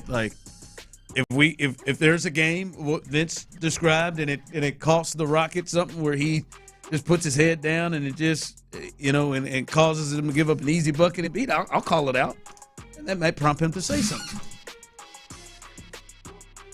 713-572-4610, Kevin. Go to your phone with this as well. But what's your – everybody, you can jump in on this, 713-572-4610. You can text in YouTube and Twitch. What's the major concern on what they're losing? They're losing Jalen Green, obviously at age 23, losing the ability to see what he potentially continues to develop into. But he did average 21 a game, 3.5 assists, 4.5 rebounds on 42% shooting from the field, 35 from three. Although in the playoffs, before you get to the playoffs, this was the best we saw of Jalen Green in the regular season, right? I think he took a step in the regular season. The playoffs, I think maybe brought this to the point. 13 points a game, and he had 38 and 1. 13 points a game, just under 3 assists, 5.5 rebounds, 37% shooting, 29 from three. And Dylan Brooks, 29 years old, 14, just under 2 assists, just under 4. He got a team leading 39+%, nearly 40% from three this year. and obviously his defense, his toughness, and everything he brings, what's the biggest concern to you of what they're losing? I ain't got one. Yeah, there's nothing at all. I ain't got one, man. I really don't. Text line coming through. They're losing an edge without Brooks. He's an enforcer, an irritant, X-factor, trash talker on defense. That balances the other more mild-mannered Rockets players. He's going to be sorely missed. Yeah, I don't look, I greatly appreciate what Dillon Brooks brought to the table. I mean, he shot it. I mean, on the offensive end of the floor, he shot the ball significantly better than I thought shooting, he was. Yeah, team that struggled with shooting, his 40% from three is which I'll be honest with you, I didn't know that's what we were getting in Dillon Brooks. I mean, I didn't know that's the caliber player we were getting. However, I don't know if Dillon knew that. However, I understand that edge that the texter's talking about. I just think Ime Udoka and the staff, Eason, Jabari Smith, Amen Thompson plays with an edge. I was going to say Eason and Thompson play with an edge. I think there's a certain edge that Sengun plays with, Fred plays with. I think there's no doubt about. I'm not trying to minimize Dillon Brooks' edge because that's a different level edge. That's a borderline. I mean, he's flirting with what's my man Green out in Draymond Green out in Golden State. He's flirting with that level of Dillon the villain. Right, he's got a nickname. Perfect. Yeah, that to me is. I just think that this team can overcome it. Yeah, I do too. Obviously, I think to me, even with the Brooks thing, like if you were to look at the biggest thing that they would be missing, Clint, is if Jalen Green is going to be somebody that figures it out more than he has, right? I think that's the biggest thing they're missing. Now, it is not to a point where I wouldn't have made the deal, Clinton. I think some people maybe wouldn't have. I'm guessing that's what we're hearing from people with the, hey, man, we gotta let them run it back or let them go back. I think they can replace. I think Tari Eason can replace a lot of what Dillon Brooks has done. Maybe next year he's not doing it immediately all the way, but I do think he can replace a lot of it. He's a tough kind of player with an edge that seems to be ready and probably learned a lot from Dillon Brooks over the last 2 years to take that role. That's just the other part is obviously Jalen Green at 23. Durant's probably here 2 years, maybe 3 at best. And, Jalen Green is somebody that I think there's a concern. You look up and he's become, Devin Booker or something like that. But as I said, I think it's a concern that I am willing to kind of deal with. Someone texted in, Brooks is going to be on 10 when they play Houston. Durant and Brooks altercation. Bet on that. Sure, hell, he'll be on 10. I'm sure. Someone texted in, my biggest fear is the 10th pick turns into a player like Greg. Okay, yeah. 10? All right. And it may be. It may. I don't know. The 10's not a scary one. The top 5, I hear you on that. 10 is not a scary one. And if it does happen, man, shout out to the Suns for their great player evaluation and the pick they got. All right, coming up a little 5 o'clock fire. If you have not heard this, there has been, according a report out for what Kevin Durant is willing to do. I don't know if you've heard this. We'll let you hear that. We'll look at the Astros as they take 2 of 3 in the series, and the latest on Tyrese Halliburton and his injury. That's coming up next right here live on The Drive. How about your injury? Let's talk about your injury. Are you dealing with chronic joint pain in your knees, hips, shoulder, back, anything like that? It's not.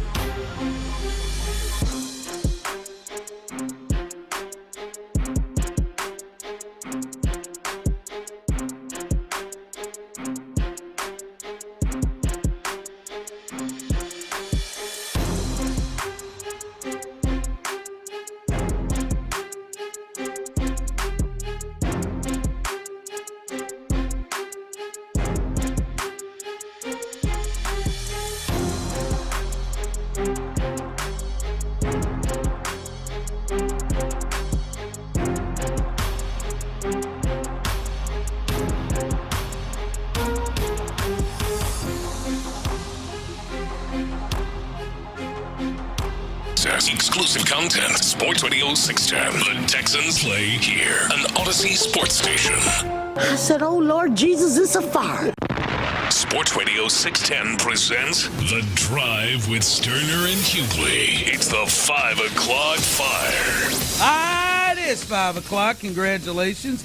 Hopefully you're off. Whoa, Dirty Show and T-Mill, a.k.a. Psycho T, and you're looking at him live right here on YouTube and Twitch. Really bringing it here. Have the latest. And the latest is, it is a little 5 o'clock fire. And Clint, Kevin Durant is obviously the big story. It is great, Clint. And it has happened a few times since when we've been here. There have been some times where that has not been on the positive side of things.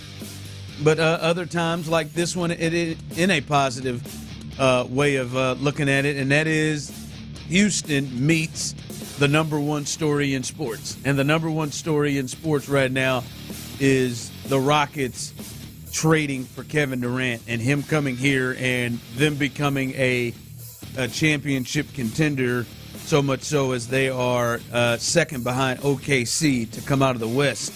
And Clint, on top of that, if you just missed it, or if you've missed the details of the trade, the Suns are trading two-time NBA Finals MVP Kevin Durant to the Houston Rockets for Jalen Green, Dillon Brooks, the number 10 pick in the draft coming up on Wednesday, and 5 second-round picks.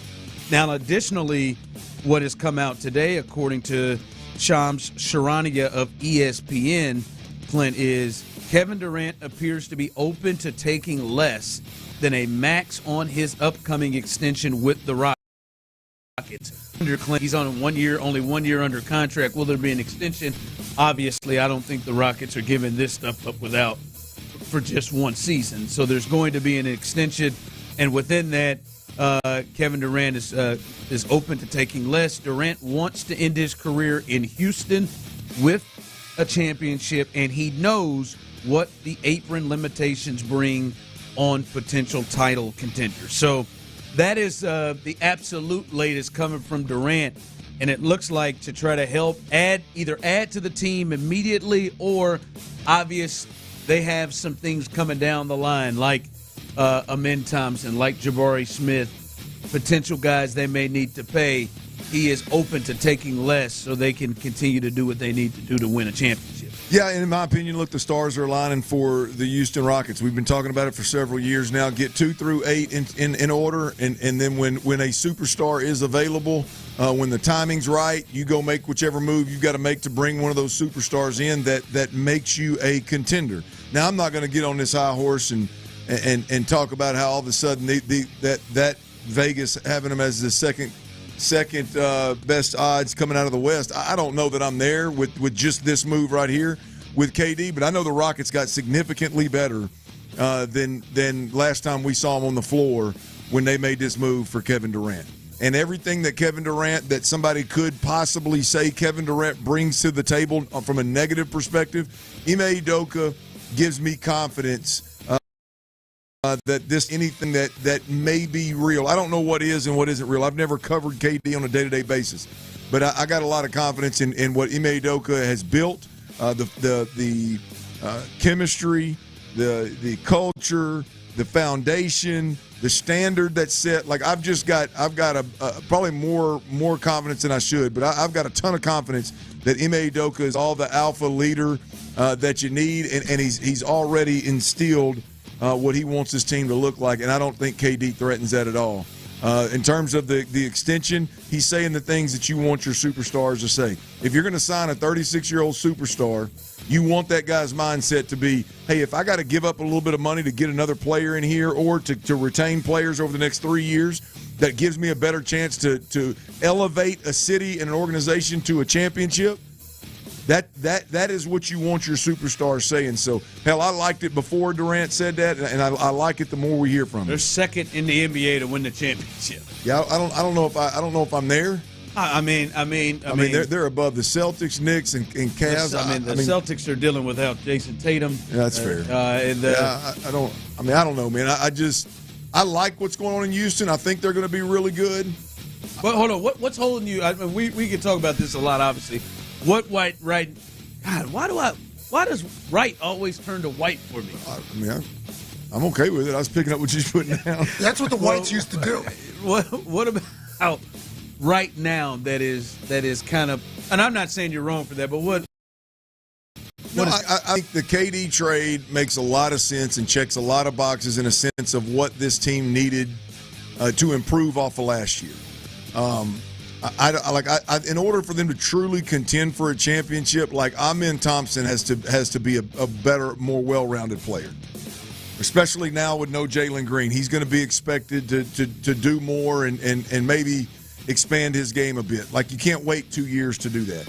I don't know. I think a lot of this year's success came from a Fred VanVleet that all of a sudden was incredible down the stretch. I mean, Fred VanVleet wouldn't have shot his eyes out. We would have gone home sooner. I mean, he'd gone home sooner by a team that was crippled in Golden State. So I don't know. I just don't, like, you start talking about championship caliber. I mean, those are typically, I mean, superstar players. Yes, great identity, great chemistry, great culture. I just think who's good. Like right now, Ron, who's going to be your number 2 guy on this team with the Rockets? I would say Şengün. I think that's where I would go right now too. Şengün, and then Amen Thompson. At some point, Amen Thompson, right? But I mean, but he doesn't have pressure to have, like, right now coming into it. I bet you Amen Thompson was thinking, I got pressure to really pick up my game to score. Like, I've got to, we can't go through situations where I've got to score more. And certainly he can still do that, but now he don't have that pressure, man. He gets to really be the best, and you can kind of bring his offensive game along in the way that it needs to go.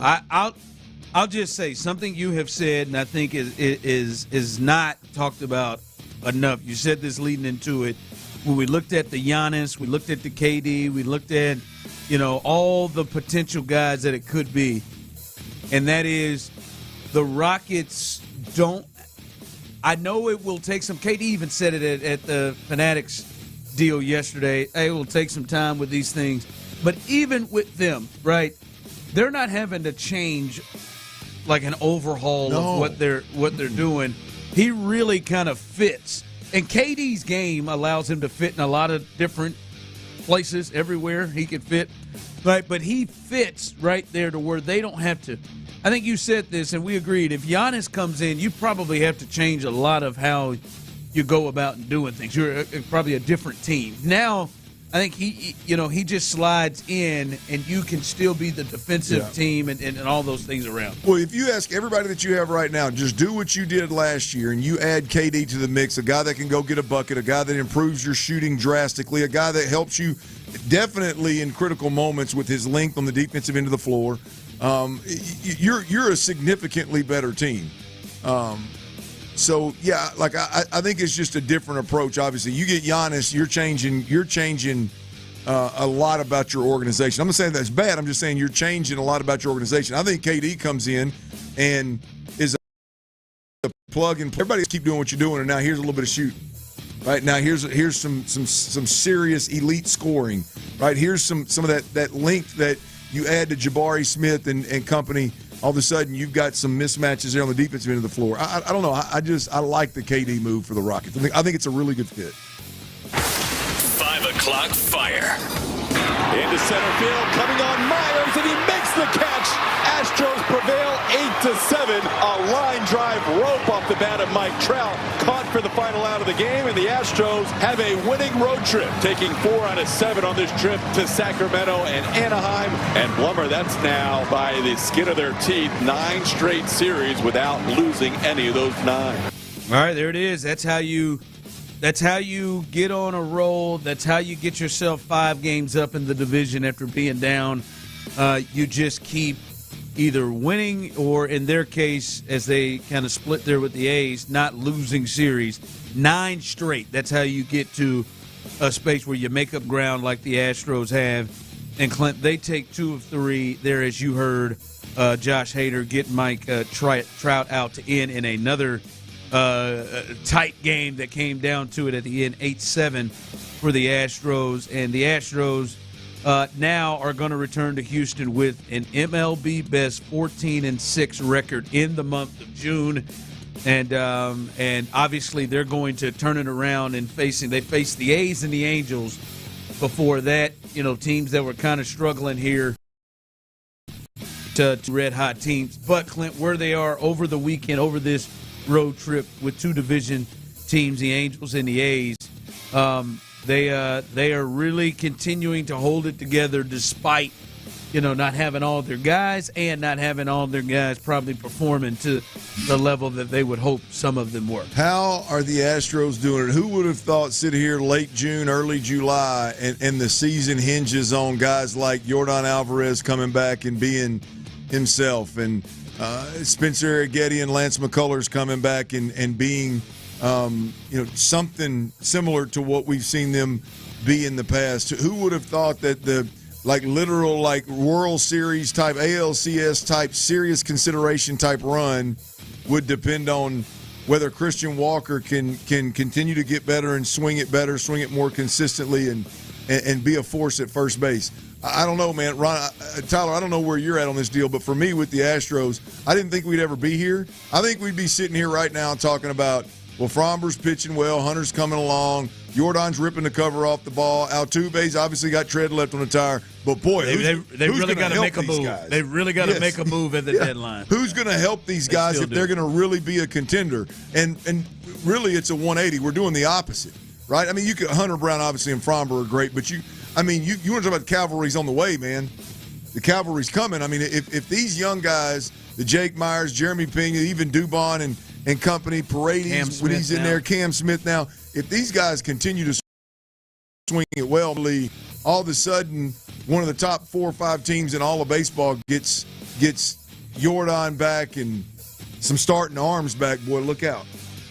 Yeah, it's been a hell of a run here. Now, Clint, if we're honest, now this next 6-game stretch they have, is going to be a really, really big stretch, right? They're coming back home, but they're going to face the red-hot Philadelphia Phillies who are in first place in the NL East, and they're battling with the Mets. They've been coming on here strong here lately, and then following that with the return of Kyle Tucker, the Chicago Cubs, they come back. They're in first place. Both of those teams, and the Astros obviously have a really good record.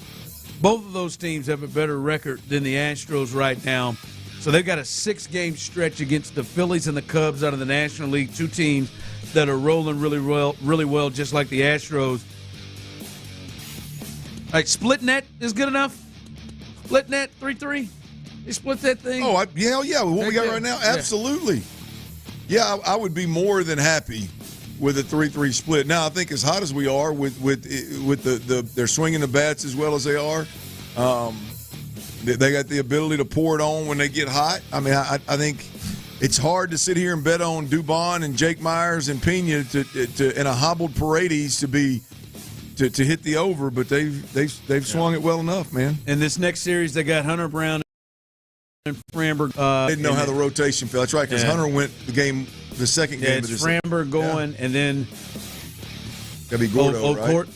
Colton, Big C. He's going in between Framber and Hunter Brown, and then that means the clap. The clap is really good. You got to see it on YouTube, yo. And then that means old Gusto and old Walter. They're gonna get the ball against the Cubs after that. So, big weekend to see kind of where they are. Obviously, that'll be impressive if they're able to go on a stretch there. Just a hiccup came and grabbed me by the balls there for a second. I'd have been KD. Those Astros, they're kicking ass and taking names. 5 o'clock fire. All right, the Pacers, they not only lose last night as OKC wins a championship, their first one for the Thunder, second in franchise history, but the biggest moment in the game, I think the most memorable thing from the Game 7 was their all-star guard, Tyrese Halliburton, All-NBA guard Tyrese Halliburton tearing his Achilles tendon, and we have gotten that to be confirmed today. That's been verified by the Pacers to say he indeed tore his Achilles tendon, which that is what it really looked like. A terrible situation in the scene out there. Clint, we talked about the West has obviously what the Rockets have done. OKC, the defending champions. The Lakers have Luka and LeBron. We'll see what they're able to do. Denver, not too long ago, was a champion. They've got the best player that many believe in the sport right now. Minnesota was in the last two Western Conference Finals. A lot of people think Dallas could be interesting with AD, Cooper Flag. We'll see how long it takes Kyrie to get back. So the West is strong. Golden State, obviously. The East, opportunity, baby. Boy, I'm telling you, man. Yeah, I mean, I think the Milwaukee Bucks probably have to really get serious about exploring a trade for Giannis. I don't know if they'll get anything more that they can for him. They're in a bad place. They've traded all their picks to try to improve their team over the last couple of years. They're obviously on the hook for what's probably going to be a complete season miss from Damian Lillard, and they're on the hook for that. Miami has been kind of pushing to get Giannis. We've heard the Knicks as well. If Giannis stays out east and potentially goes somewhere else, and let's say he goes with that's the big move out east to watch, because Tatum is down, obviously, for a year. Halliburton is going to be down for a year. Those are two of the powers in the East, the Celtics and the Pacers. We'll see about, the Knicks right now, who can't find a coach, seem to be the team that is probably the best odds. They're the best odds to kind of get there and take over the East. So that is going to be fascinating to watch what teams try to make a run to strengthen themselves in the East, because it is open with these injuries they have to major players. All right, coming up, your initial reaction. All right, what happened? What happened when you found out the trade occurred? What was going through your mind? Was it celebration? Was it celebration? What was going through your mind when you initially saw what happened with KD coming to the Rockets? We'll do that next. All right, all my business owners out there, my property owners out there, look, Houston has suffered several storms over the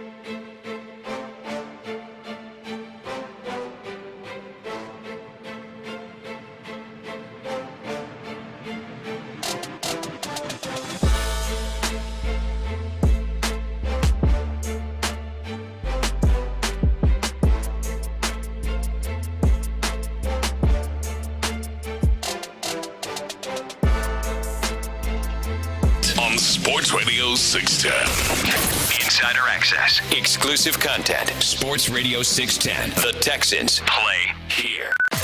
Sports Radio 610 presents The Drive with Stoerner and Hughley.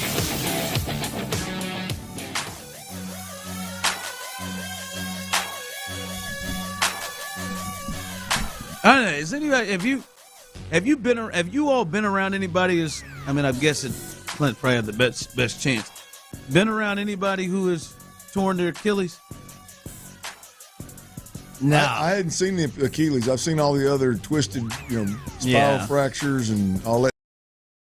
Because see, I watched Tatum, and we watched Halliburton too. But I watched Tatum, and it was obviously pain, but both of them were overcome with like emotion, almost pain, like almost driven like to tears. And I'm just wondering, was that pain, or do you think that was more so, man, I am out? So I saw somebody, a former player on I think it was on one of the social medias, was talking about how you might as well get up. I mean, I know you can't because you can't flex your but you might as well get up and walk on it because you can't, like the pain, like you can't feel it.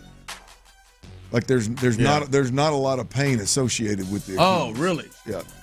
That's what they were insinuating. I'm gonna guess it's immediate. Like the immediate hit is we keep seeing that. Yeah. But I mean, I'm like, man, is this a pain? Like, is it really this much pain, or is it just like an emotional? Damn, I know I am down. It looked like to me with Halliburton, it was one of those like, not now, man. That's what it wasn't like, oh my gosh, it's like, not now, man. Don't steal this moment from me. We're literally in Game 7, and we're in this thing. I started hot. I got 2.5 quarters to play, and now you gonna pop? I think it was more. To me, it was more that than. I was trying to see Rodgers when he tore his, to see his face, like if he. It was an all dang sitting up on the field. All dang. Yeah. Hitting the turf. Yeah. All right. You're and I see some people checking in. And what was your first reaction? I was at HEB in the grocery store when I found out. What was your first reaction? As someone texted, my first reaction was, what did we give up? Once I saw we didn't give up Jabari, Tari, or half of our draft picks, I was so pumped. You gave up some draft picks. Gave up, 5 seconds. As the way Brian Windhorst just flippantly just threw away the meaning of 5 second-round draft picks this morning was hilarious. Nobody cares about 5. Nobody cares about second-round picks. F them picks. Because they got 6 first-rounders from now until 2029 as well. But hey, Ryan, you want to talk about being unplugged? We had no TVs in the house. And I had lost my phone on Thursday. And my wife, I don't know that she even follows. I don't even know if she follows a sports story. Courtney found it. Courtney texted me while I was at HEB. I didn't have. She said you got a lot to talk about tomorrow. We got home yesterday. We had a party planned at our house for my little cousin. We got home at 1:30, and some of them were already there. And I walked in, and my cousin said, "What do you think?" I said, "About what?" He said, "Rockets got Durant, bro." So you want to know when I heard him say that? You want to know what my immediate response was? What'd they give up? What'd they give up? Yeah. And he said they didn't. First thing he said, they didn't give up Jabari. I said, "Oh hell, come on, baby." I love it. Yeah. No, I was going to say. So that was how you found out. Yeah, that was how I found out, just like that. And we had about five dudes, and we all just start chopping about what. It was a pretty the overwhelming favorite was Jabari Smith. I didn't realize Jabari how much people wanted. Beyond us that talk it every day, I didn't know Jabari Smith, a guy that wasn't a starter, was such a big piece of this. Yeah, I would have thought they were going to have to give up Jabari, Eason, or Reed Shepherd. Like I would have thought with Jalen, one of those guys were probably or a bunch of those picks would be the center point. And the center point right now is the pick number 10 and Jalen Green. Right, that seems to be the center point of the deal for the Suns. And I mean, to me, I looked at it and I saw, and then as you said, you get down there and you start seeing it. And I don't know about you fellas, but I started trying to scroll down more. Is there another page to this? Like, this is really it? Five second round picks? This is really it? And then you get to look at it and you're like, and then immediately you start rolling in your mind. All right, Fred, Amin Thompson's going to slide over here and play the 2 here with Jabari and KD. That's 6. That's all of them long players. Mm-hmm. Amin, Jabari, and KD with Şengün down there. All of them, you know, the ball. Like, this is, whoa. You got shooters. You got Jabari who can spread the floor. You got Fred who can, like, this is, whoa. You Come talk on about, now. You talk Championship contender. That's exactly what I'm thinking. You talk about ball handler, and I know we're all high on Amin Thompson, and I am as well. I'll be honest with you. Like I said last year, I don't know that I'm real comfortable with him bringing the ball up the floor. When it comes to ball handler, like you got to a point where you needed to have Fred VanVleet on the floor. Besides the fact that he was hotter than a firecracker knocking down threes, you needed that ball handler on the floor. Now you've got a default ball handler to handle the ball damn near at any point with KD on the floor. I mean, yep. you got a better option. What I'm saying is if you just happen to have a run where VanVleet's not on the floor, and you don't have somebody that you won't necessarily handling the rock, KD can handle that, no problem whatsoever. So, yeah, man, when it's all said and done, I love the Kevin Durant trade. And I love the thought, as a Rockets fan, I love the thought of getting ready for this upcoming season and thinking, we got Kevin Durant, you mentioned Fred VanVleet, Şengün, Thompson, Smith, Eason, Shepard, hopefully shooting it better. I mean, it's going to be real easy to get excited about that crew now. Yeah, I just as a fan, Tyler, and this is when because I know you are as much of a fan as anybody who listens or texts into this show. Just naturally, and part is you want your team to have the best chance to win it all. That's what you want to be able to go on that ride to 100%. Watch your team. And, most fans won't, really care, dive into the money and all this. And then what are they going to put on the floor? And you were able to keep your young dudes, and you were able to get the dude that just everything you're missing, everything that you were missing, he supplies. And you can't tell me you don't, even if you hate the trade, which I don't know how you could, even if you when I say maybe there's some questions you have, there's some things, but if you hate the trade, I don't get it. You kept Agreed. All of your young guys. Like if you kept all of the young guys except for the one who showed you the most that maybe they weren't ready for this. And I don't understand how anybody could, if you're a true fan, wake up and not believe you don't have a much better chance of winning the championship right now. Which end was he looking from? I don't like I've seen some people try to talk up how good Cam Robinson's going to be. The left tackle? Yes. Oh. People try to talk. I'm just talking about different guys that have come here. Wait, oh, no, man, wait do you see this? People talk up Kamari Lassiter before knowing what he was going to be last year.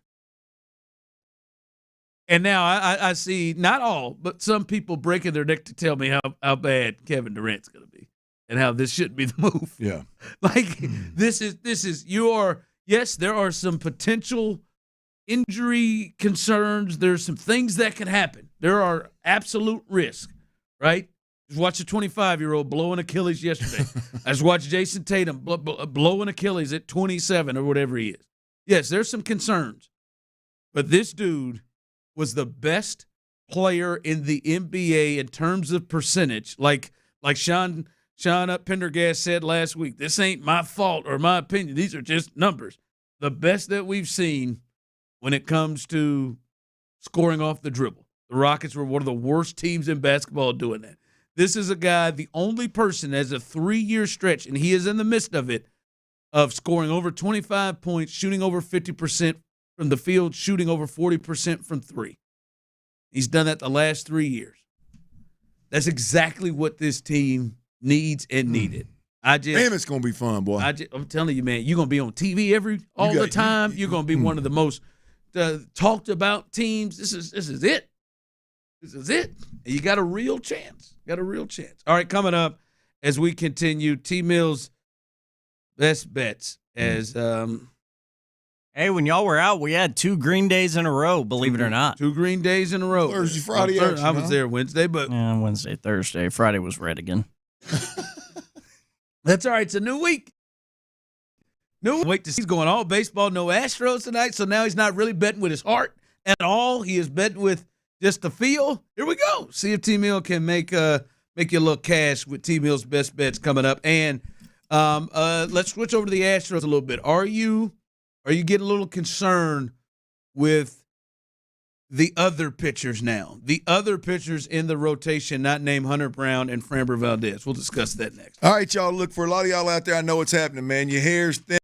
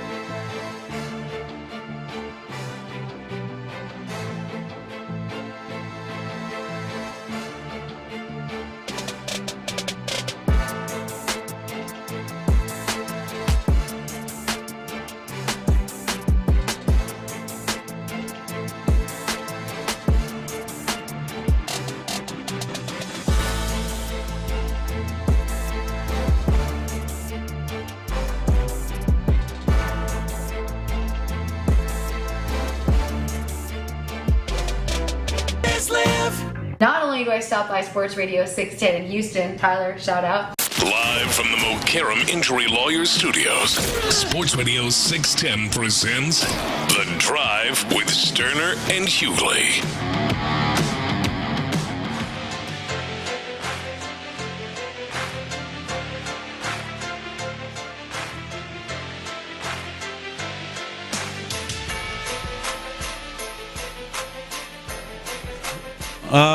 From the text line, when this thing doesn't work out, I want Show and Clint to own it. No excuses. If I'm wrong, I will. As long as you don't do what I hope fans don't do, because I think it'll be very lame. And people can get into this, and that is, I'm going to work for what I said to make me look right than I will for the team. You know, there are some people who are weak ass fandom. Yep. I remember I did that for about 5 minutes with Patrick Mahomes. If I've told you, remember, I was really, now this looks really bad now at this point of 2025. Oh, thank you. But coming out, I was like, man, give me Deshaun Watson. This will be Donovan McNabb on steroids with Andy Reid and this crew. And honestly, I still believe that Donovan McNabb with Andy Reid and Tyreek Hill and Travis Kelce would have been something else. But for about 5 minutes, I think it was a slant to Tyreek Hill that he hit against the Chargers in Week 1 that went to the house. I said, okay, all right. It's going to be all right, too. Okay, all right. All right, especially that first year where Pat didn't play and we were just seeing, him take over the league here in Houston, even though they were losing some of them games. But Deshaun take over the league. Okay, all right, come on off of that. I do. I hope you all, because I know it's going to be some out there. You can't wait to come in October or November to tell to Texas in. See, I told you. Well, I mean, what is the like as a Rockets fan, like, what do you expect, Tyler? Like, what do you like? I don't, and I know I through a little different lens than most people do. Like, I expect Kevin Durant to make this a significantly better team, entertain us more from a championship potential and championship contending team. Like, what's the text you're talking about? If that Rockets don't go win a championship next year, you're right, and everybody else is wrong. Everybody that likes the KD move is wrong. Like, I don't know. Like, maybe that's something we can take calls on. Are we tomorrow. right if we get out of?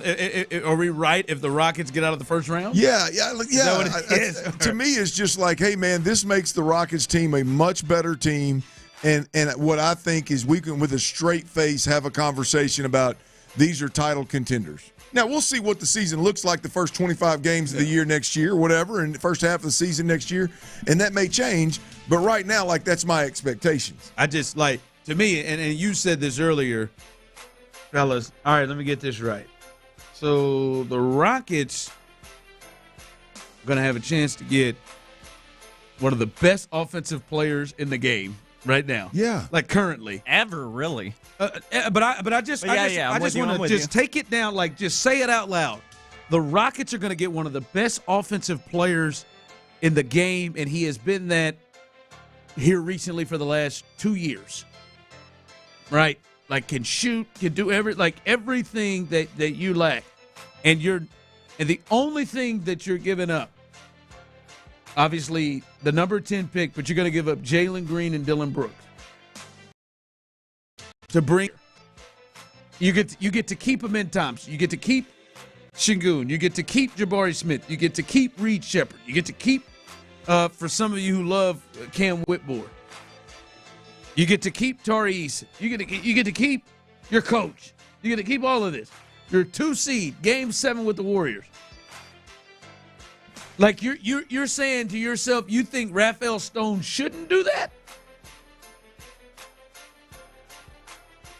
Like, when you say that, like when you're wrong, come on, you're saying Rafael Stone shouldn't do that? I don't know. Coming up behind us, best bets. Also, Mark Vandermeer, John Harris, Texans All Access. The greatest trades in honor of the Rockets getting Kevin Durant, the greatest trades in history, in Houston pro sports history. I believe this is going to be up there in it. Area 45, Sean Bijani, Patrick Creighton, Chris Santiago. Just saw Santiago walk through. They will take over after us and get this thing rolling. All right. Someone texted in, asked, and he's talking about taking a team-friendly deal. Yeah. Seems to be that he is making it a priority to winning a championship, and by way of doing that, Clint, he has said reports are from Shams Charania, ESPN, that he is open to taking less than the max that he could get to try to give themselves the best chance to help this team win a championship. I don't know, boy. Well, you can count one Rockets fan, which is me. You can count that as I see this as the Rockets getting extremely lucky. There's a part of it that's fortunate, but there's also a part of they put themselves in a position to get lucky. Sure they did. But at the end of the day, I mean, when you are ready, when the stars have aligned for you, and it's time to go spend $50+ million a year on a guy, this is the guy that's available. I think it's very fortunate that the timing worked out the way it did. I don't think this is overpaying KD or KD doesn't have it. I mean, I look at this thing and, man, we are lucky that dude right there is available when we need exactly what he brings to the table. And another thing, by those, I see some other things about, man, we still got these guys, we're going to give him all of this money. If you watch what all the leadership did, Rafael Stone, his team, Tillman Fertitta, obviously, Udoka, all of them are involved in this. Just by what they did in this deal and what they gave up, the deal they got, I think you can trust that they'll understand the way to make the money work with Amen Thompson and Jabari Smith down the line, right? I don't think they're going to trade this and make this great deal, this great move and then all of a sudden put themselves in a situation where they can't pay Amen Thompson, one of their young core guys. I would assume that they are able to do those things at all. So I can understand there are some questions, some concerns about things, how this injury, all this, but to think that the Rockets shouldn't have done it or that you hate the trade, I can't. All right, Tyler, let's win these folks some money, man. Let's get a Green Day here, man. Let's string a few together, right? Let's string a few Green Days together. Great band. It is. American Idiot. Gotcha. But let's string some wins here this week. Kicking it off right on a Monday. What's your best bet? Yeah, it's been a few weeks since we kicked the week off in the right direction with a green number on a Monday. So let's do it this time. Baseball, really the only sports going on out there. No Astros tonight. They are off before getting back in action tomorrow. But I got 5 MLB bets for you on a Monday night. Here they are. If you miss any of them, head to the Twitter at @TMillRealDeal where I post them daily. First, them Yankee turds. I'm on the first 5 innings money line for the Yankees as they travel to take on the Reds.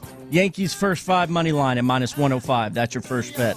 Secondly, I got the Pirates at Brewers under 8.5 runs in that one. I'm expecting a pitcher's duel in that one. I meant to write down the starters. Now I can't remember. We'll circle back to that. The over in this one. Over 9 runs between the Red Sox and Angels. Next up, we got the Cubbies. The Cubs money line. It's almost even money. I'm on the Cubs money line at -110 as they travel to take on the Cardinals tonight. And then lastly, the New York Mets plus a run and a half at -140 odds as they host the Braves this evening. Mets plus 1.5. That is your 5th and final best bet for Monday night. Any of those y'all like, boys? Any of those